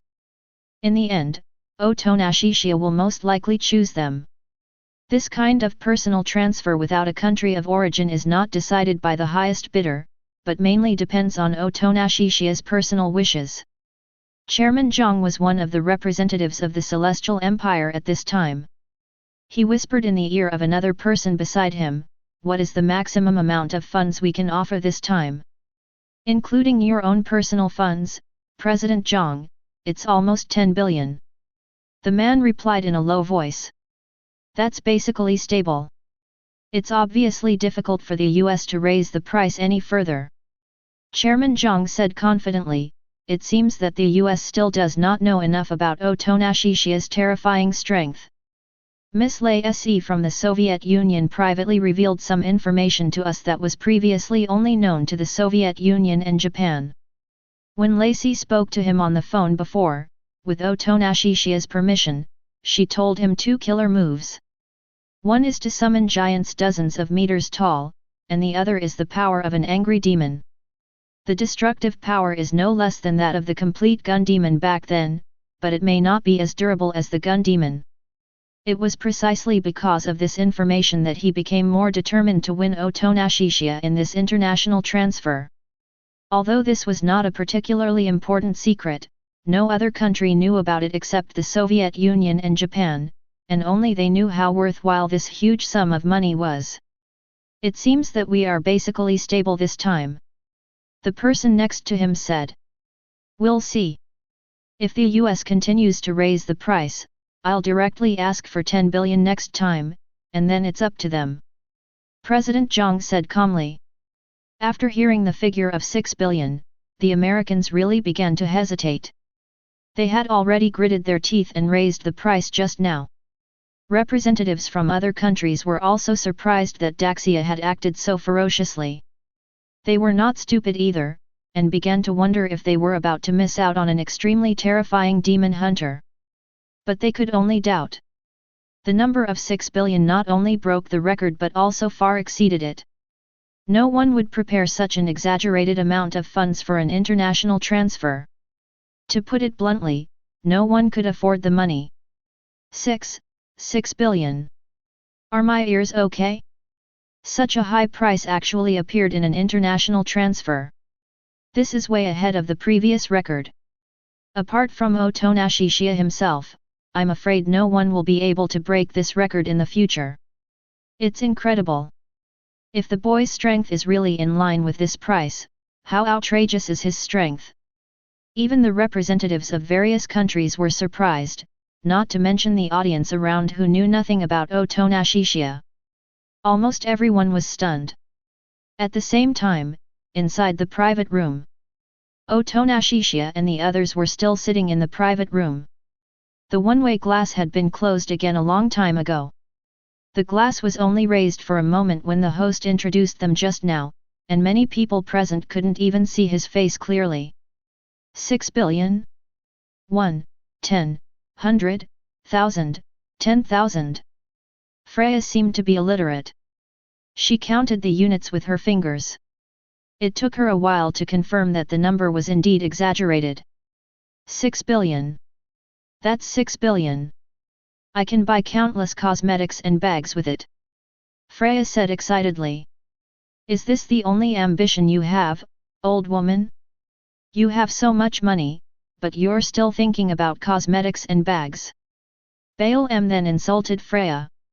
After all, this money belongs to Lord Otonashi. It has nothing to do with us. Don't let your imagination run wild. Oleg, the javelin weapon man, spoke out the cruel reality. Why don't we think about how to get Lord Otonashi to give us a raise? For example, we should work harder on a regular basis. If nothing unexpected happens, we should be working in Daxia next. Miss Shenyu should also learn Hyuxia, right? The other two weapons men, Toy and Sybil, also joined in the chat. Although not very willing to learn, Shenyu still nodded. Otonashi is waiting for the result. While they were chatting, the host also started shouting. 6 billion first. 6 billion twice. 6 billion 3 times. Final price is finalized. Until the host shouted that it was finalized, the US representatives were still hesitating. They did not have a deep understanding of Otonashi's specific combat capabilities, and the funds provided by their superiors were not sufficient. If they temporarily overspent without consulting their superiors, they would have to bear enormous pressure and risks. In the end, it was the Hyuxia side that completed the final price in the last round. However, this is the final price, not the transaction price. Representatives from various countries have finalized the bids for this round. Now it is Otonashi's turn to decide which party to sign the contract with. The bid of the selected party is the actual transaction price. At this time, the audience around began to disperse one after another, because the next process would not be made public. They were still filled with emotion when the show ended. They never expected that today they would witness the birth of a new record that had never been set before and is almost impossible to be surpassed in the future. After all irrelevant people left, the demon hunters who were transferring signed their contracts in their respective private rooms. Except for Otonashi and a few others, everyone else already has a country of origin, because individual demon hunters without a country of origin are almost not eligible to participate in international transfers. These demon hunters have no choice and are not qualified to negotiate terms, so they just sign the contract directly. On the other hand, Otonashi now has to make a final choice before discussing the contract terms. He answered without hesitation. The Celestial Empire. Chapter 146. Upon hearing Otonashi's decision, the Hyuxia, American and other representatives present were not surprised.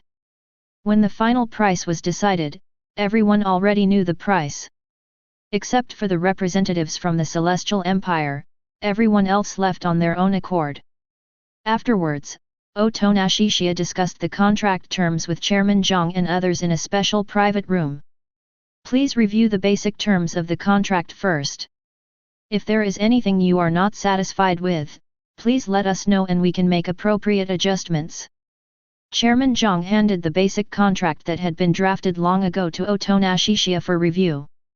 There were only 2 of them in the private room at this time.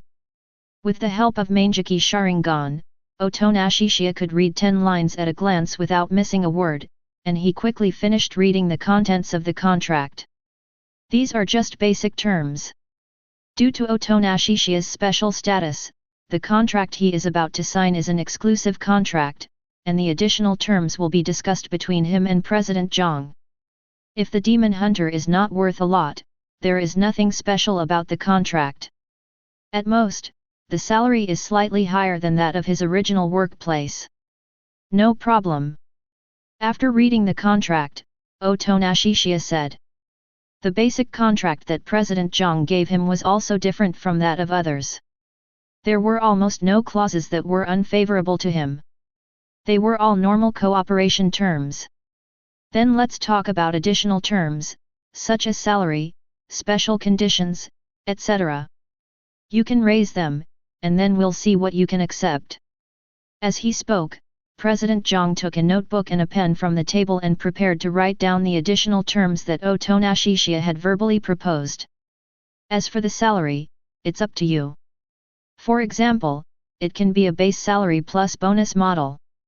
The base salary for me and my subordinates can be similar to that of others, and then we can get commissions and bonuses based on the number of demons we hunt. Otonashi said casually. After the completion of this international transfer, after deducting the handling fee and tax from the 6 billion transfer fee, the final amount received will be nearly 5 billion. Now that he has this huge sum of money, salary doesn't matter to him anymore. Moreover, in the world of Chainsaw Man, money is not important, strength is the most important. A powerful demon hunter will never lack money. The real purpose of Otonashishi's participation in the international transfer was to find a place worth settling down for a long time through formal channels. Okay, I respect your wishes then. President Zhang wrote it down roughly. Then, you can assign me tasks normally, but I can only command my subordinates. That's not a problem. In the end, we need to be guaranteed a certain degree of freedom. These additional terms are probably what I want, nothing else. These are not excessive demands made by Otonashishiya. Then I will also give you some detailed additional terms. If you are dissatisfied with anything, you can point it out later. President Zhang then repeated the additional terms that his superiors had given him. The first point is that, except for extremely important missions, you will basically not be assigned to patrol or perform ordinary tasks. Secondly, we are just about to implement a new decision, which is to list Demon Hunter as a special specialty. The first batch of pilots will be launched at Magic City Qingfeng Middle School. It just so happens that you are here, so we would like to invite you to serve as the head coach of Magic City Qingfeng Middle School. To be specific, I want you to take charge for a while and give me some pointers when you are free. You don't need to run around all the time. The higher UPS attach great importance to this first pilot project, and our Demon City Demon Hunter Association is fully responsible for it. We are under a lot of pressure, so I hope you can help. That's pretty much it. There won't be any changes to the rules or new clauses added later. What do you think? They have positioned Otonashishiya as a kind of gun demon, whose main function is to deter other countries and keep the Celestial Empire in check, so they have no plans to assign any special tasks to Otonashishiya. Otonashishiya will only be sent out when a dangerous demon that cannot be dealt with appears. After listening, Otonashishiya was more concerned about the second point raised by President Zhang. Listing Demon Hunter as a special skill? Are you planning to let students sign contracts with demons, or even fight demons? Otonashishiya frowned slightly. The cost of signing a contract with a demon is often high, and hunting demons is extremely dangerous. How can we let students do such a dangerous thing? Oh no, my friend, you misunderstood. We are not planning to let students sign a contract with the devil, nor will we let them hunt the devil. President Zhang quickly explained, in fact, compared to the power of demons, we advocate physical skills more. I wonder if you know Guangxi. She is the representative of our Tianchao physical skills. Guangxi, I heard something. Otonashishiya nodded slightly. How could he not know Guangxi? He even thought that Guangxi's physical skills should be the best in the world. At least his performance in the original work lived up to this reputation. In human form, he can use physical skills alone to instantly kill the sword weapon man, the whip weapon man and the javelin weapon man at a speed so fast that even the three weapon men cannot react. Compared to other weapon men, Guangxi is indeed the weapon man who relies least on demonic power, and he basically uses physical skills when he can solve problems with them. That's right. We plan to train students who choose this specialty in Taijutsu, and we won't force them to hunt demons until they graduate from college. President Zhang elaborated, as for when they graduate from college, it is up to them to choose whether to work for our Demon Hunter Association or live an ordinary life. When they choose this specialty, they will be made aware of the pros and cons. They have already enjoyed the benefits of easy admission to higher education. Moreover, when they graduate from college, they will be asked to make another important choice. This is to allow them to decide their own future as much as possible. Even if most graduates of this program choose to return to ordinary life, it is actually not a bad thing. Because the appearance of demons is mostly completely random, and there are more and more ordinary people with strong physical skills, the casualty rate caused by demons that may appear at any time and anywhere will become lower and lower. Hearing this, Otonashishiya's slightly frowned brows relaxed. According to President Jiang's words, he felt that there was nothing wrong with it. This is just like being a soldier. If you choose to be a soldier, it will have its benefits, but it will also be very hard work. In certain situations, you will even have to carry a gun to the battlefield. The same is true for the Demon Hunter special skill. You can choose whether to participate in junior high and high school, and when you graduate from college, you can choose whether to become a formal Demon Hunter. To put it bluntly, all the benefits have been taken, because after graduation you can choose to return to being an ordinary person, and the benefits before graduation, such as easy further study and various subsidies, are already in your hands. If the actual situation is consistent with what President Jiang said, then I think there is no problem. Otonashishiya said, I am willing to serve as the head coach of Magic City Qingfeng Middle School, but I have a condition. I have a younger sister in Japan. I want her to transfer to Daxia to study. Can you arrange it? Of course, this is no problem. Let alone one, we can easily transfer 100 international students here. President Jiang said with a little excitement. Otonashishiya had agreed to such an important matter as the Devil Hunter Special Pilot Project, so in comparison, international students were just a small matter. Then there may be more than one. Otonashishiya thought of Reese, who would definitely want to go to school to experience it. It doesn't matter how many there are. I'll just tell Principal Liang directly when the time comes. He is both a beneficiary and a responsible person in this special pilot project, just like me, so you know. President Jiang has already said it bluntly enough. If he were to be more blunt, he would be afraid that something bad would happen to him. Now the additional terms have been drafted. I will go back and remake the complete contract. After it is reviewed by my superiors, it can be signed and stamped. This process is expected to take a few days. During this time, you can bring your relatives from Japan over. President Jiang continued, next, I will help you get a green card as soon as possible. It won't be difficult to get your citizenship, considering how much they value you. Okay. Otonashishiya nodded. He could then leave the Demon Hunter Association and continue to stay in the hotel while waiting for the contract process. The matter of the new destination has basically been settled, and Otonashishiya does not plan to just sit there and wait for the next few days. He is preparing to go to hell. He did not specifically tell Shen Yu and the others about the things in hell. He just said that he had something to do and would be leaving for a while to avoid causing unnecessary worry. Naturally, he would not bring anyone else with him, but go to hell alone, because this place is too dangerous. If he is unlucky and runs into a root demon, he can only protect himself at best.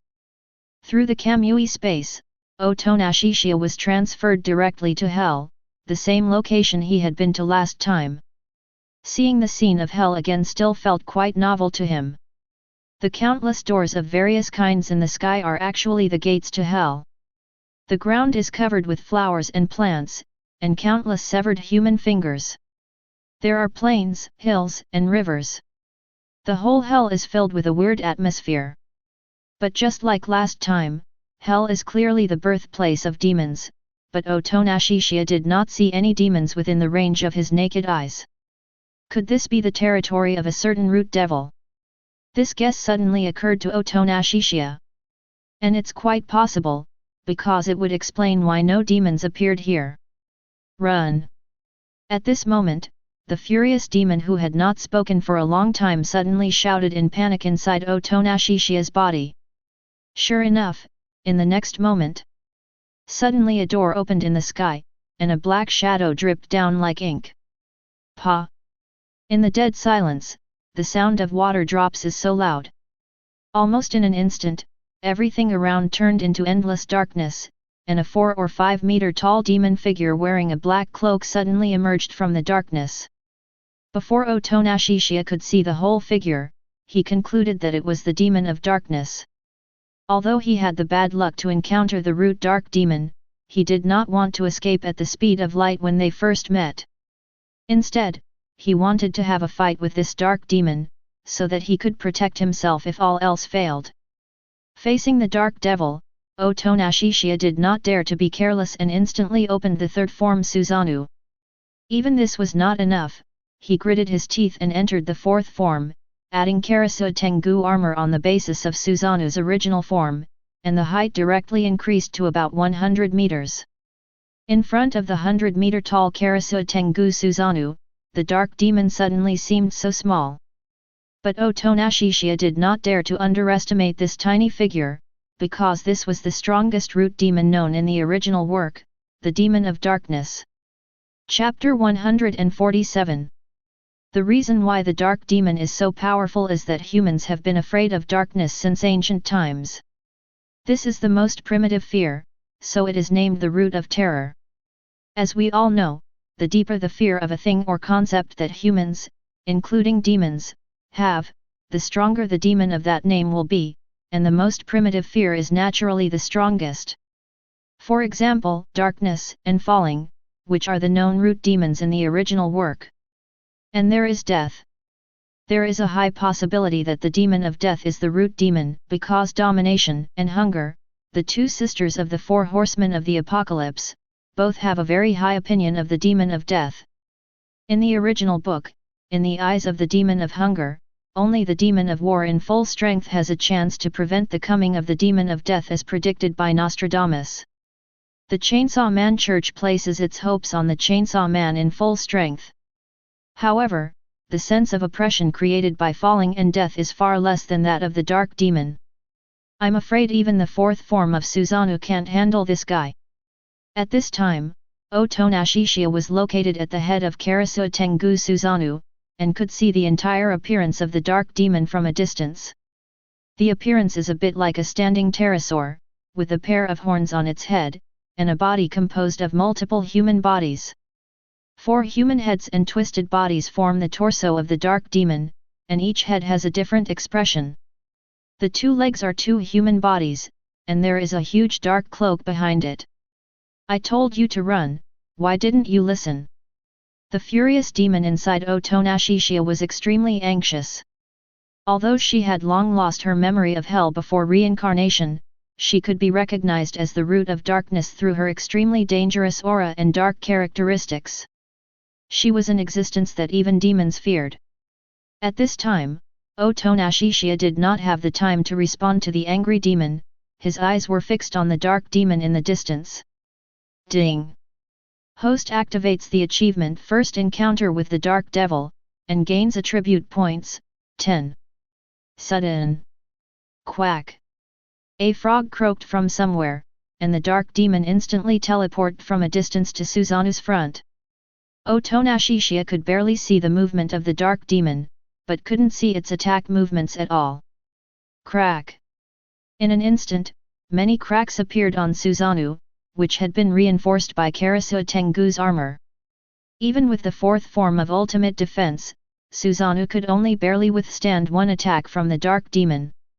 It was estimated that 1 or 2 more attacks from the dark demon would crush Susanoo. Allocated attribute points, 135, 991 attribute points have been obtained cumulatively. Ding! Allocation completed, HP plus 135.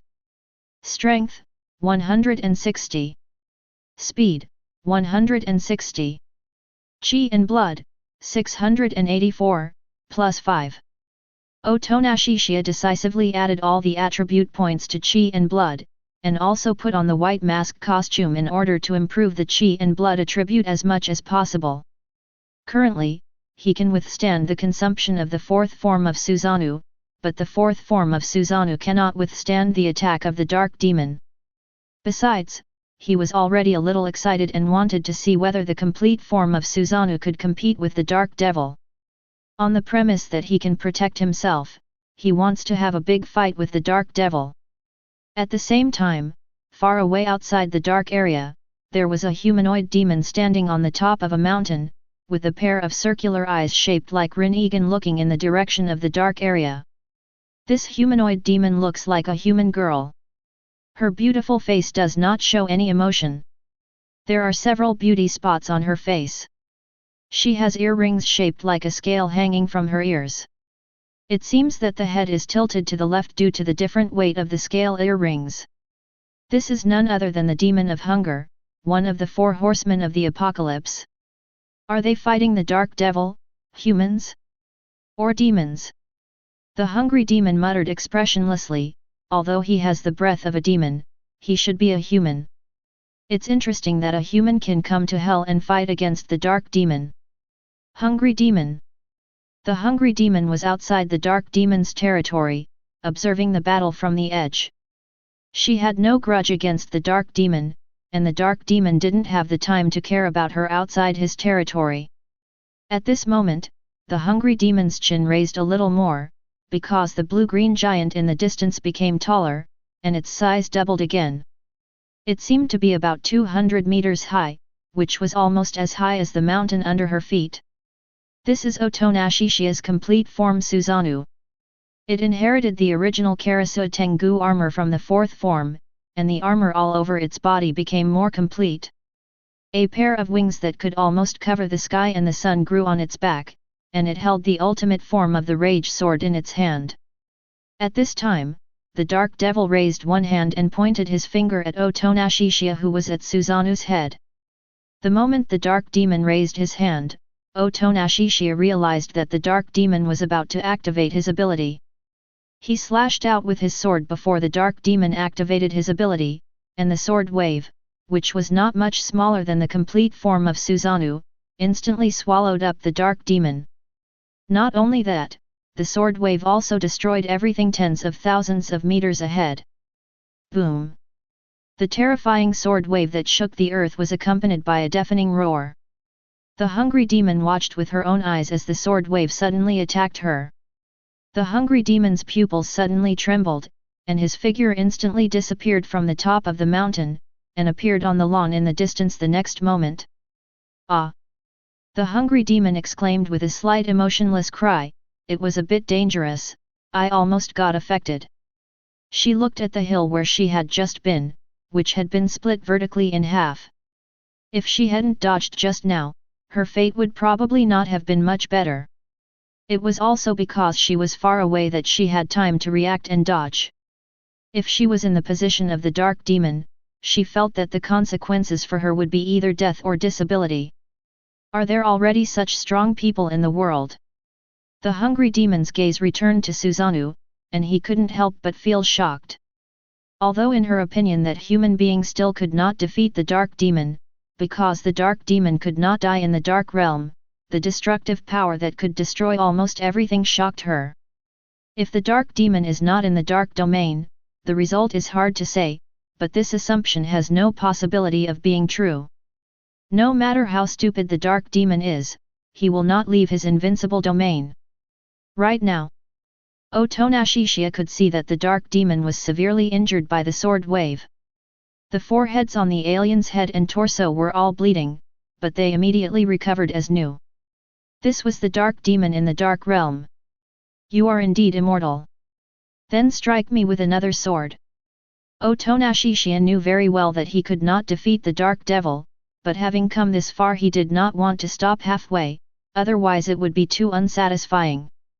As his mind moved, he attached the power of Kamui's space distortion to the blade of the rage sword.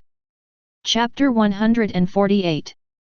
Due to being severely injured by the perfect form of Susanoo, the dark demon recovered instantly, but his action of raising his hand to attack was interrupted. The dark demon seemed to have been enraged, and used 4 pairs of hands to simultaneously make a namaste gesture in front of the 4 heads on the torso. This action meant that the dark demon was going to take real action. However, Otonashishiya did not intend to use Susanoo to withstand the angry attack of the dark devil, even if it was the complete form of Susanoo. Because he may not be able to withstand it, his current chi and blood attribute is still not high enough. The higher the chi and blood strength, the higher the upper limit of Suzanu's attack and defense. Moreover, the power consumption of continuously activating the perfect Suzanu is also very exaggerated. It is not as cost-effective to use the perfect Suzanu to resist the attack of the dark demon with such huge power as using hollow to directly dodge it. Just before the four hands of the dark devil clasped together, Otonashishiya released the complete form of Suzanu, holding the rage sword that had been imbued with the power of Kamui, and fell towards the dark devil from a height of 200 meters.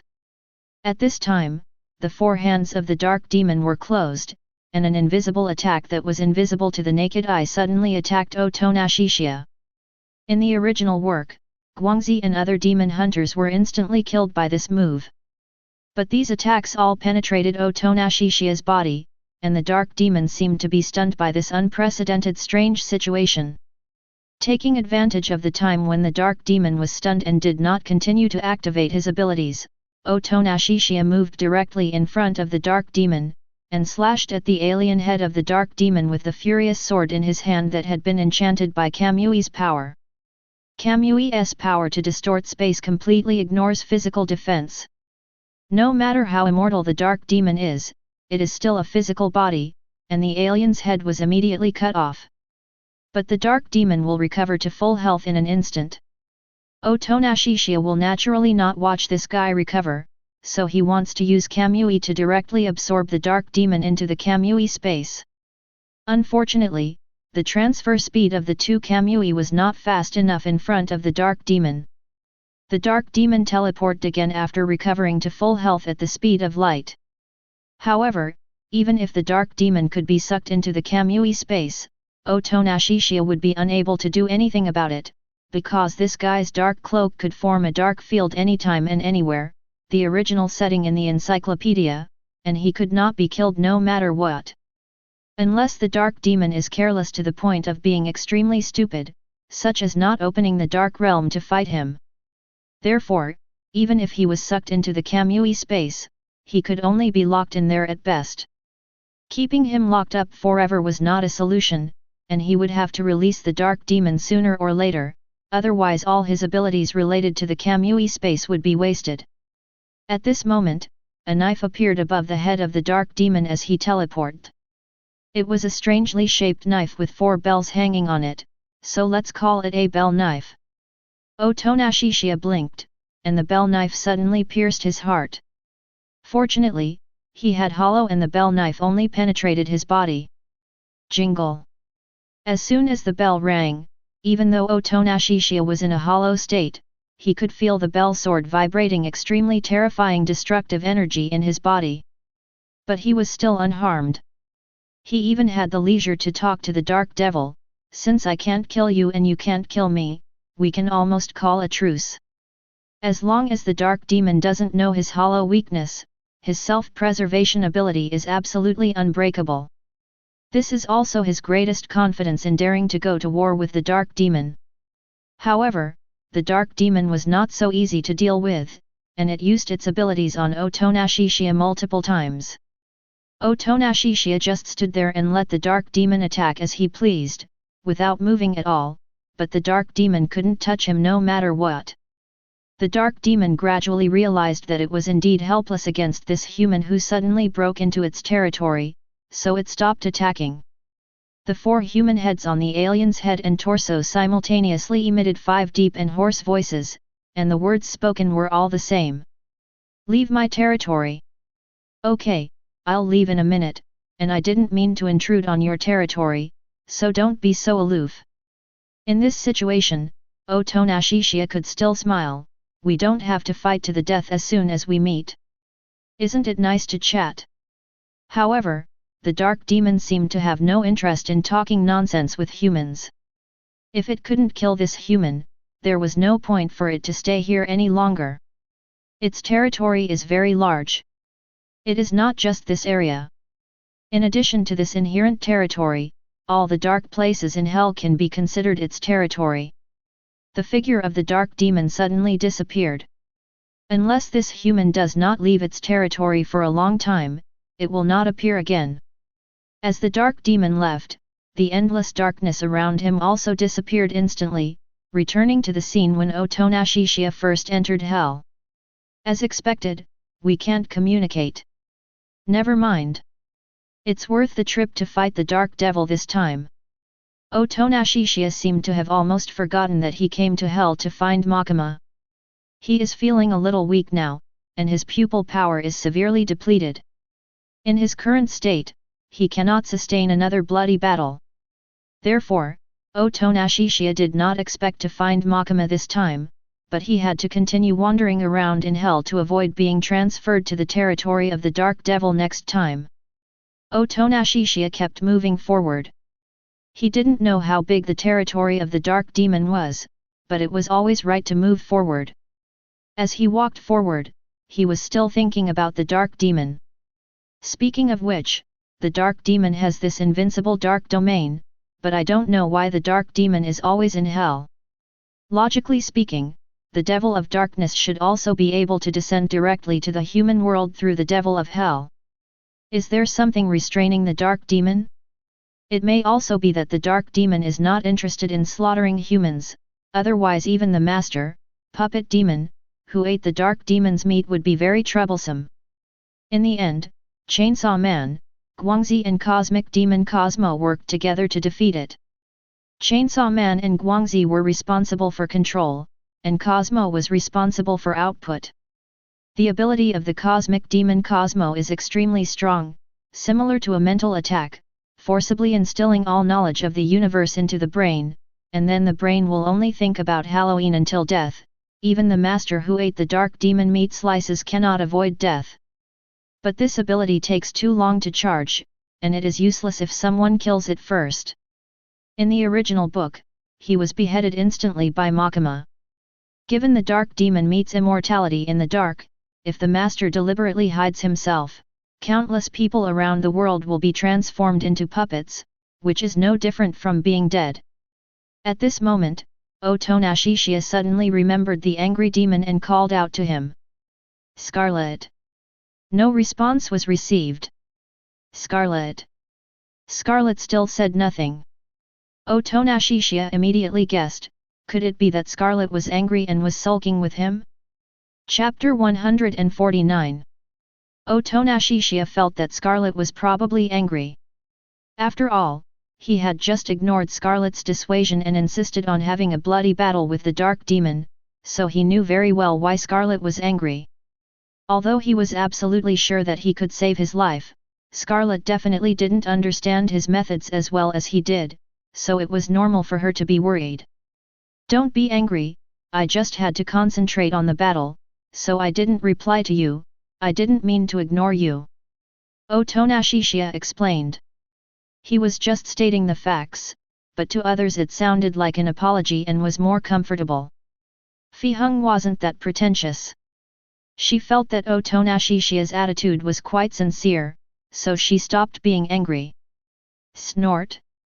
Fiheng snorted softly, even if you are sure of something in the future, at least tell me first. Do you know how scared I was just now? In her opinion, humans are basically doomed to die when encountering dark demons. Even among the demons themselves, except for the demons of the same origin, they can hardly escape death when facing dark demons. Once Otonashishiya is killed by the dark demon, she will also be dead for sure. After all, her real body is inside Otonashishiya. Although Scarlet knew that she would not die completely, any non-origin demon would instinctively feel deep fear when facing an origin demon. It was estimated that only the 4 apocalypse horsemen, death, hunger, war, and domination, could remain much calmer when facing an origin demon, not to mention whether death was also an origin demon. Scarlet had no idea that Otonashishiya was so strong that it exceeded her cognition. It was true that Otonashishiya's strange abilities were very powerful, but she didn't expect that even the dark devil could do nothing to Otonashishiya. What kind of demon had this guy contracted before her made her extremely concerned now? Yeah, I'll tell you in advance next time.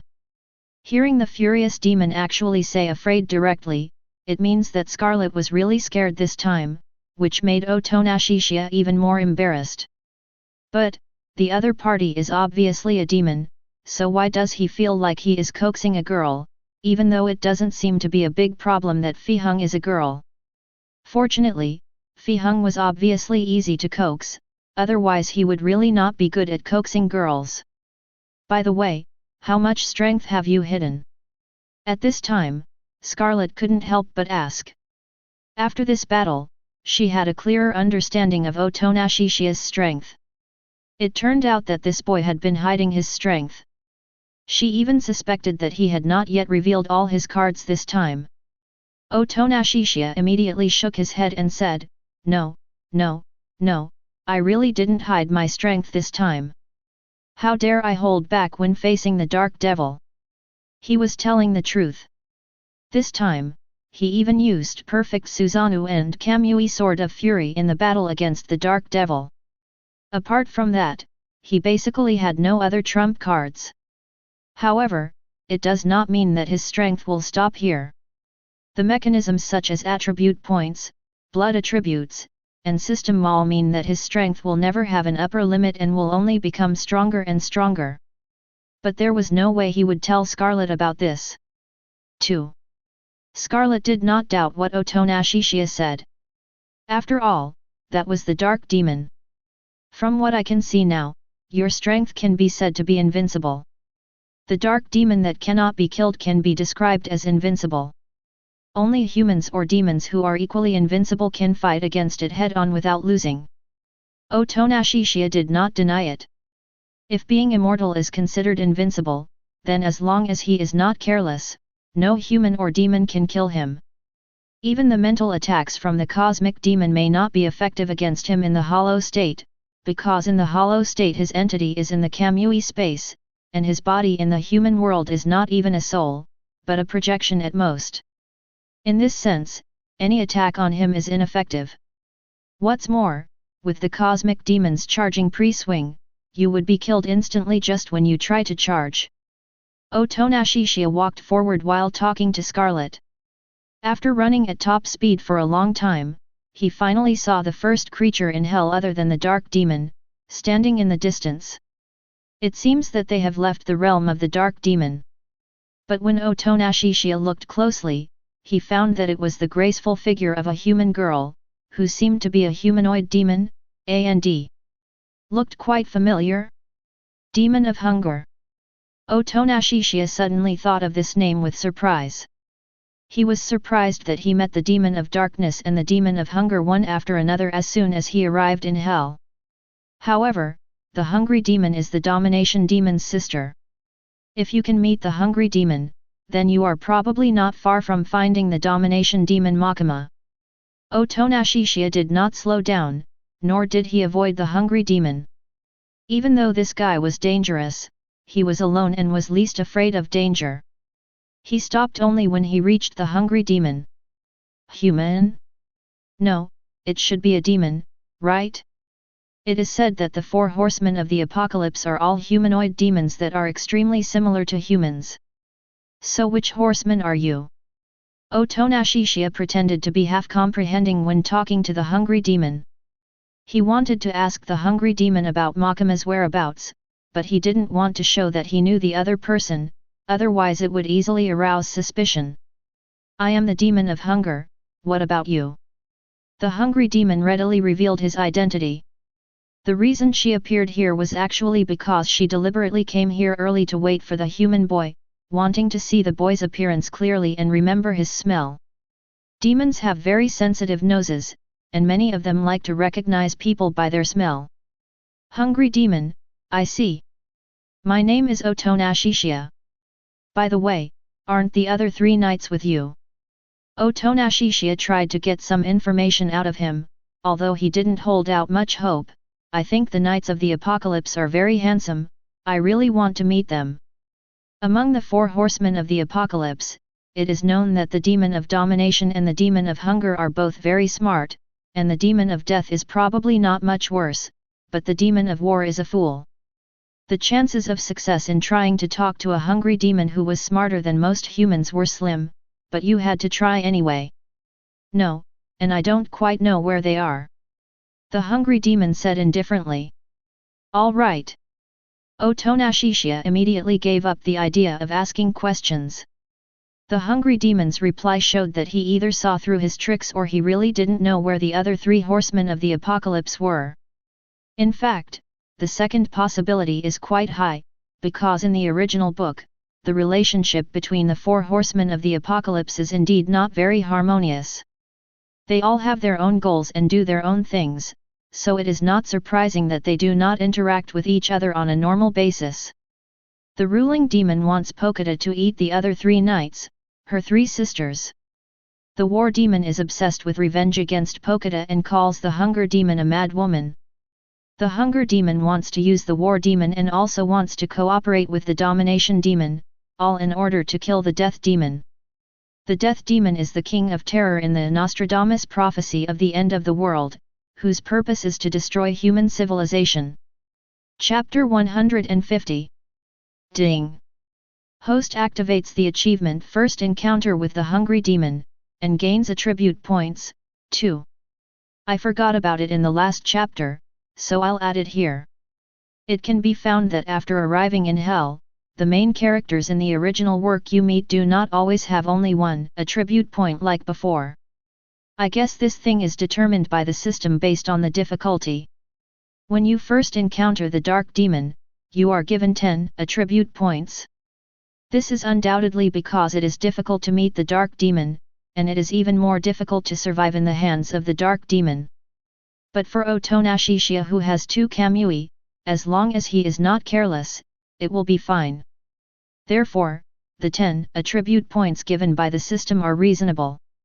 Although Pokita is a very important character, it is not difficult to find it in the human world, and Pokita in dog form is not dangerous, so the system only gives it 1 attribute point when you first meet it. Since he couldn't get anything out of the hungry demon, Otonashishiya didn't plan to stay here.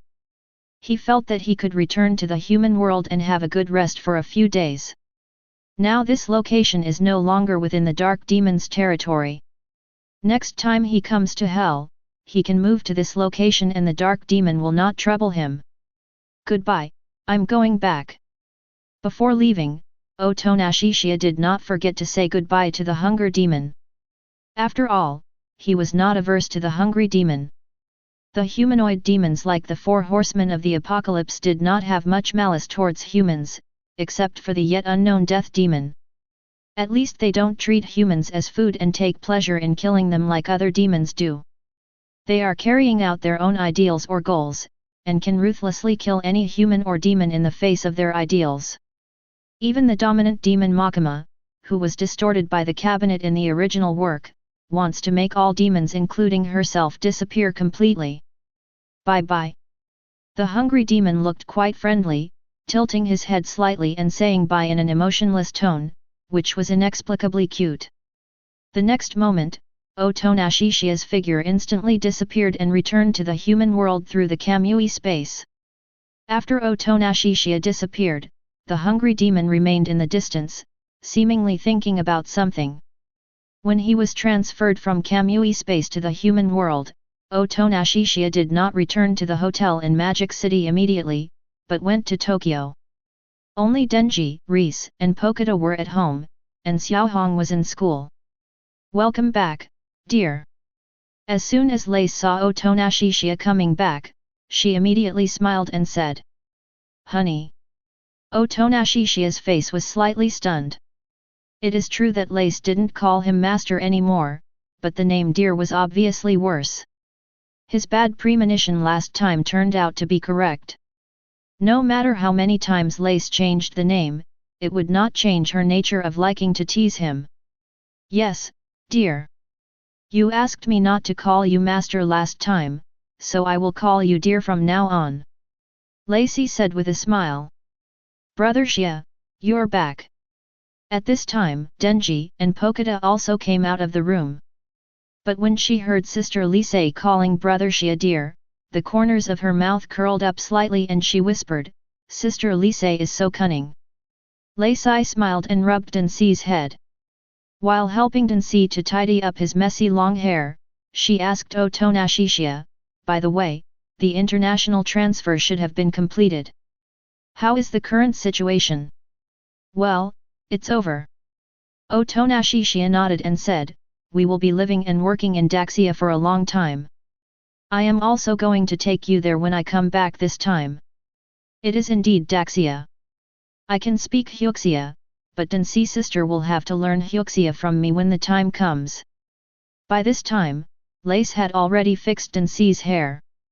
Yeah, I'll try my best. Denji nodded. Then you should pack your things first. The Demon Hunter Association of the Magic City has already booked your flight tickets. You can leave this afternoon. I will go to Xiahong's school now to handle the withdrawal procedures. After saying that, Otonashishiya left. He then transferred to Xiahong's school and went directly to the principal's office to see the principal. Vice Captain Otonashi, you're here. Please take a seat. The principal said respectfully. Due to the information gap, the principal still thought that Otonashishiya was still the vice captain of the Tokyo Public Security Exorcism Division 1. Otonashishiya sat on the sofa chair, drinking tea and communicating with the principal. I understand. Vice Captain Otonashi means that Taoshin-san will drop out of school today and go to study in Daxia, right? The principal briefly summarized what Otonashishiya had just said to him. That's right. Because of my work, I will be working in Daxia for a long time. Otonashishiya explains. Okay, that's no problem. The class will be over soon, so I'll just ask Mr. Watanabe to tell Ms. Toyama and ask her to come to the office. After saying that, the principal immediately informed Mr. Watanabe by phone. About 10 minutes later, Dongshan Xiaohong arrived at the principal's office because she said a simple goodbye to her classmates before leaving the classroom. After Dongshan Xiaohong came in, the principal did not delay at all and immediately started to process her withdrawal procedures. It didn't take long before the withdrawal procedures were completed. Although normally a withdrawal fee of tens of thousands of yen would be charged when processing the withdrawal procedures, the principal completely omitted this fee. After all, Otonashishiya had a special identity. Afterwards, Otonashishiya could leave school with Higashiyama Xiaohong. Have you decided where to go next, Otonashi-kun? On the way home, Dongshan Xiaohong couldn't help but ask. Yes, we will live in the Celestial Empire from now on, and the new school has basically been decided, which is Qingfeng Middle School in the Magic City. Otonashishiya's response. Oh. Dongshan Xiaohong certainly knew about Shanghai, but she didn't know much about schools abroad, and she didn't even know all about schools in Tokyo, so she didn't know about Qingfeng Middle School in Shanghai. I heard that Qingfeng Middle School in Shanghai is the best high school in Shanghai and is also among the best in the whole of Daxia. The teaching environment is definitely fine, but it will be more difficult for you to learn Hyuxia. Otonashishiya explains. President Zhang had previously told him about some things about Qingfeng Middle School in Magic City. If it wasn't the best high school in Magic City, it wouldn't be the first school to start a pilot program for the Demon Hunter special skills. That's okay. Learning a foreign language has its benefits. Dongshan Xiaohong said optimistically.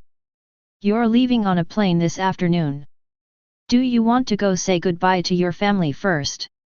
Otonashishiya thought that Xiaohong had 8 sisters. Xiaohong's parents are another matter. The 8 sisters and their younger brother Yeli all have a good relationship with Xiaohong. If there's no rush, I do want to say goodbye to them. Dongshan Xiaohong said. Of course there's no rush. I'll go with you now. Chapter 151. Dongshan Family. Ever since they were lectured by Otonashishiya and the police last time, the Higashiyama couple have become much more obedient.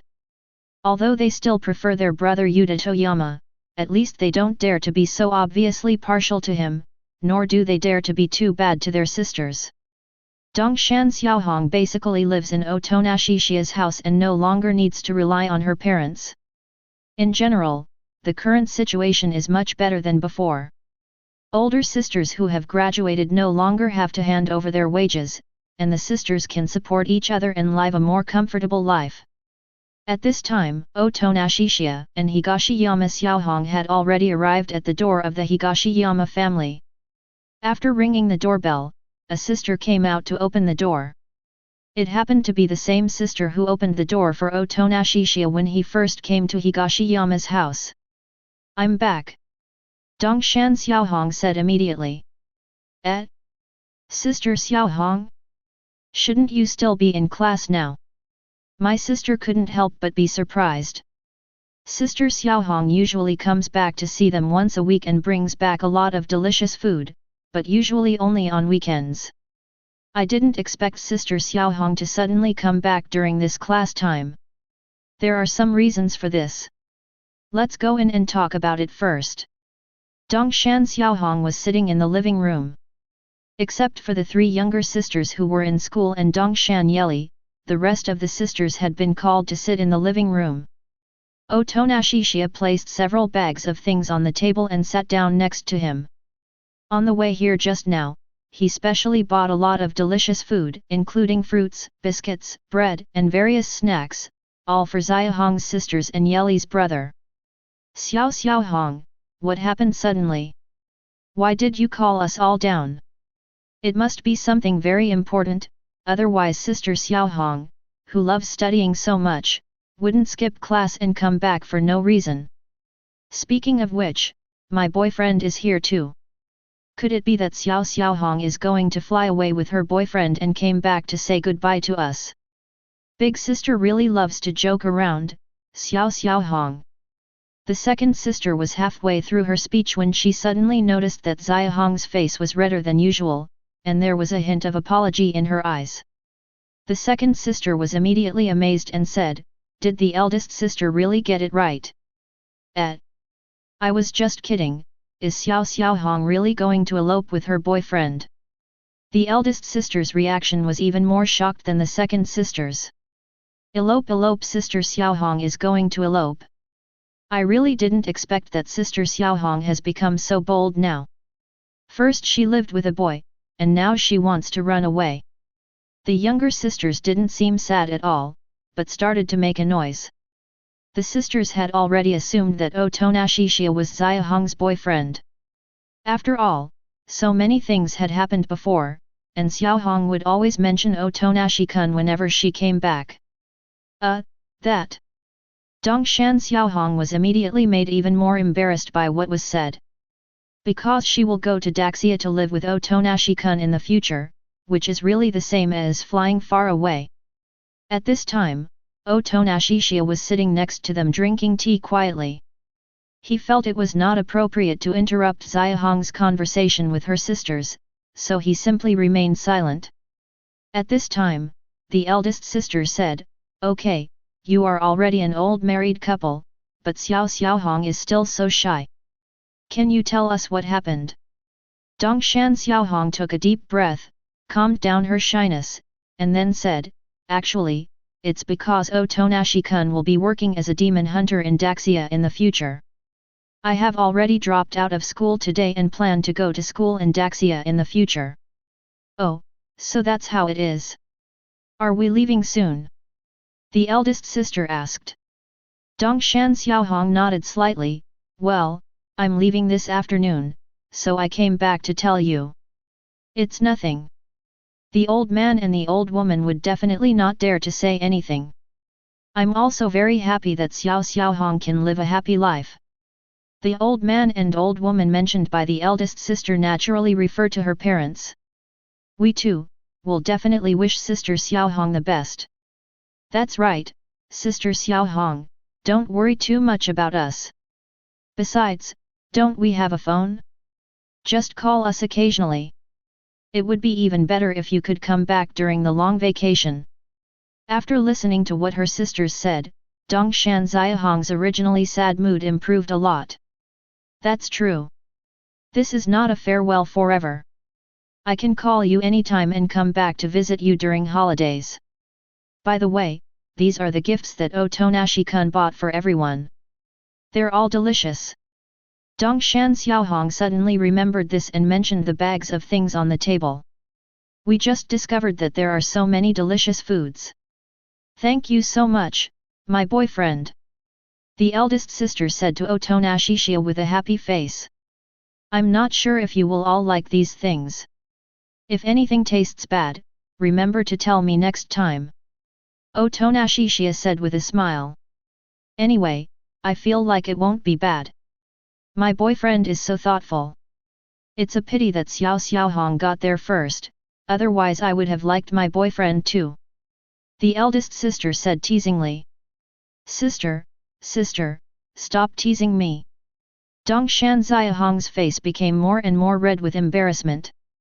But if my sister is serious, she will definitely be angry. After chatting with the sisters and Nori's brother for a while, Dongshan Xiaohong finally finished saying goodbye, and Otonashishiya also said a simple goodbye. When they got home, Lise and Densi had already packed their luggage. Lise mainly brought various cosmetics and beautiful clothes, while Densi brought Poketa and various games. After Xiaohong packed her luggage, they set off on the plane. Otonashishiya was not on the plane, but was transferred directly to Daxia through Kamui space. The reason why he didn't bring Lise and the others with him was because he wanted them to arrive in Daxia through formal channels and apply for a visa on arrival. Otherwise, it would be illegal immigration. It's just a few hours flight. There's no need to act like a stowaway just to save a little time. At this time, Otonashishiya was planning to rent 2 more luxury suites in the hotel, which were also about 100 square meters or more. Now that there are more and more people around him, single rooms, double rooms, etc. are definitely not enough, and it is also quite troublesome. He will move out of the hotel after the contract results come out. Just when Otonashishiya had rented 2 luxury suites at the front desk, President Zhang suddenly called. Considering that you may be bored these days, how about visiting our Demon Hunter Association tomorrow? I'll let Ping Kui take charge of this matter. Although she is a demon, she is very docile and her abilities are suitable for this task. Chapter 152. Ping Kui? Okay. Otonashishiya responded, but in his heart he was thinking that Ping Kui seemed to be one of the demons who followed Guangxi in the original work. Since Ping Kui is here, Guangxi is probably also working in the Demon Hunter Association in the Magic City? P.S. In the original novel, Guangxi and those demons were in a certain place, but that place cannot be mentioned. Once it is mentioned, it will be sealed. Those 2 words cannot even be mentioned, so it can only be changed to Demon City. But can Ping Kui be described as gentle? At most, he's more obedient in front of Guangxi, right? After hanging up the phone, Otonashishiya rented 2 or 3 more luxury suites and cancelled the original single and double rooms. As for the 5 luxury suites, do I need to tell President Zhang? The clerk at the front desk reminded Otonashishiya. The rental fee for a luxury suite is several $1,000s a day, and the total cost of 5 suites is not something that most people can afford. The waiter meant to remind Otonashishiya to ask President Zhang to reimburse him. No, I can pay for it myself. Otonashishiya explains. The last thing he lacks now is money, so there is no need to ask President Zhang for reimbursement, otherwise it would make him seem stingy. Afterwards, Otonashishiya went upstairs to inform Kamui that they were moving to a luxury suite. Densi and the others are on the plane now. They will arrive in a few hours. We will stay in the hotel for the time being. After speaking to Shinayu, Otonashishiya said to Poketa in his arms, Okay Poketa, you can move freely now. Of course Poketa couldn't get on the plane, so he took Poketa directly and transferred through the Kamui space.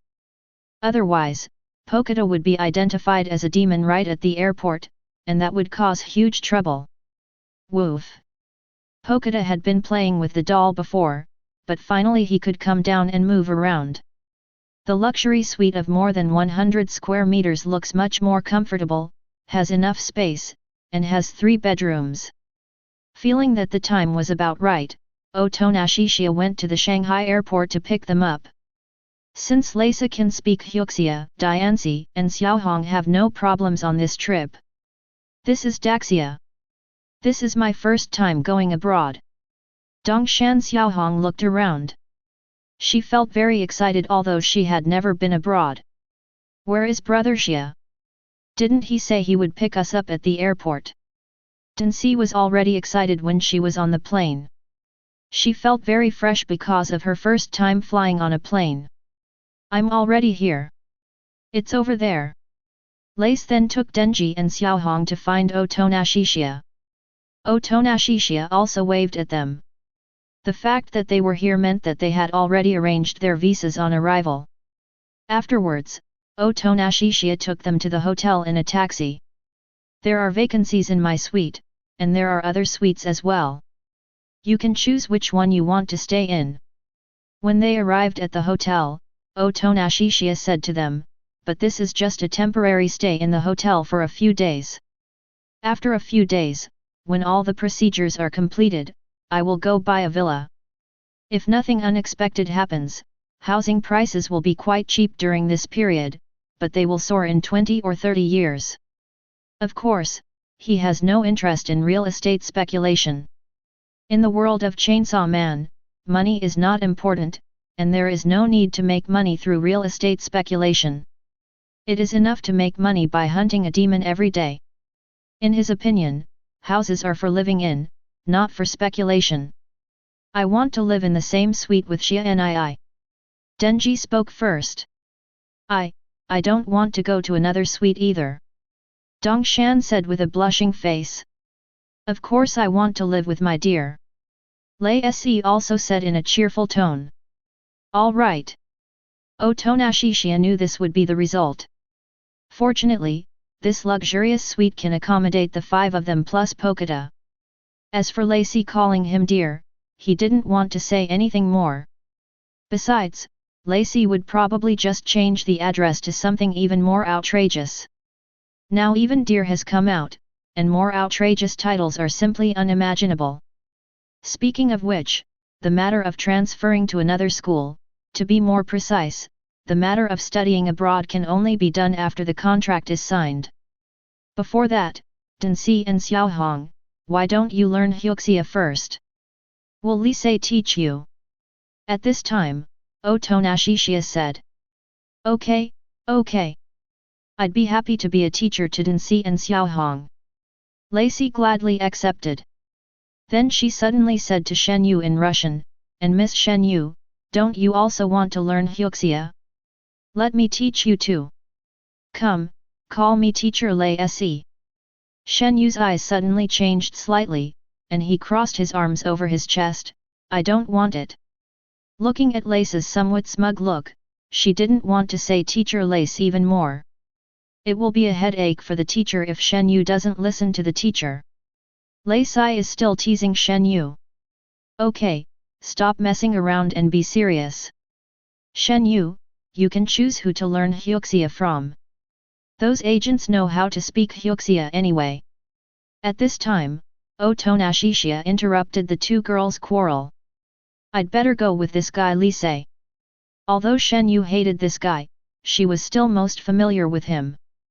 That's fine. Come to think of it, Lacey, don't you also want to go to school like ordinary people? If you want, I can also get you into Qingfeng Middle School in the Magic City. Otonashishia said to Reese. Lei Se smiled happily, if it's really possible, that would be the best. An ordinary life has always been her dream. She never dared to think that she would have the opportunity to go to school like ordinary children. Although her actual age is definitely older than a normal high school student, her appearance is no different from that of a high school girl. But don't cause any trouble for me when you go to school. If you do, I won't protect you. Otonashishia specifically reminded Lacey. Of course. Are you still not confident about my acting skills? I will act exactly like an ordinary girl. Lacey assured. It was a rare opportunity to go to school, so she would definitely not give up on her dream. That doesn't have to be too ordinary. The Magic City Qingfeng Middle School will conduct a special pilot program for Demon Hunter. You can also try to participate when the time comes. This is your advantage, and you can easily be admitted to a key university. Chiya explains. This is a newly developed special skill, and it is highly valued by the higher UPS. Although he doesn't know the specific details of the extra points yet, he knows that applying to a key university will definitely be much easier than for ordinary students. However, given Lacey's intelligence and her background as an agent, it would not be difficult for her to get into a key university even if she did not participate in the Demon Hunter Special Pilot program.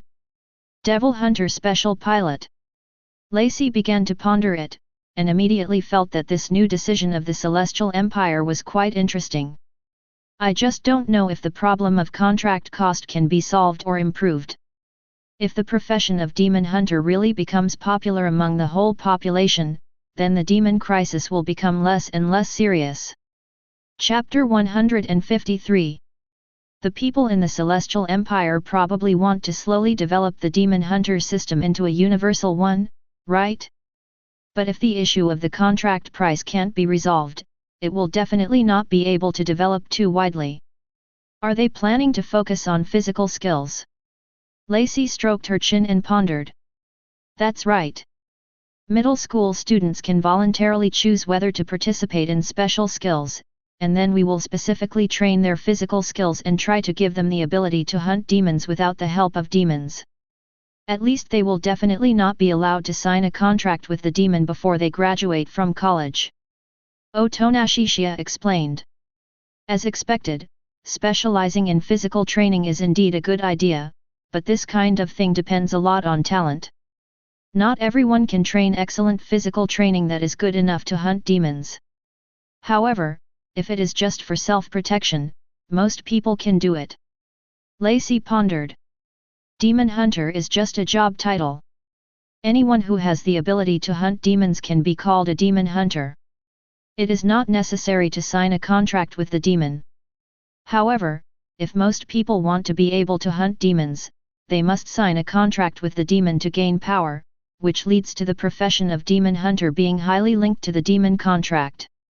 This is mainly because physical skills are very dependent on talent, unlike the devil's contract. As long as everyone is willing to pay a certain price, everyone can obtain devil power that is superior to ordinary people. That's not our concern. Generally speaking, if we can gradually popularize demon hunters through physical training, it's definitely not a bad thing. As for how much money it will cost, that's not something we can worry about. Chiya explains.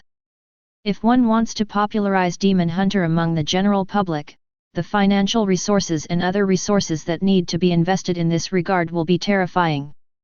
Of course he supports this kind of thing, but he certainly can't do it with his own strength. It still depends on the determination of the bigwigs above. The most he can do is to lend a hand. As for Denji, you still want to stay at home with Pokita, right? At this time, Chiya asked Denji. Denji hesitated for a moment and then nodded firmly. Although it was tempting to play with classmates of the same age at school, she still felt that Pokita was more important and could not let Pokita be alone at home.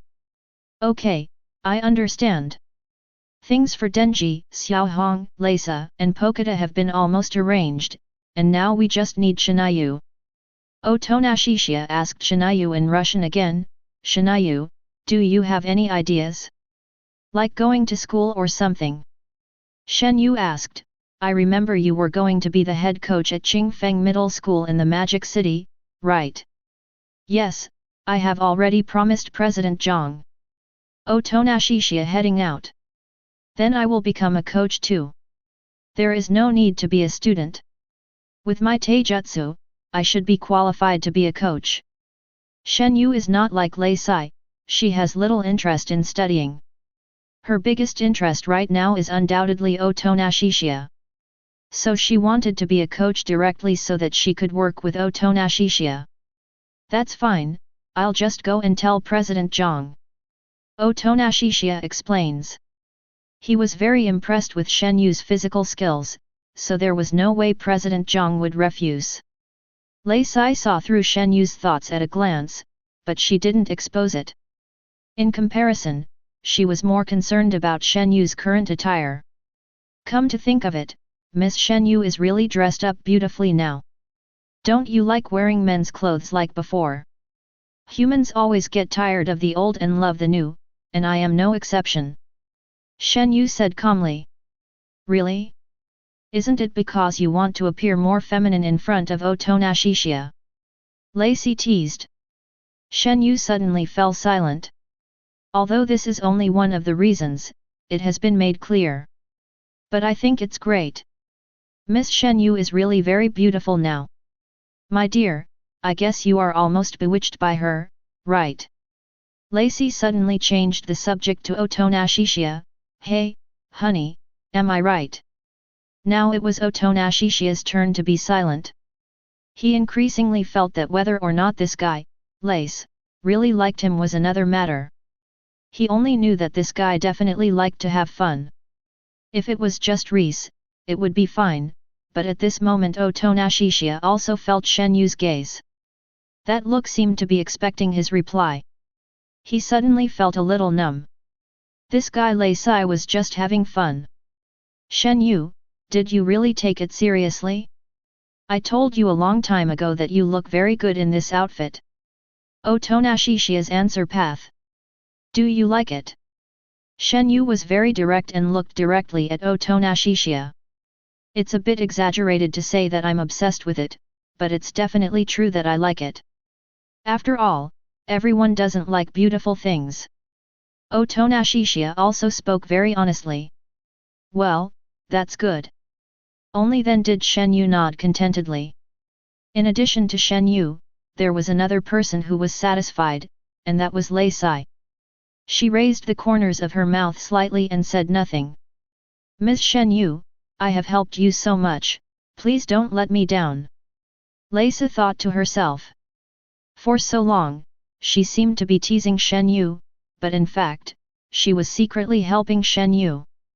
If it weren't for the fact that Reese's behavior when they first met, that is, when she first went to the Leningrad military headquarters, hadn't stimulated Shinayu wouldn't know when she would be willing to reveal her true identity as a girl in front of Otonashishia.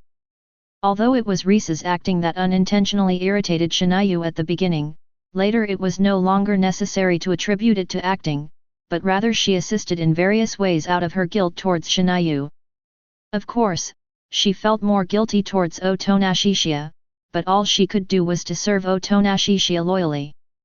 Otonashishia, Reese, and Kamui said so much, but Densi and Xiaohong on the side didn't react at all, because Otonashishia and the other two were speaking Russian, which Densi and the others couldn't understand at all.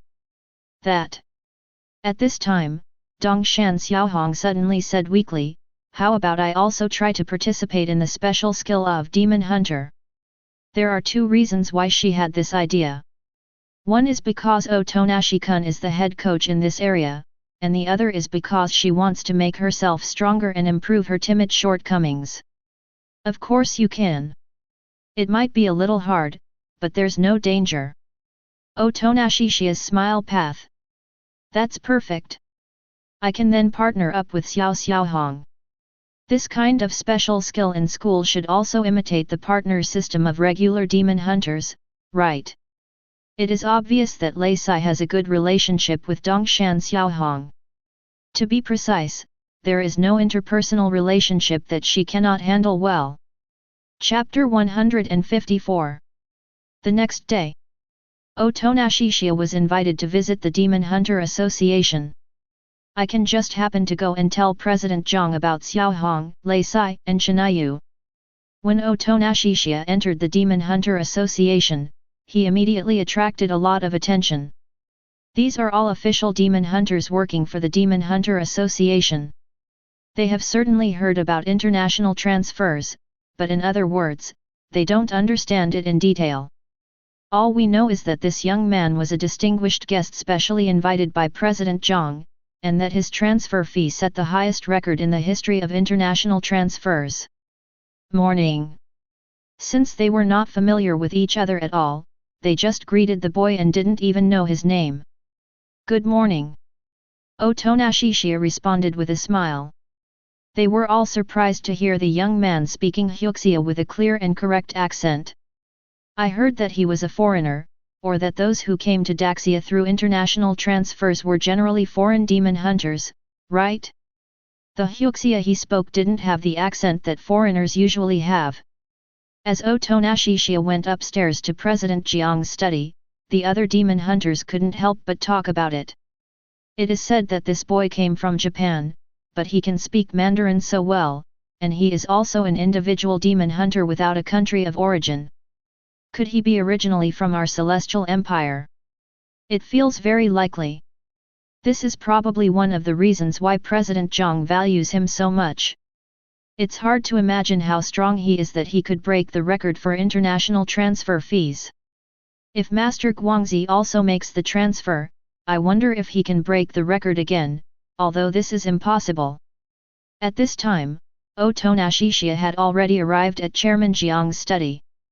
Seeing Otonashishiya coming, President Jiang immediately looked embarrassed. "My friend, you came so early today, but I'm sorry that Pinkui seems to be still asleep." "It's okay. I just want to talk to President Jiang about something." Otonashishiya explains. "Oh? Tell me what it is." President Jiang said with a little curiosity. "They are all about the people around me. The international student I told you about before is a girl named Dongshan Xiaohong. Then there is the weapon man Lei Sai from the Soviet Union who also hopes to study in Qingfeng Middle School in Magic City." Otonashishiya's straightforward way. "Oh, so Dongshan Xiaohong and Lei Sai are both going to attend Magic City Qingfeng Middle School, right? That's easy." President Jiang said, "I will say hello to Principal Liang later, and then you can go to him anytime, he will definitely not give you face." "Okay, then I'll go to Qingfeng Middle School in Magic City tomorrow and the day after tomorrow to take a look." Otonashishiya nodded slightly. But speaking of it, he felt that Principal Liang sounded a little familiar, as if he had vaguely heard it somewhere. But he wanted to finish the business first. Also, Shen Yu who appeared in the international transfer, he wants to be the physical training coach of the Devil Hunter specialty. "Oh really? This is a good thing." President Jiang was immediately delighted and said, "I will help you arrange it when the time comes." He had heard about Shen Yu's deeds in the Leningrad military before, but at that time he only knew the code named Tsar. He admired the absolute defense and the hand knife that could cut through iron like mud. Although a certain ability might be granted by the power of the devil, it was said that Shen Yu was very rare and had no contract cost. In any case, Miss Kamij's physical skills are absolutely unquestionable. He admires this kind of physical skills masters the most, including Otonashishiya, who is also extremely strong in physical skills. By the way, the contract process is almost at the final stage. The higher UPS are very concerned about this, so the speed of completing the contract process will break records. President Jiang smiled and said, "Although the process has not been completely completed, it is basically confirmed that there are no problems. I was originally more worried about some stubborn people in the previous links, but now even they have gone through it smoothly." "Does that mean it can be signed tomorrow or the day after tomorrow?" Otonashishiya looked a little surprised. The contract process was much faster than he had imagined. It should be tomorrow at the latest. After the formal contract is signed, you and Miss Shania will all be members of the Demon Hunter Association of the Magic City. President Jiang was just about to introduce some things about the Demon Hunter Association to Otonashishiya when Ping Kui arrived. "Ah, Ping Kui is here, so the next thing will be left to her." "President." After Ping Kui came in, she first said something respectfully to President Jiang. Otonashishiya subconsciously glanced at Ping Kui, and sure enough, she looked just like the image he had in his mind, a demon with eyes and a mouth on a ponytail, and the ponytail was exactly the head feature of Ping Kui as a demon. A cute-looking, petite Hyuxia girl with a bow tied at the base of her ponytail, wearing the official demon hunter costume of the Magic City. The eyes and mouth at the end of the ponytail can also express emotions and will change with Pingui's mood. For example, Pingui is now respectful to President Zhang, and the end of her ponytail also shows a respectful expression. If Otonashishiya remembers correctly, the corpse is talking is the classic line uttered by Pingui. Feeling Otonashishiya's fleeting gaze, Pingui also glanced at him but said nothing to him. You came to work on time again today. Since you're not late, I won't deduct your salary this time. President Jiang's tone was somewhat helpless. Obviously, Pingui had been stuck like this more than once or twice. It was okay at other times, but this time she neglected Otonashishiya. Fortunately, Otonashishiya happened to have something to talk to him about. Thank you, President. Pingui's attitude is quite good, and she seems to be much more rational than the average demon. If it is a demon with low rationality, then let alone normal communication with humans, it will kill humans as soon as they meet. But in general, demons are much less dangerous than monsters. Because demons are generally closer to humans than demons, and after occupying a human corpse to become a demon, their strength will become weaker and not as strong as their original demon form. There are many demons around the world who become demon hunters to help humans hunt demons. Of course, the profession of demon hunter is not limited to humans. Then I'd like to trouble you to take Otonashi to familiarize yourself with our Demon Hunter Association in advance, and explain our system to him in detail. President Zhang said to Pingui. Okay. Pingui responded, and then said to Otonashishiya, then please follow me. Otonashishiya nodded slightly, then followed Pingui out. Not long after leaving President Jiang's study, Pingui said to him in a tone that was obviously colder than before. I'd like to state in advance that I'm not interested in men. I just want a little more bonus on my salary next month. Chapter 155. There's no need to talk about this meaningless nonsense. Just do the work that needs to be done. Otonashishiya said expressionlessly. Of course he knew that Pingui was not interested in men. To be more precise, she was a female Tong, just like Guangxi. In the original work, she was even one of Guangxi's demon companions. So he would definitely not get himself into trouble by getting too close to a female Tong. I know it myself.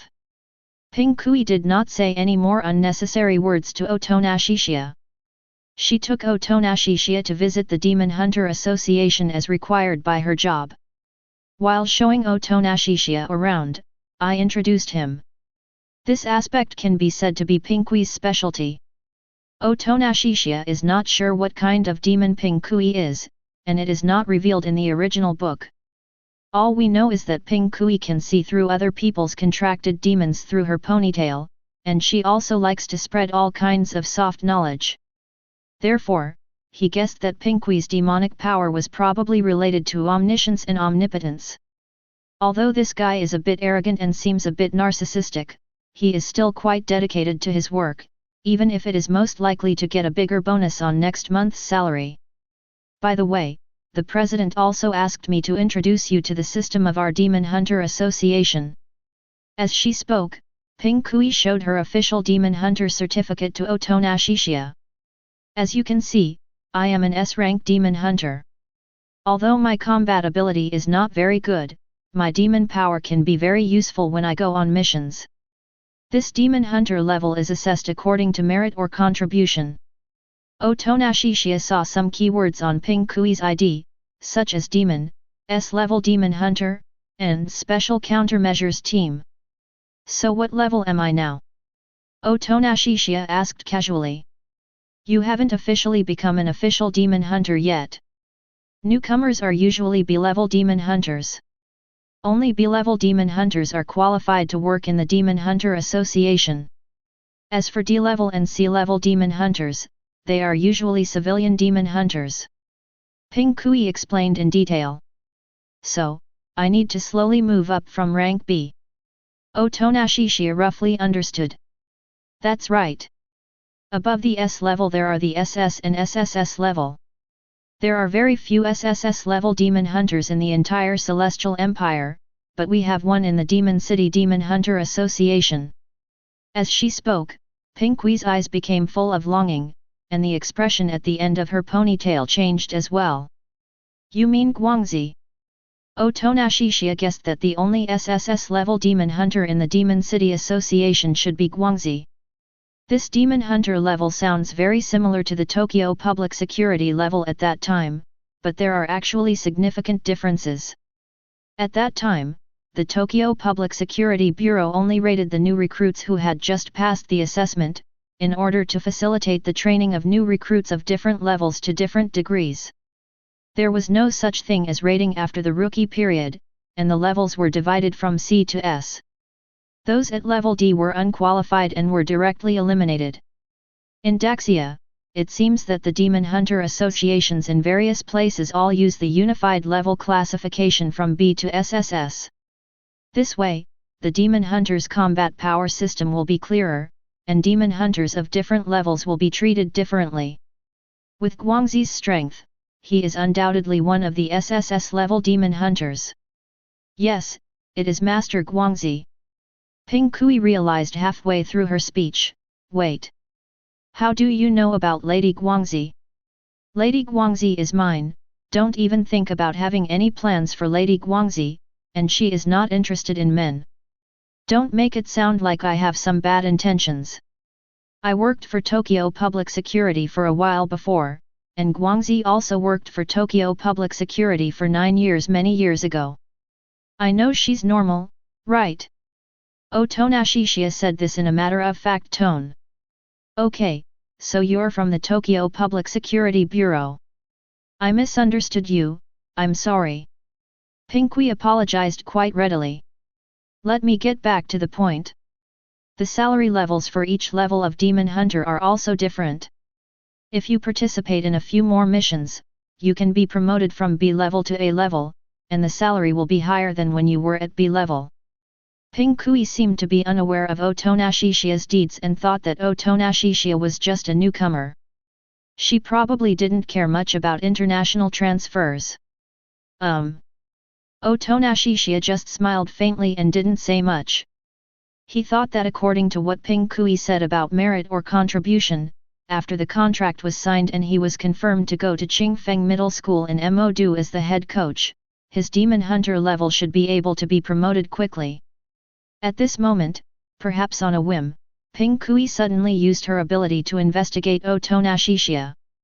I saw the end of her ponytail move in front of her eyes, turning into a circle with a hollow center. Her right hand also made a circle gesture, overlapping with the ponytail. Close your left eye, and point your right eye, right hand, and ponytail at Otonashishiya at the same time. This posture is like looking at Otonashishiya through a telescope. But before Pingcui could see anything from Otonashishiya, her vision suddenly went dark because her ponytail was grabbed by Otonashishiya's hand. I say, it's not a good thing to pry into other people's privacy. Otonashishiya's expression and tone were calm, and he grabbed the end of Pingcui's ponytail with one hand. Let me go. It hurts. Pingcui immediately began to struggle, and the end of her ponytail showed a painful expression. Otonashishiya then let go of his hand. How dare you touch a lady's hair so violently? Pingcui said with an unhappy look on her face. You asked for this. You peeped into other people's privacy without permission. Otonashishiya said lightly. I just want to see what kind of devil you have contracted. I won't tell anyone. There's no need to be so stingy, right? Pingcui said with a slightly aggrieved tone. Otonashishiya did not respond, but pretended to make a grabbing motion again. Pingcui immediately covered her ponytail, and the ponytail also showed a frightened expression, as if this was Pingcui's weakness.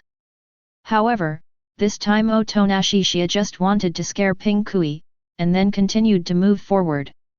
After a while, Pingcui felt a little ashamed and angry, and the more she thought about it, the angrier she became. This human being is both mean and serious. Originally she was just in a spur-of-the-moment mood, but now she insisted on snooping into this guy's privacy clearly. While Otonashishiya was walking in front, Pinkui secretly made the same move as before and probed Otonashishiya. However, Otonashishiya was already prepared, and his body was already in a hollow state. Therefore, Pinkui explored the loneliness, and all she saw was nothingness. Pinkui, who is usually able to not only detect humans' demon contracts but also the specific abilities of demons, failed for the first time. Even ordinary humans without a devil's contract would not be in nothingness. Isn't this guy a human? Chapter 156. All Pinkui could see through her ponytail was nothingness, and she stood there in a daze. At this moment, Otonashishiya turned around and glanced at Pinkui calmly. Have you seen enough? Pinkui was already in a state of shock and confusion, and the sudden voice almost frightened her to death. Ah! That, Pinkui hurriedly put down her hand that was doing the exploring action, and her mouth became incoherent, with the expressions on her face and ponytail showing extreme panic. Because she was afraid that Otonashishiya would teach her a lesson again. Although she didn't know how strong Otonashishiya was, she knew that she was weak. This detection ability did not have much combat power, and she might not be able to defeat a random B-level demon hunter. Why are you panicking like that? I'm not going to eat you. Otonashishiya smiled faintly and said, you can continue to spy on me if you want. You can't see anything anyway. Am I right? Pinkui heaved a sigh of relief when she heard that the other party had no intention of pursuing the matter. I did peek at you again just now. I was wrong. Pinkui said frankly, but what I care more about now is why I can't see anything on you? No, that's not right. To be precise, it's as if you don't even exist. This was the first time she had encountered such a situation since she could remember. It was like seeing a ghost. I've already told you that I have some privacy that I don't want anyone to know. Do you think I can answer your question? Otonashishiya asked back in a calm tone. He wasn't worried that Pinkui would see the angry demon he had contracted. But he was not sure to what extent Pinkui's ability could detect. There were not many scenes in the original book about Pinkui's demonic power. The first time was when she saw through the three demons in Anbian's contract and the old Anbian had nothing left to exchange with the demons. The second time was when she sensed in advance that the dark demon would appear, and then she was killed by the dark demon in seconds. He didn't want Pinkui to see anything on his body. The feeling of having his privacy seen through made him uncomfortable, not to mention that he had very important privacy. Of course, it would be best if Fihung could not be seen by Pinkui. All right. Pinkui knew that Otonashishiya would definitely not tell her, so she had no choice but to give up. After touring the entire Demon Hunter Association, Otonashishiya and Pinkui returned to President Jiang's study. Are you ready already? President Jiang asked. Well, I think I've given him enough details. Pinkui said with confidence. Okay, then Pinkui, you should go back and rest first. President Jiang said. Pinkui responded and left the study. As she left, she glanced at Otonashishiya again. She was still concerned about why she couldn't see anything on this guy. After the door of the study was closed, President Jiang continued to say to Otonashishiya, this time the speed is quite fast. The contract process has reached the last step. All that is left is for you to sign the contract. As he spoke, President Jiang took out the complete formal contract. Okay, let me take a look. Otonashishiya took the contract and flipped through it quickly, finishing the thick contract in just a few seconds. Chairman Jiang had long noticed that Otonashishiya's eyes were different from those of ordinary people. He was able to read a contract at a glance without missing a single word. These eyes were definitely not just blood-red eyes with patterns on them. After confirming that the content of the contract was correct, Otonashishiya signed his name directly in the signature area, along with his bloody fingerprint. President Jiang also immediately stamped the contract, which was naturally the official seal of the Demon Hunter Association. Then from today on, welcome to officially join our Demon City Demon Hunter Association. At this time, President Zhang took out another thing and handed it to Otonashishiya. This is your ID. I had someone make it for you in advance. Otonashishiya looked at the information on his ID, SSS ranked Demon Hunter. He was a little surprised. It seemed that the Demon Hunter Association had given him enough face by directly rating him the highest SSS level right after he joined the company. Yes, it is SSS grade. President Zhang nodded and said, you should have learned from Ping Kui about our Celestial Empire's rating system for demon hunters. Although newcomers are generally promoted from B level when they first join the company, you are not an ordinary newcomer. We certainly cannot rate you too low. I have said before that this special pilot project at Qingfeng Middle School in Magic City is particularly important. It requires a demon hunter with strong enough strength to take charge, and you are the one who best meets the requirements. I made an exception and assigned you the SSS rank so that you can control some difficult guys. Your strength is indeed in line with or even exceeds the SSS rank.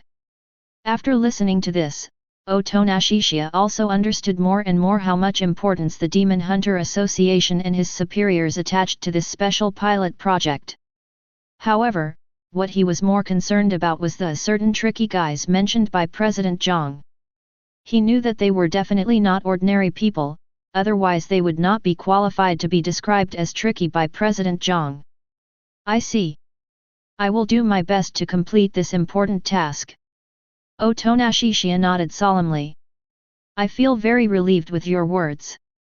Chairman Zhang has great confidence in Otonashishiya's abilities. Then he said, the documents of several others are also here. Should I send someone to deliver them to them? In addition to Otonashishiya's ID, the IDs of Reese, Shinayu, and others have also been prepared. No, I'll hand it over to them directly. Otonashishiya took the documents and took a look at them.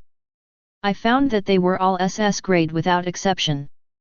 Shenyu and the weapon men are top combat forces no matter which country they are placed in. It is probably conservative to rate them as SS level. After all, they are all newcomers, so it is normal to be conservative. By the way, don't we all have a countermeasures team to which we belong? At this time, Otonashishiya suddenly asked. Because the team column on his and Lacey's and others' IDs was blank, unlike Ping Kui who had a special countermeasures team. Yes, because with your strength, it is not appropriate to be placed in any countermeasures team. It is better for you to form your own team and then incorporate it into the Demon Hunter Association. President Zhang explained. Except for the special countermeasures team led by Guangzi, any one of Otonashishiya and others would be a far superior force in any countermeasures team. And considering that Shenyu and those weapon men will only obey Otonashishiya, it would be better to let Otonashishiya and others create their own team. The team is composed entirely of SS-level demon hunters, just thinking about it is terrifying. Chapter 157. Speaking of which, it's not good to let you stay in a hotel all the time. Next, I will help you apply to stay in the state guest house. It is basically a place used to receive important foreign guests. There has never been a precedent for a demon hunter staying there. President Zhang said, but with your special characteristics, you should be able to apply for it. State guest house. Okay. Otonashishiya nodded slightly. He knew something about state guest houses, but not much. Simply put, they were villa-style state guest houses, usually with dozens of villa buildings. So to put it bluntly, they will be able to move into the villa next, even though he did not buy it. However, Otonashishiya still needs to stay for a while, because buying a villa is something that cannot be bought or occupied immediately. There was basically nothing else to do, so Otonashishiya also left Chairman Jiang's study. The next day, Otonashishiya took Dongshan Xiaohong and Leisa to Qingfeng Middle School in Modu. Although they looked no different from students, they were not wearing school uniforms and did not have student ID cards. However, the security guard at the gate had already received a message from the principal, saying that if he saw a young man with blood-red eyes with strange patterns, he should be allowed to pass immediately without any delay. Therefore, the security guard opened the door for Otonashishiya and the others without asking any questions. The security guard then immediately called the principal's office. A few minutes later, before Otonashishiya arrived at the office building, the principal had already come down to greet him personally. Otonashishiya suddenly felt that the man in front of him looked very familiar. Wasn't this the father of the dandy young man who had appeared in the hotel's luxurious restaurant before? No wonder he felt familiar when he heard President Zhang mention Principal Liang. He vaguely heard others talking about this in the luxurious restaurant at that time. Master Otonashi, we meet again. Principal Liang said with a smile. Yes, it's a bit unexpected that you are Principal Liang. Otonashishiya also spoke kindly. My son got into trouble before. I apologize to Mr. Otonashi again on his behalf. Principal Liang said sincerely. It's just a small matter. I don't take it seriously. Otonashishiya's smile passed. The two of them went to the office together, chatting and laughing. Leisa and Xiaohong followed closely behind Otonashishiya. Isn't that the principal? With a student who's not wearing a school uniform. It looks like the principal is here to greet us personally, right? Who are that boy and those two girls? Maybe they are some extraordinary rich young man and young lady. When they arrived at the principal's office, Otonashishiya and Principal Liang started to talk business. As for Dongshan, Xiaohong and Leisa, they sat next to Otonashishiya and did not say a word because they did not want to disturb Otonashishiya.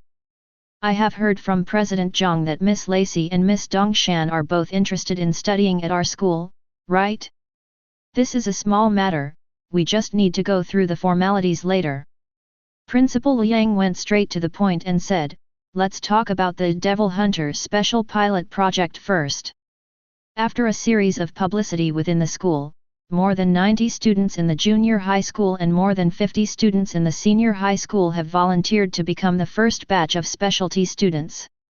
There are more than 100 people in total, which is quite a lot of people. Otonashishiya's thoughts and feelings. Yes, I guess most of those kids want to go to school easily, but we certainly can't let them just slack off. They still have to work hard. Principal Liang took out a document and handed it to Otonashishiya. It gives us the final assessment passing standard. We must meet this passing standard to successfully continue to school. Otonashishiya quickly read the contents of the document and understood the level of qualification standards set by his superiors. Strength, speed, physical fitness, all aspects related to physical skills have qualified standards. The various numerical values and text descriptions above seem rather complicated, so let's simply translate them.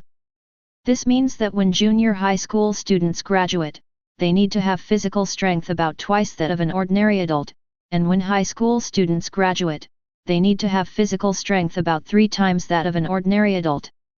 Of course, this is just the passing standard. Only by reaching this qualification standard and undergoing more intensive training during college can one become a sufficiently good demon hunter.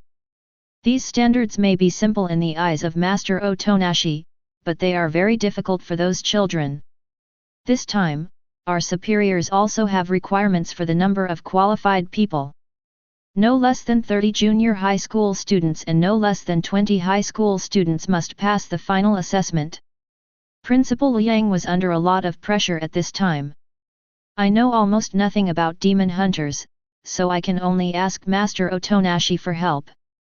Well, I will try my best to train them into qualified demon hunters. Otonashishiya heading out. Our school built a new building a few years ago that has not yet been put into use.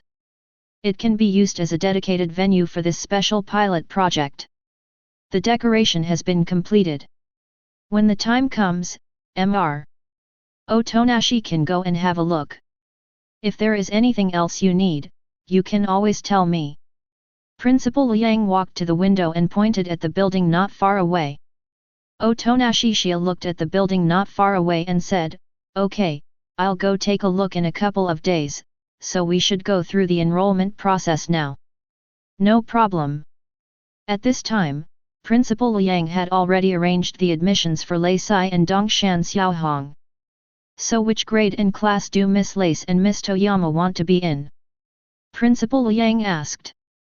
Since it was not the start of the semester yet, he could only insert Lei Sai and Dongshan Xiaohong directly into a class.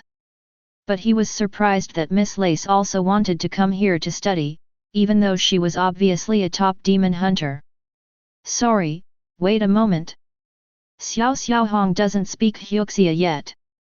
Let me talk to her first," Lei Sai said to Principal Liang with a smile. Then she switched to Japanese. "Xiaohong, I remember you were a sophomore in high school in Tokyo, right?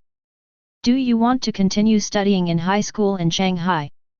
"Well, let's just continue with the second year of high school," Dongshan Xiaohong said. "Okay, I get it. Then I'll be a sophomore with Xiaohong, so that I can help you solve the communication problem. Thank you, Sister Lacey, for caring about me so much." Dongshan Xiaohong was suddenly moved. "Principal Liang, I have just discussed it with Xiaohong. We should go to the second grade of high school. As for the class, anyone will do." Lei Sai turned and said to Principal Liang. "Well, then I will arrange for you to go to a class with the best learning atmosphere possible." Principal Liang finally arranged Lei Sai and Dongshan Xiaohong into Class 2-1 of senior high school. At this time, Otonashishiya added, "By the way, the two of them also want to become Demon Hunter specialty students. Now the high school department already has 2 people who will definitely pass the assessment." Chapter 158. Dongshan Xiaohong and Leisa have both been successfully enrolled in school and have become specialty students in the Devil Hunter program.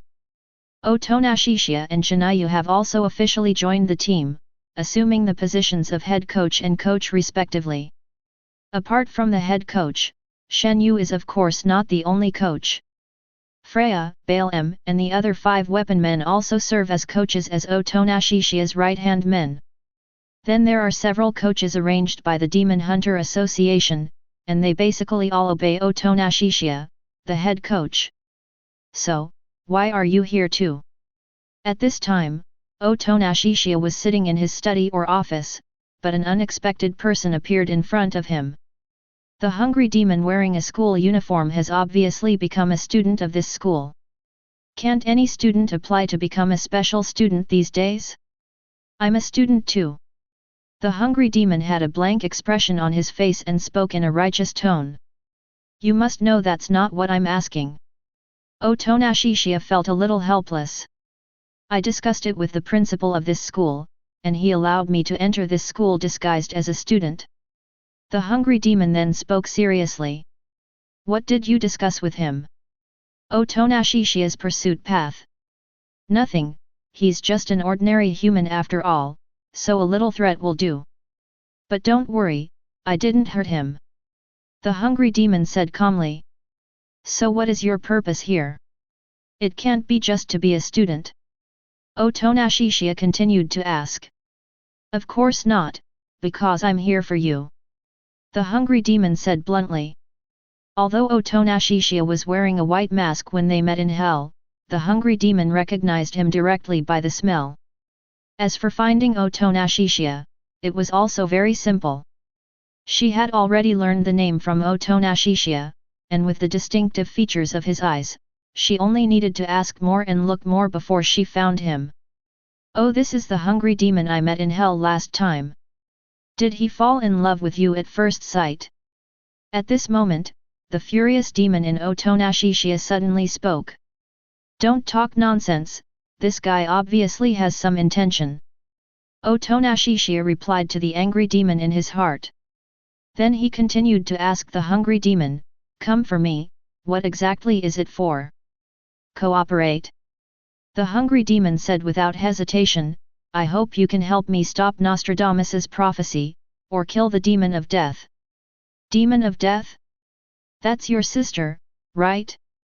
And you're all demons, why are you killing each other?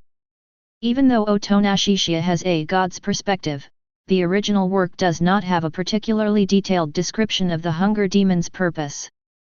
We only know that the hunger demon does want to kill the death demon, but the more specific details are unclear. Because I like humans, and I like some of the things humans have, like cakes, bread, potato chips, cola, milk tea. Once human civilization is destroyed, all kinds of delicacies will disappear. The hungry demon explained. She said whatever she wanted to say in front of Otonashishiya because she really wanted to work with Otonashishiya. Is it just such a common reason? Otonashishiya explains. Although the hungry demon himself said this reason in the original book, he still felt that this reason was a bit too ordinary. We demons always do what we want. Just like most demons instinctively want to treat humans as food, my instinct as a hungry demon is to eat. No matter if it's humans, human food, or demons, they will all become my food when necessary. The hungry demon said seriously, but I prefer humans. I don't want to treat them as food. Demons are too unpalatable. By comparison, I still like food made by humans the most. In this way, the death demon is equivalent to offending my instinctive desires. After listening, Otonashishiya did not feel that there was anything wrong with what the hungry demon said. Humanoid demons are indeed generally friendly and even fond of humans. Even a half-human angel demon with angel wings fell in love with a human girl in the original work. It's true that demons find demon flesh and blood unpalatable, and the bat demon finds the chainsaw man's blood particularly unpalatable. The hungry demon himself is a big eater in the original book, and the food intake of dozens of people can barely satisfy him. At this time, the hungry demon continued, I witnessed your fight with the dark demon last time. With the strength you showed at that time, I think you have the best chance of killing the death demon. At that time, she had already conceived the idea of cooperating with Otonashishiya to fight against the demon of death. Her original plan was to use the war demon to deal with the death demon, but the war demon was now in a crippled state with very little strength left. It would take a lot of effort to restore the war demon to or even surpass its peak state. Ever since the bloody battle with the chainsaw demon, the war demon has been severely damaged. Until now, not only has it not recovered much, but it has become even weaker. After the World War II demon was eaten by the chainsaw demon, wars between humans have become less and less frequent and even almost negligible. People's fear of war has almost been forgotten, so the war demon will inevitably become weaker and weaker. Only war-themed movies and TV dramas, as well as the rare wars that occur in real life, can barely prevent the demon of war from completely disappearing. Because of this, among the 4 horsemen of the apocalypse, the war demon hates Pokita the most. He was beaten by Pokita into a fool whose mind is only filled with revenge on Chainsaw Man, and he wants Pokita to spit out her followers, such as the demons of nuclear bombs and World War II. It's interesting to let the death demon die. Otonashishiya made a small complaint. Although she will be resurrected after being killed, as long as she is killed when Nostradamus's great prophecy comes true, the prophecy will end. The hungry demon said, So, are you willing to cooperate with me? I can help you fight the death demon, but you have to sign a contract with me, otherwise I can't trust you. Otonashishiya said, As for the terms of the contract, you have to help me find the ruling devil. Of course, if you actually know her whereabouts, then just tell me directly. Also, let me use your power when necessary. He was also quite curious about the abilities of the hungry demon. Although there were not many scenes in the original book, the hungry demon was a mysterious and powerful figure, and his abilities seemed to be related to the unequal exchange of scales. As soon as Otonashishiya finished speaking, the hungry demon completed the contract with Otonashishiya. The contract is concluded. I will help you find your dominant sister and allow you to use a certain degree of power. Chapter 159. The hungry demon agreed so readily that Otonashishiya was a little surprised. It is said to be an accident, but it is actually reasonable. After all, the hunger demon in the original book has always acted with the goal of killing the death demon. But Otonashishiya always felt that the true intention of the hungry demon was not that simple, but now it seems to be that simple. Based on his understanding of the original work, there is nothing wrong with the hungry demon's statement of driven by instinct. Anyway, no matter what, as long as the contract is established, he is not afraid of the hungry demon cheating. No demon can break the contract, not even the demon of darkness. Then please take care of me from now on, hungry demon. Otonashishiya smiled slightly. Call me Jihe, or Xiaoji. The hungry demon corrected in a serious tone. Otonashishiya was silent for a moment, then I'll still call you Jihe, that's your name, right? In the original book, the hungry demon gave himself this name. That's right, just call me Jihe from now on. Jihe emphasized again. Okay, I got it. Otonashishiya's way. Regarding the whereabouts of the dominant demon, although the last time I met her was several months ago, the four of us sisters can sense each other's presence if we are a little closer, so it should not be difficult for me to help you find her. At this time, Jihe's topic suddenly jumped to Makima. Then come with me to hell when you are free. Otonashishiya explains. Then we need to prepare the contract price required by the hell demon in advance. Jihe said. No, I can take you directly to hell when the time comes. There is no need to sign a contract with the devils of hell. Otonashishiya said casually. Really? So I still underestimated you. There was still no emotion on Jihe's face, but a hint of surprise arose in his heart. It turns out that the last time this human boy reached hell, it was not through the power of the devil of hell. So, are you planning to be a student here? Don't reveal your identity as a devil in front of other students. Otonashishiya reminded Jiga. I know. I will disguise myself as an ordinary human student. Jihe promised. I hope you can keep your word. As long as you don't do anything to hurt humans, I won't care about you. Otonashishiya expressed his attitude. Cooperation is cooperation, but you can't do anything wrong. Don't worry, I will behave like a normal student until Nostradamus's prophecy comes true. Jihe only said half of his words.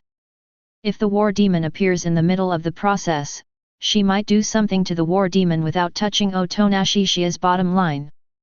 After all, at the moment, Otonashishiya is her biggest hope, and the priorities must be clearly distinguished. That's fine, but your intention to cooperate with me has been achieved, so are you sure you still want to become a special student of Demon Hunter? Otonashishiya questions. Since we're here, let's try to have some fun. It's boring anyway. Jihe said casually. Whatever you want, as long as you don't run away halfway. Otonashishiya explains. In this way, there will be a person to ensure that he can pass the final assessment, and that is the hungry demon. Just at this moment, Shen Yu pushed the door open. Otonashi, a lot of students have applied these days. Please take a look at the list. As soon as he finished speaking, Shen Yu became concerned about Jihe in front of him. Who is this person? Doesn't he know that students need to apply downstairs first if they want to register? Shen Yu hasn't learned much Hyuxia yet, so she still speaks Russian. But as a demon, Jihe has a natural talent for languages and can easily understand what Shen Yu says. Jihe always tilted his head and said in an emotionless voice, I am a student here, not a demon. Otonashishiya was speechless. Isn't it a case of here is the silver lining to say such a thing? He didn't expect that this guy had such a silly personality. Since Jihe's appearance was no different from that of a human except for his eyes, Shen Yu didn't think of him as a demon, so he just felt a little puzzled. Her name is Jihe, and she also wants to sign up. Just give the list here to her to fill out. Otonashishiya said to Kanzuki. Now Shen Yu paid more attention to this girl named Jihe. She didn't look like a Soviet, but she spoke Russian so well.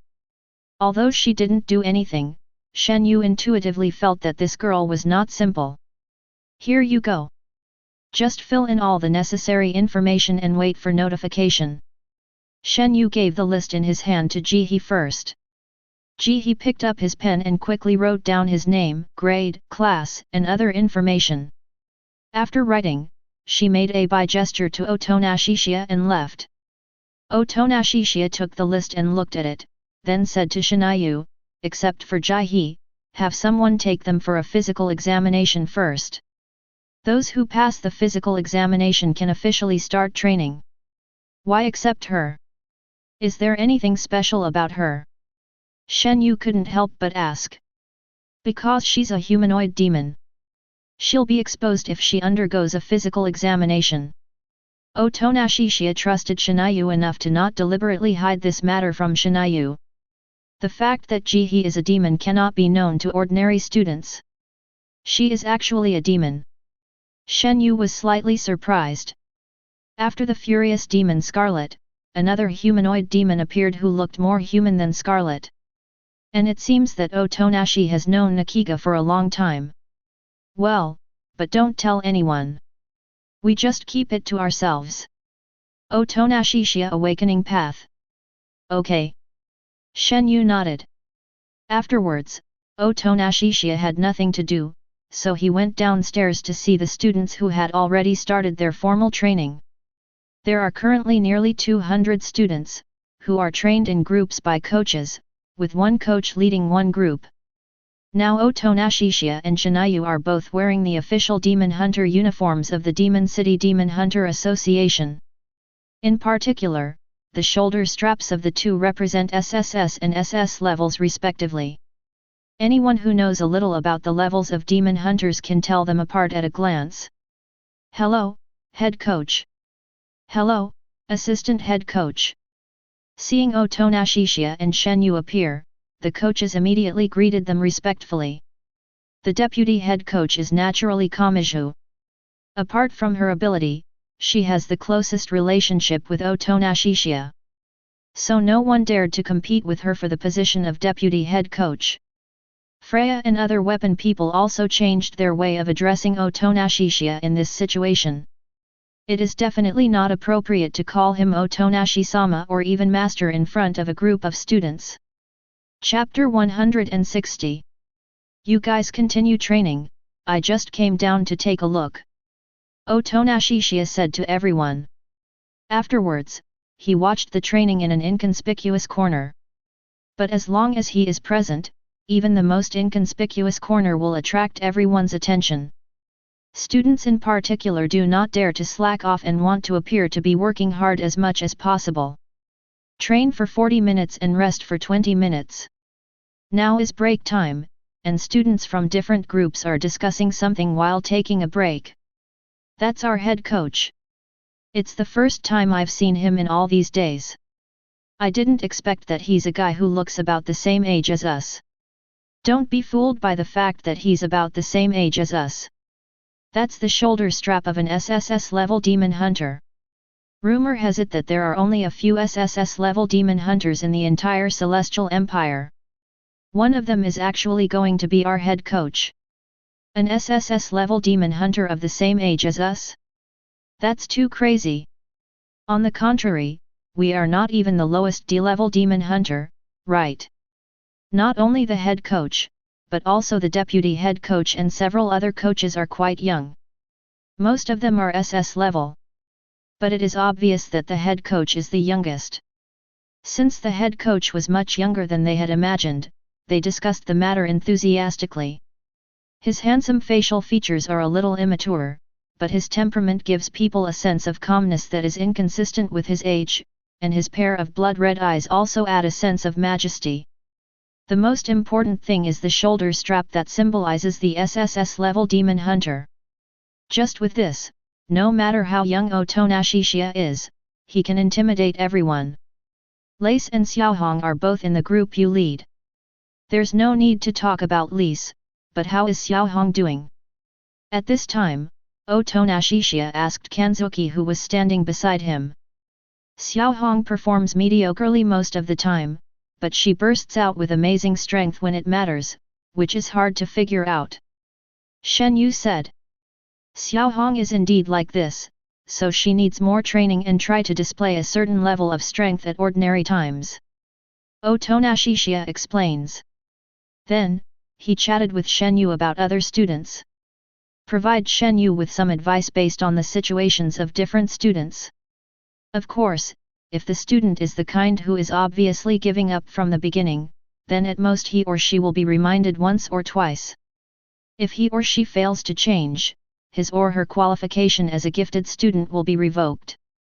Although these students can voluntarily choose not to become demon hunters in the future, they still have to endure the hardships, otherwise this special skill will be meaningless.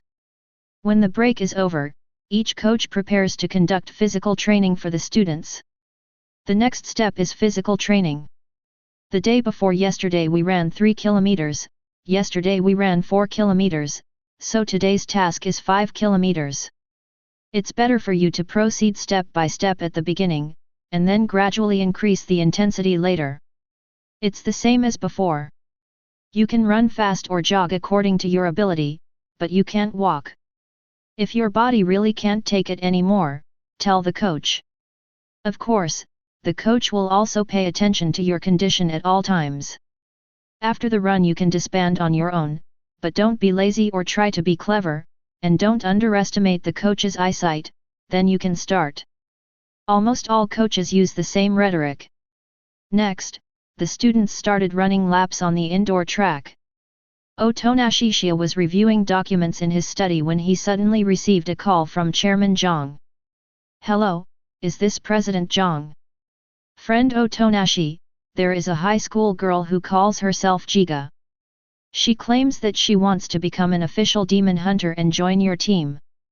Is she someone you know? Hearing this, Otonashishia was silent for a while. It's someone I know. I'll go over there now. No need to trouble you, young friend. Since she's someone you know, I'll approve her application later. As for the team, it's up to you to arrange it. After hanging up the phone, Otonashishia still insisted on going to the Demon Hunter Association. Who knows what that guy Jihe is up to in the Demon Hunter Association? He is completely worried. The next second, Otonashishia transferred himself to the Demon City Demon Hunter Association through the Kamui space. So many days have passed since his last battle with the Dark Demon, and his body and pupil skills have long since recovered. At this time, Jihe seemed to be preparing to sign a contract with President Zhang. After the contract was signed, he would officially join the company. Otonashi-kun? You got here so quickly. Chairman Zhang was surprised to see Otonashishia coming. He had just hung up the phone with Otonashishia, and Otonashishia came a few moments later. Although he had known about Otonashishia's ability for a long time, he was still surprised after seeing it with his own eyes. I'm sorry, President Zhang, I need to tell her something first. Otonashishia stated his purpose. Then he grabbed Jihe's wrist and said calmly, come out with me. Jihe did not resist and followed Otonashishia out of President Jiang's study. Otonashishia took Jihe to an empty corner of the corridor. There was no surveillance or eavesdropping equipment in this blind spot. Hungry demon, what are you doing? Otonashishia asked Chiya. Jihe had no expression on his face and did not respond. It seemed that because Otonashishia didn't call her by her name, she didn't want to talk to him. Chiya. Otonashishia asked again, but Jihe still didn't respond. P.S. I have to explain the translation problem here. I specifically checked the original Japanese comics. The name that the hungry demon gave himself was actually, which means hungry sauce / little hungry, so there was the famous scene of just call me little hungry. But the Hyuxia translation team may have translated it into Jihe for convenience. Jihe is a homophonic translation of hunger. According to the original character setting, if you really shout Jihe to the hungry demon, it is equivalent to shouting hungry directly to her, and she will ignore you. You must call her a little hungry. P.S. So I will also improve it here. The name of the hungry devil is still Jihe, and the male protagonist can only call her Xiao Hungry. But Otonashishiya quickly responded, Zyja, is this okay? I'm hungry, but I don't have any human currency on me. Since I'm working with you and it's not easy to expose my demon identity to rob people, I can only look for a job to make money. As far as I know, demon hunter is a profession that makes money more easily. Jihe did not say anything extra, but directly answered Otonashishiya's previous question. All right. This reason was a little unexpected for Otonashishiya. It is a bit dramatic that the hungry demon, one of the 4 horsemen of the apocalypse, has to become a demon hunter to make money in order to fill his stomach, although the main reason is that he does not allow the hungry demon to reveal his identity as a demon. If you want to make money, then you can be a demon hunter. As for being hungry, I can just treat you to something to eat later. Also, I won't have that many things to deal with in the next 2 days, so we'll go to hell again. I want to find the ruling demon as soon as possible. Chapter 161. Hell. A girl with long pink hair, her eyes are golden circles like the hungry demon, and the faint smile on her beautiful face reveals a hint of danger. Not only does she have fair skin and beautiful looks, she also has a graceful figure. Next to the girl there is a huge demon with a strange and terrifying appearance, but it is submitting to this seemingly fragile human girl. The controlling adult. That's right, this human girl is none other than Makima, the demon of domination, one of the 4 horsemen of the apocalypse. However, the ruling demon at this time may not have named himself Makima. After all, it is necessary to take a human name only after arriving in the human world. The demon next to him is the subordinate of the ruling demon. We are almost ready. We will head to the human world soon. How are the discussions going with the demons in hell? The ruling demon spoke. The voice is gentle, pleasant, and charming. It should be almost done in a few days. The conditions demanded by the demons from hell are rather troublesome. The dependent replied. The devils of hell do not only sign contracts with humans, but demons can also ask it for help, provided that its conditions are met. The contract conditions required from humans are a few lives, and the conditions required from demons are definitely not human lives, but they will not be easy either. The ruling demon responded softly, thinking deeply. She made sufficient preparations to go to the human world, naturally heading for the chainsaw demon. She wanted to use the power of the chainsaw demon to kill the demon of death and stop Nostradamus's prophecy. The motivation is very simple. She likes humans and dreams of having a family with whom she has an equal relationship. She also hopes that this family will most likely be human. Otherwise, Makima's 3 sisters, War, Hunger, and Death, are all equal as knights of the apocalypse, and their sisterly relationship is more in line with the word family, although it is a plastic sisterhood.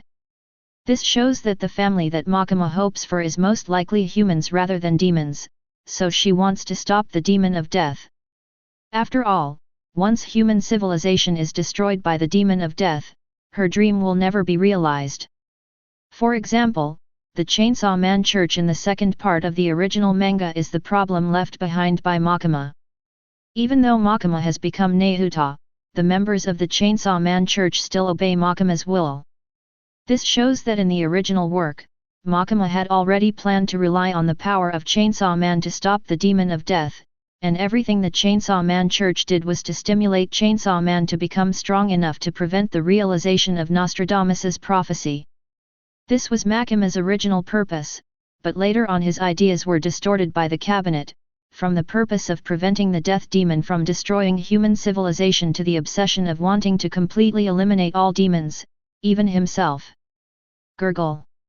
Otonashishiya took Jihe walking on the streets of the magic city, and the rumbling sound from Jihe's belly became louder and louder. Jihe did not have the shyness that human girls usually have, and said to Otonashishiya directly, "I'm hungry." Jihe was wearing a school uniform and carrying a school bag, just like an ordinary female high school student. Okay, I know you're hungry, but we have to find a place to eat first. Chiya explains. Soon, they found a restaurant that looked nice in terms of decoration and environment. The restaurant was also doing good business and there were only a few empty seats left. Are you two guests? Please sit here. The waiter came over immediately and said respectfully. Well, it's just the two of us. Chiya nodded in response. As soon as they entered the restaurant, Chiya and Jihi immediately became the focus of the whole place. Especially Chiya, the official uniform and epaulets are so eye-catching. The guests around were talking quietly. The waiter also noticed the guest's shoulder badge, and wondered if this shoulder badge meant that he was an SSS-level demon hunter? Judging from his appearance, he should still be a student, and he was also having dinner with a female high school student. When did such an SSS-level high school student appear in Shanghai? The waiter's attitude became more respectful, and he carefully presented the menus to Chiya and Jihi. You choose first, and then I'll pick something at random. Chiya said to Jiga. Then I'll be welcome. Jihi said you're welcome and she really wasn't polite at all. She simply marked ×10 behind all the dishes she wanted to eat. Excuse me, sir, what does this mean? Looking at the marks made by the customers behind the dishes, the waiter couldn't help but ask with a puzzled look on his face. It means I want 10 of each. Jihi said. 10 of each. The waiter was shocked and immediately reminded, are you sure? Once you are sure, you cannot refund the order. The customer marked 5 dishes on the menu, which added up to 50 portions, most of which were sizable desserts. This is the amount of food that at least a dozen adults can eat, and the other party is just a high school girl with a slim figure and doesn't seem like the type who can eat a lot. Sure. Jihi nodded slightly. At this time, Chiya also said, it's okay, if we can't finish it later, we can pack it all up and take it away. All right. The waiter could only go to the kitchen to prepare the dishes. After the waiter left, Chiya couldn't help but say to Jihi, even though it's my treat, you're really not polite at all. Jihi has such an exaggerated appetite. Fortunately, he is not short of money, otherwise this guest is really not something that ordinary people can afford. The ruling demon should be coming to the human world soon. Jihi selectively ignored Chiya's complaints. However, this sentence immediately successfully diverted Chiya's attention. The matter of controlling demons must have concerned him very much. So should we rush to hell to find her, or wait for her in the human world? But even if she comes to the human world, we are not sure where she will land. Chiya's thoughts.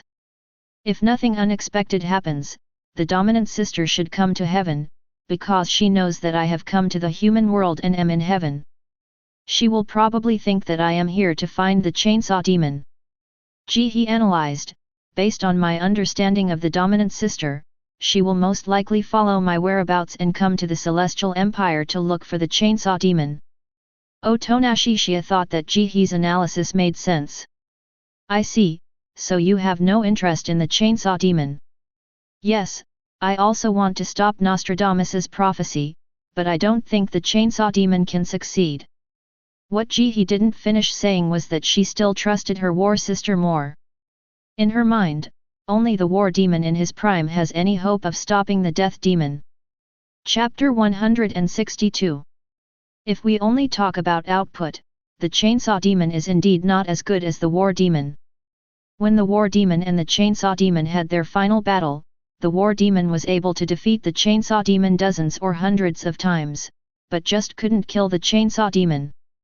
The chainsaw demon, also known as Pokata, seems to have the same characteristics as the weapon man, that is, he cannot die. Every time the chainsaw demon was defeated by the war demon, he would make a comeback. In the end, the war demon was almost eaten away by the chainsaw demon. To put it simply, the war demon with one life was slowly ground down by the chainsaw demons with countless lives, and was almost completely eaten away by the chainsaw demons. It is no wonder that the war demon in the original work hated the chainsaw demons so deeply.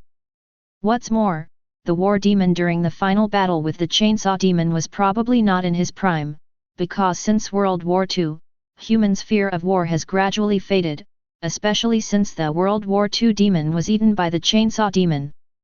According to the original book, the war demon in his prime does have a better chance of defeating the death demon than the chainsaw demon. The ability of the war demon is to turn her own things into weapons, no matter what they are, even her followers such as the nuclear bomb demon, World War II demon, etc. can become her weapons. There is no doubt about its lethality. I see, your sister, the demon-ruling demon, seems to think highly of the chainsaw demon. Otonashishiya continued to chat with Jiga. I don't really know what my sister is thinking, I just know that she is inexplicably obsessed with the chainsaw demon. Jihe shook his head slightly. She only said half of her words just now because the human boy in front of her was her greatest hope now. The war demon is now too weak. I wonder how much effort it will take for Jihe to restore the war demon to its peak state. It is necessary to lure the war demon to the human world, and also to plan to control the war demon. One of the abilities of the hunger demon is that it can control any creature in a hungry state, of course including demons. This is similar to the ability to dominate demons. After controlling the war demon, he had to make plans to deepen the fear of war among people all over the world, and let the chainsaw demon spit out the war demon's followers. The whole process was very troublesome, and it was a headache just thinking about it.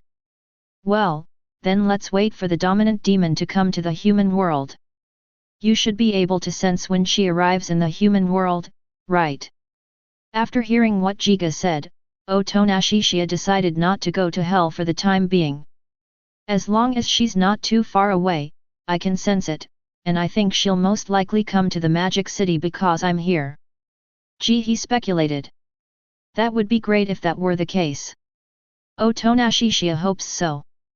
At this time, the waiters had already started serving the dishes, and Otonashishiya and Jihe stopped talking about topics that were not suitable for others to hear. Please enjoy your meal, sir. The waiter brought the desserts one after another. The portion of a dessert was not small, but Jihe finished it in just a few bites. Otonashishiya just ordered some food as long as it filled her stomach. When the waiter brought the next wave of desserts, Jihe had almost finished the previous wave. The waiter was stunned for a moment when he saw that the desserts on the table had become empty plates in the blink of an eye. He didn't say anything, but his face and heart were filled with surprise. This little girl ate so fast and seemed to be able to eat a lot. He couldn't help but wonder, could this girl really eat 50 dishes and desserts? When the next wave of waiters came over, the same thing happened again. Jihe had already finished all the previous desserts. The other guests around also gradually noticed Jihe. There were already quite a few empty plates piled up on the table. They were all eaten by the high school girl alone, and it seemed that she was still not satisfied. Isn't the person sitting over there the very young SSS class demon hunter? It seems that the high school girl who came with this boy is not an ordinary person. Her appetite and speed are too outrageous. She must be a demon hunter. I guess she became like this after signing a contract with the devil. If I were given such a horrible appetite, I would probably eat myself into poverty and starve to death soon. About half an hour later, the waiter finally brought everything to the table. At the same time, Jihe had almost finished eating. Even so, Jihe's belly was only slightly bulging, and it seemed that he was far from being full. The waiter was completely stunned and couldn't believe that what he saw was real.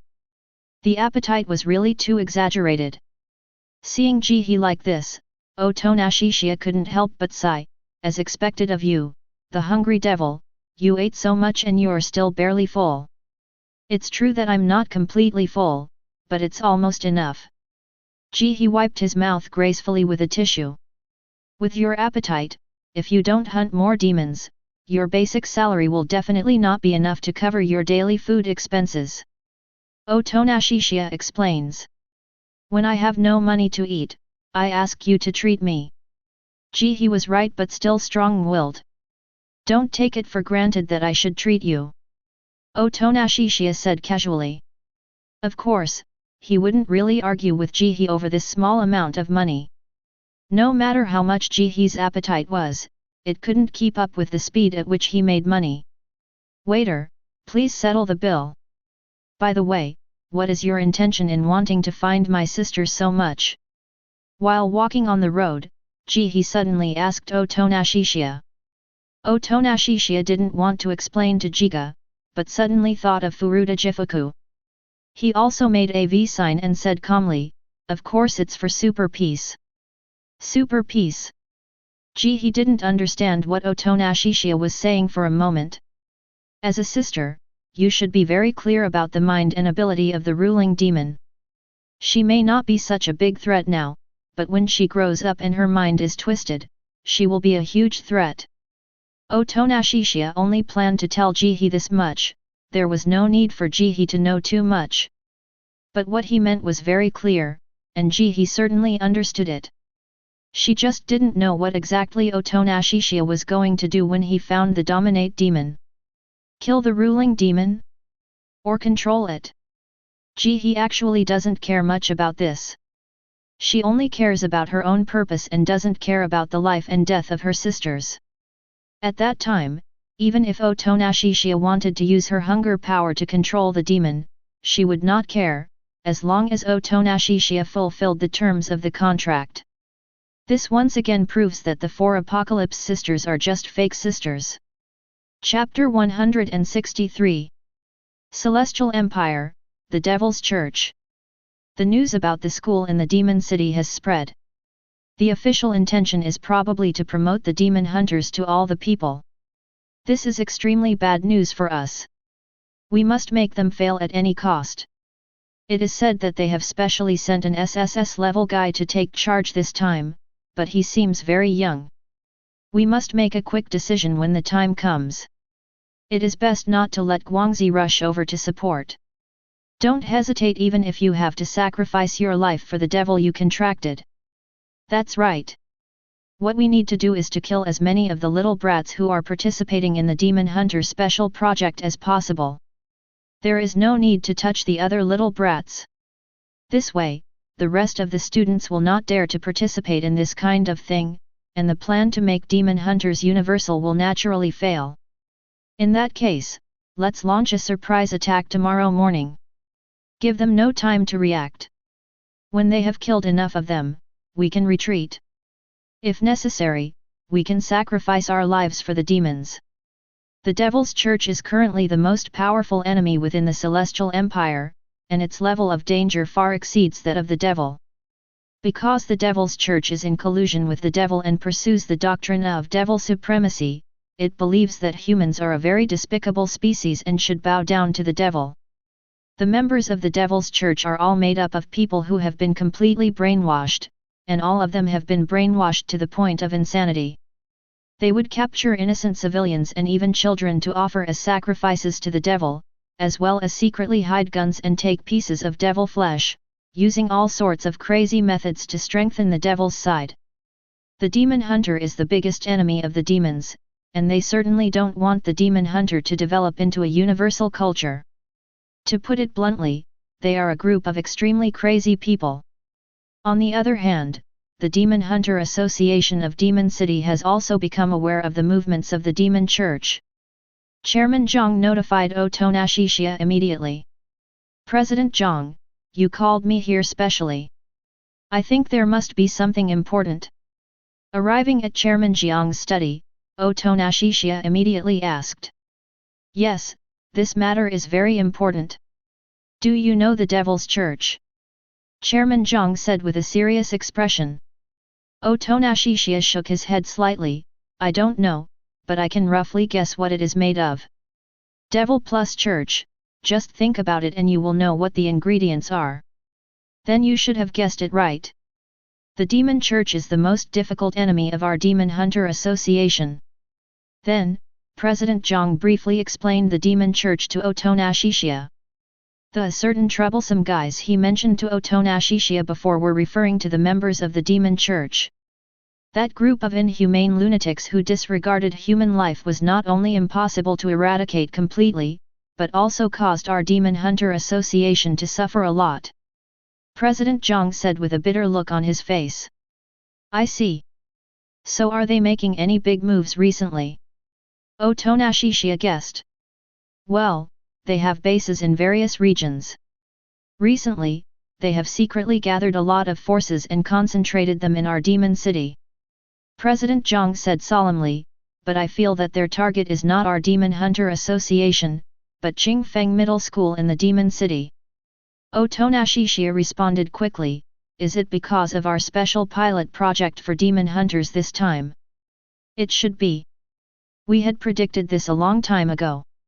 This is why we hoped so much that you could stay in school.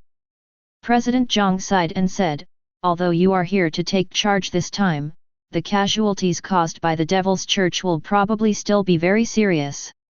I really don't want the children to be harmed by those lunatics.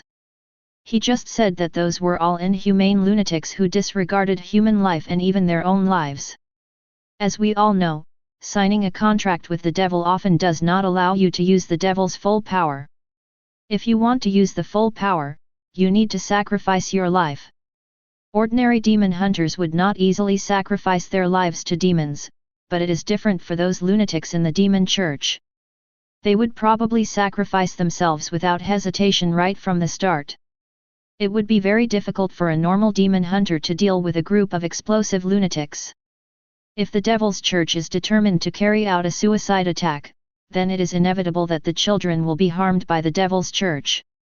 It is also impossible to let all students take a holiday and be protected in the Demon Hunter Association forever, because this will play into the hands of the Demon Church. Not only will their special pilot project be scrapped, but the Demon Church can also simply not launch an attack after hearing the news. The longer it takes, the more disadvantageous it will be for the Demon Hunter Association. The best we can do is to strengthen the defense of Qingfeng Middle School and Modu as much as possible, and not let people in the school panic. I will try my best to stop them then and reduce the casualties to zero as much as possible. Otonashishia said calmly. It seemed that even the dangerous demon church mentioned by President Zhang could not make him feel nervous at all. I'll leave it to you. Chairman Zhang bowed solemnly. Although he didn't dare to expect Otonashishia to be able to protect all the children, it would be great if he could reduce the casualties as much as possible. We plan to have the special countermeasures team led by Guangzi hide near the school, so that they can support you as quickly as possible. They should be here soon. Not long after President Zhang finished saying this, the door was pushed open. The leader of the group was naturally Guangzi. She was tall, with a black lace eye mask on her right eye, her silver hair tied in a short ponytail, and the uniform of the Magic City Association. She had a cold and handsome face and a look of desirelessness. 3 8-trigrams knives are hung behind the waist. This person is the oldest demon hunter in the Celestial Empire and even in the entire world, and he is also an arrow weapon master. Behind Guangzi there are 4 demon girls, namely Ping Kui, who Otonashishia had met before, the dragon demon, the space demon Cosmo, and a girl with an unknown name who has stitches all over her body and looks like a zombie. The dragon demon had a pair of red dragon horns on her head and was very tall, the tallest of the 4 demon girls, but her hands were handcuffed for some reason.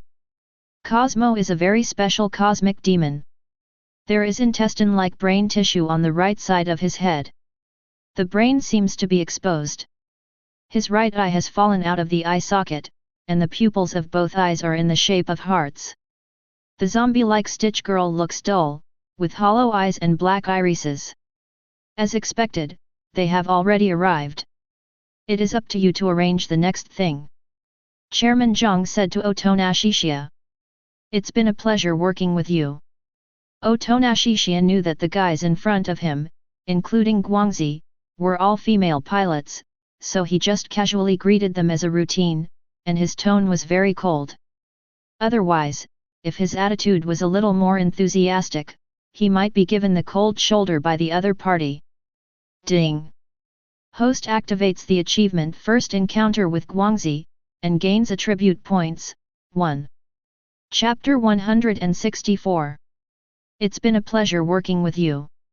Guangxi also replied indifferently with an indifferent expression. We meet again. Ping Kui made a face at Otonashishiya.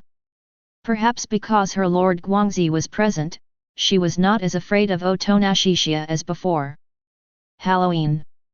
Halloween. It seems that the cosmic demon Cosmo can't say anything except Halloween.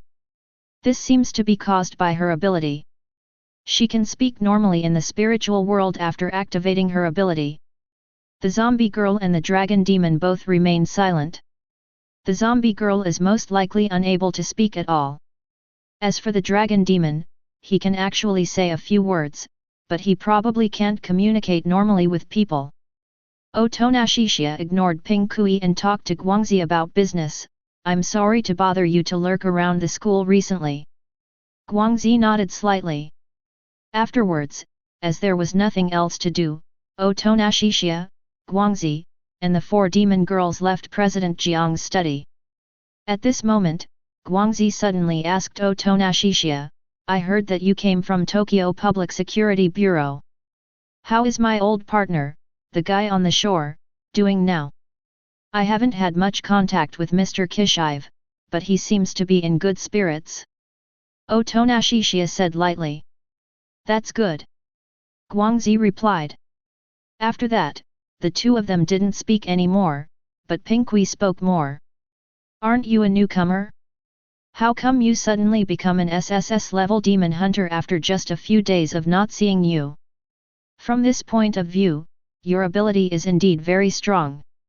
Is this because the president made an exception and gave you an SSS grade? Hey, why are you ignoring me? He talked so much that even Otonashishiya was a little annoyed. Because I don't think there's anything to say. Otonashishiya casually said, you are so energetic, why don't you focus on the battle when the time comes? Ping Kui didn't like others preaching to her and felt dissatisfied.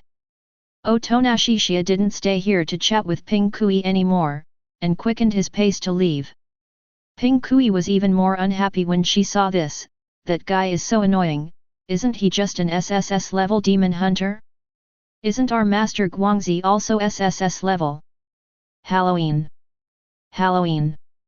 Cosmo the cosmic demon is still the same. Ping Kui, be obedient and don't provoke that young man. Guangxi said this. Unlike Ping Kui, Guangxi has some idea of Otonashishiya's strength and deeds. Although the understanding is not comprehensive, it can be confirmed that this is an existence that is absolutely not suitable to be provoked. Moreover, President Jiang attaches so much importance to that young man that they may easily get into trouble if they provoke him. President Guanghui. Hearing this, Ping Kui was a little bit unbelievable. Is that guy so powerful? He even mastered Guangxi. Yeah, very powerful, but I'm not sure I can beat him. Guangxi said bluntly, if a fight really breaks out, we might even be killed by him. All right. Since Lord Guangxi said so, Ping Kui had nothing to say. But she still felt that Lord Guangxi was invincible and would definitely not lose to that guy. When the time comes that group of mentally challenged idiots from the Devil's Church come to attack, they can show off their skills together with Lord Guangxi. Even the demon Ping Kui thinks that the people in the Demon Church are mentally ill. After returning to Qingfeng Middle School in the Demon City, Otonashishiya also told Shinayu, Lei Sai, and others about the Demon Church.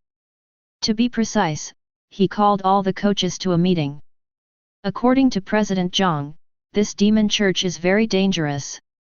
Recently, besides the time you are training the students, you must pay more attention to the situation inside and around the school to avoid being caught off guard by the Demon Church's surprise attack. Once you detect the actions of the Demon Church, move the students to a safe place as quickly as possible to prevent them from getting hurt. The content of the meetings held by Otonashishiya basically revolved around the Demon Church. The Devil's Church, I've heard of it before, they're all a bunch of brainwashed lunatics. Lacey felt that the Devil's Church sounded very familiar. Although Lace is a student, she is also an SS-level demon hunter of the Demon Hunter Association, so she is certainly qualified to attend this meeting. It's just that the school uniform she's wearing seems a bit out of place. Not only Lace, but several other weapon men are also familiar with the Demon Church. As former special agents, they must know the relevant information about the demonic church in the Celestial Empire. In addition to Otonashishia's own people, some coaches sent by the Demon Hunter Association certainly also know about the Demon Church. After all, it is their most dangerous enemy. It is precisely because they are a group of lunatics that we cannot be careless. There is no need to show mercy when the time comes. Kill them one by one and kill them all. Otonashishia said with an indifferent look. The evening meeting had just ended when the Demon Church attacked the next morning.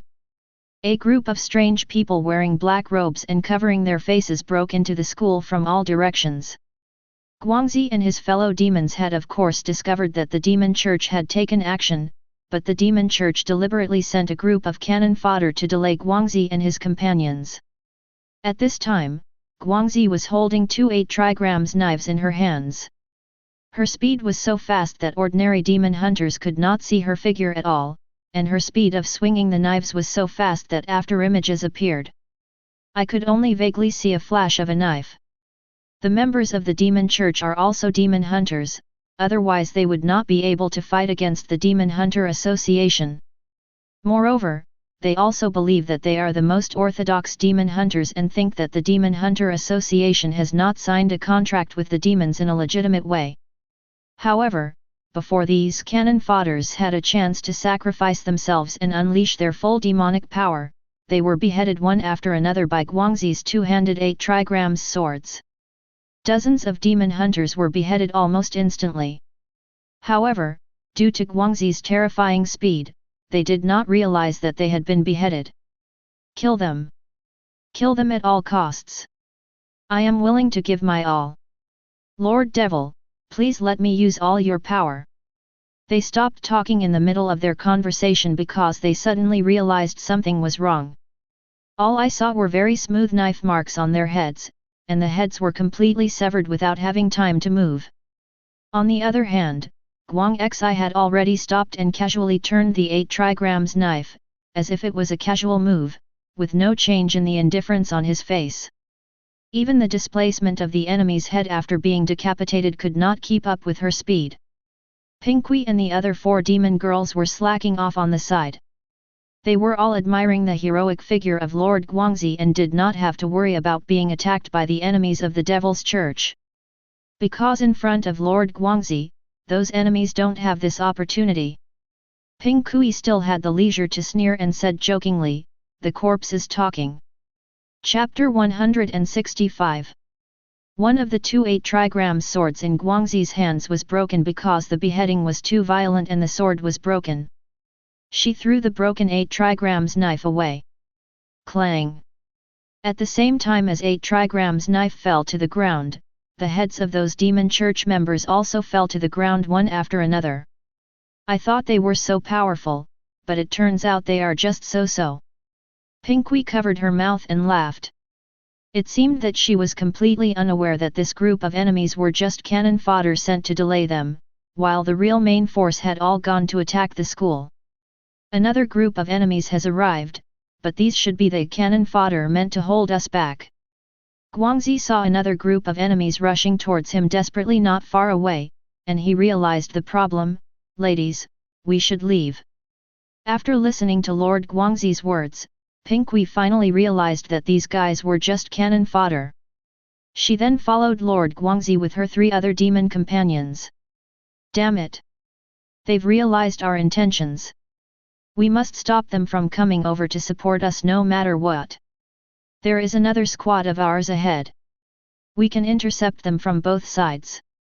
This damn BCH Guangxi is too scary. I'm afraid we can't delay her for a few seconds, but every second counts. These members of the Demon Church have completely disregarded their own lives and are determined to hold back Guangxi and the others at all costs. Faced with being attacked from both sides, Guangxi was worried about letting the demon girls stay behind to deal with these enemies. Although this somewhat violates the order of support at the first time, she still wants to protect the demon girls out of selfish motives. "I'll clear the way for you, please be careful."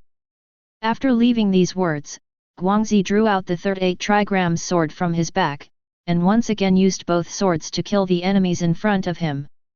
This group of demon church members are smarter than the previous group. They sacrifice everything they have before being beheaded to gain the maximum demonic power. But after all, they regard the devil as their father and do not want to summon the devil's body that they have contracted, for fear of being killed by Guangxi, so this is not the most complete devil power. The most complete demonic power is when the demon itself fights in person and the demon hunter controls the demon itself. Even so, the fatal blow they unleashed at the cost of their own lives was extremely powerful, and they were not targeting Guangxi, but Guangxi's fellow demons.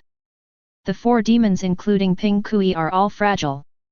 Except for the cosmic demon who has more powerful abilities, their combat power is weaker than the other. They will be in danger when facing these crazy people who are fighting for their lives. Guangxi had to protect her demon companions while killing the enemies, which slowed down her killing speed to a great extent, and the goal of the demon church members was achieved. Very good. That's it, attack those demons. Ha ha ha. Those demons are indeed Guangxi's weak spot. They are such inferior demon hunters to have such a weak spot. If possible, it would be best to kill all those demons. The demons working for the Demon Hunter Association are not the demons we admire. The remaining members of the demonic church were all smug, even though they were about to die. This angered Guangxi, and she almost wanted to pull out the arrow in her right eye and transform into an arrow weapon man. But she still held back. Unless she had no choice, she didn't want to reveal the identity of the arrow weapon man, which was a secret known only to very few senior officials. If she transformed into a weapon person in such a conspicuous place, even if she killed all the enemies, she would not be able to guarantee that she would be witnessed by ordinary people or media personnel, and then it would be exposed, causing many troubles. Thanks to the fact that the weapons men like Lace were originally agents, they were able to detect the movements of the demon church in advance. The demonic church certainly could not have predicted that Otonashishiya's subordinates were once the Soviet Union's top agents. Before the Devil's Church began its invasion, Otonashishiya had mobilized all the teachers and students in the school to hide in a safe shelter as quickly as possible. This type of shelter is usually built to deal with demonic attacks and is an indispensable standard building in various important places in the Celestial Empire. Otonashishiya specifically concentrated his forces to guard the entrance and exit of the shelter to prevent any member of the demon church from breaking into the shelter. What the hell is this? Why? Why are there so many armed men? Weapon men are not invincible. Try to hold them back as much as possible, and the rest of you, follow me and charge in. That's right. There are enough of us, they can't handle it. Lise, Freya, and other weapon men have blocked and killed many members of the demon church. Otonashishiya told them to go all out, so they transformed into weapon men without hesitation. Shen Yu's performance is not much inferior to that of the weapon man, because her ability is invincible in bullying weak opponents. She will only have trouble when she encounters a particularly strong enemy who can break her absolute defense. On the other hand, the official demon hunters sent by the Demon Hunter Association to serve as coaches were not so good. They had a hard time dealing with such crazy enemies who didn't care about their lives. They were either injured or almost lost their lives. It was impossible to expect them to stop many people. However, the terrifying thing is that this time the demon church mobilized at least thousands of people, all of whom were demon hunters who would fight to the death, and they were all elites carefully selected by the demon church. Although weapon people like Shen Yu and Lei Se are very strong, they are unable to intercept all the large number of enemies coming from all directions. The main problem is that the enemy is not coming for them, but only wants to rush into the shelter, which makes it very difficult to stop them. However, the one sitting at the last line of defense is Chiya.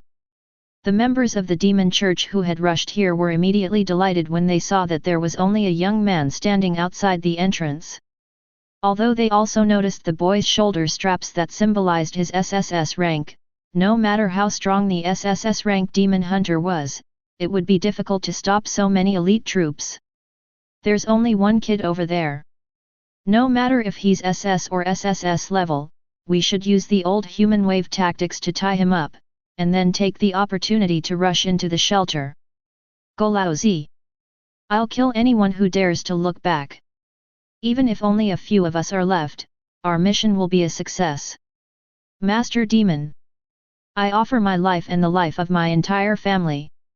Please grant me the most powerful demon power, Seeing this frail-looking young man in front of them, the members of the demon church suddenly became more motivated and shouted as they rushed towards Chiya. Looking at hundreds of crazy demon hunters attacking, Chiya remained calm and showed no fear. He was thinking of testing the power of the hungry demon, so he decided to start with these guys.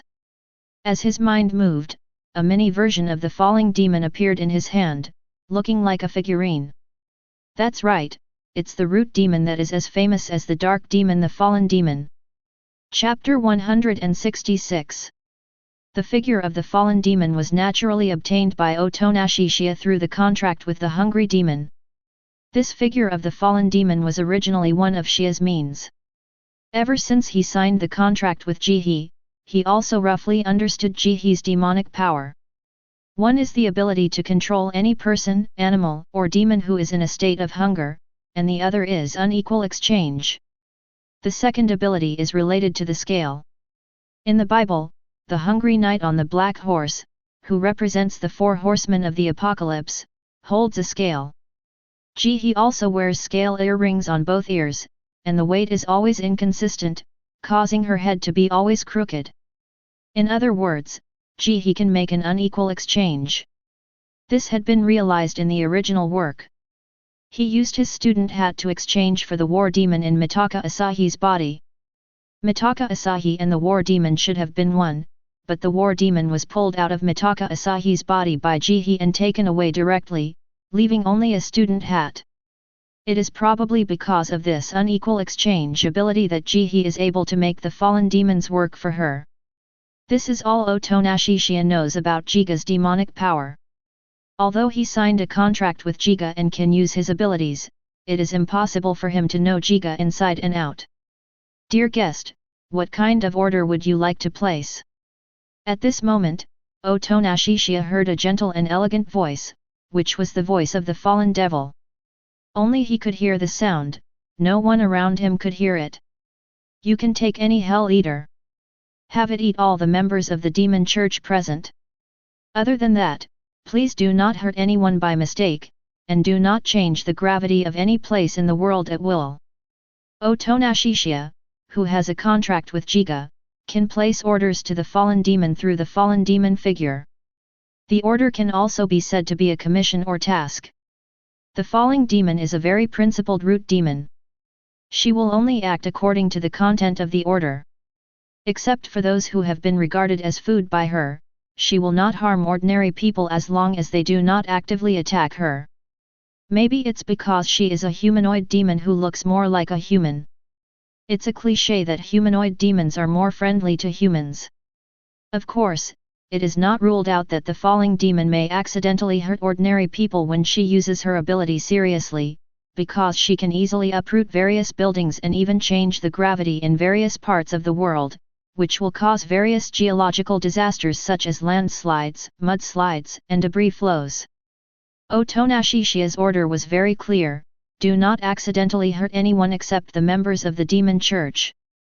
In the original novel, in order to control the war demons and trigger a large-scale war around the world, Jihe ordered the war demons to be eaten by the Hell Eaters.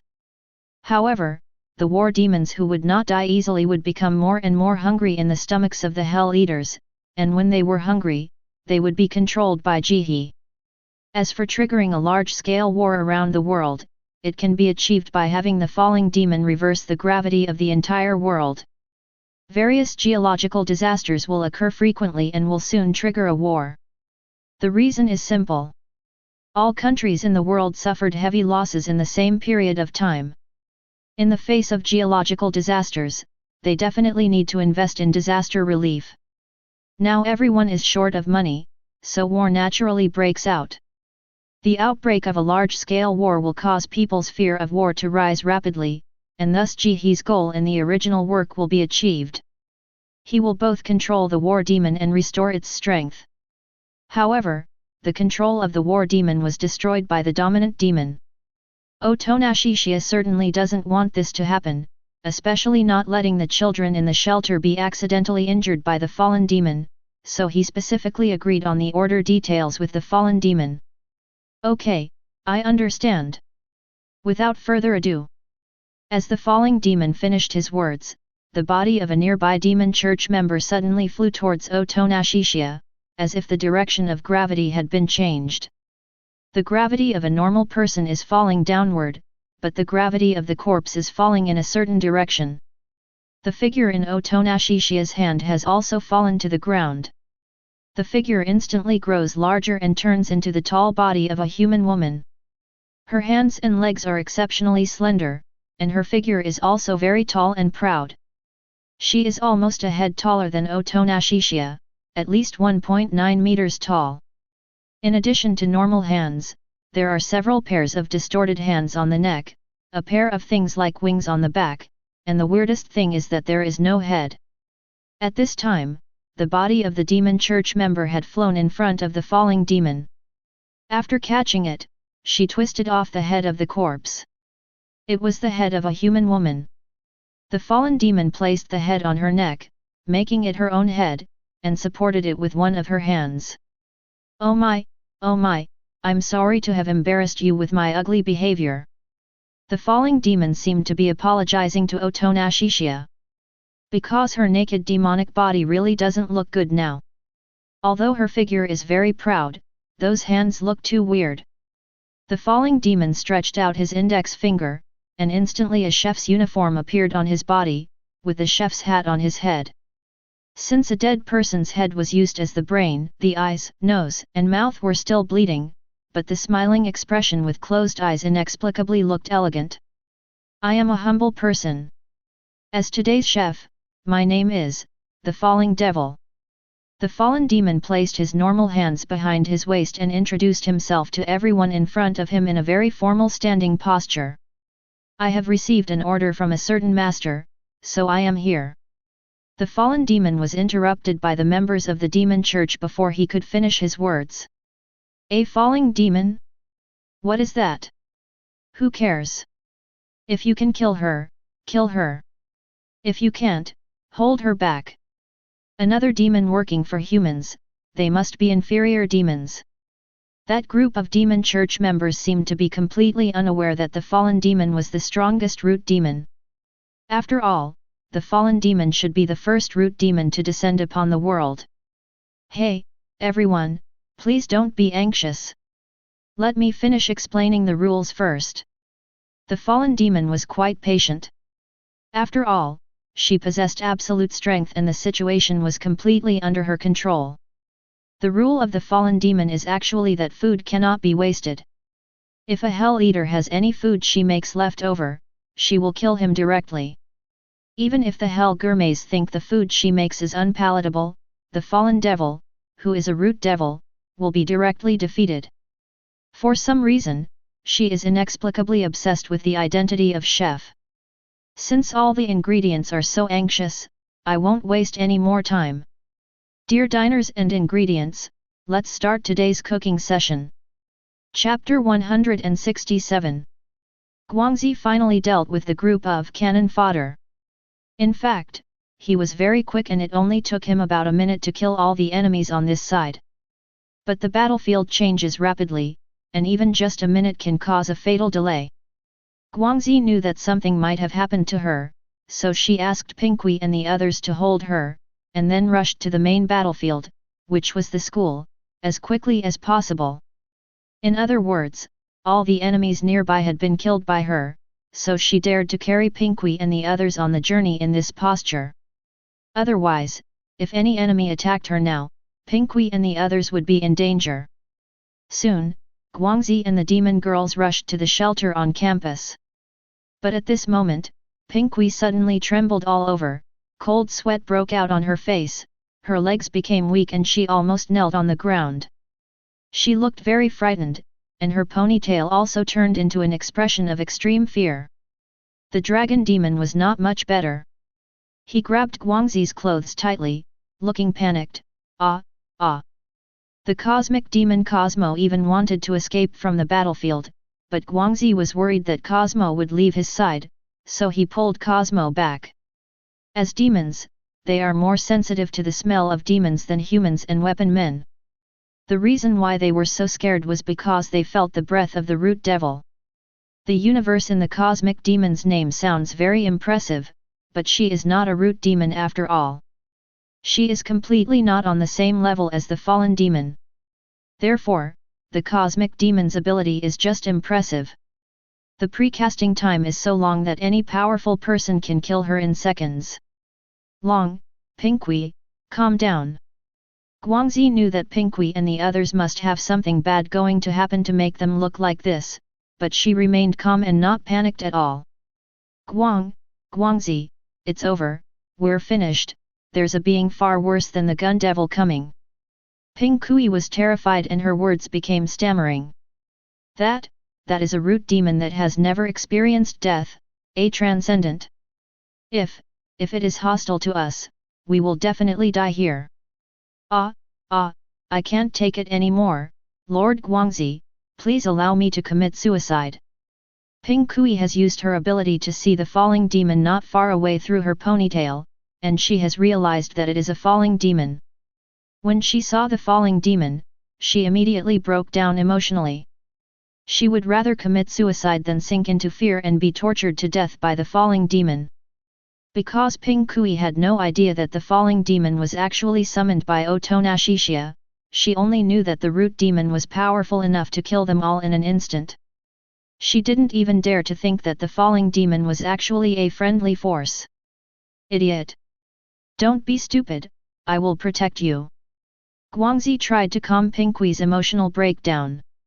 She also realized that there was something very wrong with the strange woman about 2 meters tall not far away. Ah! Here it comes!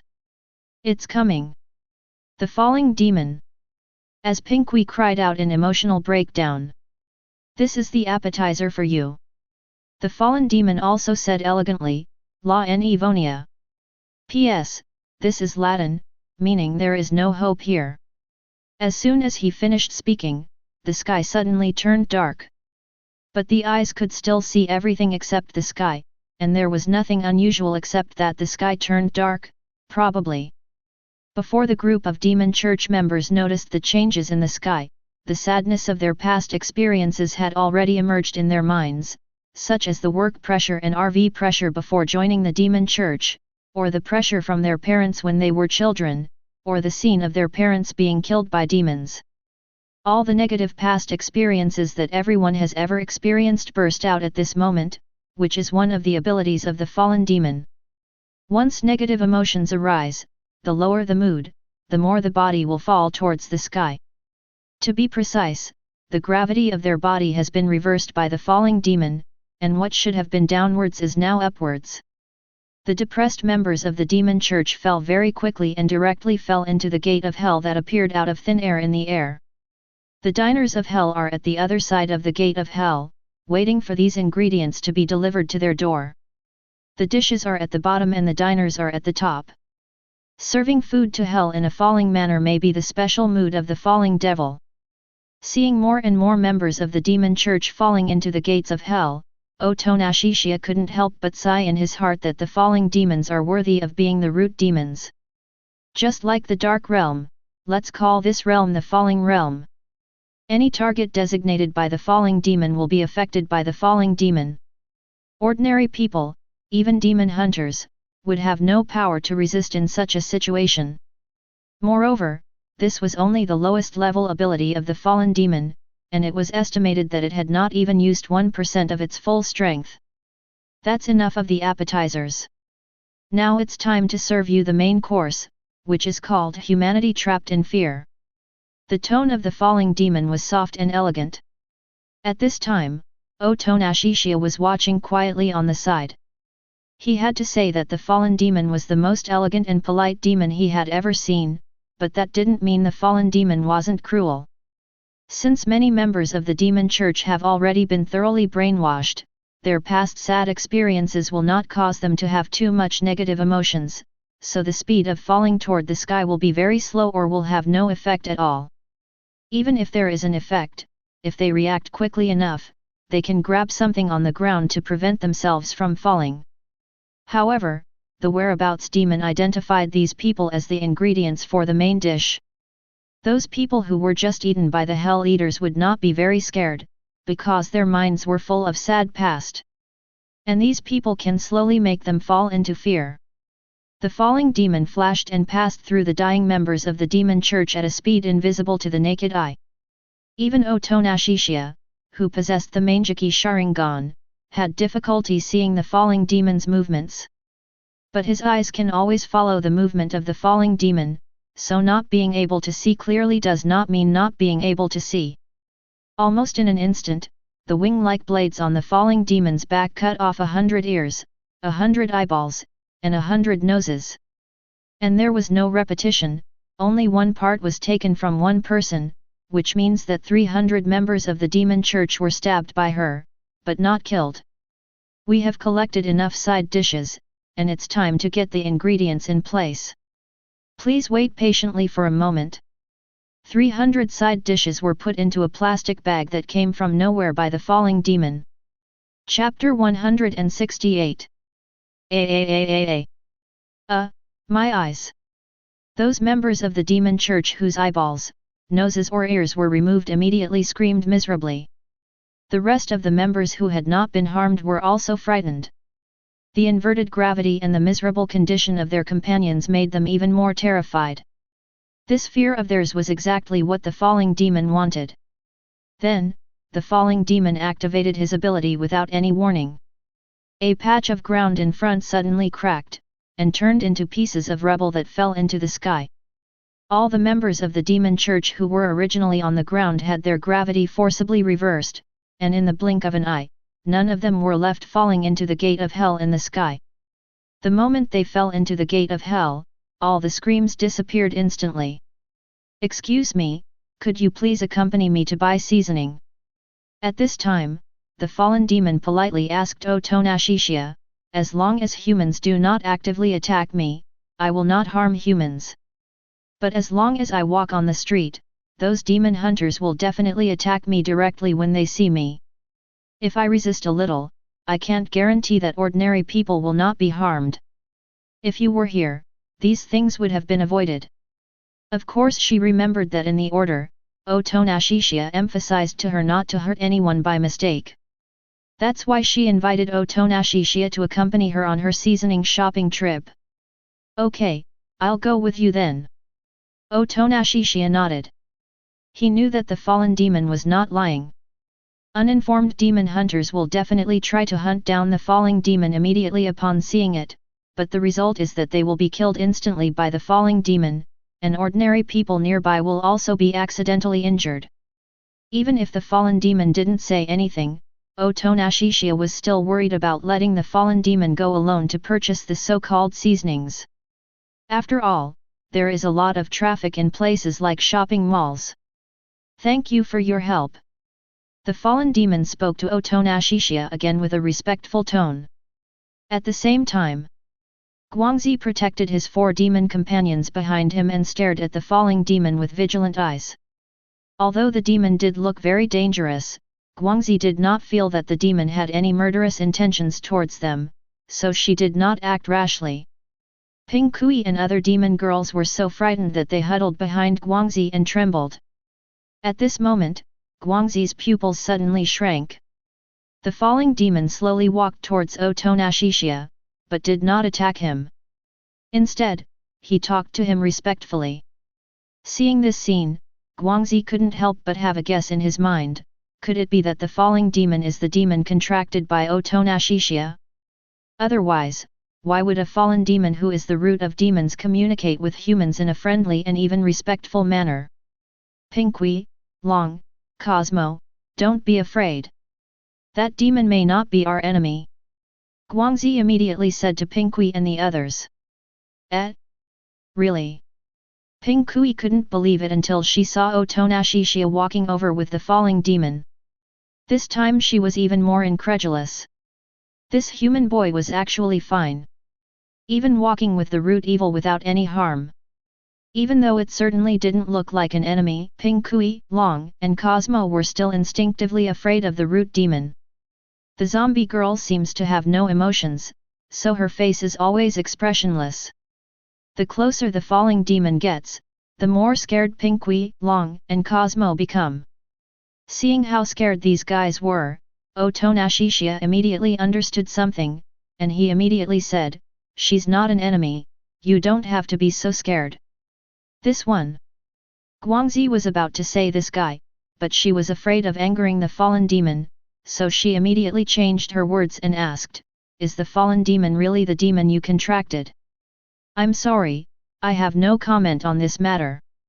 Otonashishia didn't want to answer this question. Whether it is his contract with the hungry demon or the summoning of the falling demon through the hungry demon's ability, these are secrets that are not suitable for outsiders to know. All right. Guangxi did not ask any further questions, as she knew she did not have the ability to do so. "I'm very sorry.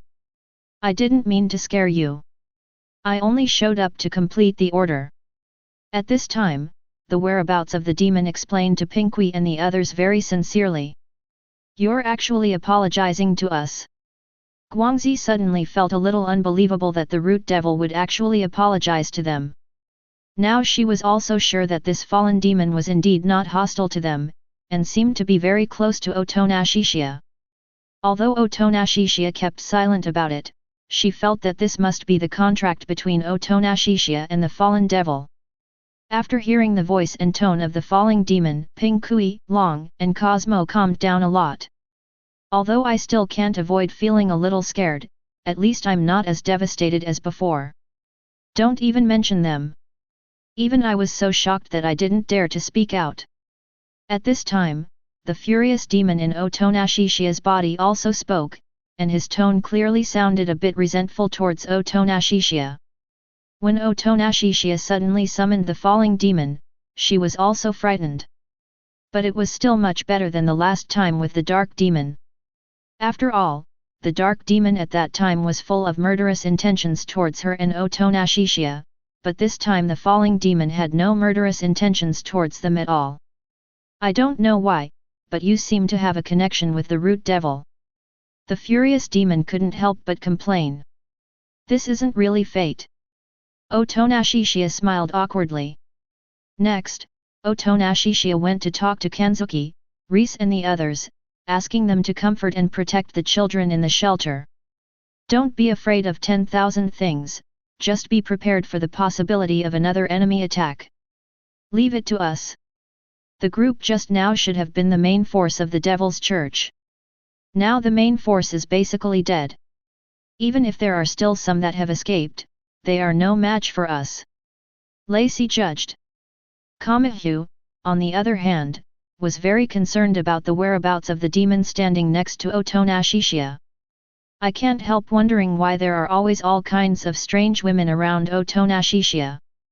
Especially this time, this woman is particularly dangerous." Freya, Baal-M, and several other weapon men were relatively calm and were able to face the falling demon head-on because they believed what Lord Otonashi said, that although this demon was extremely dangerous, it was not an enemy. The other demon hunters who were sent from the Demon Hunter Association to serve as coaches were far from being so calm. They stayed far away and did not dare to approach the falling demon at all. Looking at the reactions of these people, the fallen demon smiled amiably and said, "Oh my, I don't mean to do anything, you guys can relax a little."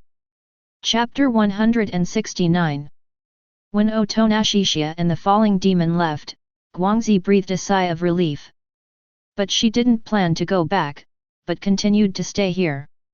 She needs to stay here until the Demon Hunter Association completely lifts its alert. Pinky is still a little frightened. I've said it before, that boy is not someone we can mess with. At this time, Guangxi touched Pinky's head and sighed slightly. The young man was much more terrifying than she had originally imagined. Signing a contract with the Root Devil was truly unimaginable. Being able to obtain the power of the Root Devil, his combat power is completely on a different level from hers.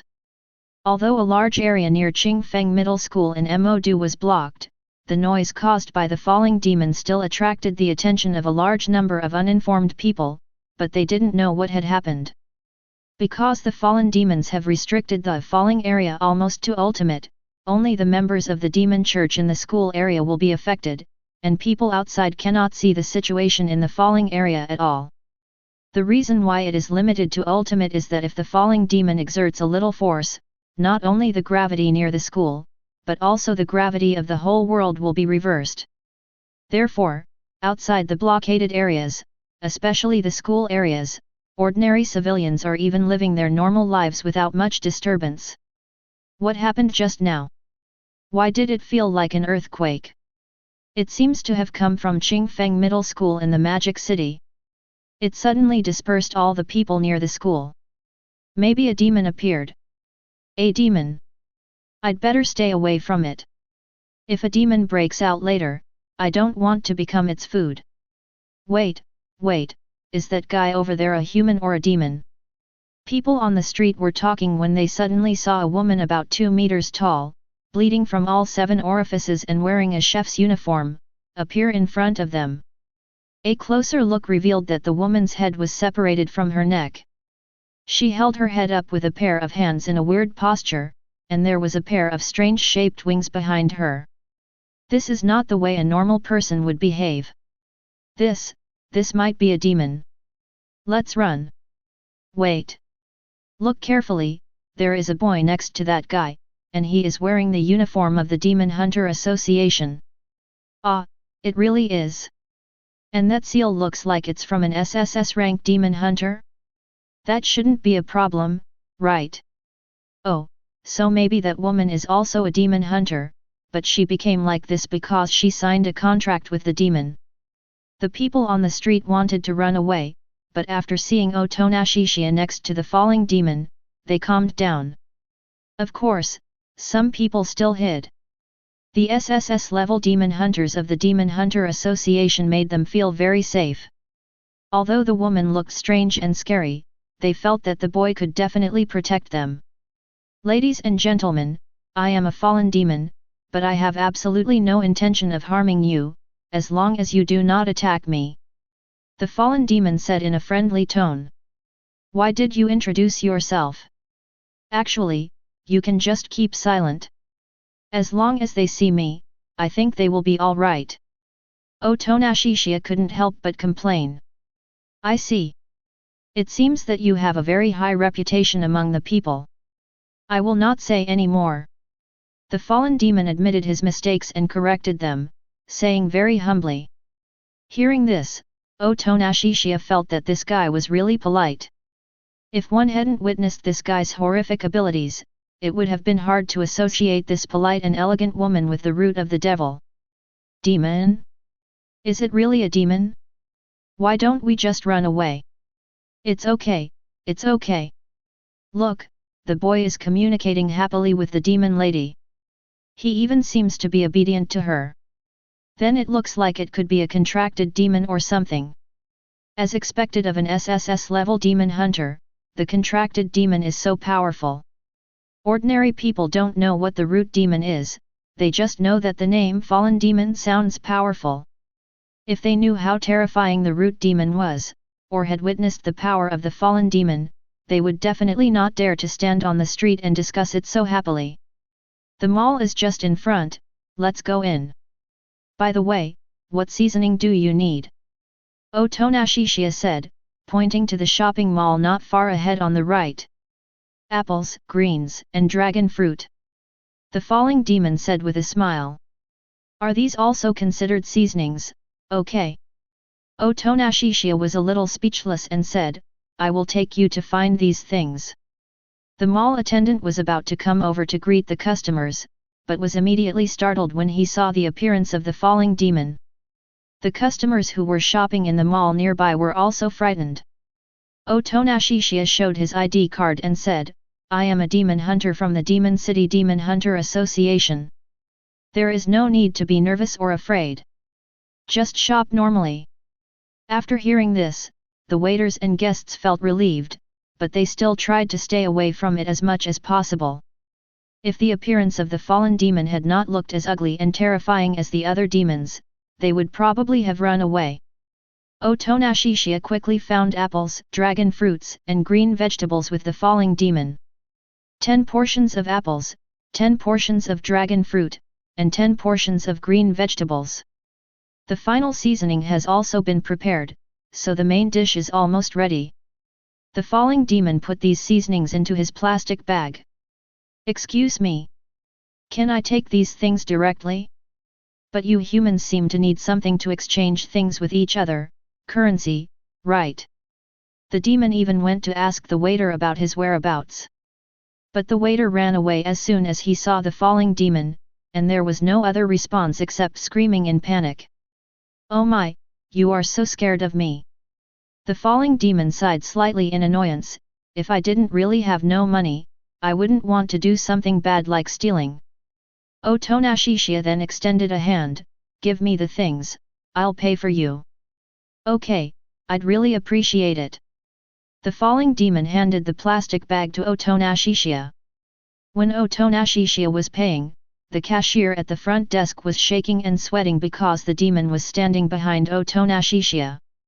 When Otonashishiya left with the fallen demon, everyone in the mall finally breathed a sigh of relief. But at this moment, Otonashishiya heard the sound of sirens coming from far away. It seemed that someone on the street had just called the police, and many policemen and demon hunters had already arrived. This was completely within Otonashishiya's expectations, and he sighed slightly. It's a good thing I came with you, otherwise a lot of people would die later. Chapter 170. Right now, a large number of police officers and demon hunters have surrounded the mall and evacuated ordinary people from the streets.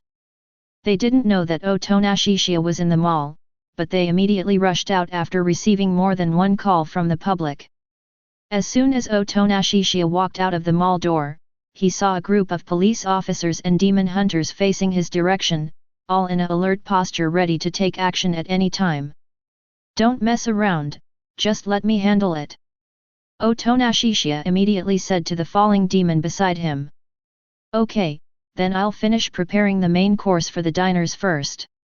The falling demon just thought about it, and a door to hell suddenly appeared beside him.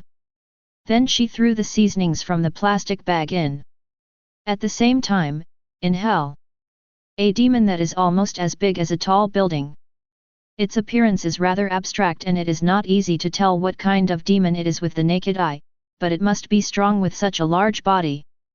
There was also a napkin tied around its neck, an elegant, ritualistic request by the fallen demon. As a eater in hell, it must follow the rules of the fallen demons, otherwise it will die. In front of this demon, there was a huge dinner plate filled with members of the demon church who had just fallen into hell. They were already terrified by the terrifying and huge demon in front of them, and some of them even peed their pants. Of course they wanted to escape, but the gravity of their bodies had already been changed by the falling demon, and they couldn't run at all. Especially those people at the bottom of the plate were almost being crushed into meat patties by those on top. Master Demon! Master Demon! Please let us go, we are your loyal slaves. Don't kill us. We are still useful and can help the devil dominate the world. They could only speak and frantically beg for mercy from the so-called devil. However, this devil, who was a diner from hell, ignored them completely and continued eating the appetizers he had not finished. Watching their companions being eaten by demons one by one, the rest of the people felt no sympathy or grief, only deep despair and fear. Except for those who were designated as appetizers by the fallen devil, the diners from hell still dare not touch the ingredients of the main course on the plate, because this is also the rule of the fallen devil, the main course cannot be started without permission before it is completed. At this moment, the seasonings and side dishes thrown into hell by the fallen devil fell on the plate neatly and orderly. The side dishes consist of 100 eyeballs, 100 noses, and 100 ears, and the seasonings consist of 10 apples, 10 dragon fruits, and 10 portions of green vegetables. This feast that normal humans cannot appreciate is completed. Sorry to have kept you waiting. Please enjoy your meal. As the falling demon finished speaking, the gates of hell closed. The members of the demon church on the plate had no chance of escaping from hell. Some of them wanted to use demonic power but couldn't because the demons they contracted were too frightened by the pressure of the fallen demons to show up. Even if the members of the demon church only borrow a part of the demon power, the root demon can also follow the contract related to the demon power and directly kill the demons in the human world through the air. Not every demon dares to come out and fight the dark demon like the stone demon in the original book. They can only wait slowly for their death on the plate.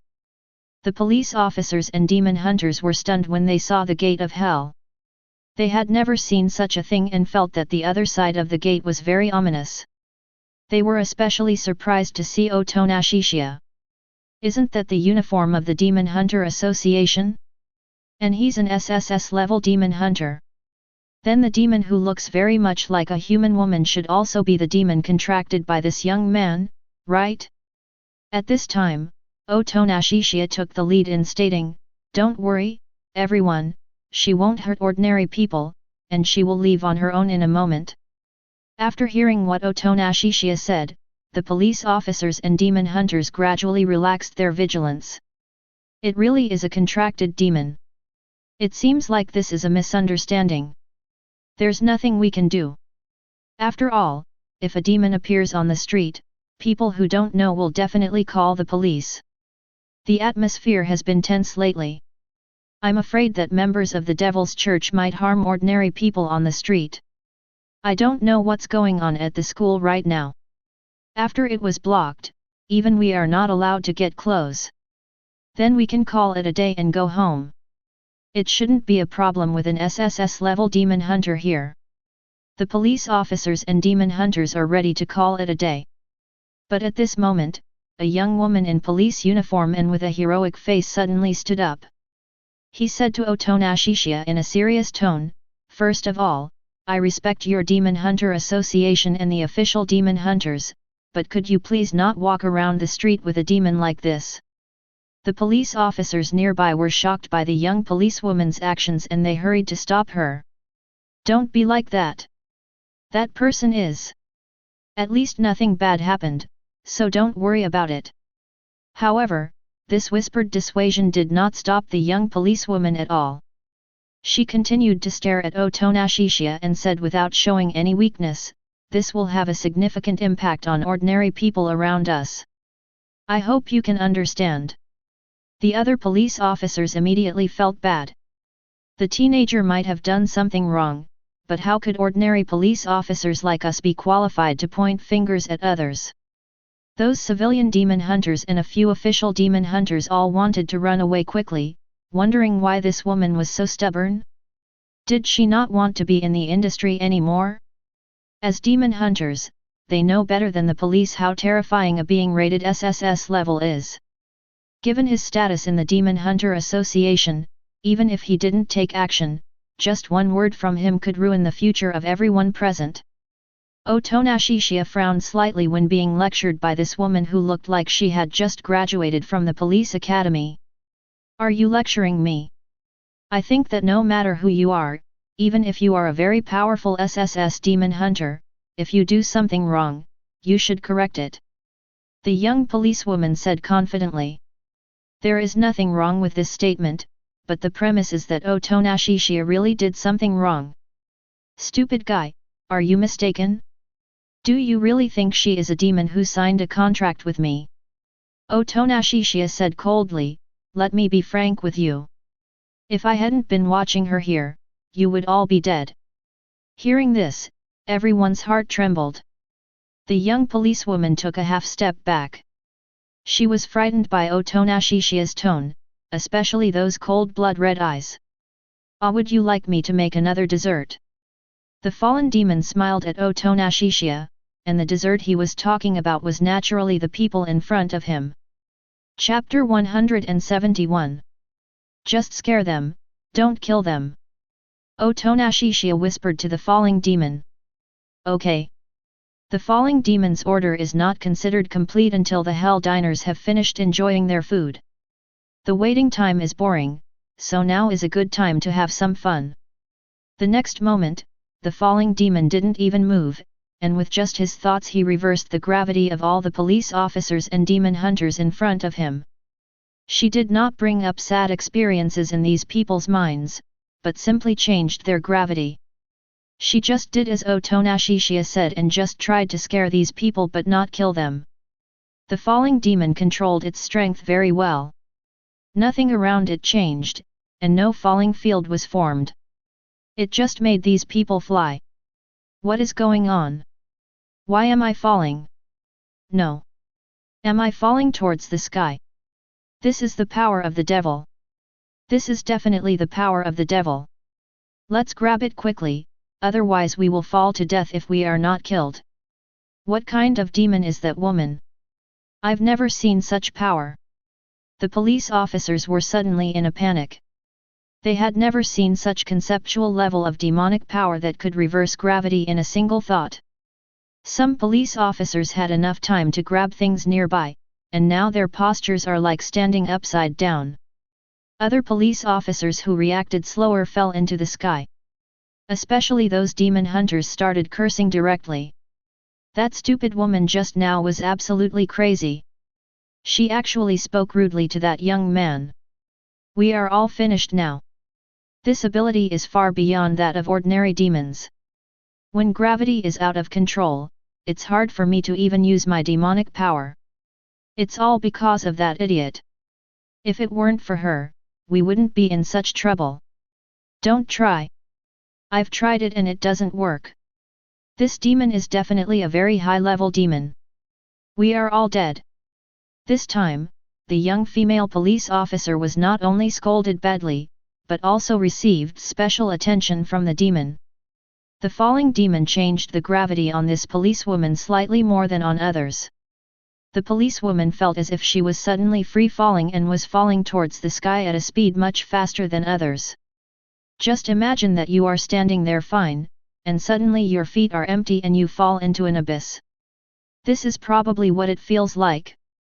The young policewoman was so frightened that her face turned pale as she let out an ear-piercing scream.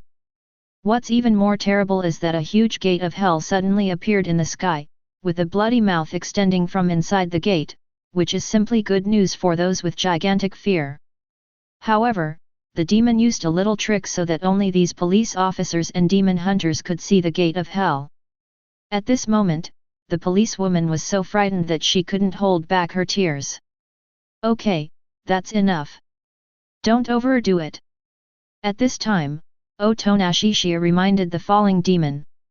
I just think it's time to stop now.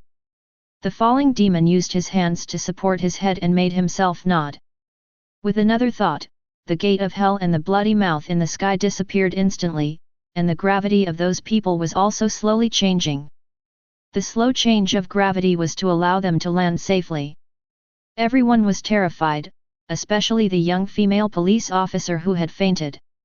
But when she wakes up, she will probably be extremely ashamed. After all, she was scared to death.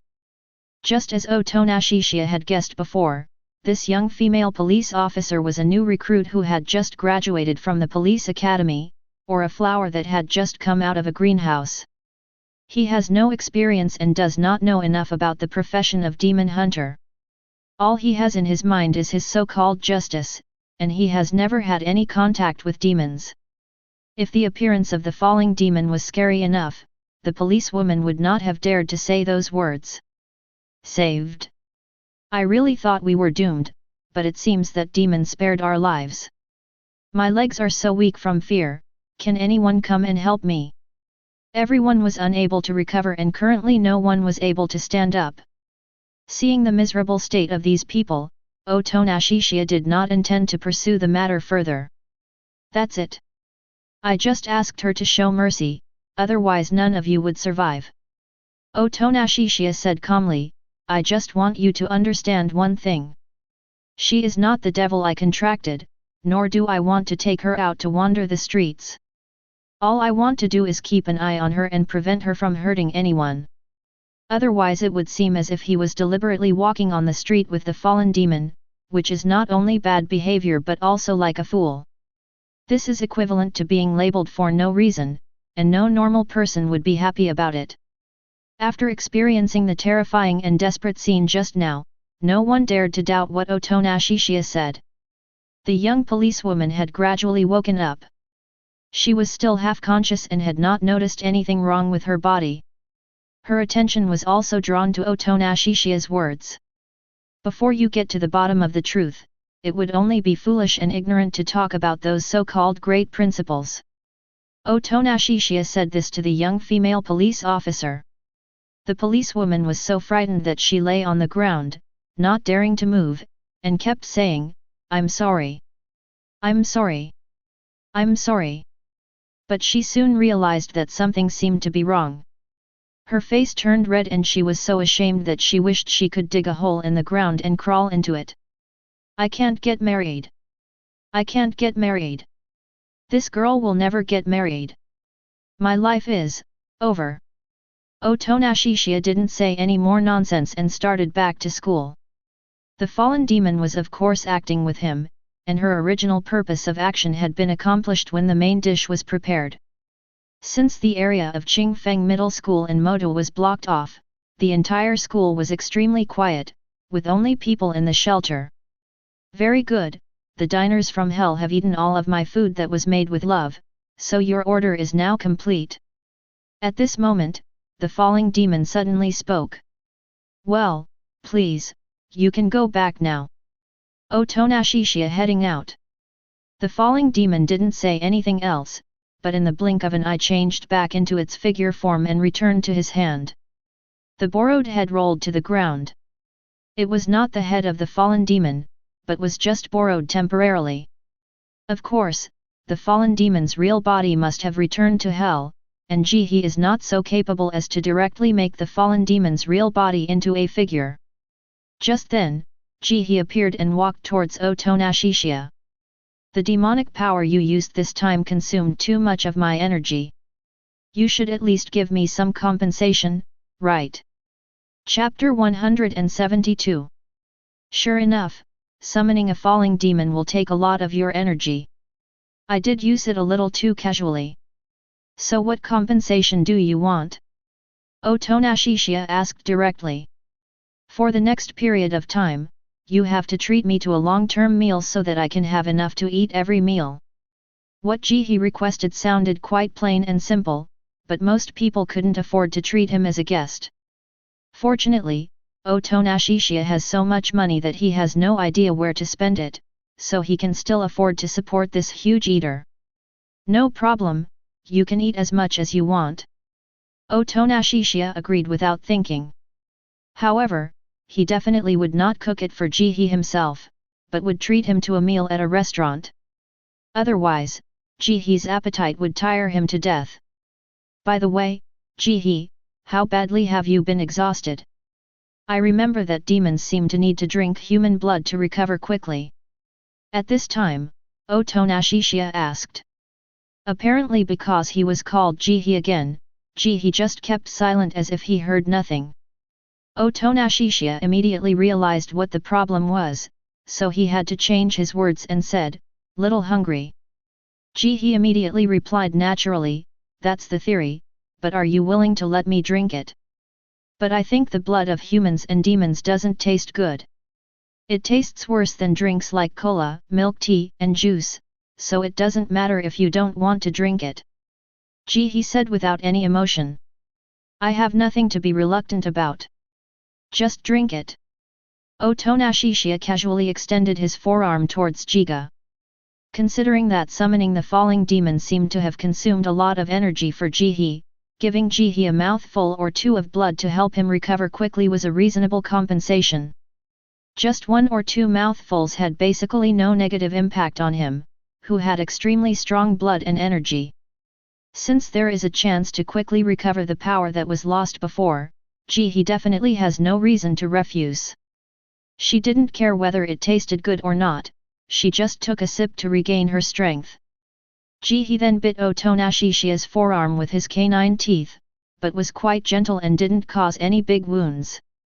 "Hurry up, or my wound will heal automatically in a moment," Otonashishia warned.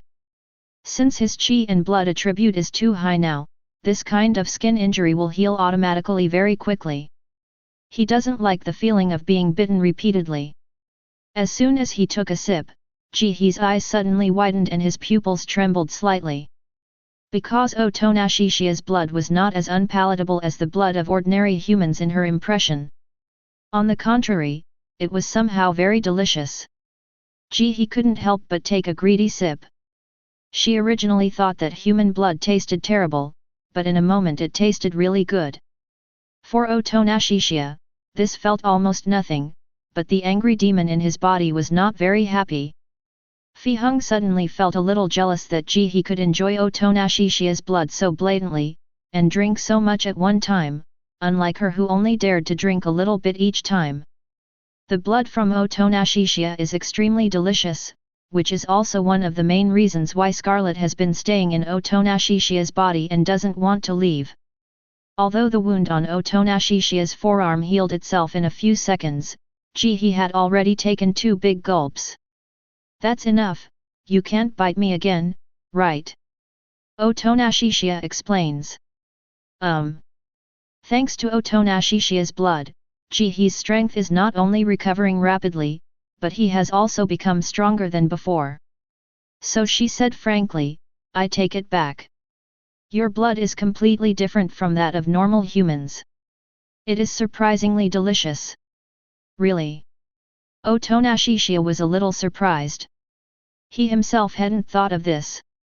"Maybe it's because my blood is much stronger than ordinary people." He couldn't help but taste the blood remaining on his forearm with a little curiosity. This action was equivalent to an indirect kiss, but he would not have any imagination about a demon, and he would not have such delicate shyness of a little girl. Otonashishia then said, "The taste is indeed a little different, but not as exaggerated as you said. I guess you demons have different taste buds than me. In fact, the demon you summoned this time has exceeded the certain power in the contract. I allowed you to use it as a token of my sincerity. At this time," he explained, "but if I can recover my strength by drinking your blood every time, then I will be able to use the fallen demons as you wish in the future." The falling demon can basically be said to be one of Jihe's biggest trump cards. Jiga has the right to prevent Otonashishia from using this power that is beyond the scope of the contract. That's fine. This is an additional condition on top of the original contract. Otonashishia gladly accepted. With his physical condition, it would be no problem for him to give Jihe a few more sips. Using a tiny amount of blood as a condition in exchange for Jihe's power to summon the fallen demon, this deal is definitely a good one. But then again, isn't his own blood like a magic tonic to the devil? Not only is it delicious, it can also quickly restore and even enhance strength. Otonashishia suddenly thought of something, and said to the scarlet in his body, "No wonder you often steal my blood, so this is what's going on." Fiheng was like a child who had made a mistake and didn't dare to say a word. "That's not necessary. I don't mean to blame you," Otonashishia explains. "I will always ask for your permission before drinking blood next time." Scarlet then spoke. "It's okay, just drink occasionally when you want, just don't go too far," Otonashishia said softly. Scarlet was immediately delighted. She was already satisfied with just a little drink from time to time. Moreover, she didn't need to be sneaky now because she had obtained Otonashishia's permission. The demon church's action this time was undoubtedly a failure, and it was a complete failure. The main force that broke into the school not only failed to harm any of their targets, but was also completely destroyed by the fallen demons. This was a result that neither the Demon Hunter Association nor the Demon Church had expected. How are the students? They should be okay, right? At this time, Otonashishiya had already arrived at the shelter and asked Lise in front of him. Except for some children who were in a panic, the rest were fine. Lacey responded, so what should we do next? Should we let the children go home or continue to protect them? This matter is not my decision. The superiors should be able to make arrangements. Let's continue to stay here and wait for their instructions. Otonashishiya explains. Speaking of this female classmate, why did she come in from outside the shelter? Lace's attention immediately shifted to Jihe, who was standing next to Otonashishiya. She could feel by intuition alone that this girl was probably not an ordinary person. Chapter 173. Except for Otonashishiya and Kamui, no one else, including Reese, has ever seen Jihe, let alone his true identity as the Hungry Demon. Otonashishiya hasn't told them yet either. So it's normal for Lacey to have doubts. If it was an ordinary female student, if she had not taken refuge in the shelter, she would have been in great danger outside just now, and she would not have been as expressionless and calm as Jihe. Her name is Jihe, but she prefers others to call her Little Jihe, and that she is not a human but a demon. He didn't hide it from Shenyu before, and Otonashishiya didn't hide it from Lacey this time either. He would only reveal this much to people he trusted. Wow! Is this another demon lady? Lacey suddenly exclaimed in a low voice. Because the students were not far behind, it would be bad if she spoke too loudly and was heard by outsiders. I've been an agent for so long and I've only seen a few humanoid demons. I've never seen such a beautiful humanoid demon that looks almost indistinguishable from a human. Lacey sighed, I don't know how you did it, dear. First it was Miss Scarlet, and now Miss Jihe is here so soon.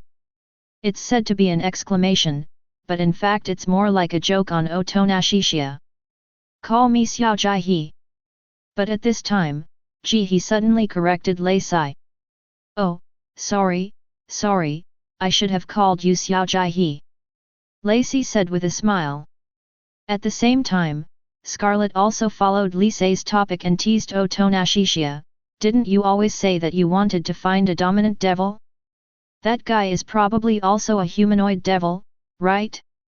After all, he is one of the 4 horsemen of the apocalypse like Jiga.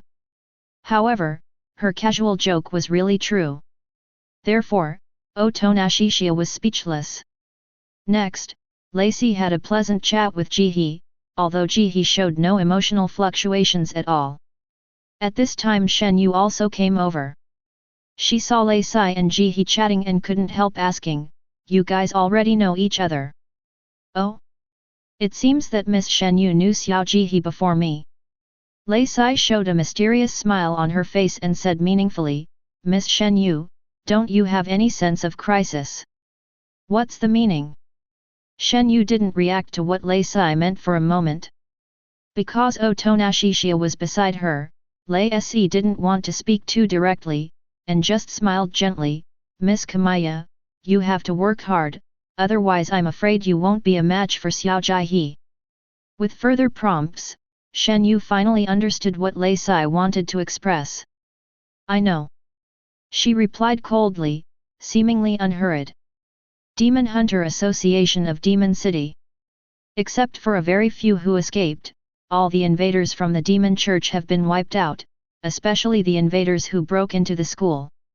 No one survived. A subordinate is reporting the situation to Chairman Zhang. What about the children? How are the children doing?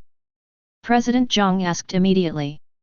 No child was hurt, but some were frightened. If they take a break and receive psychological counseling, it should be fine. The subordinates continued to report the situation. No one was injured?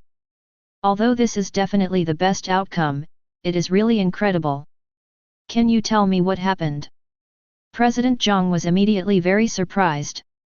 You know, the Demon Church is the biggest enemy of their Demon Hunter Association and has caused them countless troubles.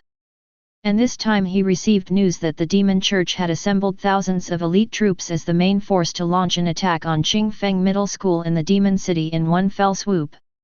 Their Demon City Association could only mobilize a few thousand demon hunters. This time the Demon Church raided too quickly, and they did not have time to borrow demon hunters from associations in other regions. Therefore, when President Zhang learned that the Devil's Church had dispatched more than 1,000 people, he felt extremely heavy-hearted.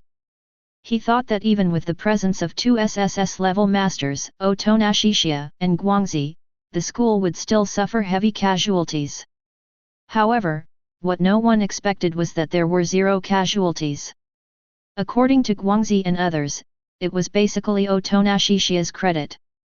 Guangxi and Pinqui speculated that Otonashishiya had signed a contract with the fallen demon, allowing the fallen demon to show up in person and destroy all the main forces of the Demon Church in a short time. The subordinate said in a tone of amazement. The fallen demon? This name.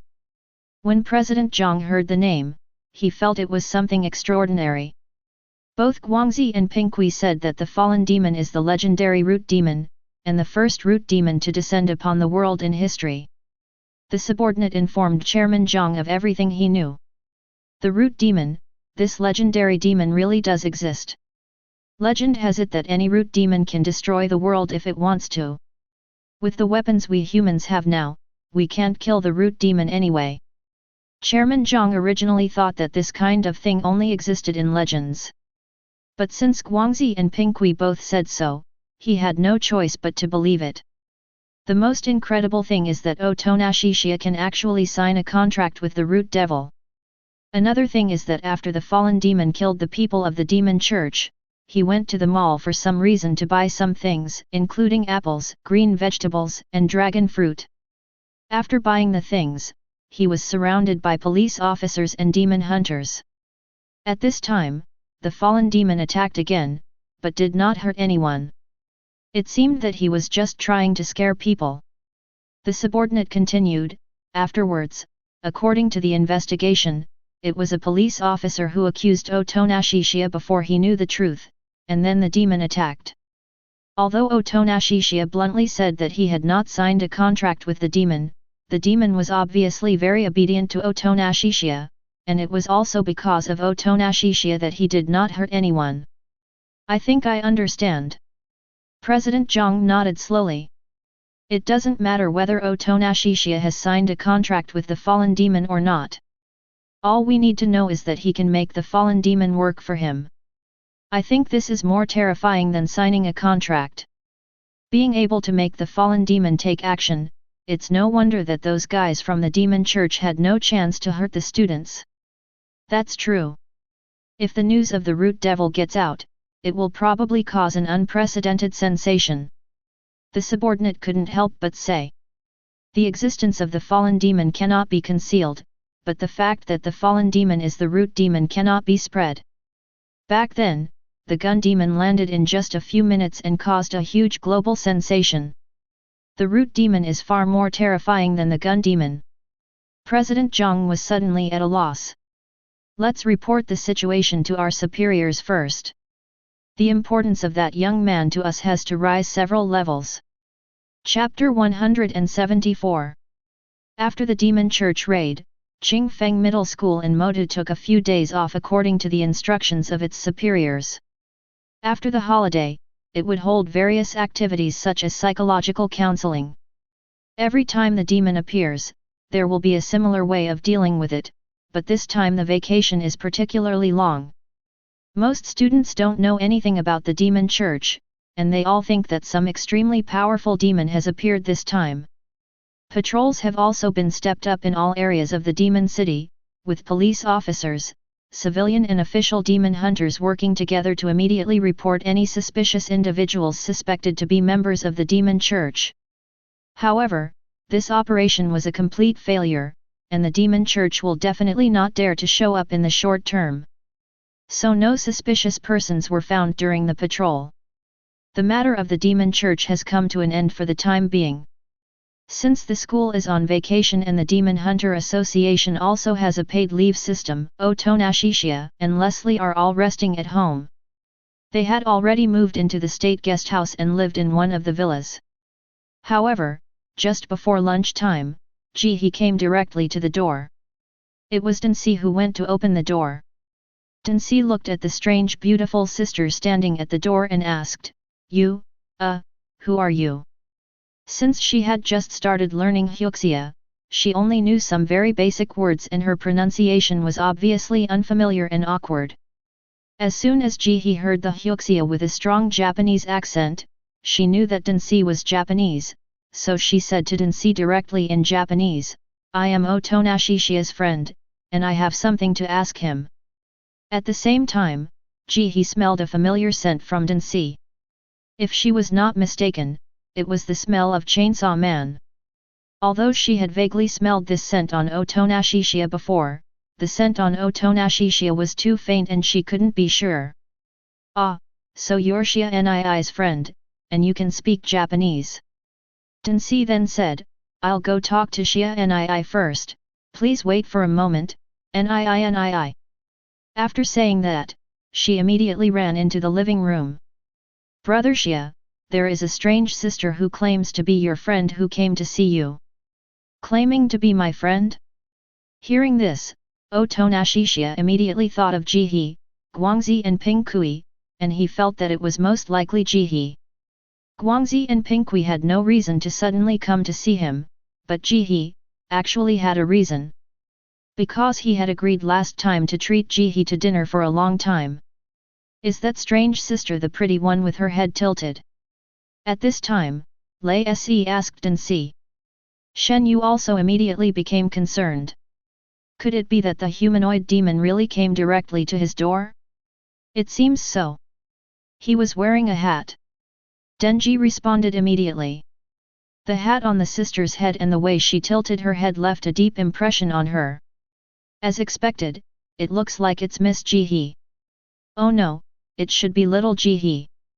While speaking, Lei Sai deliberately glanced at Shen Yu. I found that Shen Yu's eyes were indeed a little shaken. At this time, Otonashishia had already gone to the door to greet Ji-hee. Xiao Ji-hee, have you even investigated where my home is?" Otonashishia couldn't help but say. "Of course, otherwise why would I ask you to treat me?" Ji-hee's tone sounded matter-of-fact. As soon as she finished her words, a long growling sound came from her abdomen. "You ate so much last time, how come you're so hungry so soon?" Otonashishia looked so hungry after hearing the sound of this. "The main reason is that I have limitations when summoning demons. Not only are the demons I summon much weaker than the original ones, but they also consume my strength and satiety." Ji-hee said, "The stronger the demon you summon, the greater the consumption.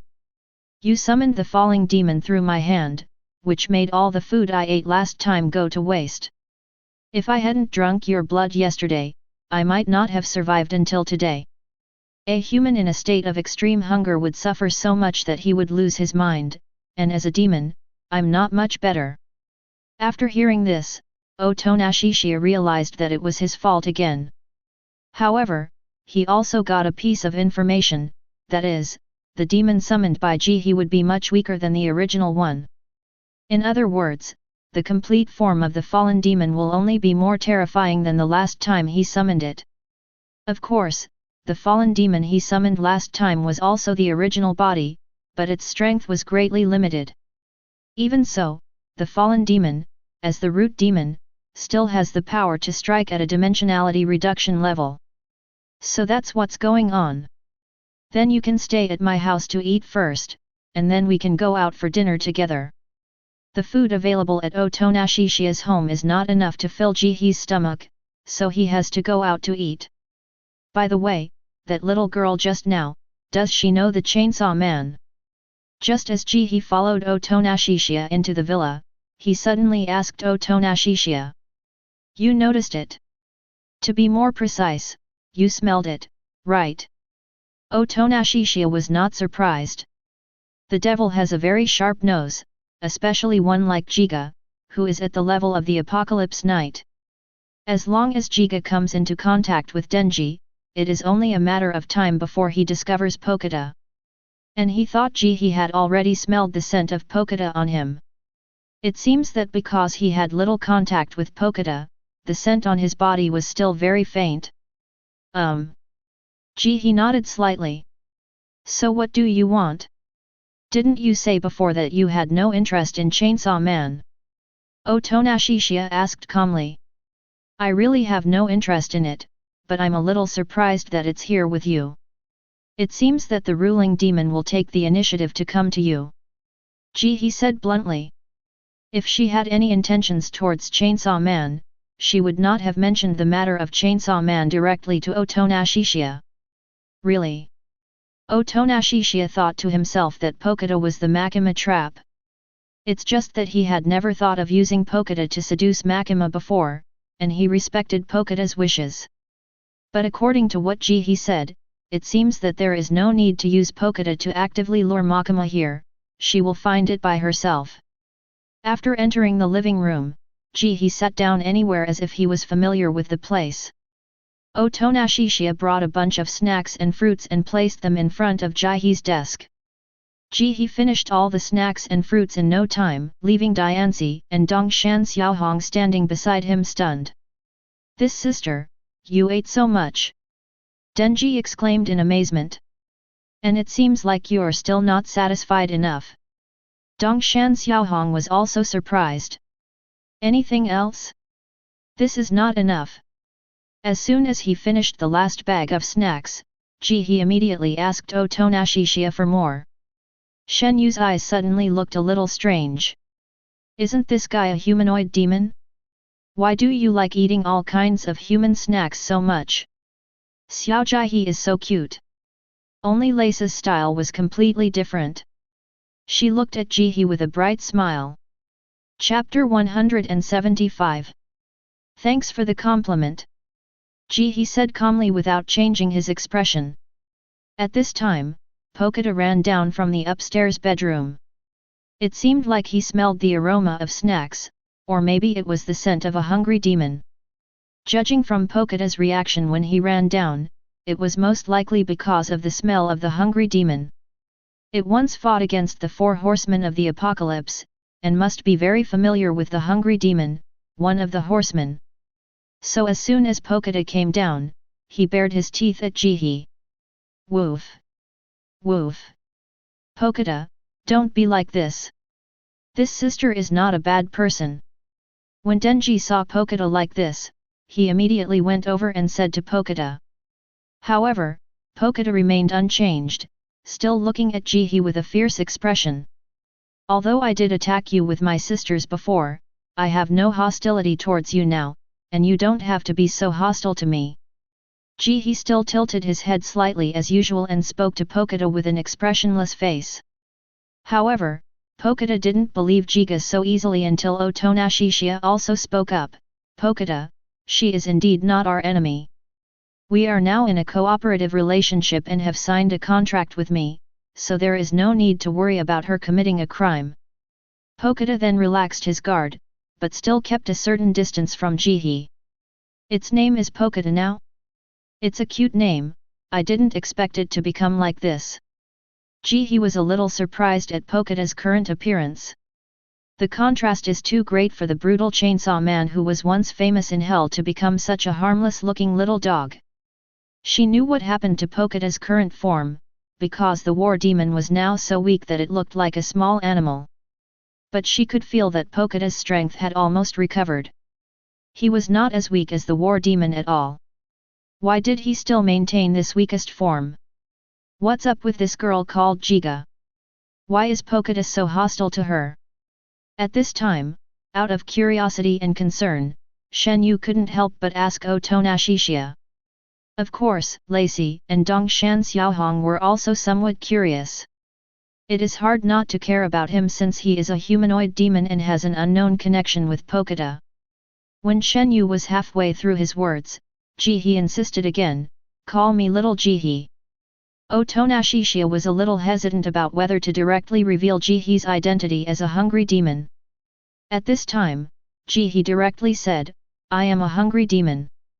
I had some unpleasant things with the chainsaw man, now I should say Pokeda, so until now it still hates me. Hungry demon. Lei Se pondered for a while, isn't this name the legendary Four Horsemen of the Apocalypse? Because He spoke Japanese to take care of Densi and Toyama Xiaohong, but she didn't know that Shen Yu was the only one who didn't know Japanese, so she was the only one who couldn't understand what He said. But Lacey was kind enough to translate for Kanzuki. Kika-chan is saying that she is the hungry demon among the Knights of Apocalypse, and because she was conquered by Otonashishiya's charm, she now follows Otonashishiya willingly. What? Shen Yu was suddenly shaken. Ever since she met Otonashishiya, especially after getting to know Reese, her usually cold face like an iceberg has been unable to hold back countless times, and she is teased and mocked by Reese every day. The key is that Shen Yu is very simple in terms of emotions, so she is always controlled by Lei Sai. Ahem. Otonashishiya couldn't help but cough. Lies, don't exaggerate too much, Xiao Jai didn't say these things. You. Shen Yu reacted immediately and realized that he was being teased by Lei Sai again. Hee. Lacey stuck out her tongue playfully. However, even though Lei Sai exaggerated so much, He not only did not refute but nodded and said, "That's about what I mean, there's nothing wrong with it." Because she believed that she was really impressed by Otonashishiya's charm, powerful strength and delicious blood, she was willing to cooperate with Otonashishiya. Apparently, she had not meant exactly what she had said to Lacey. Otonashishiya looked at He helplessly, he had fallen silent. Shen Yu's pupils suddenly shrank. So in the final analysis, is this humanoid demon still her enemy? But this time, it was Densi and Dongshan Xiahong's turn not to understand, because He was speaking Russian. Hey! Even Lacey was a little slow to react.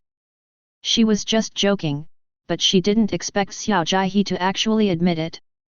Sister Lacey, what are you talking about?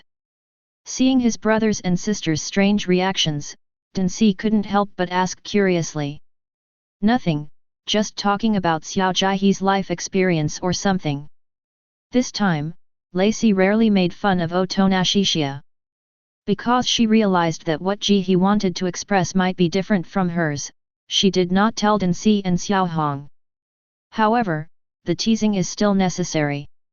Lacey then whispered in Otonashishiya's ear, first it was the wrathful demon of the 7 deadly sins, and now here comes a hungry demon from the 4 horsemen of the apocalypse. I can only say that he is worthy of being called dear. He is indeed a human man with a deep sin. At the same time, the scarlet inside Otonashishiya also deliberately echoed. Please forgive me. Otonashishiya is already a little numb. He then brought up the business and changed the subject. It's already time for lunch. Let's go out to eat later. How about everyone going together? We don't have many snacks left. You can eat them while walking on the road later. Otonashishiya stuffed the few remaining snacks into Jihee's pocket. Well, it's not bad to go out and change the taste occasionally. Densi gladly accepted. Woof. Pokada also responded. Its hostility towards Jihee was not as strong as it was at the beginning, because it found that Jihee was getting along happily with Otonashishiya and everyone else. But it still couldn't completely let its guard down, because the other 3 sisters of the hungry demon were more troublesome than the other. I think it's good too. Dongshan Xiaohong said in a low voice. It just so happens that Miss Shen Yu and I just found a pretty good restaurant. We can go try it together. Xiao Jai will definitely like it. At this time, Lacey suggested. That's fine with me. Jihee replied calmly, almost concentrating on eating the snacks in his hand. Chapter 176. Xiao Jai, this is already the 24th bowl of rice. Seeing Jihee wolfing down the food without stopping, Lacey exclaimed. Sister Jihee, oh no, little Jihee is so amazing. I am full after eating only 2 bowls at most. Dongshan Xiaohong couldn't help but exclaimed. She also knew that Jihee only liked to be called little Jihee by others, so she changed her words quickly. They are both demons, but Pokata can't eat as much as Xiao Jai. Denji said to Pokata, I hope Pokata can eat more and grow fat. I feel like he's still a little skinny now. As she spoke, she forced Pokata to drink a few mouthfuls of rice with a rice spoon. It feels like grandparents force-feeding a dog. Woof. Pokata's cry sounded a little reluctant, but he still poured the food into his mouth spoonful by spoonful. It's still early. I guess Xiao Jai isn't even half full yet. At this time, Otonashishiya said casually. Should I say he is worthy of being called the hungry demon? He is so hungry that he is so exaggerated. Lacey couldn't help but sigh. Shen Yu looked at Jihe's belly, which had hardly changed, and said, this miraculous body structure can only be explained by a demon's body. At this time, except for Jihe, Otonashishiya and the others had already eaten their fill. As for Freya, Baal M, and the other 5 weapon men. Now, not only do they live in another villa, they also take care of their own food and drink, as Otonashishiya has already paid them enough. The main thing is that it is too troublesome to cook meals for more than 10 people every day.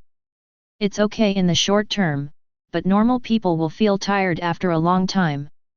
While waiting for Jihe to eat, Otonashishiya received a call from President Zhang. Hey, are you free now? Or come over when you are free. I'll come straight over now.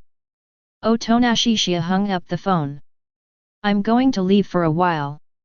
You guys continue to wait here for Xiao Jai. Leaving these words behind, Otonashishiya transferred himself into the Kamui space. The next moment, Otonashishiya appeared in Chairman Jiang's study with a phone in his hand. My friend, your speed is really amazing.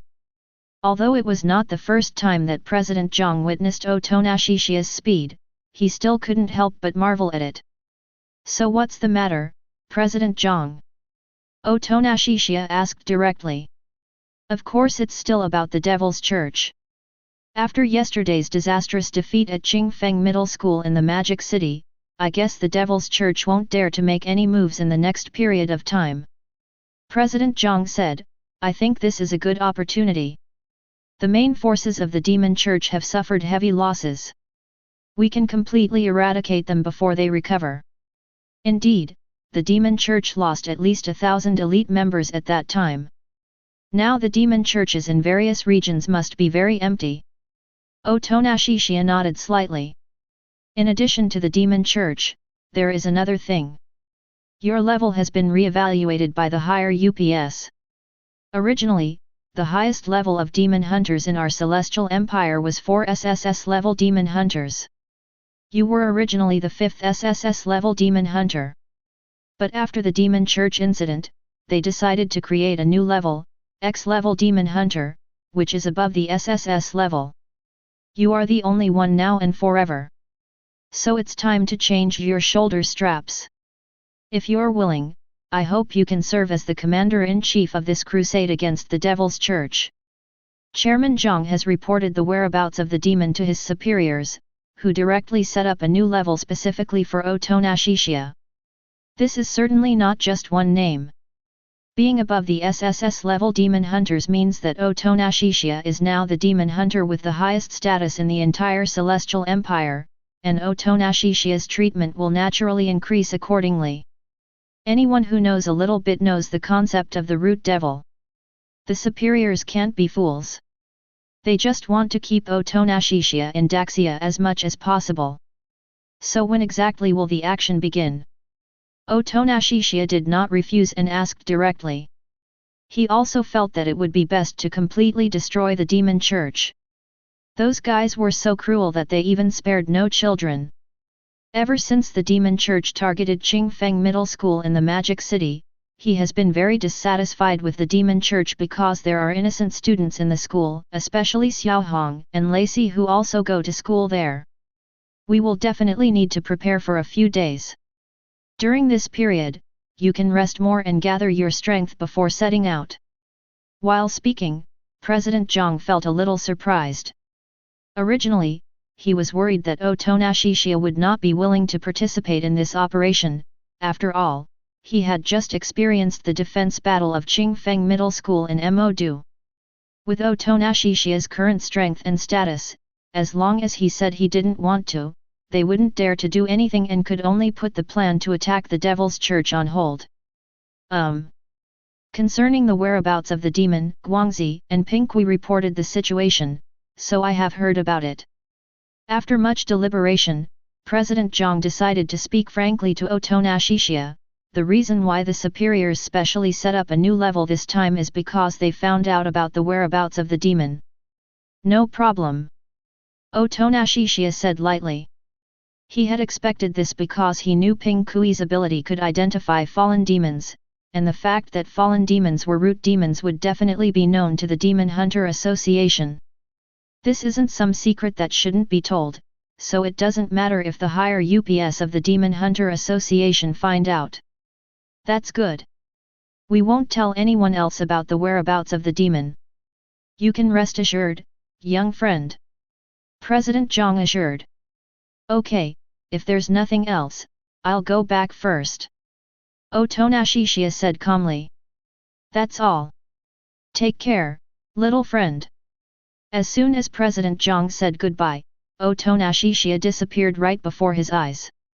Back at the hotel, Chiya told the others roughly what President Zhang had said. After waiting for another 10 minutes, Ji-hee finally ate to his satisfaction. Ji-hee's appetite shocked the boss and his wife. They had run the restaurant for so many years but had never seen a customer who ate so much, especially since she looked like a slim high school girl. Ms. Lacey, the guests you brought this time are truly extraordinary. Thank you very much. The charming young proprietress was obviously quite familiar with Lisa, and when the bill was about to be paid, she couldn't help but say something to Lisa.